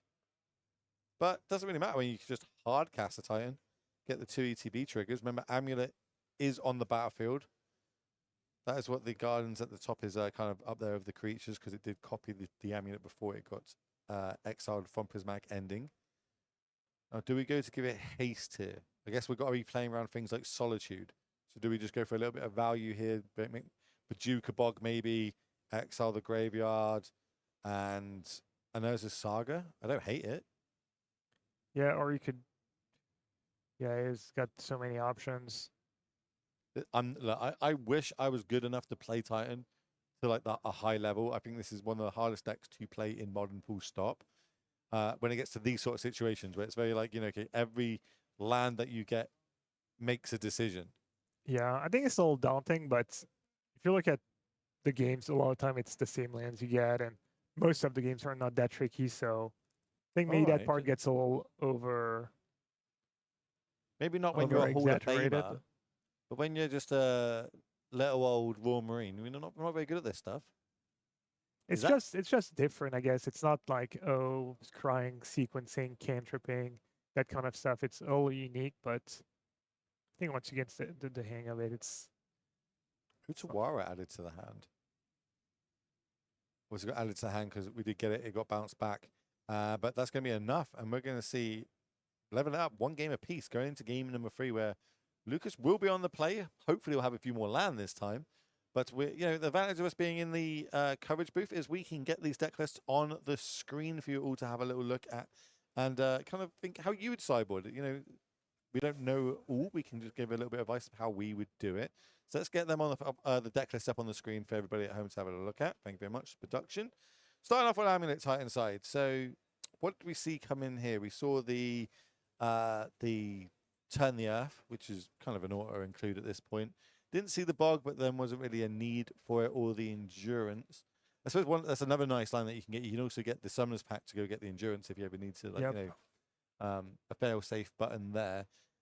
I'm going to go on a limb here and say nothing really changes play draw dependent here.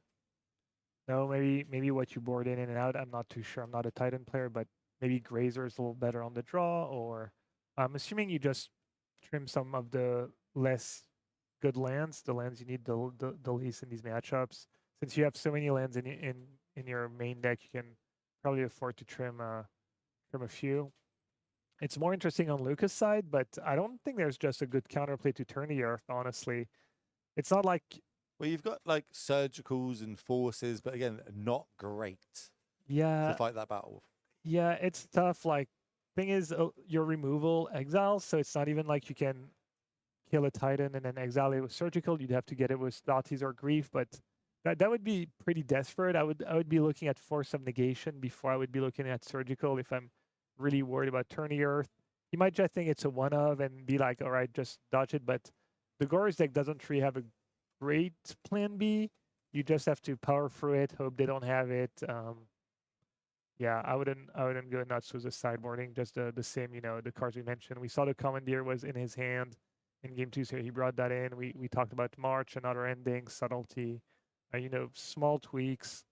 But even the cards you're boarding out are just all fine. So as it's the case a lot of time with combo decks, it's usually really hard to sideboard because your opponents get some very narrow, powerful effects to counter your strategy, and you can't afford to dilute your deck so much. So, usually you're good game one as a combo deck, and then things get trickier after sideboard, and that's kind of what we saw so far this match.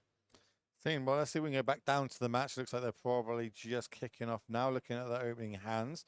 If you're just tuning us, welcome. I don't know where you've been, but we're in round number 8 here live in Prague, where we're bringing you 9 rounds of modern action today, another 6 tomorrow before we cut to that top 8. 554 players turned up for round 1 today, all battling out to try and get in to day number 2.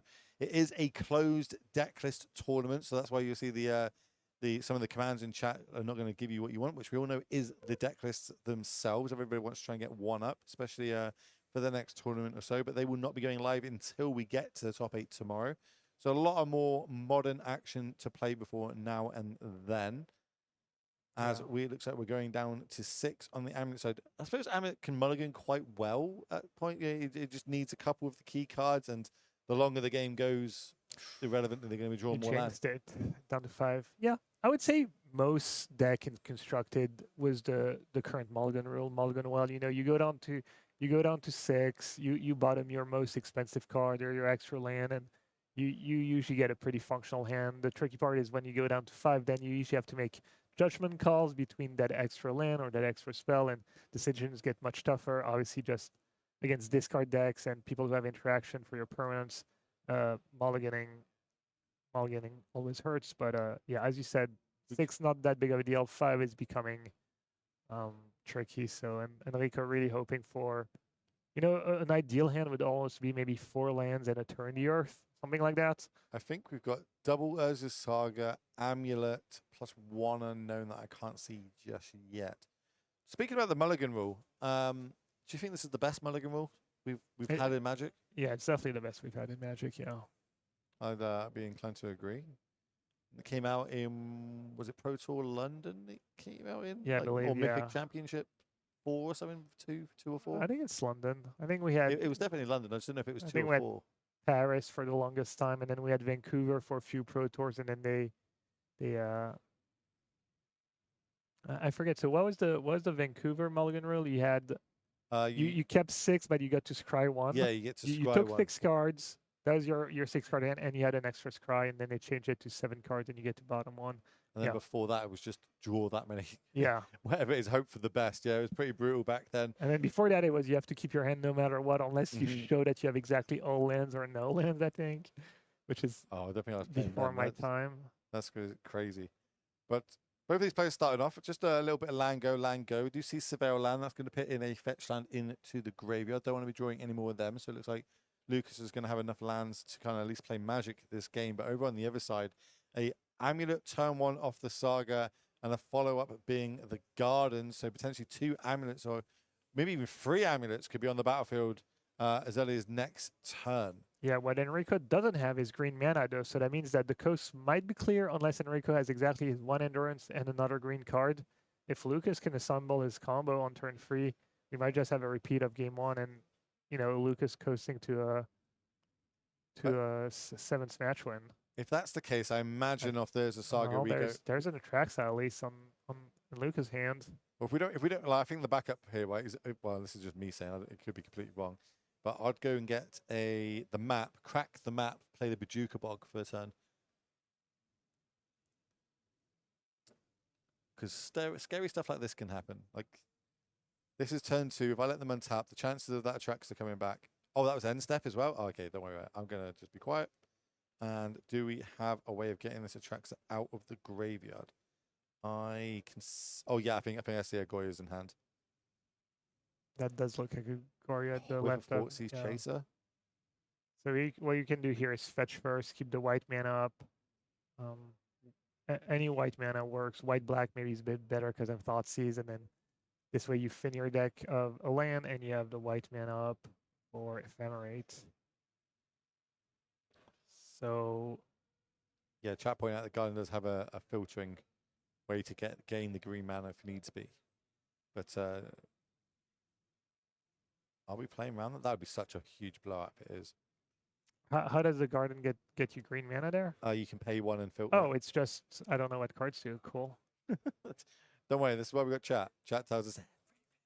All right, so I guess it is a little trickier than It's that. secret hidden mode, you see. Normally you just see it as an amulet, but yeah, you're going to get it on the screen for everybody to have a little look at home. Hall of Fame, by the way. See, follow your dreams. You don't even have to know what the cards do to win at Magic. Easy game. Just gotta believe. Believe in the heart of the cards. Yeah. And hope that your opponent is Will Hall, Gavin and Seif and doesn't know what your cards do. Here comes the Swamp for the off the fetch. How are we going to move forward here? We can start with a Thoughtseize, right? Thoughtseizes, then in response, Goyas. Or are we just going to play our Teferi here and kind of, yeah, we're just going to play Teferi. Yeah, just chilling, you know, Teferi, bounce the Saga, slow Enrico down and get a little turn the earth insurance, you know. No more tricky business on my turn. Yep, exactly as you wrote it up. We are balancing that Saga back to hand. That was a green. It might be a Dryad. That was the draw for the turn. You could technically get punished. Enrico would need to have an on-tap land, which I guess we know he has. No, I was gonna say something silly. No, he can't. No, he can't get punished. Actually, I was gonna say you can copy Amulet, and then you have a Grazer and a bunch of bounce lands in the Titan. But yeah, no, just Lucas has this fairy passive. Luke's just looking at this force negation. Oh, but we did. Wow, okay, Bajuka Bug. So yeah. The land for the turn. I think we had the option of being able to use bounce land to play a Dryad to get this as that extra land, but just playing it safe here. And the natural bug, but look at the natural mill from the archaeologist. That's the dream. Mill Atraxa, get a Goryo. We know he already had a Goryo. So, and have the land drop for it. Yeah. Wow. All right. What are we going to do? Is there another answer moving forward? Have a look at the hand. I see a Titan. I see a Dryad. I see a Saga. 2 Sagas. There's 1 unknown card, and I think it... What is that? It's green. I think it is a foil green card extra. Yeah, it might be the Turn in the Earth because it's got a bit like just from the card art. Yeah, I guess Luca's debating whether he should bring back Atraxa now. We know he doesn't have the mana to blink it. Get a look at 10 cards, or if he just says go. Oh no, 'cause it's safe to do because the Teferi's on the battlefield. Yeah, so no, he has yeah. the fairy, but he can't blink it, so he might still want to say go and try and Goryo's Vengeance at the end of Enrico's turn. Oh, that's greedy. That is so greedy. Well, the only difference is like the 7 damage and the 7 lifelink, which is not the most relevant thing right now. So on I'm just thinking that the graveyard can get nukes. Now we've got if we've got bounce lands, we can just start. no, but he has Teferi in play, and even if he has a bounce land, he would need a way to put an extra land into play, and you still get to Goryo in response. So you get basically the upside of doing it is your turn is the 7 life swing, which is kind of whatever in this matchup. Whereas the upside of doing it on, if you get through Enrico's turn, you get to untap, blink it, and easily win the game. And if Enrico has graveyard hit, you still get the trigger. You still get to bring it back. Take a look at 10 cards. Guess, so right? I like Lucas' line a lot. We're gonna end of turn copy the amulet that's in play. That gets gonna give us 2 amulets now. So any bounce land will be generating potentially 4 mana. Obviously, triggers do go on the stack, and Teferi was ticked up, so an ending could target one of these amulets. This is going to generate 1, 2 mana. 1 on the ETB. The untapped one is 1. The untapped one is that's the 3 mana we need for this Dryad. Now we've got another land drop if this resolves. Really hoping we've got a bounce land of some description. Looks like it's just going to be Urza's Saga. Tap that, of course, for any color of mana that we choose. And here is the Turn the Earth. But we do have the Goyos in response. So now we're going to look at the top 10. One of each card type is going to go to hand.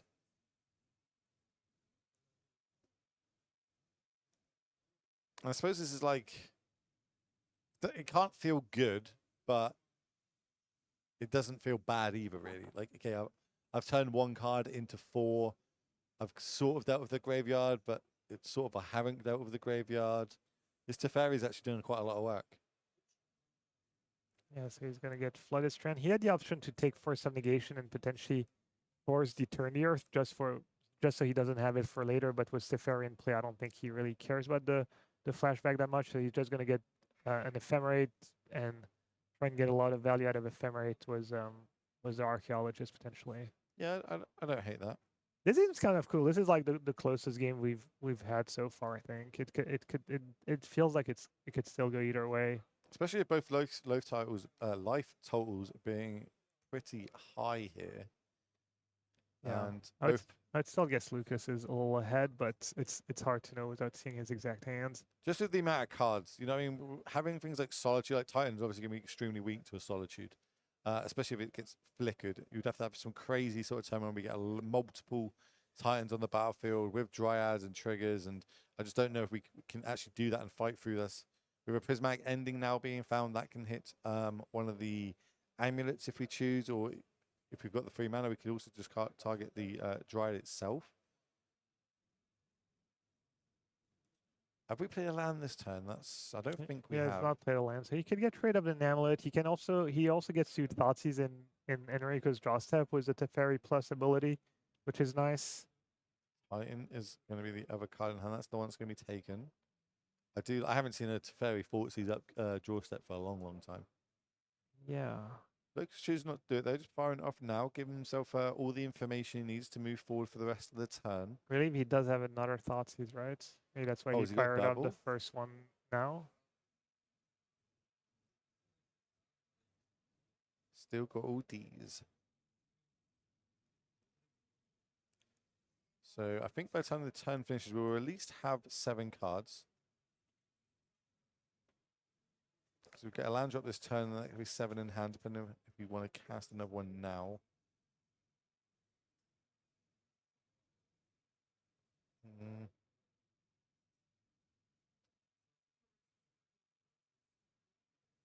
Ending the amulet. That's fine.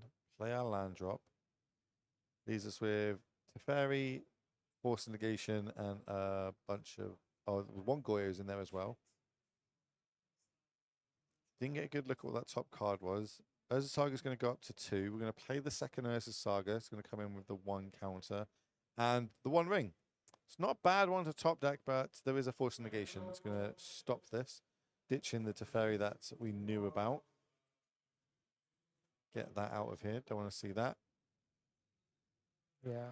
Lucas kind of unscathed through this turn. Now he gets the value of Ephemerate coming back. I believe he has another Ephemerate in hand to league the Archaeologist some more. So even if he doesn't reassemble the combo right away, he might just make his way to just getting rid of every non-land permanent Enrico has. He could hit that one March. That would be a nice hit maybe to get rid of Saga. He's not that far off from hard casting Atraxa as well. So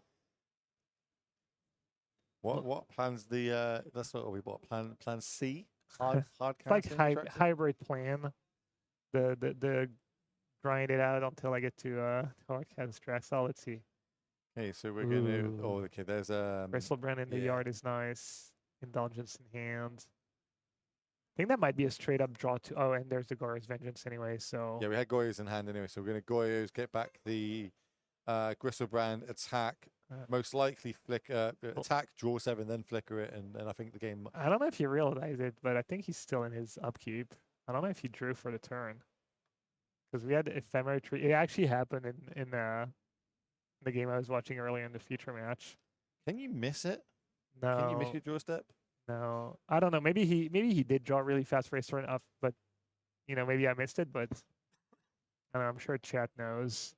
We'll wait to see what happens. If we move to combat, then I mean, technically, he could still be doing all that in his upkeep. Yeah, that's it. That's mean all this can be happening in the upkeep. That's why we don't need to call it just yet, because obviously we had the Ephemerate. Yeah, Ephemerate flicker. So yeah, we are still literally in upkeep. So Lucas does need all. I mean, I can't blame him. It is pretty exciting to get to put back Gristlebrand into play. I would want to do it as soon as I can, but well, consider it's like the okay, hold on, yeah, we did miss it, so I'll pass it down.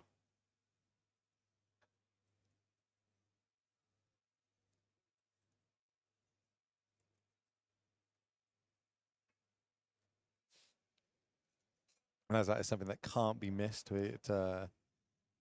Not much is going to happen right now, but basically Lucas gets one more card deeper in case they need it anymore.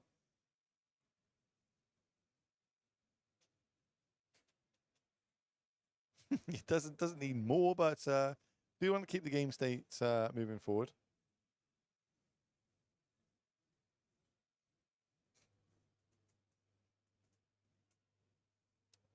Just waiting for that to get down to the judge. Yeah, wait for it. Because a lot of stuff is happening, but yeah.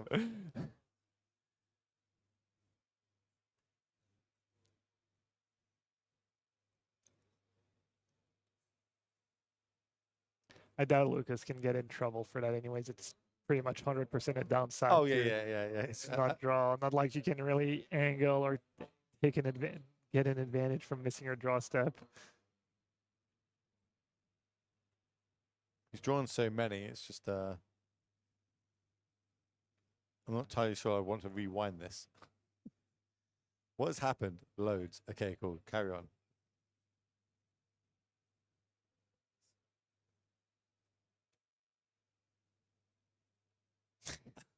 Well, number 7.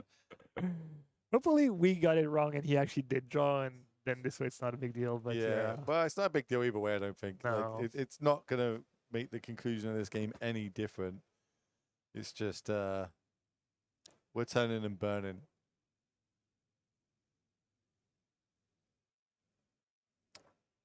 Still got all these.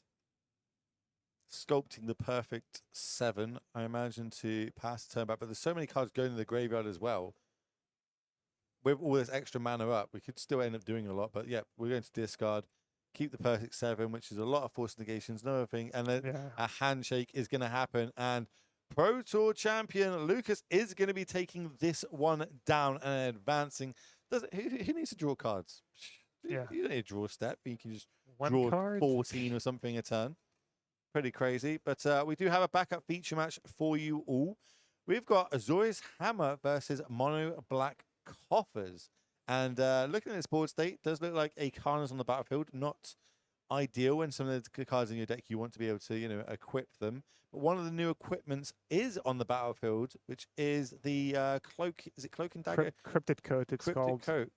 Just a one-up in the deck, but I like this card. I like how you can just play one, but it's not really, you don't really play one. You can play multiples of them. It's got the new morph mechanic attached to it, or what are we calling it? Cloak? Is it Cloak? Is that what we call this mechanic now? Cloak. Yeah. It's basically a better morph, let's be honest.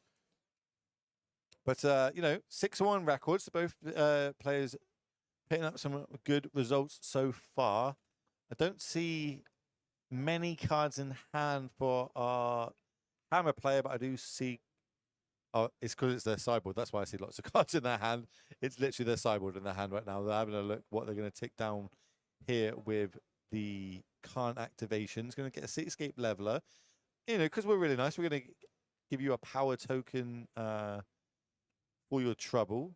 Yeah, it doesn't look like we got there at the best time for ATN. I think that was a Cauldron drawn off the top. 1, 2, 3, 4, 5, 6. We're not far off drawing a Cauldron, but look at those life totals. 17 versus 20. Also, we've got a Shieldrick's Edict in hand. Here comes an attack for 8 off a Cityscape Leveler. That's going to generate another Power Stone token. It's going to take out one of these Sagada's aids. Get that out of here. Here, you can have another one. That gives us the ability to actually hardcast the Cauldron, which is really good at blocking. Because it would exile the Cityscape Leveler. Yeah. I mean... Ironically, but we decided to just cast a Gingerbrute instead and get this Khan off the battlefield. Maybe. Question mark. Do we want to fire off this Shieldred's Edict now? Yes, we do. I would like to sacrifice a creature. That's going to go bye-bye. Yeah, not messing around. Wants to keep the Karn healthy, be able to use it again next turn or a couple turns. Makes sense. Even just the static ability of this is actually quite good in this matchup in some scenarios. Draw for the turn. That looks like... Didn't get a good look at it. It is a... Shadow of Doubt. Yeah. Didn't have that one on my bingo card today. I was going to see that, but... counters the Stoneforge ability, Stoneforge Mystic, you know.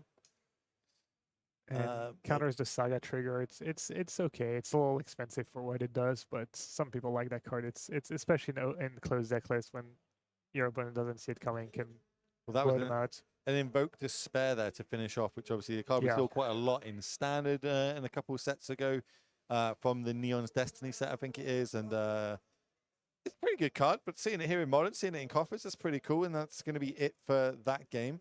I'm going to guess we don't have a backup feature match. I'm looking at my production. No more backup feature matches. Nope. Okay, so I'm going to go over here and I'm going to see how many games left in the round. As you all come back to the booth where you join me, Will Hall, with Gab and his Steve. Looks like there's a lot of games still playing, and one of them's got a nice big time extension. So have we got the Modern Horizons free cards that we can have a look at? The preview cards? Let's get some more Gab opinions on these cards. Like, God, not again, Will. Not again. Stop asking me questions. I'm sorry. You're in the booth with me. I ask questions. No, that's what fine. I'm doing. If you got any chat, let us know as well. You know, I can throw them to Gab anytime you need. So, we've got the other half now. All right. All right. Well, we spoke about this before. Obviously, Modern Horizons 3 is going to be one. Modern Horizons 2 had such an impact on Modern. Modern Horizons 3 is coming out at the next Pro Tour that is going to be held in Europe. Obviously, Seattle is going to happen first. That is going to be standard. But when we come back to Europe and we come to MagicCon Amsterdam, Pro Tour Amsterdam, it will be Modern with Modern Horizons 3 Draft and Modern Horizons 3 being legal in the format, so we can see what can change it up. This is one of the cards that has been previewed so far by Wizards, and it's not bad. I don't know if it's Modern player, but well, obviously you can play it Modern, but it's not a Ragavan type card, but it's got that Planeswalker side. It's pretty sweet. This is 2 mana for 2 creatures. Yeah, it does a lot. 2 creatures and an extra Planeswalker potentially if with a Planeswalker kicker. Yeah, it's not if a Johnny doesn't die. But I guess what's gonna happen is the actual Johnny's gonna die, and you're left with a 2/1 cat. Yeah, maybe Cat Tribal. I've played Cat Tribal on Arena with company. There's some decent ones. It was not quite there, and it was not in Modern. It was in the Pioneer equivalent of. What cats have we got? We got Wilder Carl. What's the 3/4 that when it attacks makes a cat?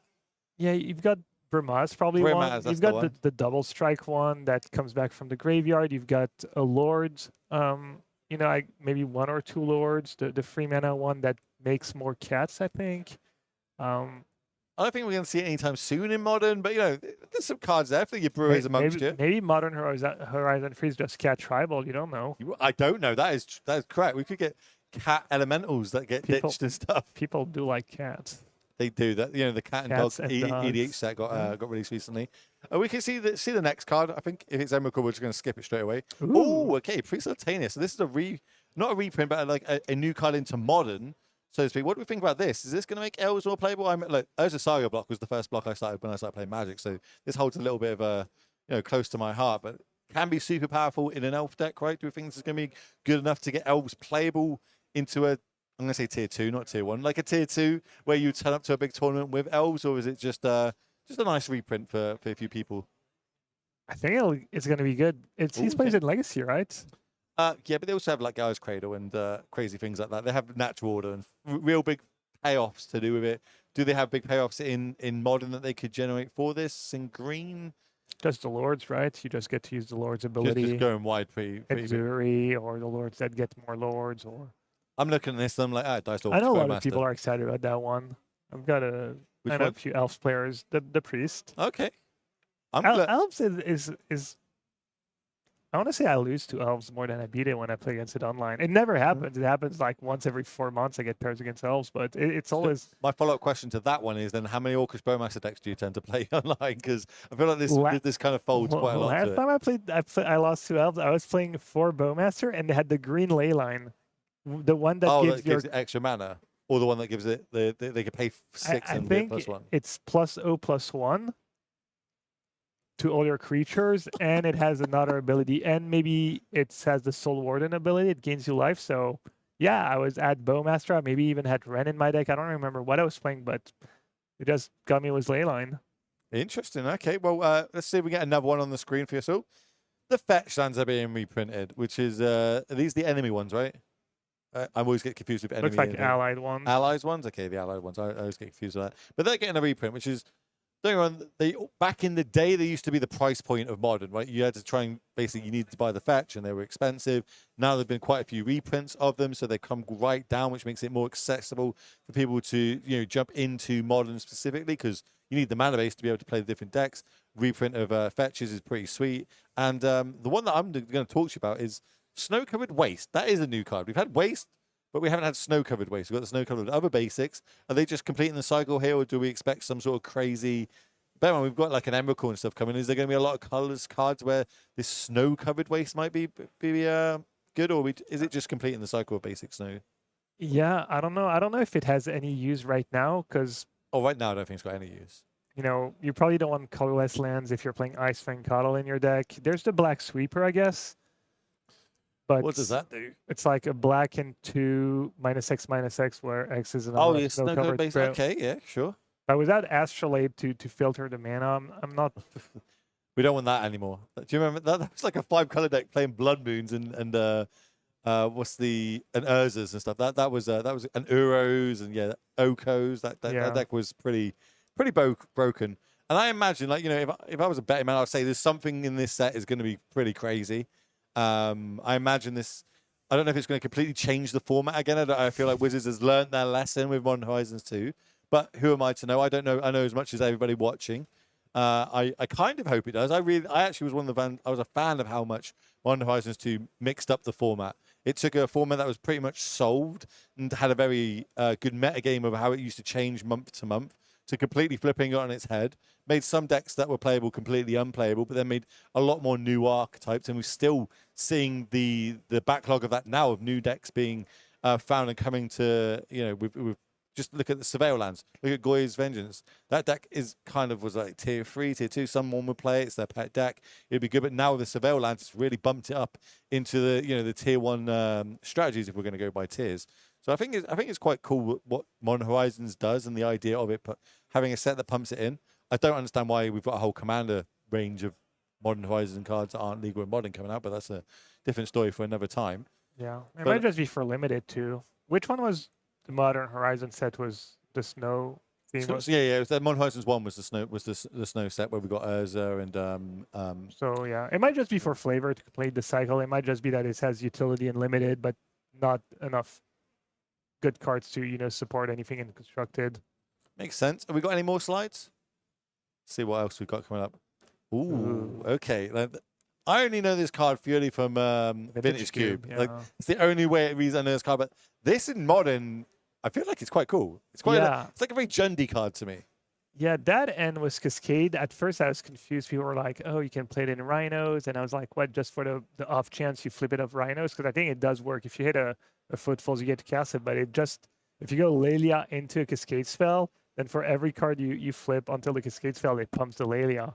So you can technically one-shot people. So it's got that double utility of getting lucky and hitting Footfalls, I think, or just one-shotting people or hitting them for 10 on turn 4, something like that. So that's kind of pretty a cool card. It's also a cool card in grindy sideboard games. If people bring their Chalices of the Void, all these kind of cards, the Spell Pierces, the Flusterstorm, and you just go Lelia, get a bunch of value, kill you fast. Do you think it's going to see play? Obviously, Legendary means realistically can't have 4 copies unless it is crazy good, which I don't imagine it's going to be broken good, but it's got a really cool ability attached to it. But then 3 mana, that's quite a lot in modern. But then we did see the Saga Fable. Thank you, Fable. Hit up a lot of good results in modern, but again, that works better in multiples. It's very good at discarding cards, generating extra value. This is just one card that has to be turned sideways to get you extra values. Not really going to show that on the turn that it comes into play if you cast it on curve. Do you think this is good enough? Do you think this is kind of just like, here's a little bit of flavor in the set? Everyone knows this card. It's quite cool. Get a little bit of hype. We'll put it in, see what it does. It's strong in the vintage cubes, though.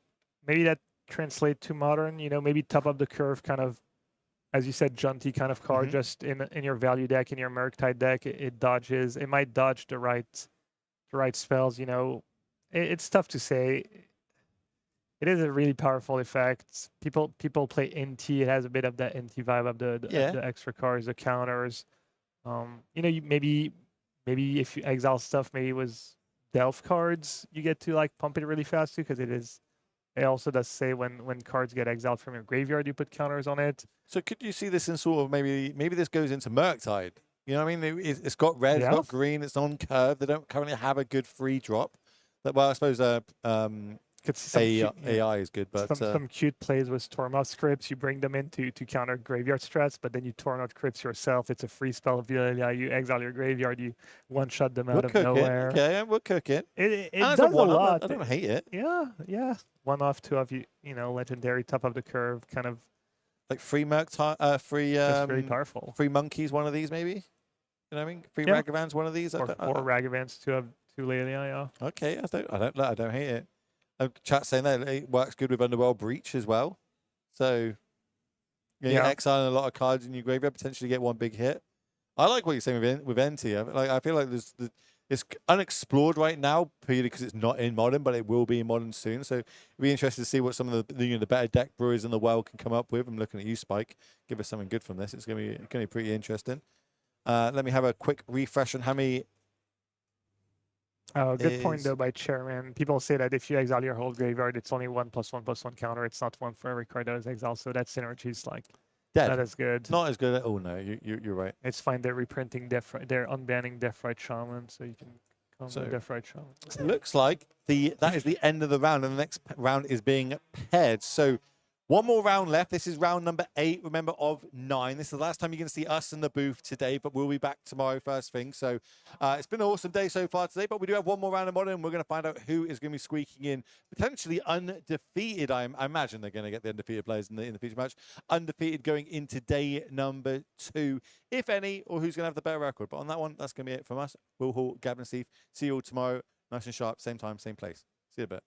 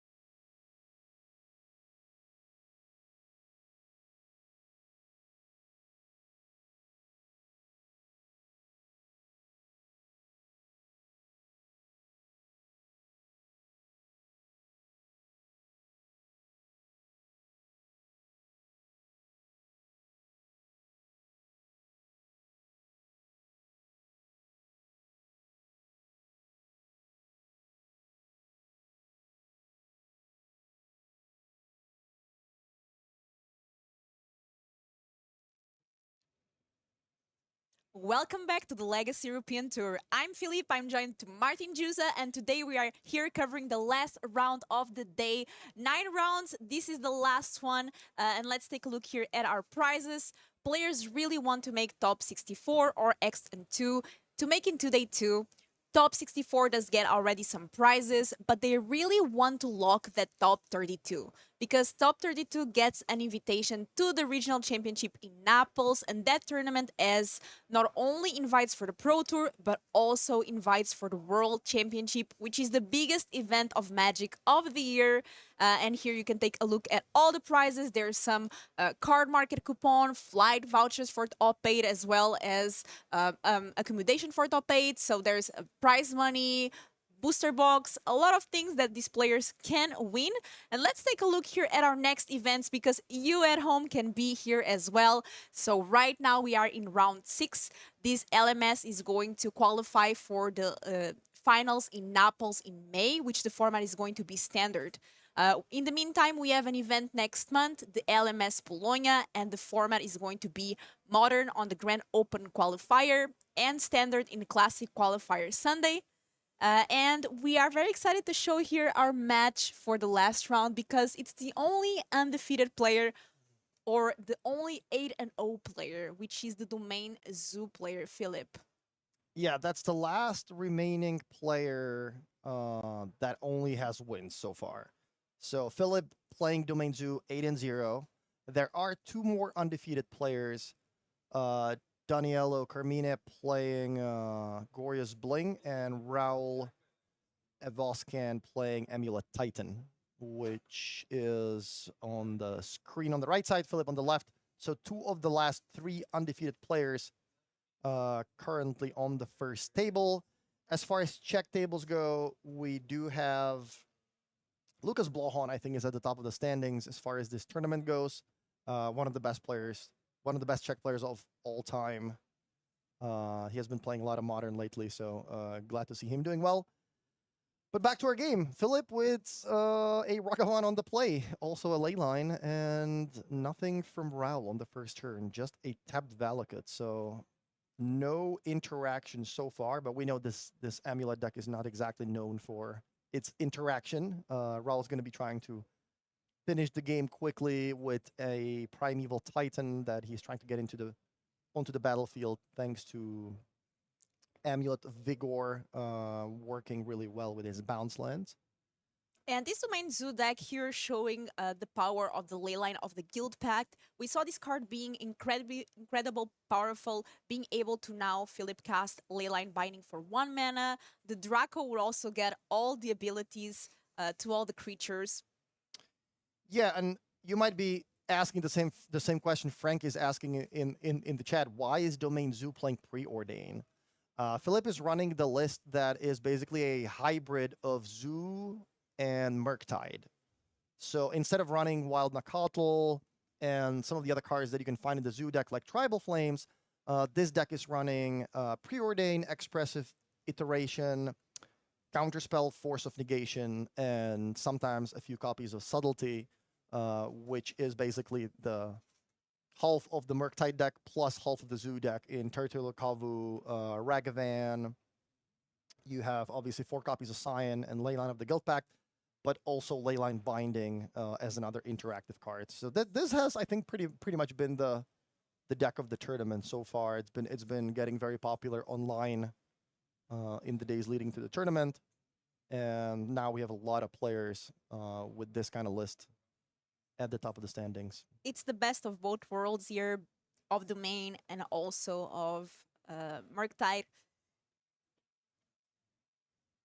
And doing very well here.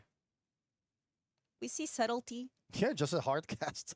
Why End not? of turn Subtlety. I just need to. Yeah, I mean, Philip recognizing that this matchup is about pressure. You don't want to give Raul too much time, because if you do, then Primeval Titan with an Amulet can quickly spell a very crazy turn for the Amulet Titan deck. So Philip doing the best he can to increase the clock as much as possible.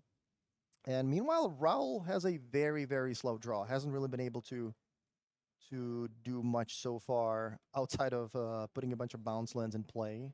And also because of that ley line of the Guild Pact and the Draco, all creatures now have Vigilance, X-Proof, Lifelink, First Strike, and Trample, which is pretty good. Yeah, it's a pretty deadly combination. And it's the reason why we're not really seeing a lot of decks like Murktide, for example, because they don't really have a lot of outs to the opponent doing this on turn 2.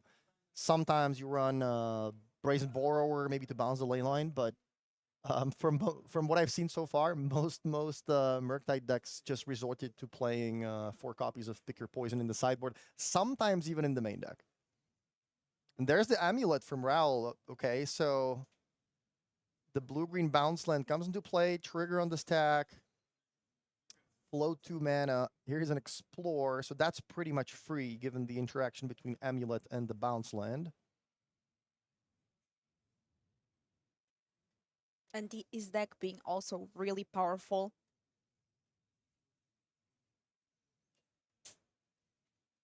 I'm not sure if the life total has been updated. I believe Raul should be a bit lower than that. Yeah, I believe so as well, because Subtlety and Ragavan attacked in the past turn.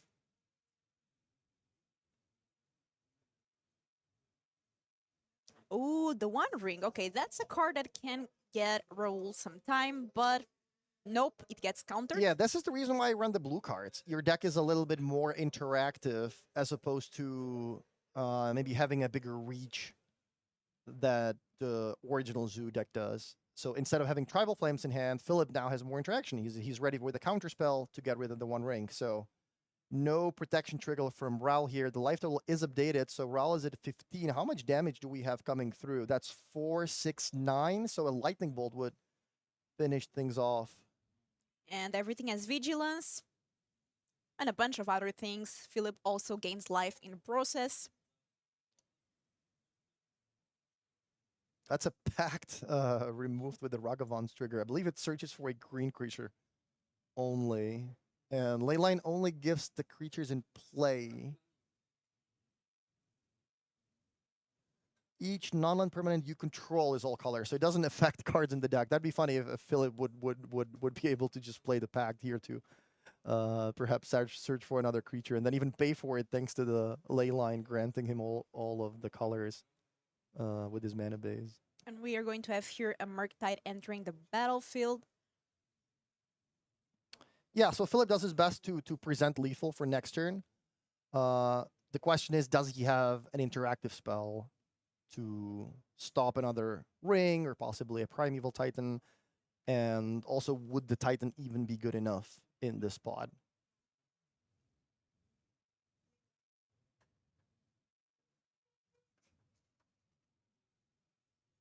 And Philip here really showcasing how he got 8-0 with this deck. The deck is really strong, really powerful.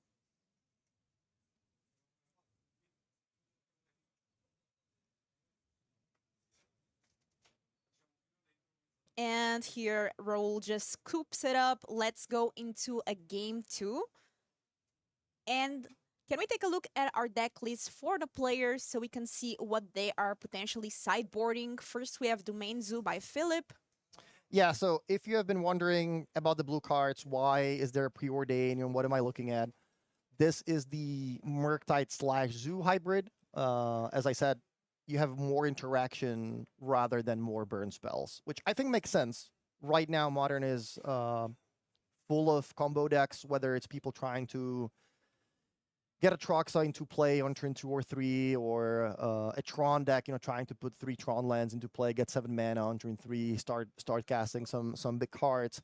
Having access to Counterspell and Force of Negation can really pay off in those matchups. So I can certainly see why you would be prioritizing those cards over more burn, and also Expressive Iteration is a great card to dig deeper into your deck and get ahead on cards. So another card advantage spell there. The sideboard here, Alpine Moon. You can also bring in Wear and Tear to destroy the amulet. Subtlety is probably going to make an appearance as well. Pick Your Poison can also deal with the amulet, so lots of options for Philip. And let's take a look here at our other players' deck lists. I'm led Titan by Raul, and we see here the sideboard with some interesting cards. Anything in particular that you think might enter in this matchup? Yeah, depending on how many counters Raul saw in the first game, I believe he saw an actual counter spell. I don't know if there was a force of negation. He's probably thinking, okay, this defense grid might be coming in for this matchup. Breach. Boseiju is another card you can bring in to deal with Leyline of the Guild Pact. Outside of that, I'm looking at the sideboard. I'm not sure if you want a card like Dismember. Like on the play, I think you probably want to focus more on your own game plan, but it depends on how many cards Raul feels like he wants to board out. Yeah, Dismember is certainly a card that could come in, but I'm not sure if I would be trying to fight my opponent's creatures if I'm on the play. I also have cards like Arboreal Grazer, so Ragavan is not maybe as threatening as it would normally be. Yeah, it pretty much depends on how many cards Raul feels like he wants to take out. And let's take a look here at our players that are getting ready for game 2 and going to take their mulligan decisions. Now Raul gets to be on the play.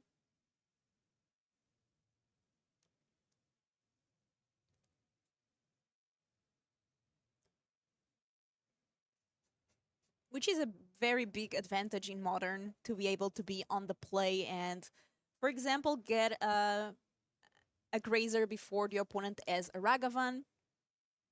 Yeah, it's more like the more powerful the decks are and the more powerful the cards are, the better it is to be on the play and doing those things first and getting all those advantages.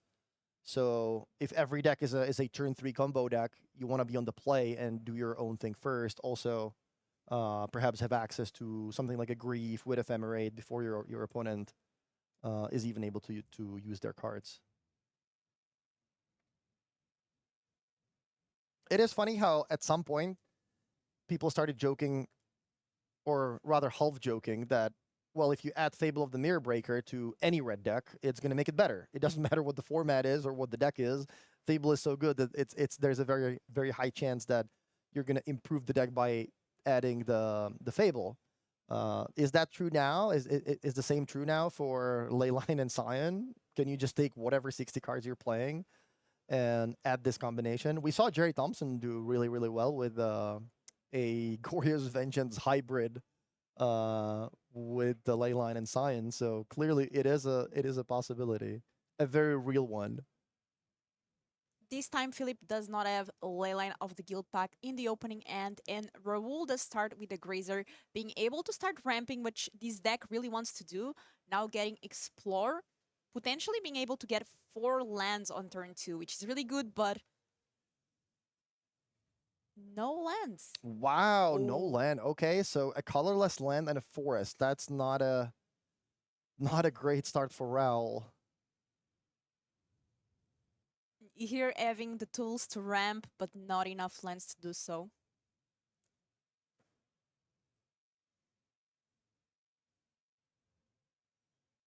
Yeah, speaking of Modern Horizons 3, I am eagerly waiting to see what's in the set. How, where do we go from free spells? What's next? How do you improve that? Now your opponents are the ones that have to pay for your spells. Wow, did Philip just what is happening? So Philip also missing his second land drop despite the Surveil trigger from the land and playing a Preordain. So both players screwed on mana. Philip with the interaction, yeah, he's kind of priced in here. He has to use the Force of Negation, otherwise with one land you're not going to be able to do that anytime soon. So he does counter the defense grid, loses another interactive card in the process though. And he chose that really quickly. I would be thinking, if I'm Raul here, I would be thinking, wow, you exiled that counter spell almost immediately. That makes me believe that you very likely have another one, because, or maybe you don't have a blue card. But in that case, would you be thinking harder whether you want to do that or not? So I would be certainly thinking that there is a very good chance Philip is sitting on another counterspell here. Yeah, and able to get that second land, which is very important. Raul also having access now to 3 lands.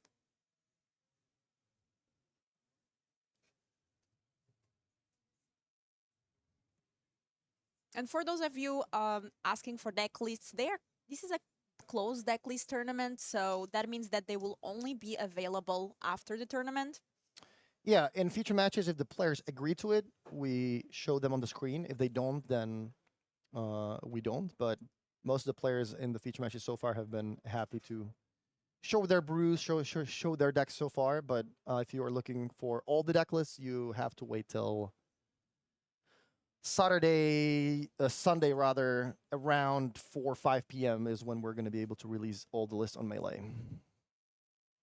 Expressive iteration here, great pickup for Philip, which is hopefully going to be able to find him a third land. What it does mean, though, is he has to tap out in the process, so no counterspell.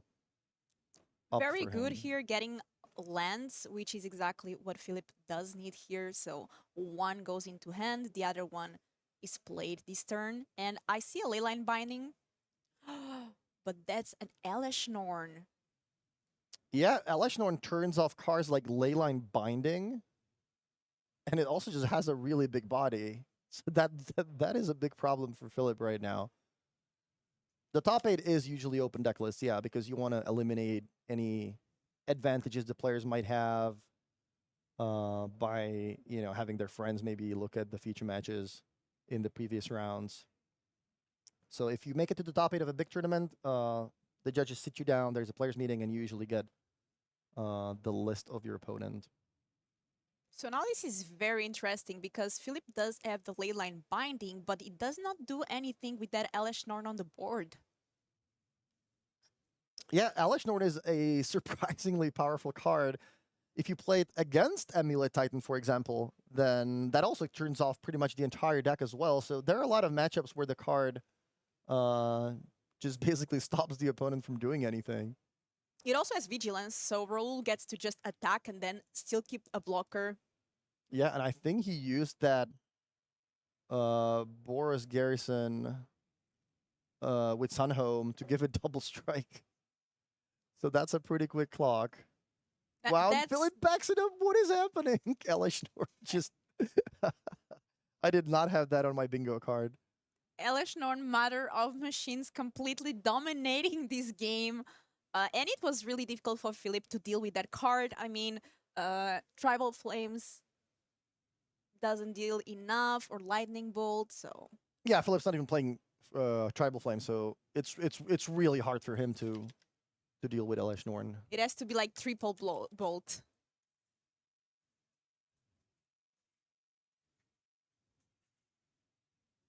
We're going to have a game 3 now, and Philip is going to be on the play.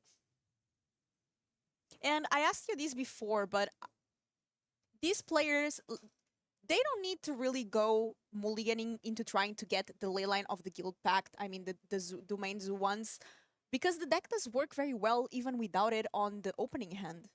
Yeah, like when you say Leyline, that typically makes me think of Leyline of the Void. That's the most popular anti-graveyard sideboard card, which the way you usually want to play that card is, well, it needs to be in your opening hand. If it's in your opening hand, it's really, really strong. If you draw it on turn 3, then yeah, the card is usually a blank because most of the decks can't even cast it. So usually you think of Leylines as something I want to aggressively mulligan for, but Leyline of the Guild Pack is a card that these decks can very easily play without because it doesn't really give them anything that they desperately need. Sure, it works really well with the Scion, it fixes your mana, but your deck already has great mana base thanks to all the fetch lands and triumphs and shock lands. So it's just something that's good to have in your opening hand, but it's certainly not necessary, and I would definitely not try to mulligan too aggressively for it or anything like that. And we see here players shuffling up, getting ready to what is for sure their last match of the day. Yeah. Both already made it into day 2. But this is a very important game because whoever wins this game does start tomorrow with a bigger advantage. Undefeated into day 2. Yeah, it's also just a great feeling, you know, and ending the last round with a loss. You're thinking, wow, I could have been the undefeated player. I mean, you still had an awesome day, an amazing day. Both players are going to be proud of their record, you know, no matter who wins. But yeah, I mean, being that the last undefeated player, you know, being 9-0, that's a very good feeling to have. And we see there Philip going for a mulligan. Being 9-0 also just puts you in an excellent position to make the top 8. We might be looking at 12-3 possibly making it, 12-1-2 almost certainly. So you're thinking, okay, well, I only need to go 3-2 in my next 5 matches, and then draw to lock up top 8. That doesn't sound that hard.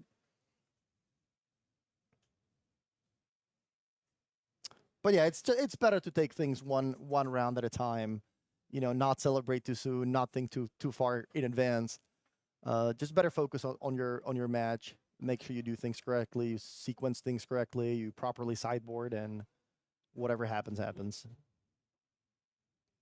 And a lot of rounds of Magic. I'm sure these players are very tired. We are getting tired as well. It's a long day, and I'm sure they need to rest very well for tomorrow.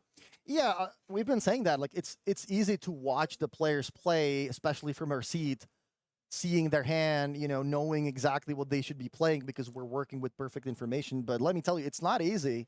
The players have been here since 8:30. It's 7 p.m. And it's been a long day. And every game you have a million decisions to make. It's very easy to make a mistake here and there, or miss a trigger. That's just natural. So yeah, respect for all the players who can who can do that for 9 rounds and minimize the mistake and make sure they play as best as possible because it is not easy. Yeah, and they are here in the feature match, giving us some awesome content. And who doesn't love Modern on a Saturday? Philip with a territorial Kavu on turn 2. So a pretty quick clock. Raul only with a tapped Valakut turn 1. Not the most exciting start. And right now that's 4-4. No green source. So this makes me believe Raul's hand is with at least one amulet, maybe multiple. Oh wait, no, he does have a green. Never mind. Never mind. And puts the bounce land into play. Able to ramp pretty well, attacking here with a Kavu.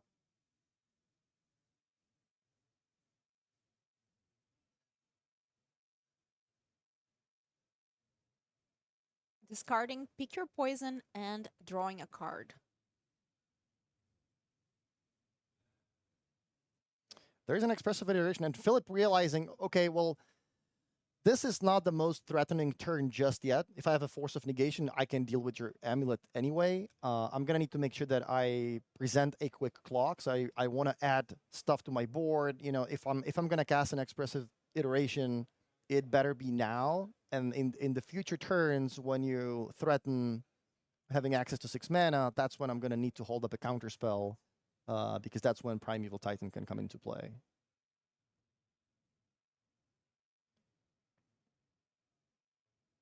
And I see a Leyline Binding on Philip's side as well as at the Ferry.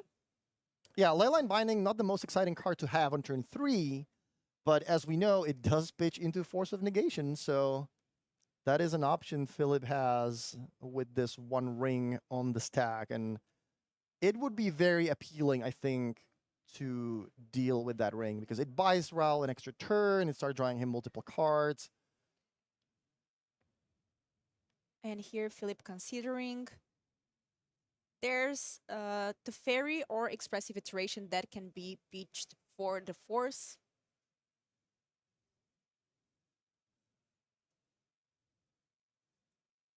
Oh wait, that's a Leyline Binding, not a Leyline of the Guild Pack. Never mind. So that was an interesting option.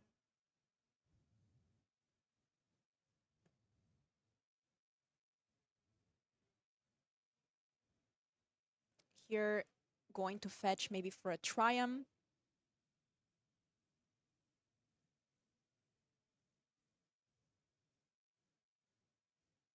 I like using the 4s here. I want to pressure Ral as much as possible. There's a chance he doesn't have another land drop to make, for example, for this turn. So stopping the ring, basically denying him a time walk and a bunch of extra cards, I think that certainly makes sense. Even if even if the force is your last counter, I think I'm happy to use it on the ring here. The ring is just so powerful. And we see there an attack from Kavu, discarding Pick Your Poison and drawing a new card, dealing 5 damage. I wonder if Pick Your Poison is the most played sideboard card at the tournament. It might be. It very well might be, yeah. Maybe tomorrow we can get those stats.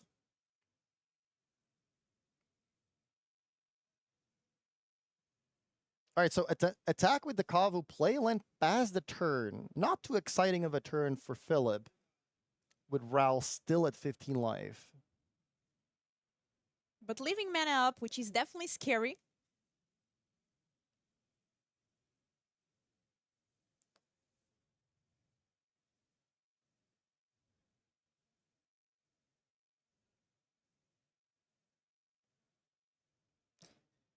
And looks like Raul is going to try to dismember that Kavu. Floating green mana, okay.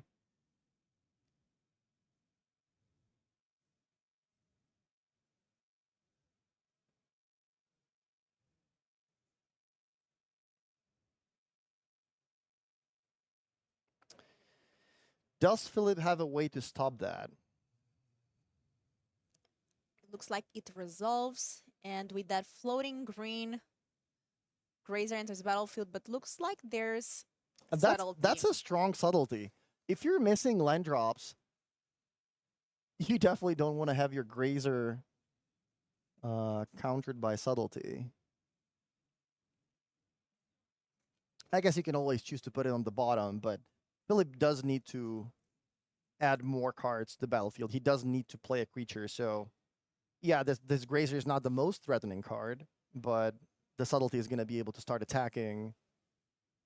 Philip holding an expressive iteration, so he's certainly hoping to find another counterspell with that.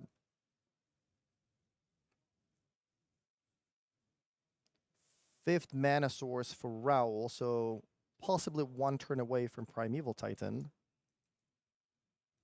The most popular deck in the tournament is Domain Zoo. I think we had around 12% of the field. Yeah. The second most played deck was Yavmod, but we haven't seen too much Yavmod at the top tables. Obviously, we haven't done the proper numbers just yet. But when I was walking around the top tables, I haven't seen that much Yavmod. And I remember specifically that Domain Zoo had 66 copies here in the tournament. There's around 500 something players. And there's several variations though. There's the one with Tribal Flames, more aggressive, with Brawler. And there's this one which has the Murktide version as well.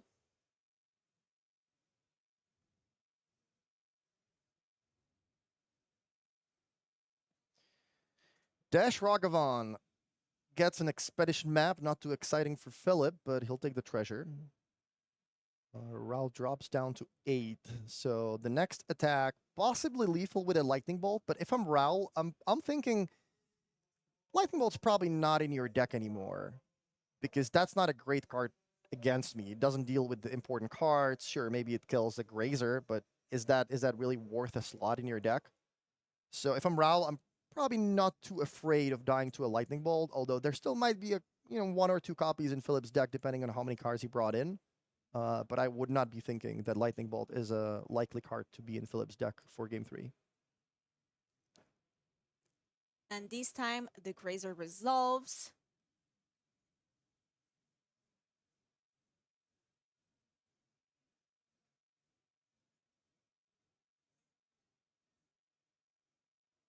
Expressive iteration. Yeah, this is the power of the blue cards. Not only do you have better interaction, but instead of having more creatures or tribal flames, you get to dig deeper into your deck to find what you're looking for with expressive iteration. Iteration is one of the best card selection spells printed in quite a while. It is a 2-mana card. It's maybe maybe it looks expensive for modern, but looking at 3 cards is a lot. And Raul down to 5 life.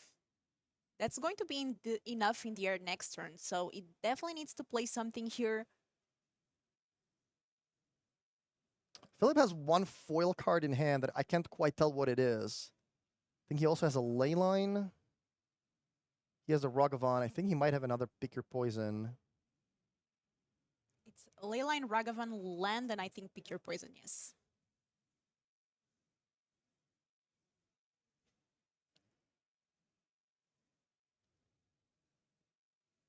All right, Green Castle. What does Raul have? Does he have the Primeval Titan, and would that be enough?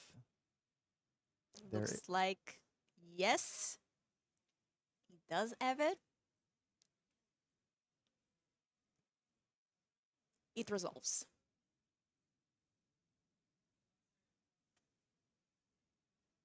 Now we know about that Leyline binding in hand. What is the perfect time for Philip to play it, though?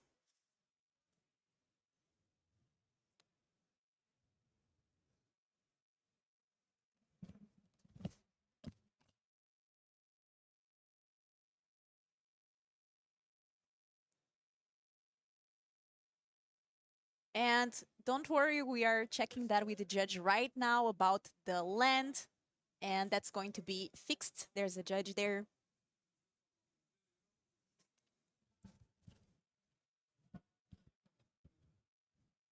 Yeah, I think the players are aware.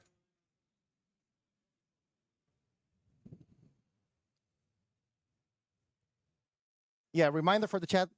If you play a feature match, there is not a dedicated table judge. You just play at a table with a camera. There are usually judges around, but it is still the player's response. The players are responsible for the state of the game. So it is up to you to realize when something's wrong. Obviously, sometimes we catch it when both players make a mistake. Then you call a judge, and the judge can come over and fix that. But usually there is not a dedicated table judge. So in this case, the castle should be entering play tab because there is no forest, and a judge was summoned.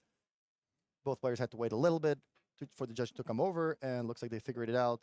We're going to back it up, shuffle your deck, Titan's back in your hand, castle comes into play, but it is tapped. So everything good now? This might change things quite a bit for Raul because he can play the Titan now, but he is going to be shorter on mana. So only 1 colorless land left after playing the Titan, already having made a land drop.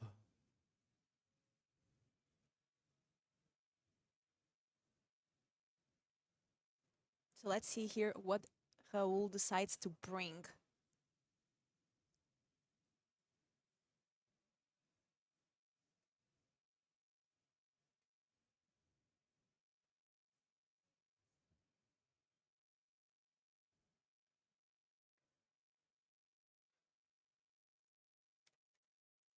That looks like a Radiant Fountain and a Boseiju, which would put Raul to 7 life.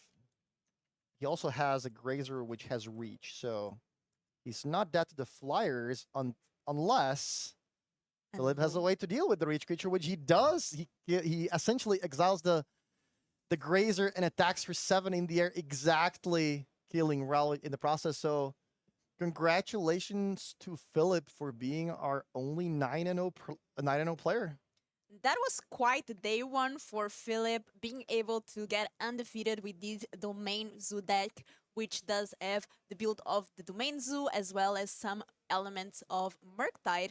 But we do have a backup feature match, and we have Carmine 7-0-1, so with 1 draw, against Mono Black Coffers 7-1. So Mono Black Coffers is doing very good. I feel like there's always one Mono Black Coffers player doing well in this tournament. Yeah, that's true. It's a deck that you really want to phase the 5-color decks with, because the match usually takes long. You can get a Thundering Titan out of your sideboard, which is great at eating all the multicolored lands.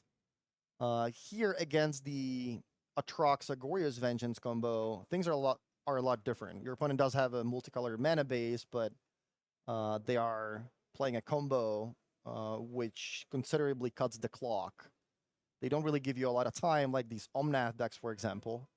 So Mattia needs to find hand disruption or ways to deal with Carmina's sideboard, deal with his graveyard out of the sideboard. I'm gonna be honest. I expected this match to be over quickly because the Goria's deck is very fast, and at least in game one, Mono Black doesn't have a lot of great answers. But looks like this is where we're joining in game two with 20 minutes left. Lucas played a feature match in the previous round. He was 7-1, playing Esper Gorius as well. So very interesting here, Deadly Cover-Up collecting evidence 6, which is going to allow Mattia not only to destroy the board, but most importantly, exile one of the cards from the graveyard and then exile all of the copies with the same name that can be in the graveyard, hand, or library.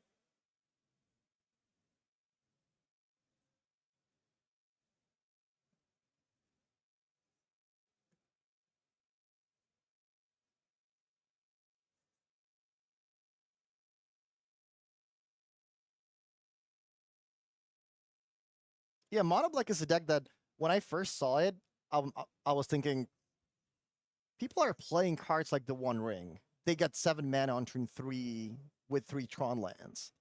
They can do crazy things with, Goria's Vengeance, or, play these multicolored mana bases very easily and get away with playing 5 colors without any issues. And I'm going to be playing Sign in Blood? Is this really something I want to play in the format? Like, how can this deck be so competitive when it looks so fair compared to the rest of the format? Yeah, but it turns out the deck just works. You do have a lot of ways to deal with non-basic lands. You do have cards like Thoughtseize. Cards like Damnation are actually pretty good in this metagame against all the Leyline Sign decks. So, yeah, as you said, seems like we always see at least one Mono Black player at the top of the standings. And Mattia did take care of the Goria's Vengeance and all. There was only one left in the library, but still Mattia got his time to look at Carmina's deck list because the deck lists are closed, so it's a good opportunity to take a look at what your opponent is playing.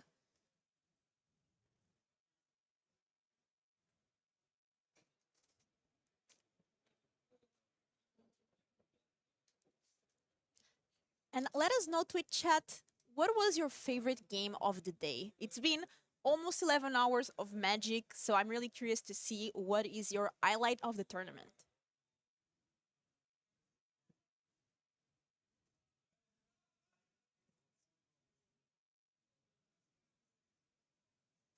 Yeah, shout out to the Foxhound crew. The stream production has been very good. We have no issues with the glare. I think the quality of the stream is very high. You can clearly see the cards. So sometimes it's very hard to do that. Sometimes you can't really deal with the light in the tournament halls. It's just hard to deal with the glare. A lot of people are using foil cards. Not easy sometimes to deal with that, but as we keep doing more tournaments, the production quality has been getting better and better.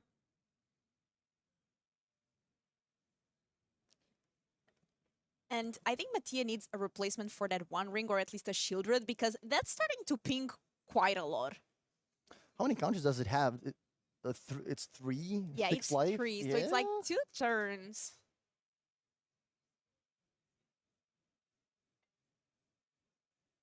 Voidwalker.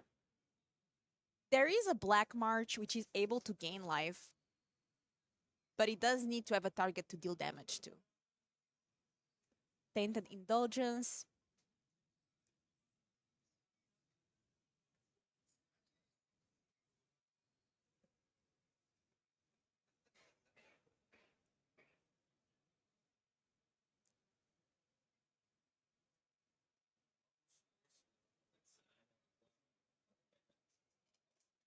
I mean, worst case scenario, Mattia can just target his own creature. I guess this mono black deck does look very fair, but it does get to play two of the perhaps top 5 cards in the format. Both Bowmasters and the One Ring are cards that I have quite high in my modern power rankings.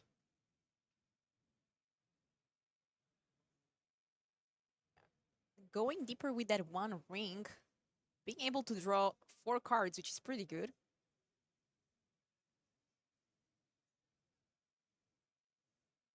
Bowmaster.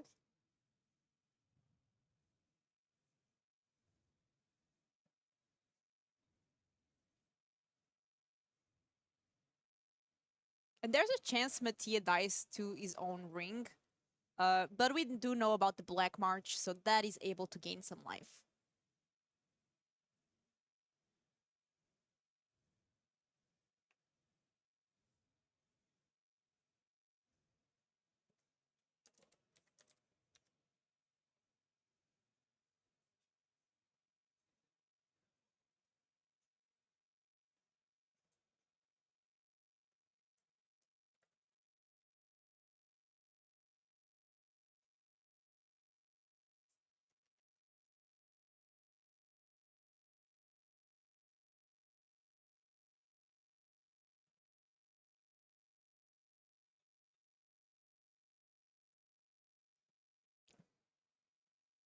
Yeah, if Mattia picks up this game, then I think both players might be kind of running short on time, as they're taking quite a while to think through all the decisions here. And with no Gory's Vengeance in hand, does Carmine have ways to just cast Atraxel? Is there enough mana? The deck certainly does run enough sources of all the colors. I think there is the blue-green Survey Land in play already for Kamina. So if he has a Trux in hand, he might be able to hardcast it in a couple of turns. The question is, would that be enough? With Mattia drawing multiple cards a turn thanks to the ring, and having that March in hand to gain himself a little bit more life. Ooh, but now there's a Grief. So here, in response, we see that March even pitching a Shieldred's Edict to be able to deal more damage, but Wow, Touch of the Spirit Realm. So not only does Carmine deny the life gain, but I believe this also brings the grief back. So it is a scam piece, sort of. Denying the life gain here is very important. very important because now Mattia is going to take 4 damage from the One Ring um, on the upkeep and drawing 5 cards. So Shieldred is not enough now. I think Mattia does need another March to be able to gain some life, or at least another ring. I think Shieldred is going to be still enough because you can upkeep draw first before you lose the life. But let's see what Mattia has.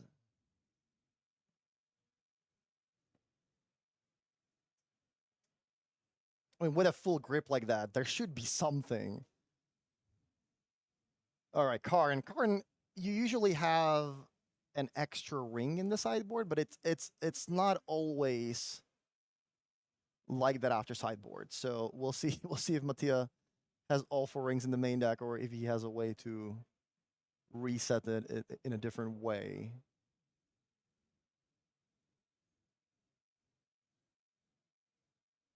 Somebody's saying they can also get the ring they use to collect evidence with the board wipe, the deadly cover-up.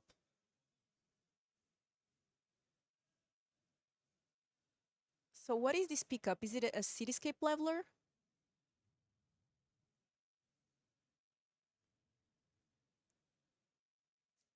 Can Destroying the Grief. Cannot destroy the ring because it's indestructible. Dealing some damage there.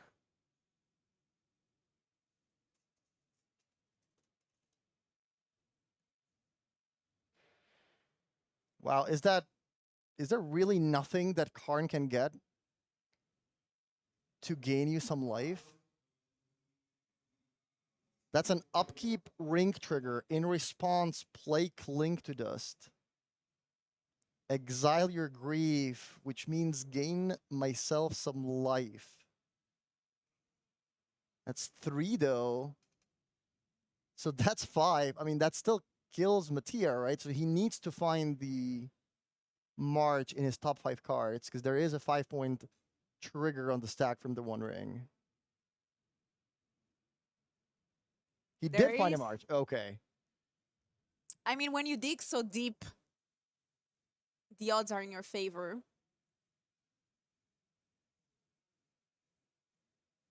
And Carmina has a 9 life, so this attack would presumably be lethal. I'm not sure where exactly we are, if the cards are untapped or if this was happening. Are we in the upkeep? Like, is everything untapped or what is happening? Okay.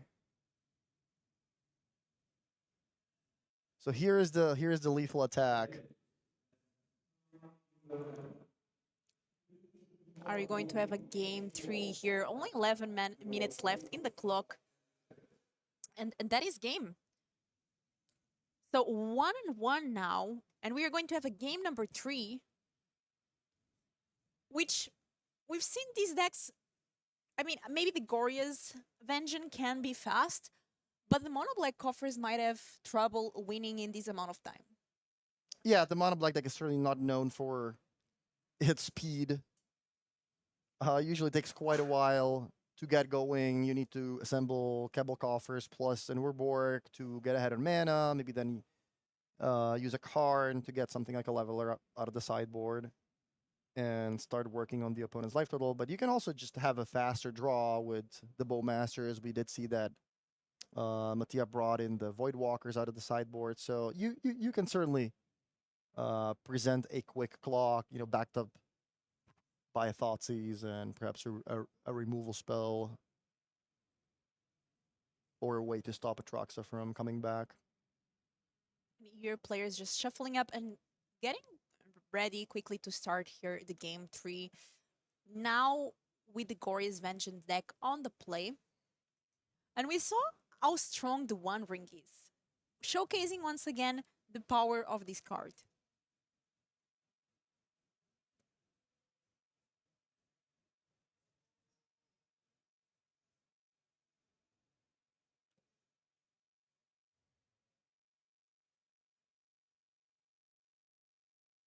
Yeah, I think both players are realizing, okay, we only have 9 or 10 minutes. Let's actually make sure we play fast now.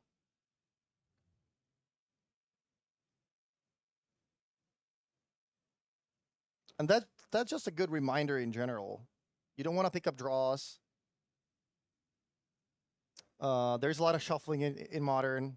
A lot of fetch land for something, shuffle my deck, making a lot of decisions. Atraxa resolving the trigger usually takes a minute, so make sure you actually play fast so you give yourself enough time to finish 3 games.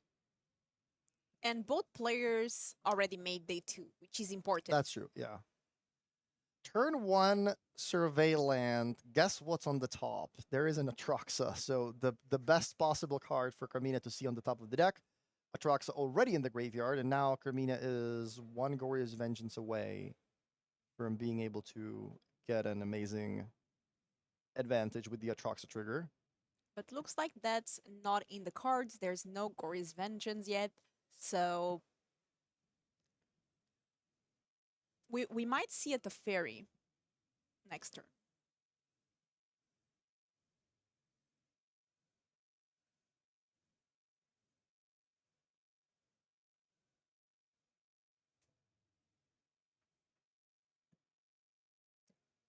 And that surveilling Atraxa also showing how these surveillance can be so powerful.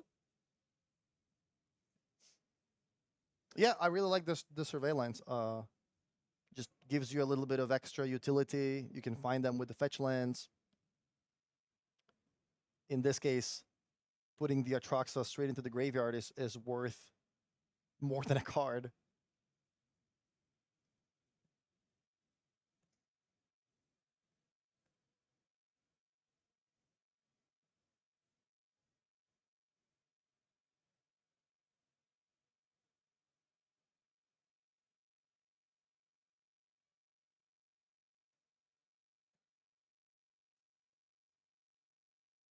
And this is going to be the last game of the day here for coverage.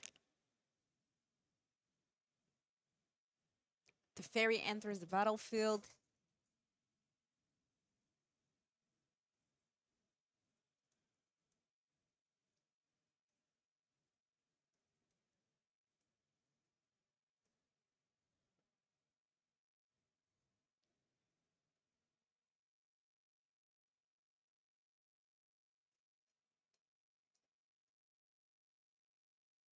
Let's see here what's the top deck.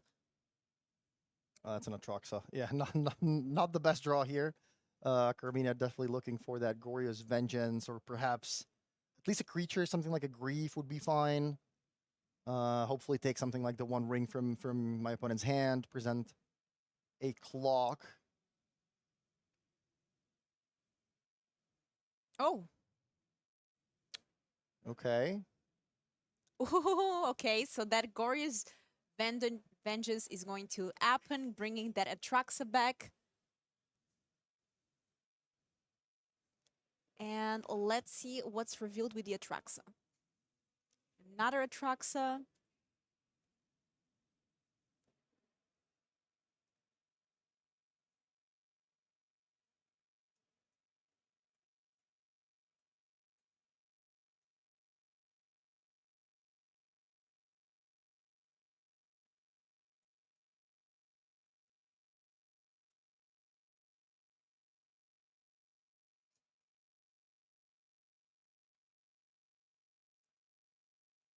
And such a powerful card.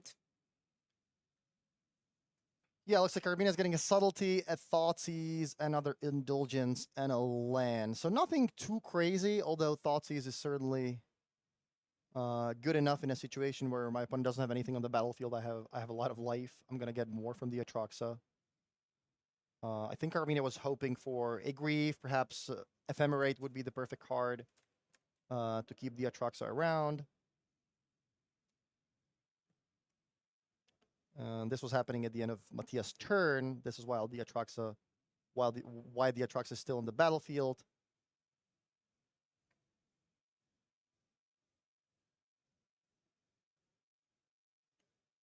And Glorious Vengeance, such a powerful card combined with Atraxa. Okay, let's mill the top 3 cards. And let's see what Carmine is going to pick up. Maybe another Glorious Vengeance. Looks like that's the case, putting 2 lands in the graveyard. Playing land for the turn.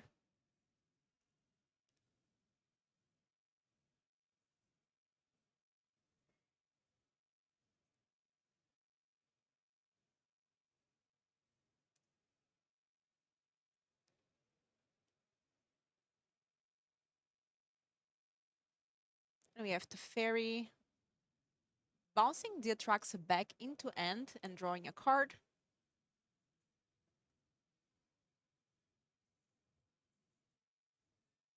All right, there's a 4th land for Mattia, the One Ring.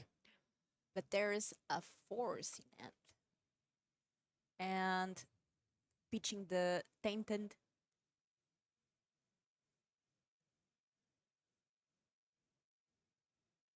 I mean, Carmina is getting all these extra cards, but can he actually translate that into a kill in time? Thoughtseize myself, take the Atraxa, presumably, and I have another Gorios. So, Oh, that's very, such a nice play. yeah, very creative play by Carmina, using the Teferi to not lose the Atraxa at the end of turn, and then using a Thoughtseize on himself to get it into the graveyard. So, very heads-up play. Keeps the cards revealed to save some time. What is he getting from the triggers? That's a Touch of the Spirit Realm, Atraxa.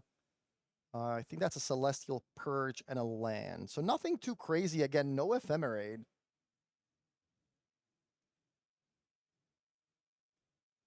Attack for 7s. That puts Mattia to 5.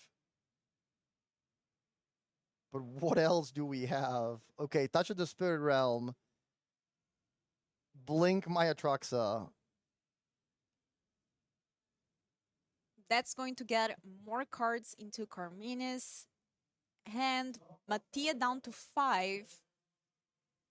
Yeah, I mean, there's the fairy in play, so there's nothing Mattia can do. So Atraxa comes back, another trigger. Look at another 10 cards. What do we get this time? Force of Negation is probably what Carmina is looking for, just to really make sure nothing crazy happens. Not finding. There's Subtlety, though. There's Ephemerate. Another Atraxa. Looks like Carmina here choosing another Gory's Vengeance. That is very good because it can bring Atraxa with Ace.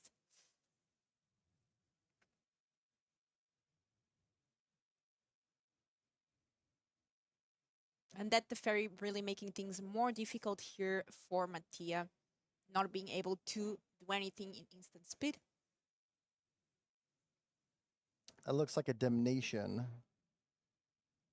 Yeah, but Damnation, we know about the Gory's Vengeance. Yeah, at 5 life, you're thinking, okay, that's fine. I mean, I lose my board, but I can just bring it back. You're at 5. I have a Teferi in play, and you have 1 land up. Is there anything else you have in your hand? Yeah, I think Mattia really needed something like the One Ring to get some protection. Yeah, I think this game is over. Goria's Vengeance, Atraxa, what do you have? Nothing? All right, GG. Carmina moves to 8-0-1. So that is our second undefeated player. Congratulations to Mattia as well on a decent day, making day 2 with the 7-2 record. And I believe that is it from us.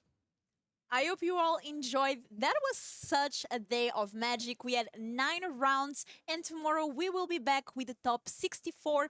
Tomorrow we will have 6 rounds of Swiss and then a cut to top 8.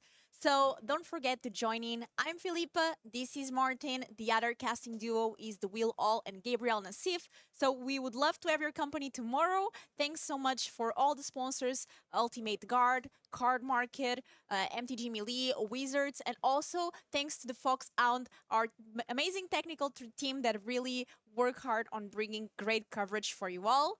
And that's it for today. Bye-bye. See you tomorrow.